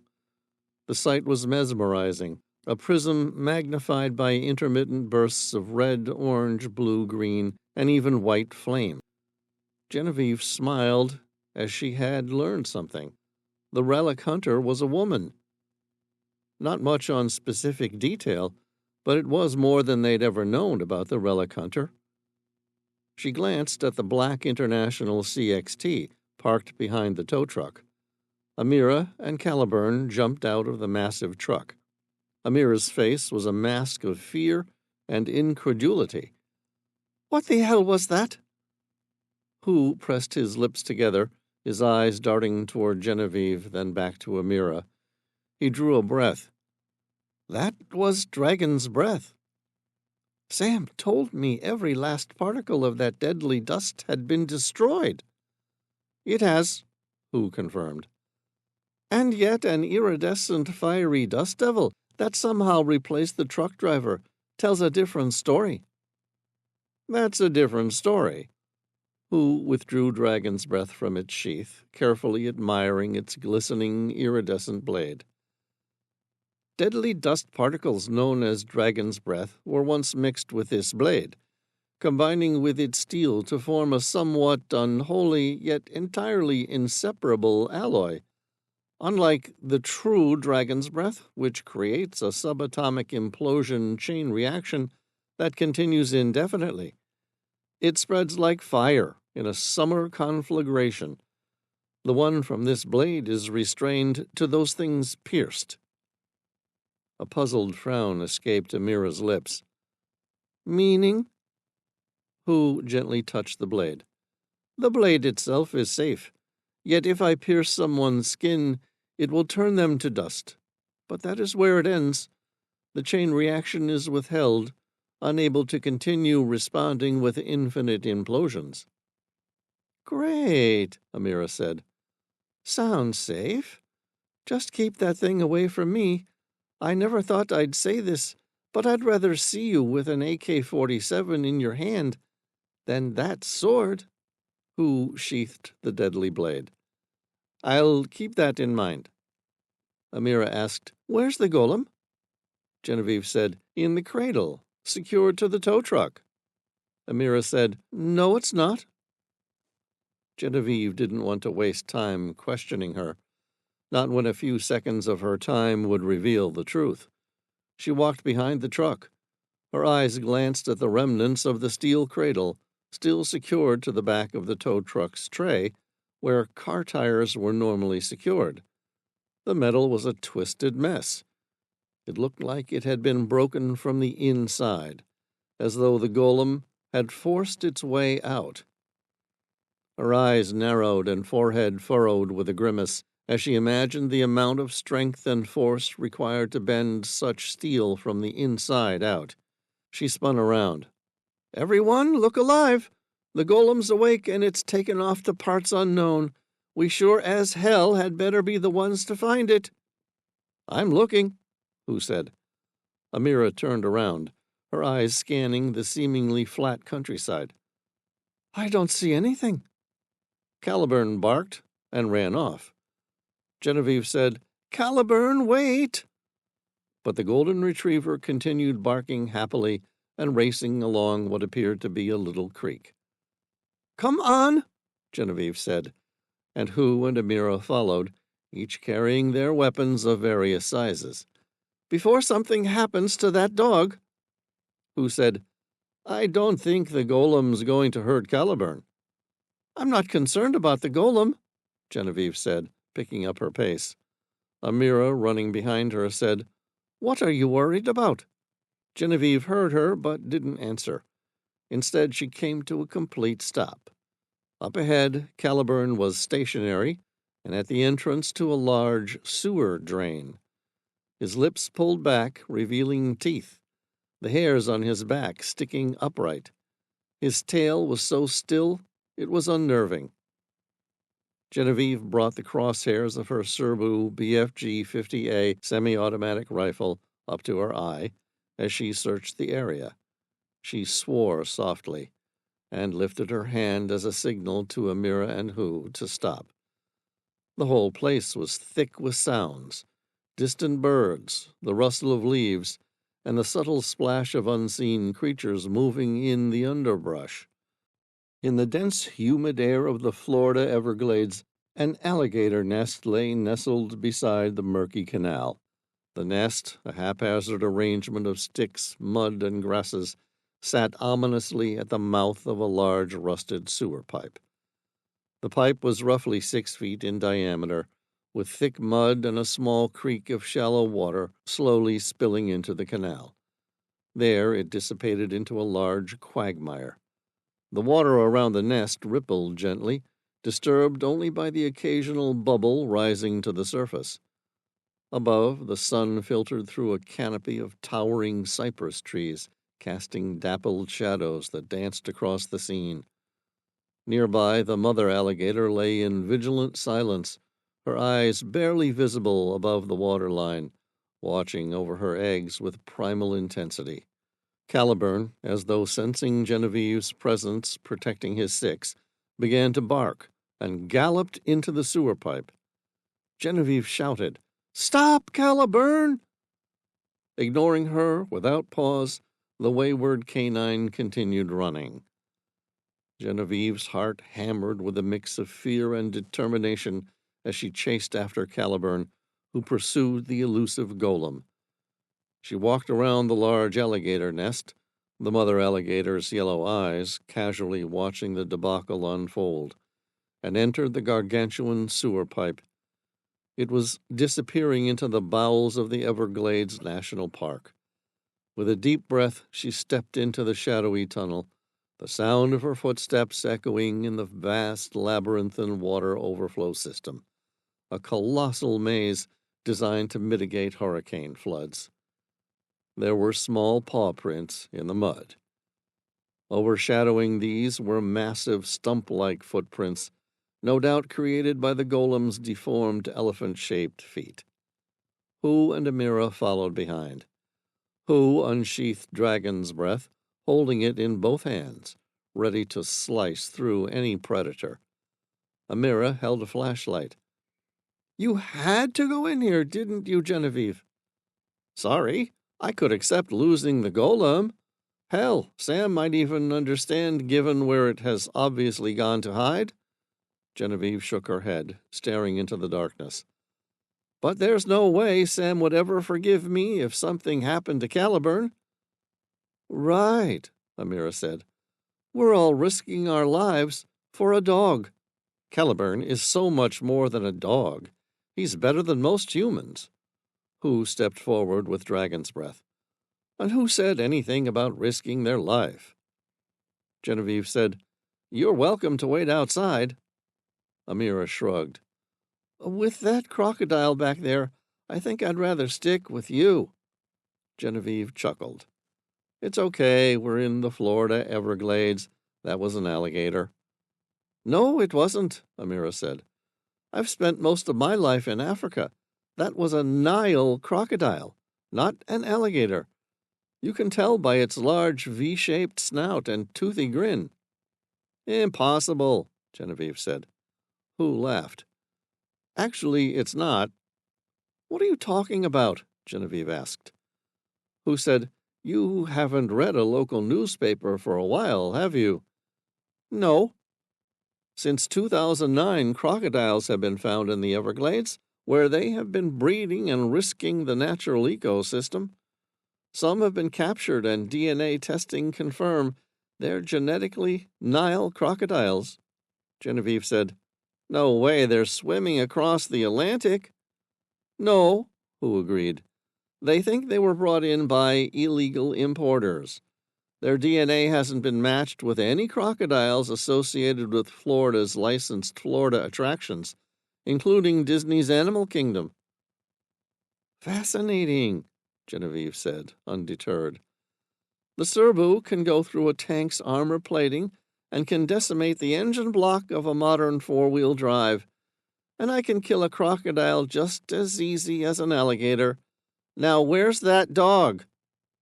Amira kept close to her. That's why I'm in here with you. Genevieve kept walking. As she ventured deeper, the dim light from the entrance faded, leaving her in ambient darkness. She could feel the dampness of the walls and hear the distant drip of water. The pipe twisted and turned, a confusing network that could disorient anyone. Finally, she reached a junction where 4 massive pipes intersected. She paused, scanning the darkness. Caliburn came running back. He gave a single bark and nestled into her hand. Genevieve gave him a quick pat. I'm glad you're okay. Caliburn whined his agreement. Genevieve said, Let's go. I know you like the golem, but we can't keep wandering through this sewer system, or we're likely to all get killed. She stared out at the absolute darkness of the eastern tunnel. Something moved inside. Its eyes glowed green with a supernatural luminescence, staring back at her.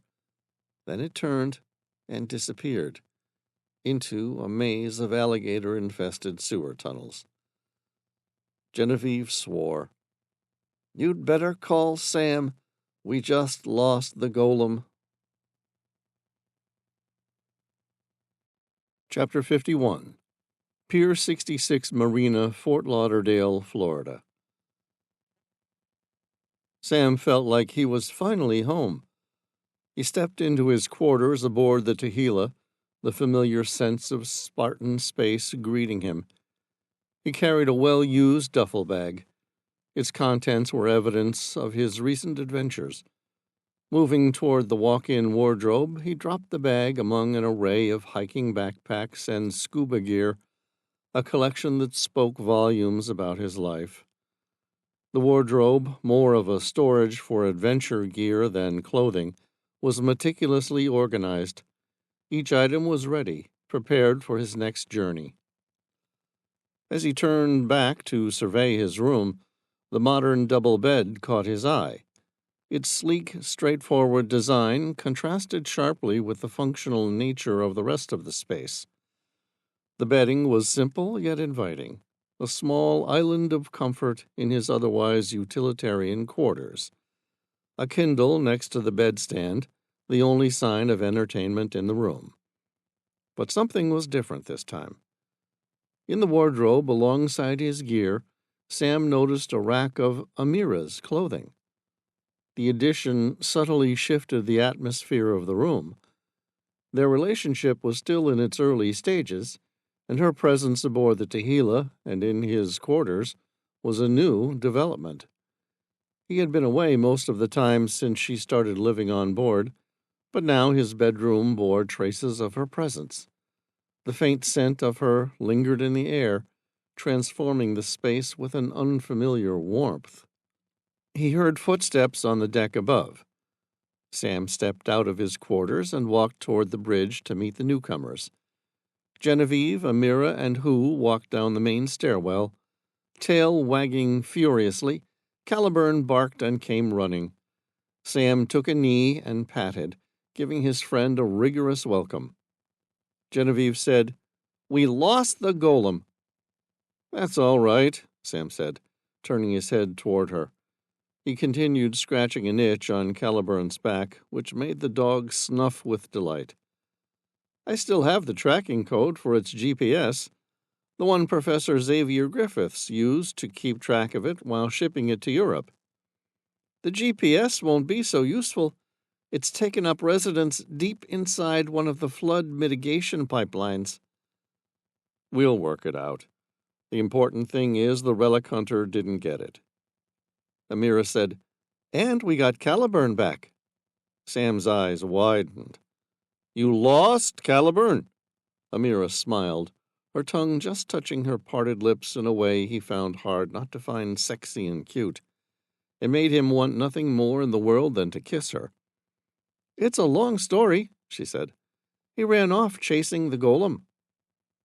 Sam's gaze traced the familiar yet ever mesmerizing features of Amira's face. The setting sun cast a warm glow that illuminated her, accentuating the gentle curves of her cheeks and the softness of her lips. Her eyes, deep and expressive, held a spark that always drew him in. To Sam, she was breathtaking. Not just her beauty, not just in her features, but the way her presence seemed to light up the space around her. He needed to touch her. "You were a bad dog to run off like that," Sam teasingly chided Caliburn. "No doubt you were just leading these foolish human friends of yours to the golem." Caliburn gave a single woof of agreement. "Exactly." Giving his four-footed friend one last pat, Sam pushed to his feet and strode over to Amira. "You were worried he might get eaten by a crocodile in the Everglades?" "Alligators, actually," Genevieve countered. "Oh, yeah," Sam said. "Apparently there's an outbreak of Nile crocodiles breeding in the Everglades." Genevieve smirked. "So I've heard." Sam's gaze settled on Amira, drinking in the sight of her. "Thanks for looking after Caliburn." "Any time." Amira's gaze met his, a mix of anticipation and affection in her eyes. There was a brief moment, a silent exchange where words were unnecessary. The emotions they were experiencing were conveyed in this simple act of connection. Then, as if guided by an unseen force, they closed the distance between them. Their kiss was gentle at first, a tender reacquaintance that quickly deepened into something more passionate. It was a kiss that spoke of longing during their separation and the intensity of their feelings. Their lips moved in a dance that was both familiar and exhilarating, each movement, each breath shared, reigniting the connection that had only grown stronger with time apart. He reveled in the soft contours of her face. Her eyes, deep pools of emotion, sparkled with a familiar warmth that always seemed to captivate him. In her presence he found an undeniable beauty, not just in the grace of her features, but in the aura she radiated. Their eyes locked with intense connection. She smiled at him with that full-lipped mouth that always made him think of kissing her. He was seized by an urge to take her into his arms. In the end, she beat him to it. She leaned in and kissed him again. He kissed her back eagerly. It was a long, soft kiss, their lips exploring gently. She stroked his cheeks and his hair, and he wrapped his hands around her slim waist. After a long minute, she broke the kiss, panting. Sam said, "I've really missed you." She pressed her lips together, her large brown eyes meeting his. "I really missed you, too." Somewhere in the back of Sam's mind, body, and soul, a voice whispered, "I don't want to lose her." Chapter 52. Sam picked up his cell phone. He glanced at the name. "Detective Armstrong." "I'm just Harry now." "How are you, Harry?" "Good." The ex-detective skipped further preamble. "I have some results on the ballistics you sent me." "What did you find?" "We'll start with the 8mm. "Shoot." Apart from Japanese pistols and discounting revolvers, the only pistol officially designated as 8mm that comes to mind is the Rothsteyr M1907, adopted by the Austro-Hungarian cavalry. A bit outdated by now, muzzle energy was about 300 feet per pound. So you think it was an Austro-Hungarian cavalry pistol from World War I? Sam asked. I did at first. But then I examined the markings on the spent shells you sent me, and then I ran them through a database of all known shell markings. And I was wrong to discount Japanese pistols. A wry grin formed on Sam's lips. They were fired by a Japanese pistol? Looks like it. Harry's voice took on the excited tone of a treasure hunter. A Type 14 Nambu pistol. It got its name from the year it was produced, the 14th year of the Taisho era, or 1926. It was designed to help lower the manufacturing cost of the Nambus, and like the Type A, fires the 8x22mm Nambu. Any idea how many of these weapons are likely to still be in circulation? Hard to say, not that many. Comparatively speaking, this is quite a rare weapon. Nothing like a modern Glock, which has built more than 20 million pistols. Harry paused, recollected his thoughts, then said, From 1927, it was a standard-issue sidearm for officers and was being sold for 78 yen by 1939. It is believed that around 400,000 Type 14 Nambus were produced, but the exact number is unknown. Japanese soldiers considered their weapons property of the emperor, and many chose to destroy their weapons or throw them into the ocean to avoid them falling into enemy hands. Where was this model most commonly used? The 8x22mm round was used during the Pacific War and Second Sino-Japanese War. Right, so we're looking for an ex-Japanese soldier. Or someone with an interest in historical weapons. Or someone who decided to pick an antique just to confuse you. Who knows? Okay, so we're no closer to finding the person responsible yet. I didn't say that. It increases your chances of getting lucky.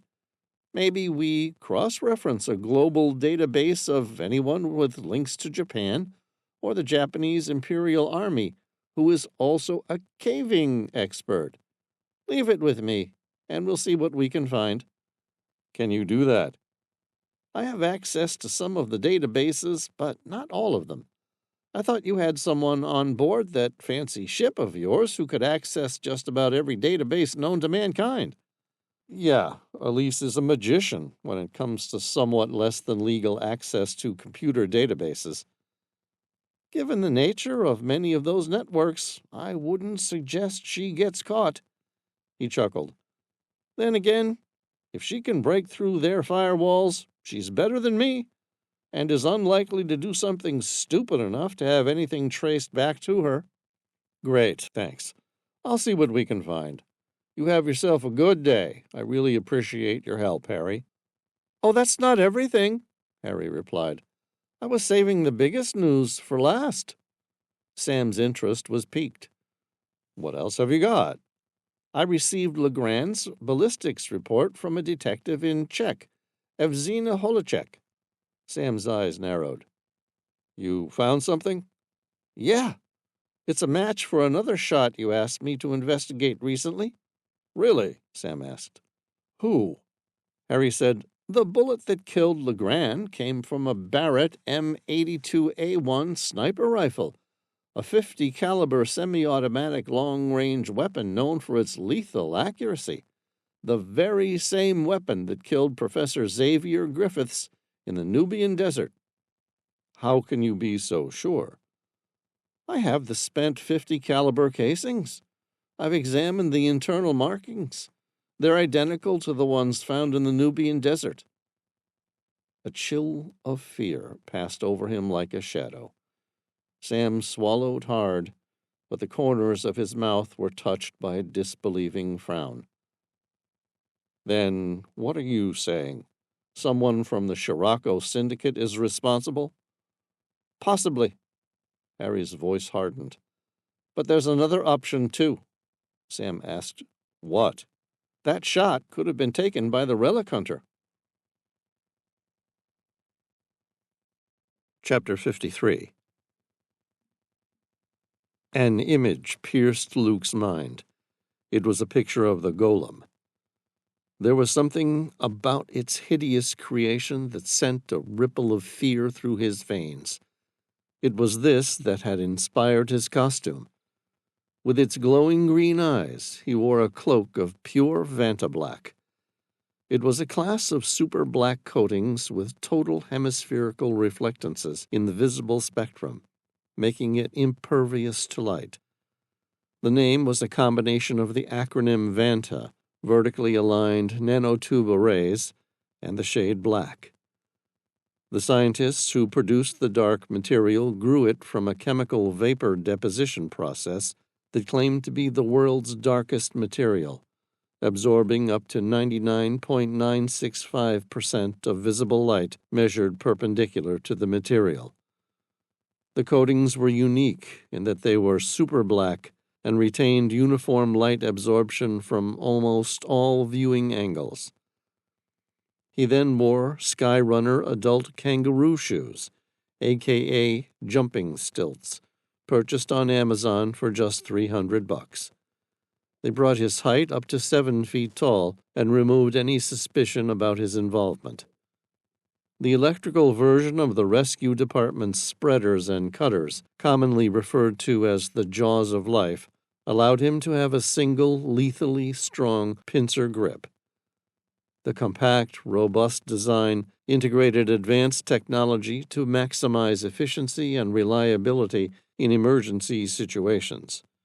Unlike traditional models, which required an external power source, this device was equipped with a high-capacity, rechargeable internal battery.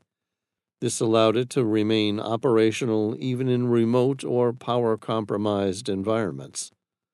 The body of the tool was made of high-strength, lightweight alloys. This provided durability while minimizing his fatigue as he operated it during prolonged use. Its ergonomic design included a non-slip grip and intuitive control interface for precise manipulation. The spreaders and cutters were engineered with ultra-hardened edges.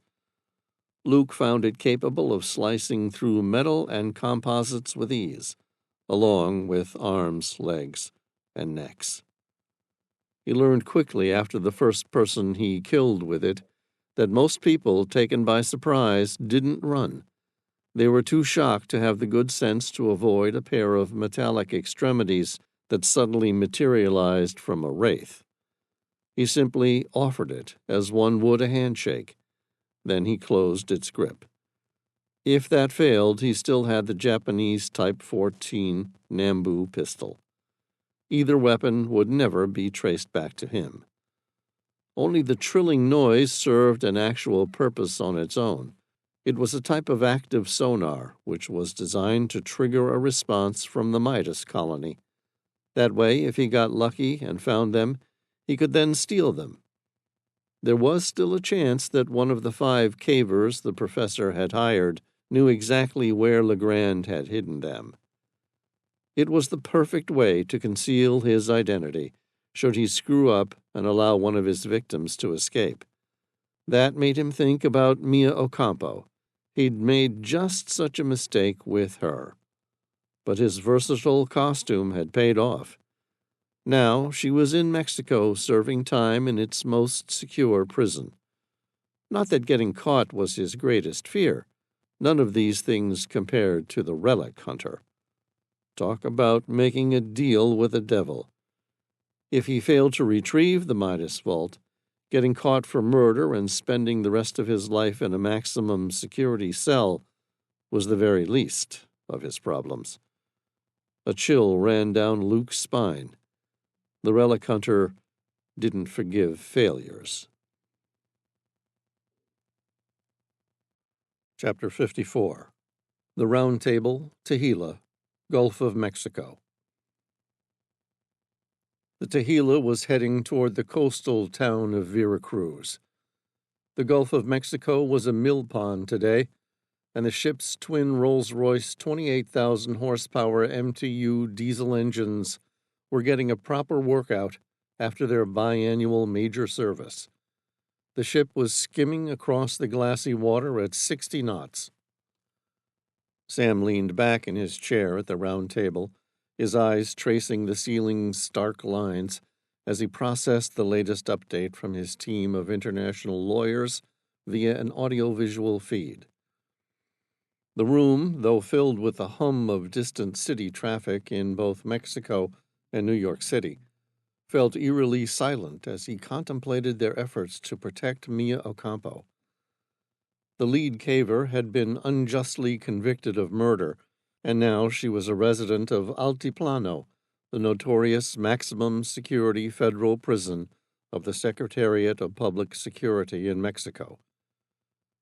The lawyers, a blend of local expertise and international acumen, had been relentless in their pursuit of justice for Ms. Ocampo. With proof that an unknown person had been camping above the obsidian oculus at the end of the Mexican cave, and that person had rigged bolts and a climbing ladder to allow him or her to access the hidden chamber from above. She was only convicted on the basis that there were no other probable persons capable of committing the murders. This newly discovered prima facie evidence supported her story, and yet the courts wouldn't even consider reopening the case. Now, Sam was certain that the murders were part of a bigger plot, a conspiracy executed by the relic hunter to suppress the location of the Midas Vault. His greatest fear was that the relic hunter might now try to have Mia killed while she was locked up.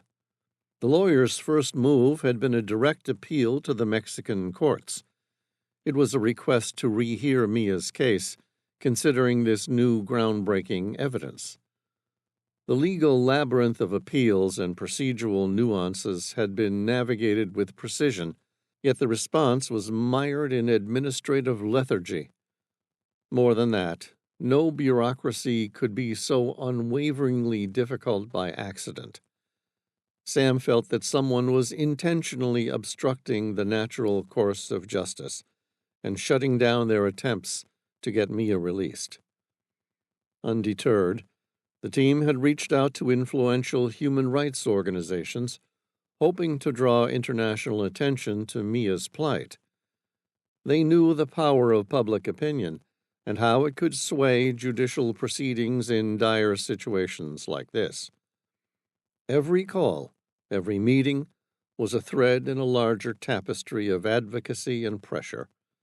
Parallel to these efforts, Sam's team had employed diplomatic channels through the U.S. Embassy to the Mexican Embassy. They sought consular support, anything that could provide an added layer of protection or expedite her case's review.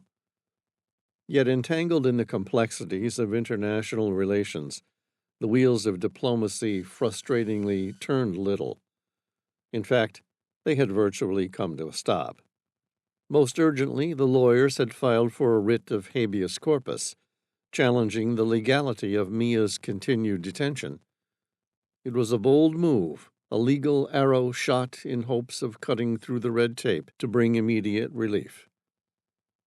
Throughout it all, Sam felt the weight of responsibility. Each strategy and decision bore the heavy burden on Mia's future. Someone wanted her dead.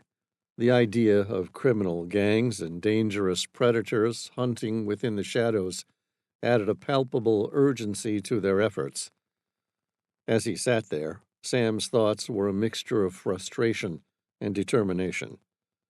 The legal system, with its convoluted paths and unpredictable outcomes, was challenging. Yet he knew that in the fight for justice, perseverance was as vital as legal acumen. The meeting finished, and his team of lawyers vowed to keep working on the problem.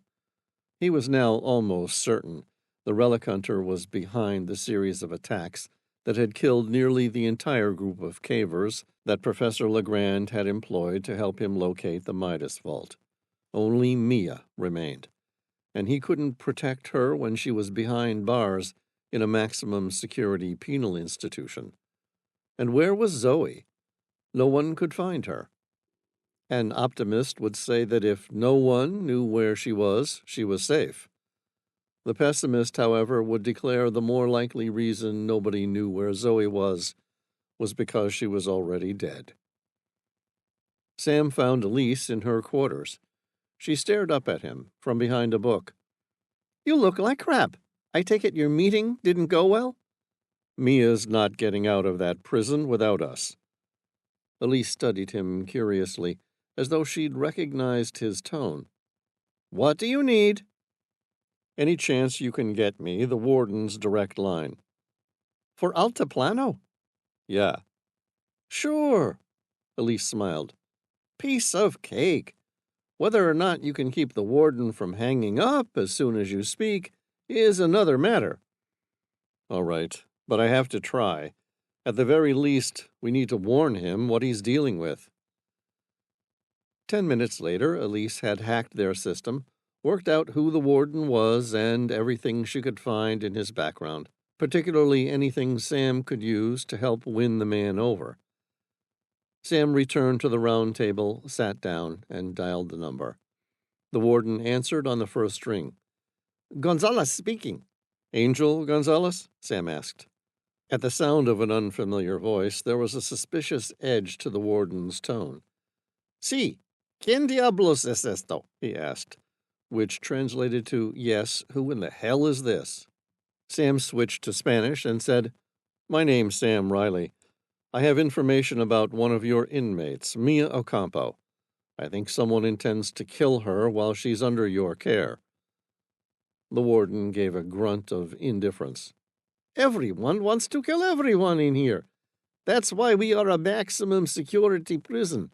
Only the worst of the worst come to visit us." "Right. So it doesn't seem strange to you that a young woman who claims she was attacked while caving was convicted in 3 days and sentenced to life in a place reserved for the worst of the worst?" "My job is not to decide whether certain convicts should or shouldn't be here. I honestly do not care if they are guilty or innocent. That is not why I have been employed. My job is to make sure that a convict, once here, never leaves again." Sam said, "Look, I've tried all the normal legal routes. We have evidence that someone else was there the night Mia allegedly killed the rest of her dive team. I even know who did it, but no one's interested in listening to me. It doesn't make sense." "I also am not interested in listening to you." Sam said, "Listen." "No, you listen. The validity of my convictions is not my job," Sam said, finishing his sentence. "Yes, I get that. Your job is to make sure people stay locked up once they get there." "Right." Now, hear my words very carefully. Mia Ocampo is the only person who can reveal certain secrets that a very powerful organization has gone to enormous lengths to protect.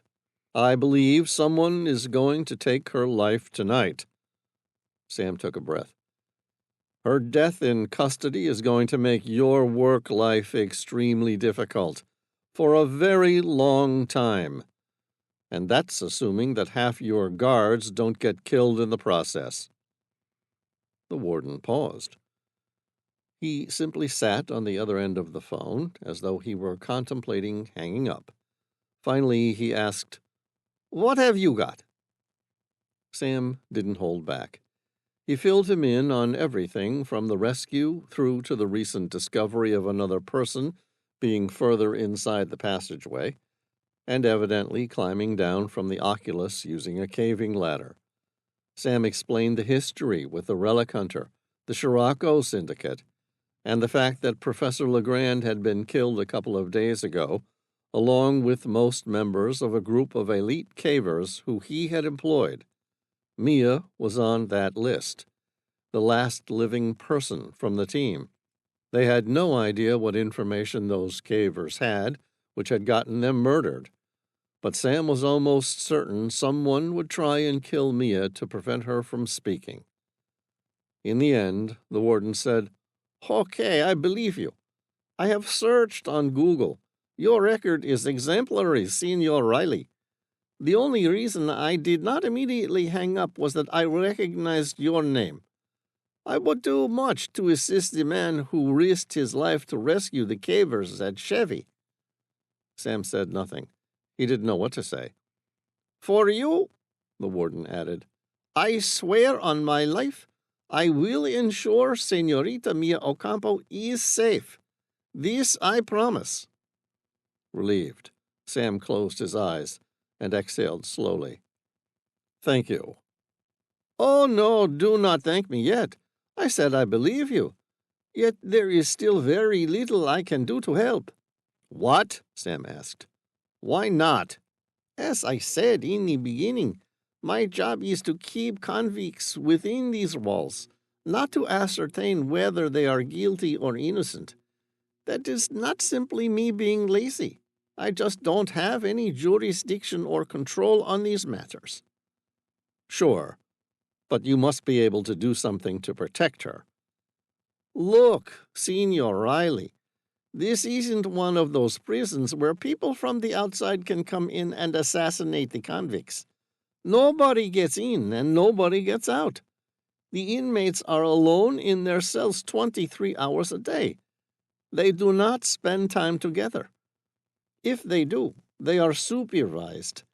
It is unlikely that someone from this relic hunters organization will be able to get a message into the prison, much less a hired gun." "She's definitely not in a shared room?" "No, this does not happen." "Never?" "Sometimes, if there has been an accident and there is more than one inmate in the infirmary. Yet even then, it is unlikely they will both stay there. Sometimes they might be there for a few hours for medical observation, but never long enough to plan anything." "Angel," Sam said, hoping the warden's name might be a positive sign. "I need you to please check for me." "Check what?" "That Mia's not somewhere anyone can get her. Just for the next 24 hours. I've got a team of lawyers working on this problem. We're hoping to have her out or transferred to protective custody soon." The warden said, "If it will make you sleep better tonight, I will do this favor and check on your prisoner personally." Sam said, "Thank you." A moment later, the warden said, "That's strange. She's been transferred to E-Wing for the night." "What?"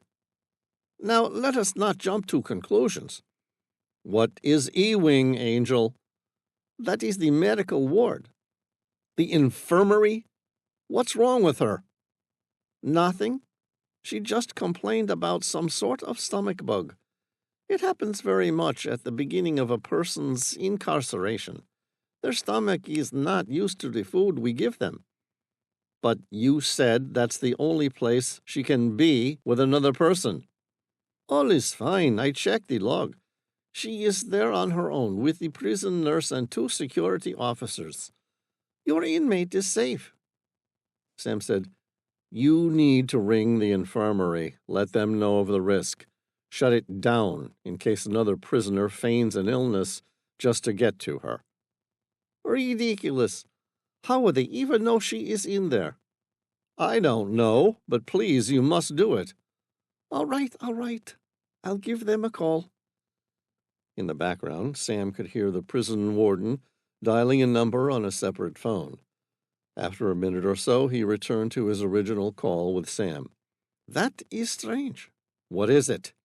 "No one is answering." "Does that happen very often?" "The infirmary is staffed with a nurse and 2 security guards 24 hours a day. Always someone there to take a call." "So what does it mean?" "I will alert my staff. If I must hazard a guess, I would suggest that your relic hunter, as you call her, may have a stronger reach than I would have given her credit." Through the phone line, Sam suddenly heard a knock on the warden's door. "Yes," the warden said. Then, clearly speaking to someone else, he added, "Who the hell are you? What do you want?" Alarm rang from the tone of his voice. Sam heard the soft sound, as the warden's phone was likely placed on the desk. Clenching his teeth on the other end of the line, Sam kept his mouth shut. He heard the soft murmuring on the line from a woman speaking Spanish. He made out the odd word, but had no idea what she was saying. "Señorita Ocampo?" the warden loudly asked, so Sam could hear. "You wish to know where we have housed this convict within this fine institution?" Another murmur. The warden paused. Perhaps he was checking a logbook or his computer. Then he said, "Mia Ocampo resides in cell 34, B wing." "Where is that?" Sam clearly heard the woman speaking now. She must have moved closer to the warden. "B wing? It is in the south arm of the building." "Thank you." A moment later, 2 crisp, rasping shots echoed through the phone line. Sam recognized those specific noises. They came from a Beretta with a silencer attached. Head tilted, he listened with all his concentration but didn't hear another sound. "Angel!" Sam called out. "Angel, are you still there?" He heard nothing, no response. There wouldn't be. Sam knew it with absolute certainty. Somebody, most likely the relic hunter, had just murdered the prison warden. Angel Gonzalez had told his killer that Mia was in B-Wing. He had been hiding the knowledge that she had been taken to the infirmary in E-Wing, buying her time with a lie. The warden, true to his promise, had died protecting Mia. Chapter 55. Round Table Mission Room on board the Tehila. Built between 1988 and 1990, the Federal Social Readaptation Center No. 1, known as Altiplano, was considered Mexico's most secure facility. Of significant concern to Mexican authorities was the risk that the structure could be attacked from the outside as part of an organized prison break. Therefore, to discourage ramming, the walls were reinforced to 3 feet in thickness. Furthermore, the airspace near the facility was completely restricted. Mexican authorities claimed that there was a blackout area, so cell phone transmissions were limited within a 6-mile radius. This prevented communication between the inmates and the outside. Additionally, armored personnel carriers were based near the facility to protect it during a potential assault. Altiplano was thought to be impenetrable. That was until July 11, 2015, when Joaquin El Chapo Guzman escaped through a tunnel. Sam studied the faces sitting at the round table. There was Elise at the far end with her laptop open. Next to her, Tom and Genevieve were seated, their faces a mask of concern. Veyron sat with his legs crossed, as though this were just another day in the office like any other. Hu sat in the pose of a Zen master. Sam's girlfriend, Amira, sat next to him, her face somewhat unreadable. Sam felt there was a slight undertone, almost imperceptible. If he had to guess, it meant she was wondering about her recent choices. Given the amount of violence and danger her new life had brought her, maybe she was better off staying in Chad with the omnipresent risk of the Scirocco Syndicate finding her. With his head nuzzled into Amira's lap, Caliburn had settled right in with the newest member of the crew. He enjoyed having a kind, perceptive young woman pay attention to him. Only Matthew, the ship's skipper, was missing, and that was only because they were racing toward Veracruz at speeds unheard of by vessels as large as the Tehila. All of Matthew's focus was in managing the vessel and ensuring they didn't get killed. Sam said, "Angel Gonzalez warned of the external pressure to keep Mia locked up. Thus, normal legal challenges won't work. Her case is backlogged with infinite red tape. That means someone's intentionally stopping it. The killer knows she's the only one left who can reveal the truth. Amira said, "The warden can't do anything to protect her?" "No. But it's worse than that. Our call ended abruptly. There appeared to be gunshots. I might have misheard, but then again, I might not have." "What do you want to do?" Genevieve asked, her defiant tone suggesting it was time to take matters into their own hands. "As you probably already suspect, I want to rescue her." Turning to Genevieve, he said, "Hypothetically, how hard would it be to break someone out of a Mexican prison?" Genevieve suppressed a grin. "That depends. Just how hypothetical are we talking?" "In the very real sense of the word." Genevieve arched an eyebrow. "Collateral damage?" "We can't kill the guards," Sam said emphatically. "You want to break someone out of a maximum security penitentiary, and you don't want to hurt anyone in the process?" Genevieve's tone was incredulous, more like she was talking to a child. "Afraid so." "It can't be done." Sam turned to Elise. "Any chance you can simply hack the system and release her?" "It's not possible," Elise replied. "The system is designed specifically to prevent that." "So you can't hack it?" There was surprise in Sam's voice. "No, I mean the locks are all manual. Someone must physically insert a key and unlock each individual gate."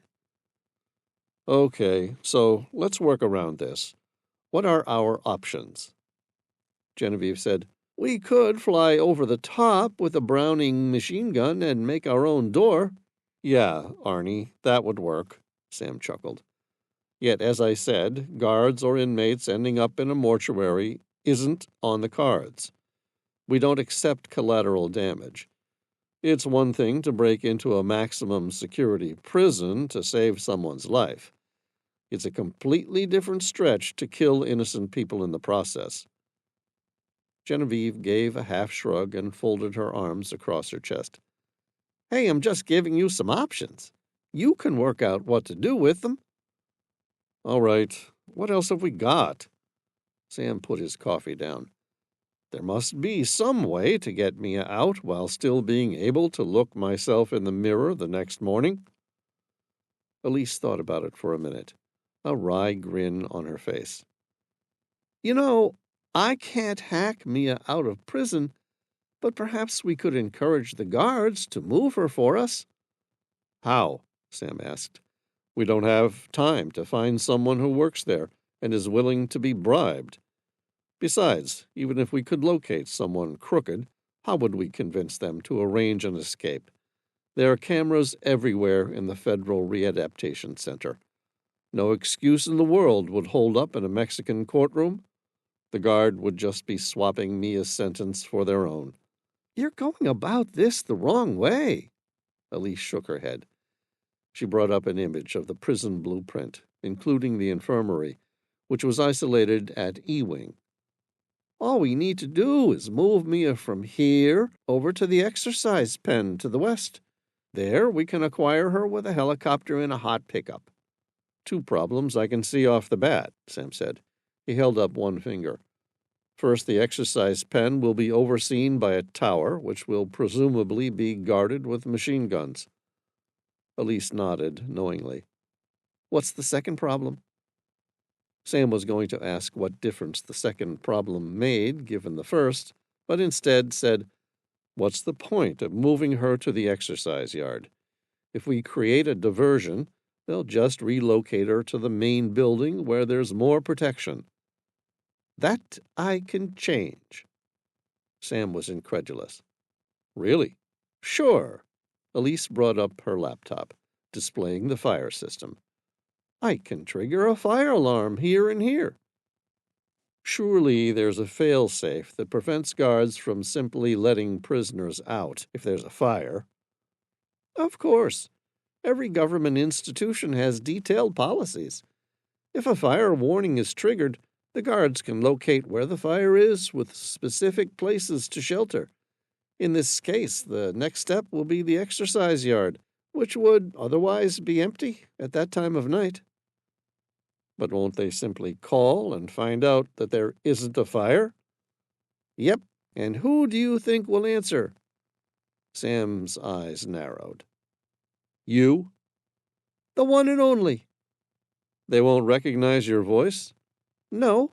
I'll find out what guards are on that night and make sure I electronically mimic their voice. You can do that. Easily. Tom sat up. What if they call a different guard? It doesn't matter. A puzzled crease teased Tom's lips. Why not? I'll already have every guard at the prison's voice data on record. Whoever they phone, I'll be ready to lead them in the direction we need. That sounds good. What about the second problem? Elise asked. It's a no-fly zone. I'll submit a report to indicate there has been damage to some of the surrounding chain link or razor wire. That's why an engineering team is coming in by helicopter to survey the fence lines. Security guards will check the validity of the report, and, of course, you'll be the one to answer. Exactly. Sam swallowed. So, a breakout is possible. Yeah, it's definitely possible, Elise confirmed. Sam drew a breath. The question is, should we? Mia's not going to survive much longer. She's the last one left alive from the professor's group who found the Midas Vault. Tom's voice was emphatic. The question isn't, can we live with ourselves for breaking the law, but instead, can we live with ourselves if Mia dies because we didn't? Sam folded his arms across his chest. I'm willing to take the risk. If we get this wrong, there isn't a lawyer on earth who's going to get us out of it. Consequently, I can't ask any of you to join me in this madness. Genevieve smiled. But you can't do it on your own. Right, Sam shrugged. I can't do this on my own. Pooh nodded. What's the point of being part of the Ushia if I'm unwilling to risk my life to save a damsel in distress? Sam laughed. Who was the last of the Ushia, an ancient group of lone warriors who traveled the lands to right wrongs and provide justice with their swords. Thank you, Who? Tom said, So it's agreed. The four of us are going to Mexico to break Mia out of a maximum security prison. Elise stood up. No, there will be 5 of us. It will be better if I'm close to the penitentiary's communication tower, and equally important for me to be in direct line with the rest of the team. That way I can change the story if need be. Amira said, If you're all about to do something stupid, I guess I might as well join the party. Sam opened his mouth to stop her, but she cut him off with a wave of her hand. Amira said, This woman, Mia, she might as well have been me 2 weeks ago, when you all risked your lives to save mine. It's only fitting I join the crusade to help her. Sam smiled at her. He wanted to say something to change her mind, to keep her safe. But there was nothing unreadable in Amira's face right now. She was determined to repay the debt, and there was nothing anyone could do to try to talk her out of it. What's more, Sam knew in his heart that he loved her all the more for it. He stood up. Okay, thank you. Based on our current location, we can have the helicopter overhead at the prison within 30 minutes. Let's just hope the warden bought us enough time to reach her. Chapter 56. Altiplano Maximum Security Prison, Mexico. Prison Break. The Eurocopter flew across the coast of Mexico at 250 knots. It reached the restricted no-fly zone, and Genevieve, at the pilot's controls, slowed the helicopter to 15 knots, taking them down low, but not yet above the prison grounds. Sam sat next to her in the co-pilot's seat. He was armed with a 12-gauge shotgun, loaded with beanbag rounds as a last resort. Despite being considered non-lethal, they were associated with numerous deaths around the world. Genevieve exchanged a glance with him. Now we see if the security guards have bought Elise's maintenance story. They will, Elise said, sitting in front of her laptop in the back of the chopper. Besides, they're going to have a little too much to deal with right now, given all their fire alarms are going off. On that note, I'm going to have a lot on my plate in the next few minutes. Besides Elise, Tom, Hu, and Amira were getting ready to land and effect Mia's extraction. The helicopter dropped below a series of large power lines that draped across the region, leveled off, and then the whole prison came into view. It looked like a military compound. A 30-foot-high solid wall with barbed razor wire at the top, the wall surrounded the square premises. Tall guard towers were placed in strategic positions. Sam gazed intently out of the helicopter's window as they approached Altiplano. From his aerial vantage point, the prison stood as a fortress amidst the barren landscape. Its high, intimidating walls shone ominously under the sunlight. It made a clear statement of impenetrability. As they flew closer, Sam noted the meticulous organization of the facility. The main building, a sprawling structure of concrete, sat at the heart of the complex. Its narrow windows, mere slits in the thick walls, spoke volumes about the high security measures within. The entire facility was painted in shades of gray, a monochromatic tribute to its strict and austere nature. Around the main edifice, Sam observed various auxiliary structures. He deduced these to be administrative offices and staff facilities. They were less fortified, but echoed the main building's unyielding design. The outdoor areas of the prison came into view as they circled above. Sparse courtyards, surrounded by the same high walls, offered minimal respite from the oppressive environment inside. Not a single tree or plant softened the harsh concrete landscape, underscoring the strict control over the inmates. Security features were unmistakable. Surveillance cameras and checkpoints were strategically placed throughout, with guards in the watchtowers maintaining a constant vigil. The solitary entrance and exit points were heavily guarded, fortified with multiple barriers. Hovering closer, Sam felt the weight of the prison's reputation as one of the most secure in the world. Altiplano, with its stark architecture and formidable defenses, seemed an insurmountable challenge. Yet, as he scrutinized every detail from the helicopter, Sam's mind raced, plotting the next steps of their daring mission. The main prison structure was broken into 4 wings in a square formation, A, B, C, and D. To the north, the infirmary was in a 5th wing, E, which was separated by a long passageway. Genevieve headed toward the passageway. Sam exchanged a look with Tom. "Showtime." Tom slid the side door open. "Ready." Elise's laptop, which displayed a map of the prison, along with each guard tower, began to light up with incoming calls from various guards who had by now spotted the helicopter and were in the process of working out whether to shoot at it or not. She appeared to be typing a sharp staccato, which applied pre-programmed responses from various officers, allaying their suspicions. At the same time, the fire alarms were going off throughout the main compound.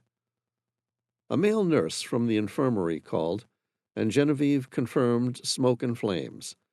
Using a trusted guard's voice, the nurse was advised to take the prisoner out to the exercise pen, as that would be the only place where they were safe.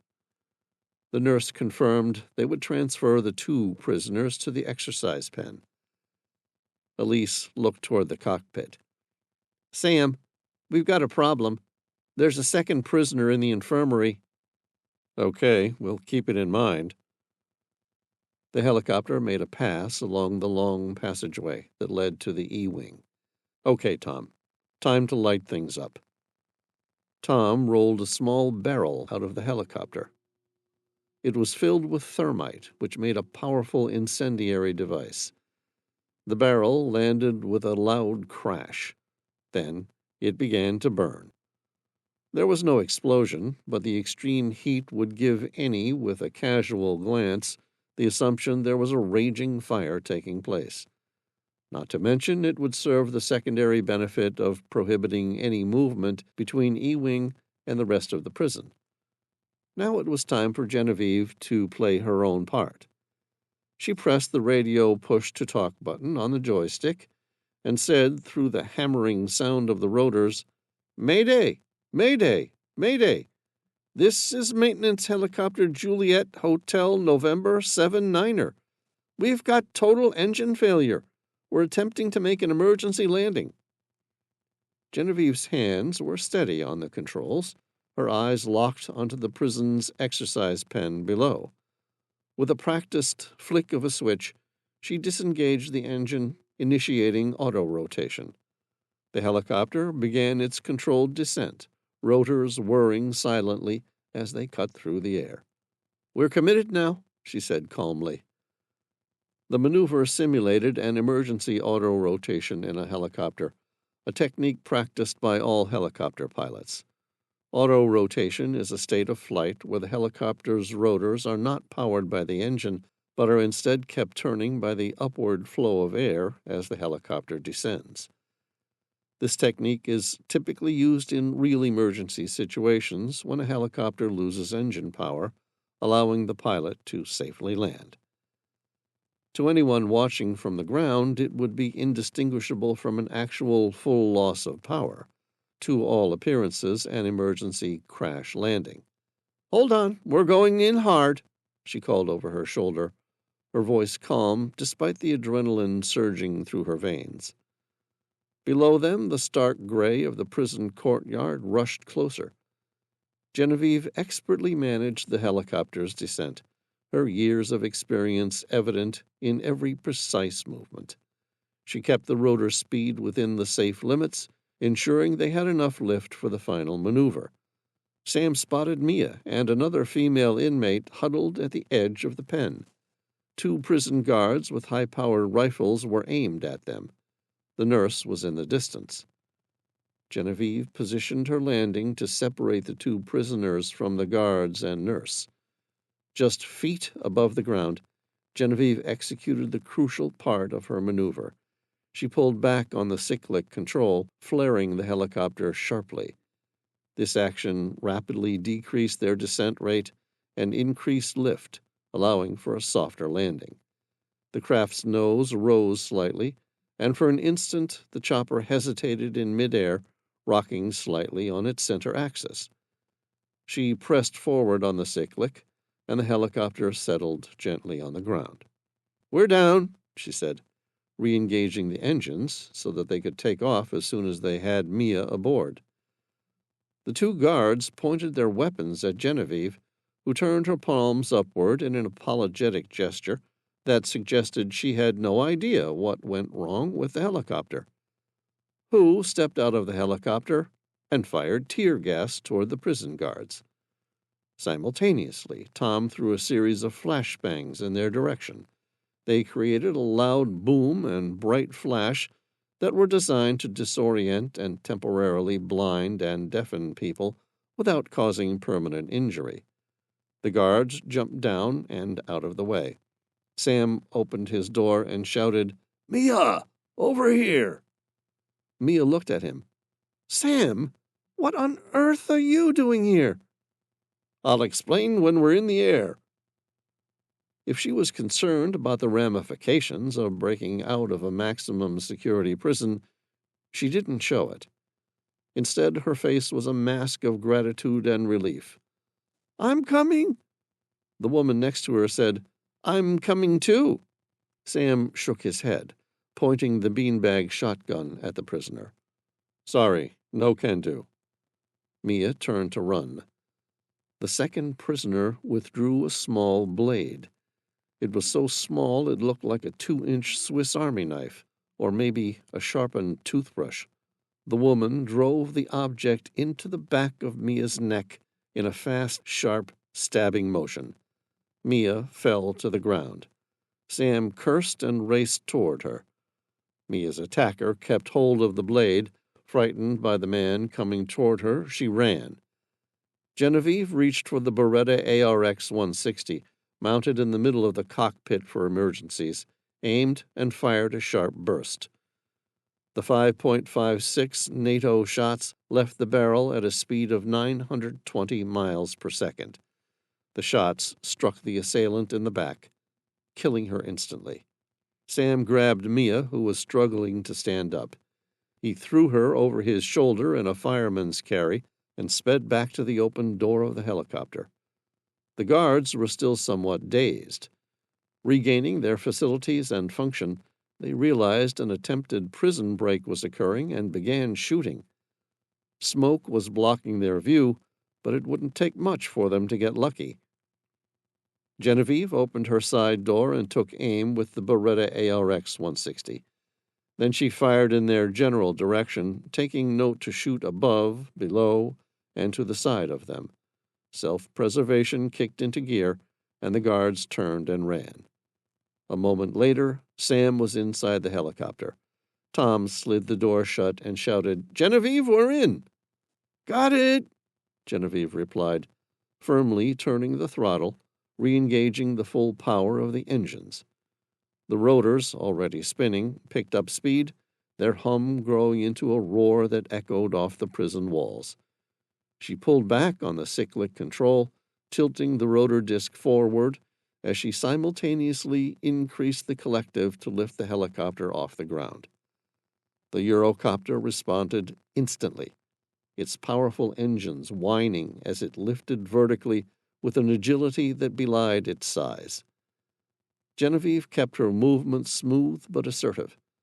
Guiding the helicopter upwards, she soared high above the potential reach of the prison guards' weapons.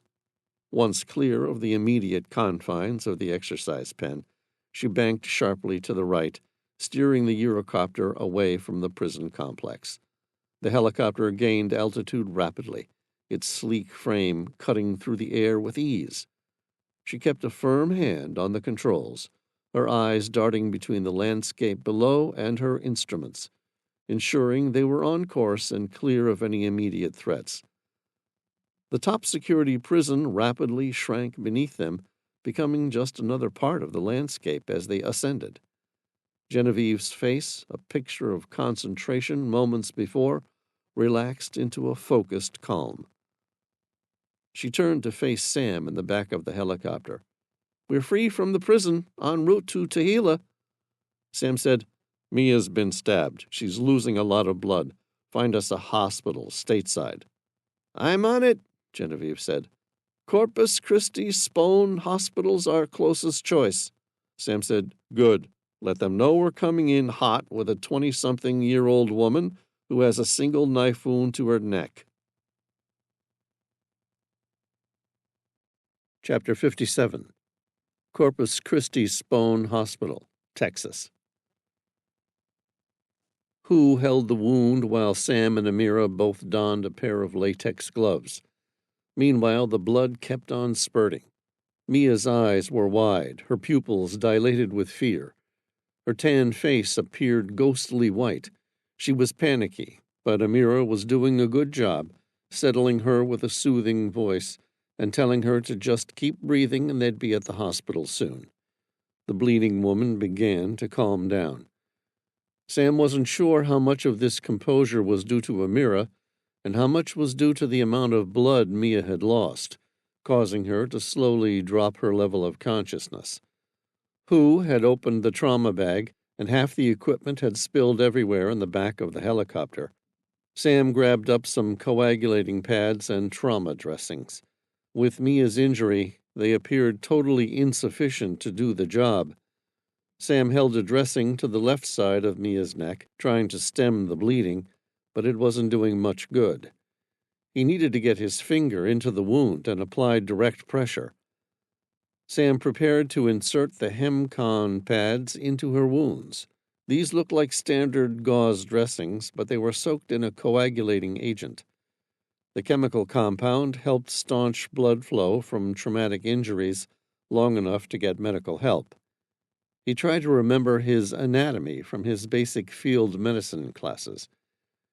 There were 4 carotid arteries in total, with a pair located on each side of the neck, right and left, internal carotid arteries, likewise right and left, external carotid arteries.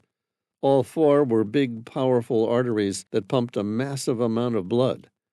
The internal carotids were the larger of the 2 types. Using a thick pad, he tried to shove his thumb into the wound site and applied direct pressure on the internal carotid. He asked out loud, "Can a person live with one of their carotid arteries blocked?" Elise nodded. "Yeah, there's a network of blood vessels at the base of the brain called the Circle of Willis.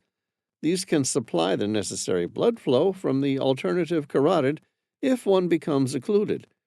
In some cases, with trauma, people have been known to live for 3 to 5 years with just one internal carotid artery."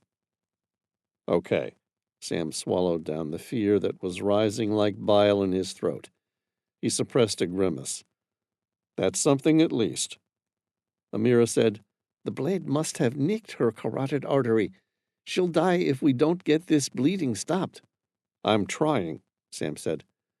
"Here, let me swap with you," Amira suggested. "I have smaller fingers." Sam felt her hand slide over his. As she applied more pressure over his fingers, he pulled his hand back, and she pushed her finger into the wound with a thick piece of gauze. She slowly increased the pressure. Sam then changed his position, keeping his hand on top of hers, allowing for more pressure. Slowly, the spurting turned to a slow but steady flow, not a fast-running stream, more like a dripping faucet. They both kept their hands there, holding the artery and keeping the coagulating agent in place. It hadn't resolved the problem, but it would hopefully be enough to keep her alive until they reached the hospital. Elise opened the emergency drug kit. She found a tourniquet, tightened it around Mia's arm, found a vein, and inserted a large cannula in her right arm. She set up some fluids and opened the regulator to full. Then she began squeezing the pump, trying to replace some of the fluid Mia had already lost. Mia soon stopped squirming. The fear was gone from her eyes and face. She was drifting in and out of consciousness. Sam said, "Just a little longer. We're almost there." Her breathing was becoming erratic. Sam didn't even feel the helicopter's skids settle on the helipad at Corpus Christi Spohn Hospital. The first he knew they had landed was when someone slid open the helicopter's side door and a trauma team greeted them with a stretcher. A man in his late 50s, with a kind, bearded face and brown eyes, greeted them. He told them he was a vascular surgeon and asked what happened. Sam told them she was stabbed from behind by an unknown assailant, and the blade appeared to have sliced her neck and part of her carotid artery. The surgeon took in the scene, saw the amount of pressure being applied to Mia's wound, observed the constant, steady flow of blood and sanguining. "All right," he said. "We're going to skip X-ray and go straight to theaters." Amira looked up, her face awash with relief to have someone take over. "Who should I swap with?" "Nobody," the surgeon replied. "You're doing a fine job where you are. We'll keep both of you there, maintaining direct pressure just as you are. We'll work around to move her onto the stretcher, and then when we're ready to operate. I'm going to go up ahead to scrub, and I'll see you in there." Sam and Amira moved to keep pace with Mia as orderlies helped shift their patient onto the stretcher. Sam's heart raced as he and Amira flanked Mia, their hands pressed firmly around the pulsating wound on her neck. They had been doing this since the moment they found her, a pool of crimson spreading ominously beneath her. Walking in awkward positions, they went where Mia went. Now, as the hospital lights flickered overhead, The urgency was palpable. No one said a word. The medical cart moved swiftly through white, sterile corridors. The sound of footsteps and the squeak of the stretcher's wheels were oddly discordant in the charged silence. Mia lay between them, her breathing shallow, her face an ashen mask of pain and shock. Sam couldn't help but notice how fragile she looked, her life literally in their hands. Amira's brow was furrowed in concentration, her fingers trembling slightly under the strain. They both knew the gravity of their task. Mia's carotid artery was a lifeline, and only their combined pressure was stemming the tide of her lifeblood. As they entered the operating theater, the bright lights were a relief. They had been to hell, but the lights gave a soothing impression. They cast a heavenly glow. The surgical team proceeded with practiced efficiency, their faces set in grim determination. The vascular surgeon, a tall figure in blue scrubs, approached them with a nod of acknowledgment. "Keep your pressure steady," he instructed calmly, his eyes scanning the wound. "We'll need to clamp the artery higher up before you can remove your fingers and hands.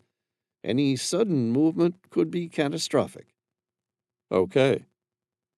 Sam felt a surge of anxiety, but held his position, his gaze fixed on Mia's pale face. The surgeon worked quickly, his hands a blur of motion as he secured the clamps above the wound. Sam's arms ached, his fingers numb from the pressure, but he didn't dare falter. "All right," the surgeon finally said, his voice steady. "You can release your hold now." Reluctantly, Sam and Amira withdrew their hands, their eyes never leaving Mia's face. The surgeon immediately began stitching the vessel, his movements precise and confident. For a moment, time stood still.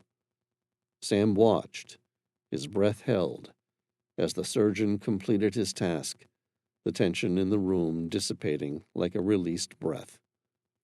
The surgeon said, "She will be transferred to the intensive care unit, given blood, and we'll get some x-rays and make sure we've got everything. There's a coffee shop on the first floor. Maybe grab yourselves something, and we'll come let you know how she's doing in an hour or so." Sam and Amira washed their hands and cleaned up. They asked how to get back to the helipad, but were told their pilot and team had been asked to move, as another trauma was arriving by helicopter.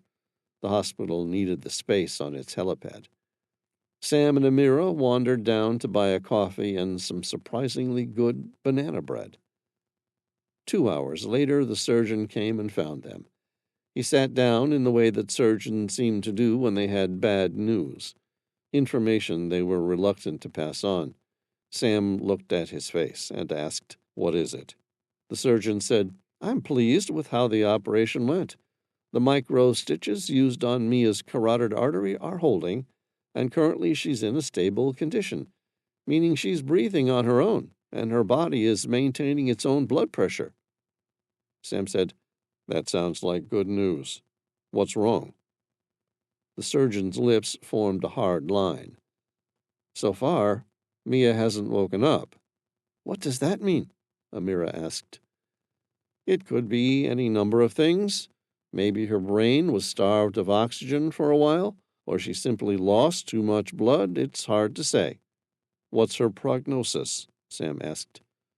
"Right now, she's in a coma." The surgeon put his elbows on the table, his fingers steepled together. "She might wake in a day or a week. On the other hand, she may never wake up again." Chapter 58. Zoe stared at the habitat. She felt like a mouse wanting nothing more than to scurry past the giant cat and reach the warmth and safety of a waiting house. There was no way of knowing if the wraith, if it even was a wraith, was still around. She had waited as long as she possibly could, but after so many days, her body was depleted of all nutrients, and she just wanted to lay down and go to sleep. But she knew if she did, she would never wake up again. Instead, she had risked everything to reach the habitat. It was a small campsite she and her boyfriend had set up, a sort of foundation for their caving season, with food and water to last months. Nestled deep within the echoing chambers of the cave, a beacon of safety stood out amidst the rugged surroundings, her base camp. Anchored securely to the cave floor, the small geodesic tent rose like a modern marvel against the primitive backdrop. Its unique design allowed it to maximize internal space while minimizing its footprint, a perfect solution for the challenging underground terrain. The exterior of the tent shimmered faintly with a waterproof and durable material, reflecting the ambient light from lanterns placed strategically around the camp. Ventilation shafts on its surface ensured a steady flow of air, even in this remote setting. A zippered entrance provided easy access, revealing the organized chaos within. Zoe had to risk it. Stepping inside, the first thing that caught the eye was a series of mesh pockets lining the walls, each meticulously labeled. They held a wide variety of dehydrated foods, ranging from fruits and vegetables to hearty stews and protein-packed meals. Nearby, a compact, foldable stove and a few gas canisters lay ready to rehydrate and warm the food. Freshwater jugs, sourced from an underground stream and purified with tablets, were neatly arranged, providing for the team throughout their expedition. On the other side of the tent, a well-stocked medical kit was securely hung. Its contents were vital for the unpredictable nature of cave expeditions. Bandages, antiseptics, painkillers, and emergency medications sat alongside specialized equipment like splints and a snakebite kit. Each item was clearly marked, ensuring that even in a panicked situation, they could be accessed swiftly. At the rear of the tent, compact sleeping bags were rolled out, each one filled with synthetic insulation to keep its occupant warm in the chilly cave environment. These sleeping arrangements were surprisingly cozy, with self-inflating sleeping pads beneath them to cushion against the hard cave floor. Above each sleeping space, personal LED lanterns hung, casting a soft, comforting glow. The tent, a refuge from all her trials, represented hope. Now she would live. Zoe sat. She gorged on food and drank fresh water. Part of her wanted to lay down afterward and simply bask in the overwhelming sense of satiety and gluttony. But the wraith was still out there. She didn't want to risk staying in the habitat a second longer than she needed to. Zoe grabbed a few more supplies, replenished her water bottle, and began the tedious journey to the main chimney through which her and her boyfriend had abseiled into the chamber. It was a 240-foot abseil. She wasn't relishing the idea of climbing using only an ascender. Ordinarily, she could do it in about half an hour, but that was when she was well rested, fed, and her body was prepared to go caving. Right now, the simple effort of walking was enough to burden her, so she could only imagine the sort of toll such a climb would inflict on her. Still, she needed to escape. It was so close. She could already feel the fresh air on her face as she imagined climbing out into the French Alps. Zoe walked slowly but with a quiet, determined stride, confident of the route. She stepped into the large chamber. It was here, only just a few weeks ago, that she and her boyfriend had recently abseiled. They had left two 240-foot-long ropes there as their means of ascending the large vertical chamber. She focused her flashlight up to where the ropes were, or where they should have been. Instead, there was no sign of them. Zoe turned around, deep lines forming across her puzzled frown. She had always had an uncanny sense of direction, and she was certain this was the place. Could she have become lost? It seemed almost impossible. Then again, she'd been traumatized, dehydrated, malnourished, and psychologically abused. Consequently, it was naive to think she couldn't make a navigational error. Zoe turned to retrace her steps and, gasping, suddenly stopped. Her lips tightened into a grim line. Fear wrapped itself around her chest with the force of steel bands. There, on the ground, were 2 coiled ropes, each one roughly 240 feet in length. She recognized the small green line that marked the halfway point on each rope. She had painted that line to make it easier to determine where the rope was positioned when she abseiled. Someone had cut the ropes from the top. She was now trapped. Zoe and her boyfriend were the first 2 people to reach this depth. Being the first in a cave had once meant something. Now she wondered what were the chances that someone would find her in time. It could take months, but eventually she would run out of food and water. Terrified of the wraith, cold, hungry and thirsty, then she would die. Chapter 59. Everglades National Park, Florida. Sam parked the International CXT on the side of the road. He and Tom got out and double-checked the GPS tracker on his phone. They were both carrying Serbu BFG-50A semi-automatic rifles. Sam didn't think the Golem would harm them. Then again, he didn't want to take any chances with it, or with the many alligators that called the surrounding jungle and quagmire home. They trekked through the dense, humid Everglades of Florida, their eyes constantly scanning the untamed landscape. Sam held the GPS tracker on his phone tightly, his eyes intently studying the stagnant blip on the screen. For days, the signal hadn't moved, a stark contrast to the initial erratic movements that had led him and Tom deep into the Florida Everglades. He speculated that the Golem had burrowed under the ground again, a behavior consistent with the ancient legends surrounding these mystical creatures. Apparently, the Golem was from the insect family. Perhaps, like the North American cicadas, it had buried itself and planned to spend the next 17 years underground. Sam hoped not. Navigating through the dense foliage, his focus diverted when he and Tom stumbled upon an unexpected sight, a tent city hidden among the trees. Apparently a sanctuary for the homeless who had sought refuge in the wilderness. The discovery piqued Sam's curiosity and his empathy. He approached a resident, his demeanor friendly and respectful, hoping to glean information about the Golem or its whereabouts. But the man scurried away into the forest. Sam turned to another, a woman this time, and received the same response. He exchanged a glance with Tom. "You think it's something I said?" "No, I think it's the fact we're unfamiliar and we don't belong in this encampment. That's all. Besides, everyone here has a story. I'm sure it's not exactly in their interest to talk to strangers."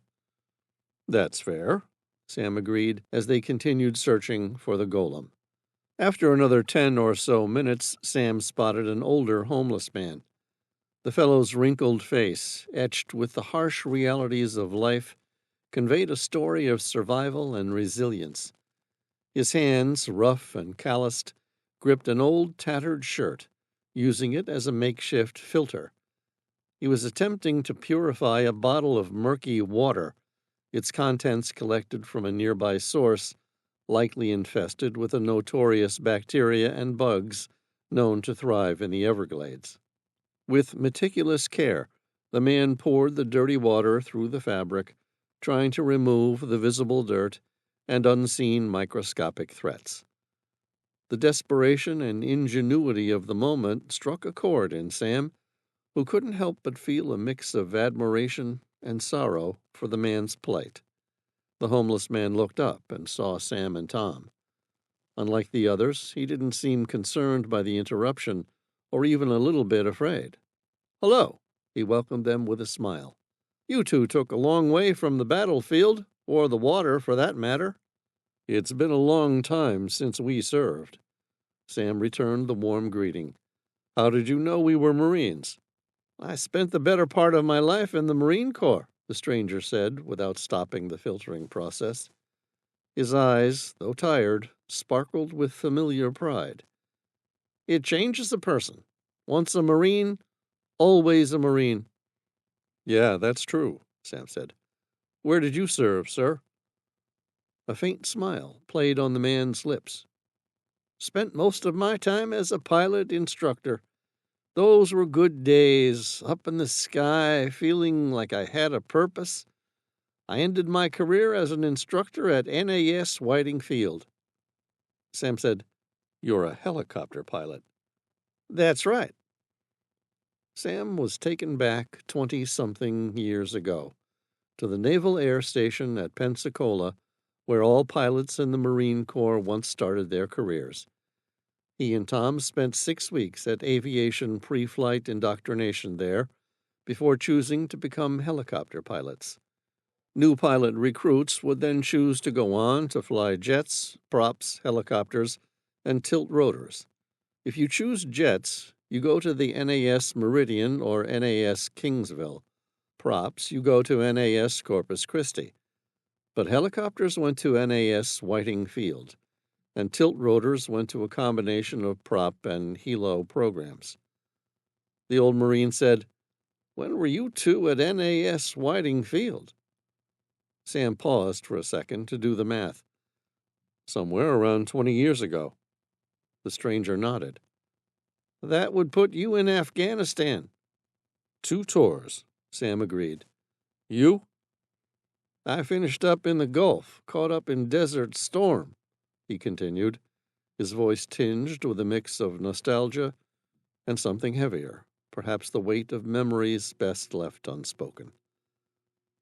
The air between them filled with a mutual, unspoken understanding, the bond of service bridging their disparate worlds.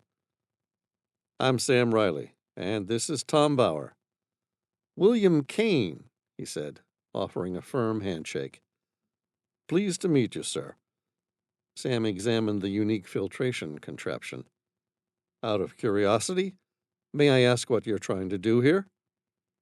Kane glanced at his rudimentary filtration setup. "This?"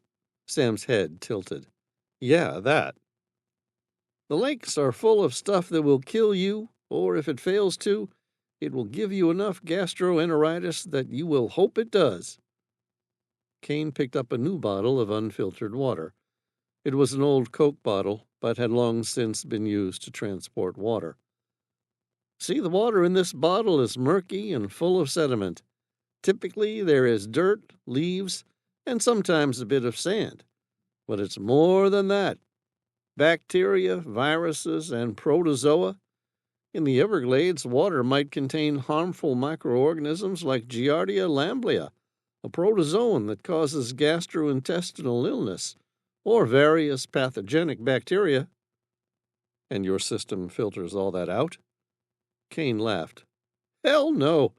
It takes the edge away from the visible dirt, makes it a little nicer to drink by removing the larger particles, like sediment and debris." Sam's eyebrows raised slightly. "The microorganisms?" "Those it does nothing for. To kill the bugs, I need to still boil the water. But this is a start." Kane turned to them with a gracious smile. "Anyway, I'm sure you two haven't come out all this way just to hear an old man reminisce. What can I help you with?" "Honestly, we're looking for a strange creature. I was hoping to talk to someone, but you're the first person out here we've come across who's been willing to chat."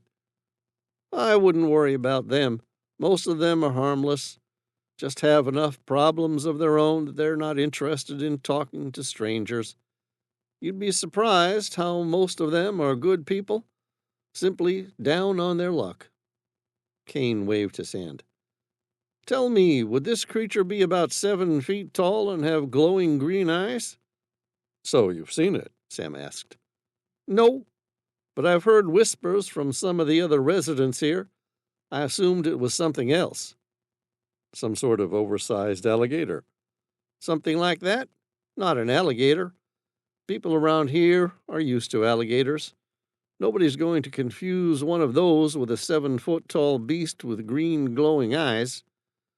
No, I guess not. So what is it? I could tell you, but you probably wouldn't believe me. Try me. Sam shrugged. It's a golem, built by the ancient gods of Atlantis. Kane waved his hand in a dismissive gesture. Secret military experiments, eh? Say no more. Sorry I couldn't help you. I haven't seen it, but other people in here have definitely caught glimpses. Sam said, I don't suppose there are any tunnels nearby. It tends to try and hide underground. Kane nodded. Sure, there's a big one just down there. Part of the flood mitigation program, I believe. Several tunnels all feed into the lake there.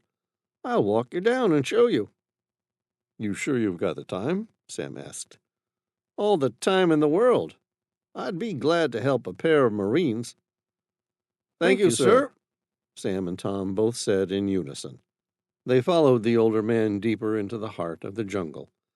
The water pipe was there, but deep, round footprints at the tunnel's entrance suggested the golem had already left the tunnel. Sam followed them, tracking them back toward the road. Kane followed him. The three of them chatted like old friends. Somewhere just before reaching the truck, Sam asked, How did you end up here, Kane? Kane shrugged. The same way many people end up homeless, just a series of simple mistakes and bad luck all in a row. One of the final ones was getting divorced. It was my fault. I was never there. When I finally retired from the Marines, my wife realized that if I had been, she would have divorced me a long time earlier. Somewhere along the way, I found myself retreating from civilization, a sort of prolonged camping trip. These days, I don't think I'd like to return to the modern world any more than I like it out here. I could think of worse places to be, honestly. It was an interesting story, and Sam would have happily kept talking to Kane, listening to his insights into life. But they soon reached the truck. There, standing next to the chassis, as if it had been waiting for them, was the golem. Its imposing figure was bathed in the fading light of the setting sun, turning its orichalcum skin golden red, its eyes glowing a faint green. Sam said, Hello. The golem didn't move, nor did it show any sign of aggression. Instead, there was an almost recognizable sense of recognition in its stance, as though it had acknowledged Sam as its master. It was as if the creature had sensed Sam's intentions to find it, and had come out of hiding. It wanted to be guided back to where it belonged. For a moment, Sam stood there, locked in a silent communion with the golem, before he cautiously stepped forward to lead it home. I'm Sam Reilly, he told it, and this is Tom Bauer. Sam gestured toward Kane. That gentleman there is William Kane. The golem stood erect and still as a statue. Kane shook his head, his eyes wide and disillusioned. You weren't lying before. It's a golem. Afraid so.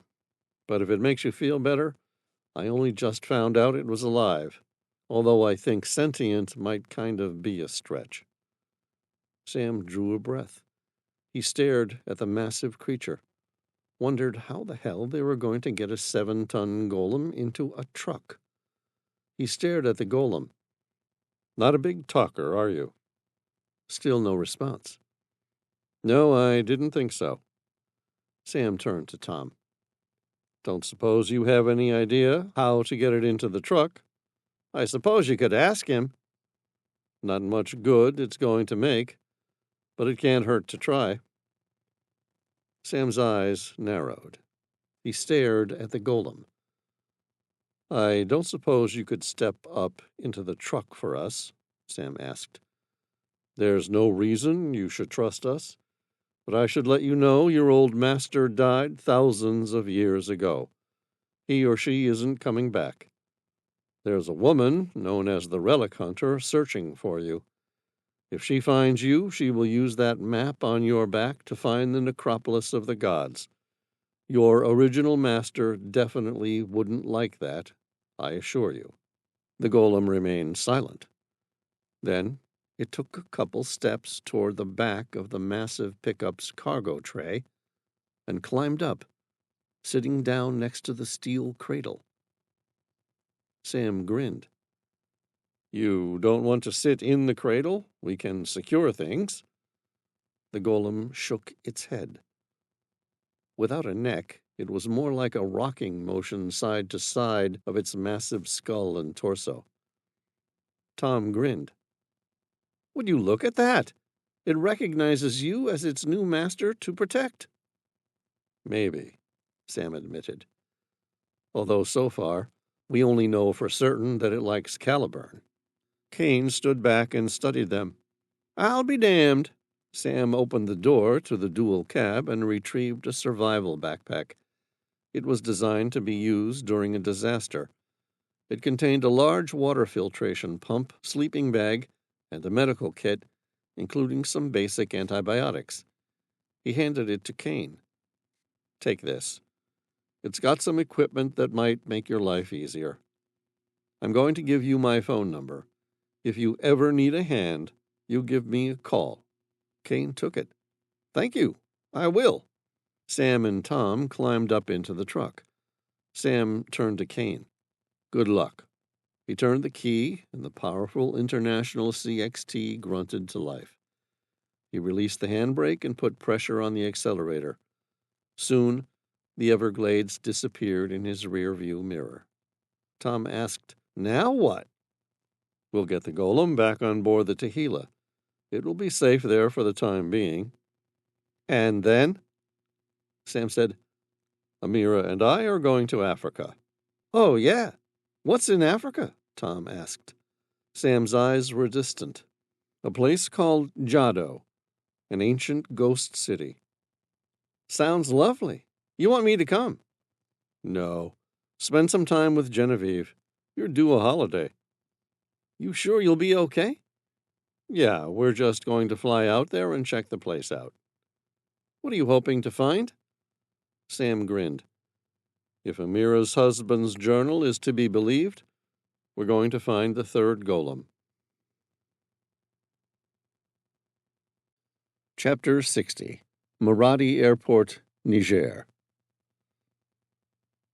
Sam stood at the edge of a makeshift airstrip, examining the old tail dragger that he had just acquired. Its weathered exterior told tales of decades past, as it bore the rustic charm of a relic from the 1940s. The paint was chipped, the tires were adequate but worn, and the windows were clouded with years of accumulated dust. It was evident that the plane had seen better days. It once belonged to an old farmer who claimed to have flown it for most of his life across the vast expanses of Africa. While it looked barely capable of flight, Sam knew from experience that all the faults with the Piper Super Cub were cosmetic. The old bird would be more reliable than most aircraft built today, at least for where he wanted to take it. Amira, a passionate historian and not a pilot, approached Sam with an incredulous look. "You expect us to search for the ancient city in this?" Skepticism was evident in her voice as she pointed at the plane. Sam chuckled, adjusting the strap of his old leather bag. "This, Amira, is a tail dragger. It might look like a relic, but it's ideal for what we need her for. It's been used in remote areas of Africa because it can take off and land on unprepared surfaces, like the ones we'll encounter in the Sahara." "But why not buy something more modern?" Amira asked, struggling to mask her concerns. Sam leaned in, pointing to the plane's rugged wheels. Modern trikes, with their nose wheel, aren't suited for the unpredictable terrains of the desert. This old tail dragger, on the other hand, with its two main wheels at the front and tail skid at the back, is perfect for places without proper runways. Plus, there's a certain charm to using a piece of history in our search for another. Amira nodded, slowly, taking in Sam's words. "It was owned by a farmer, you said?" Sam smiled. "Yes, a mature farmer, one with a lot of experience." Amira looked at the plane once more.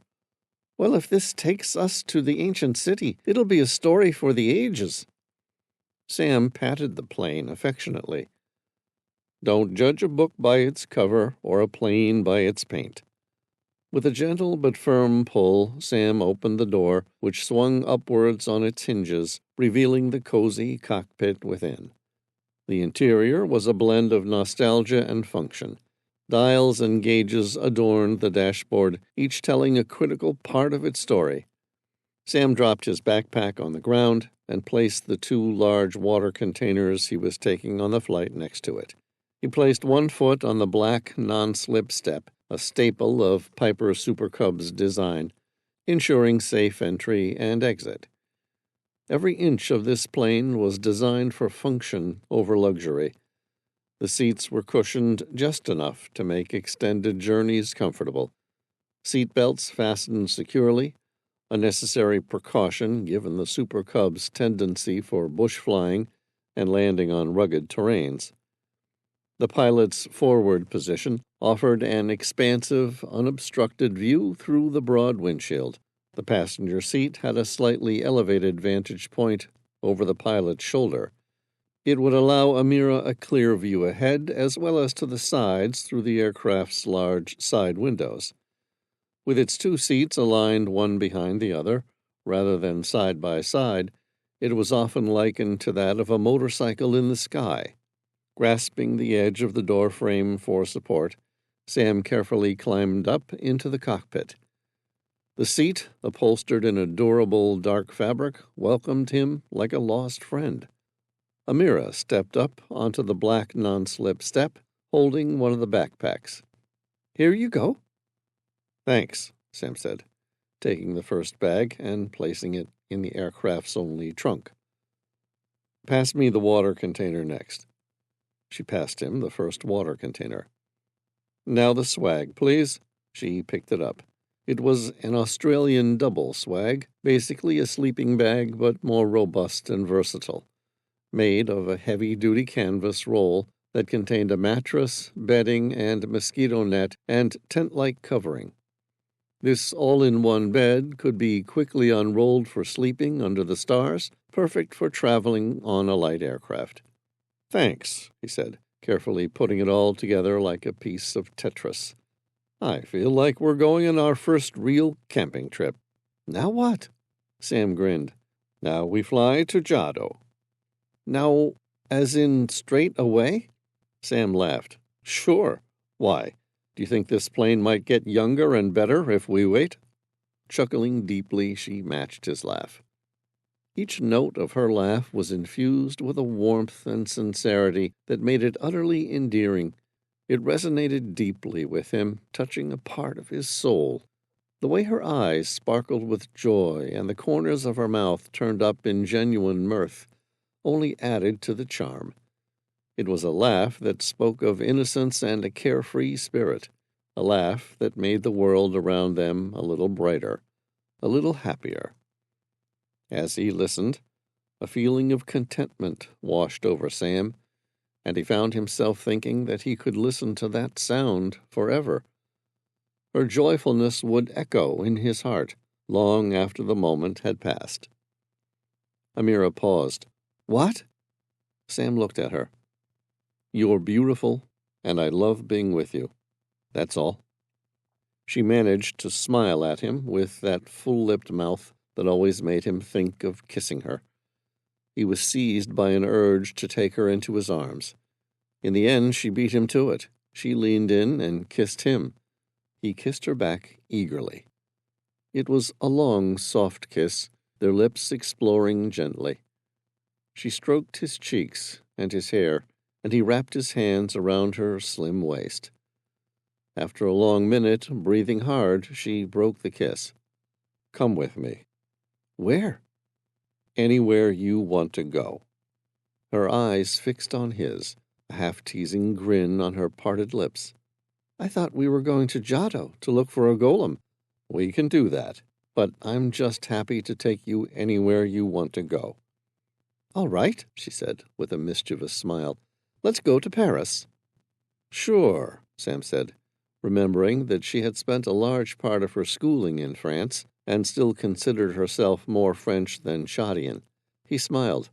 "Of course, I'm not so sure the Super Piper Cub would make it, but I'm willing to give it a try." "All right. Let's find this golem, and then you can take me to Paris." Sam grinned and kissed her again. "It's a deal."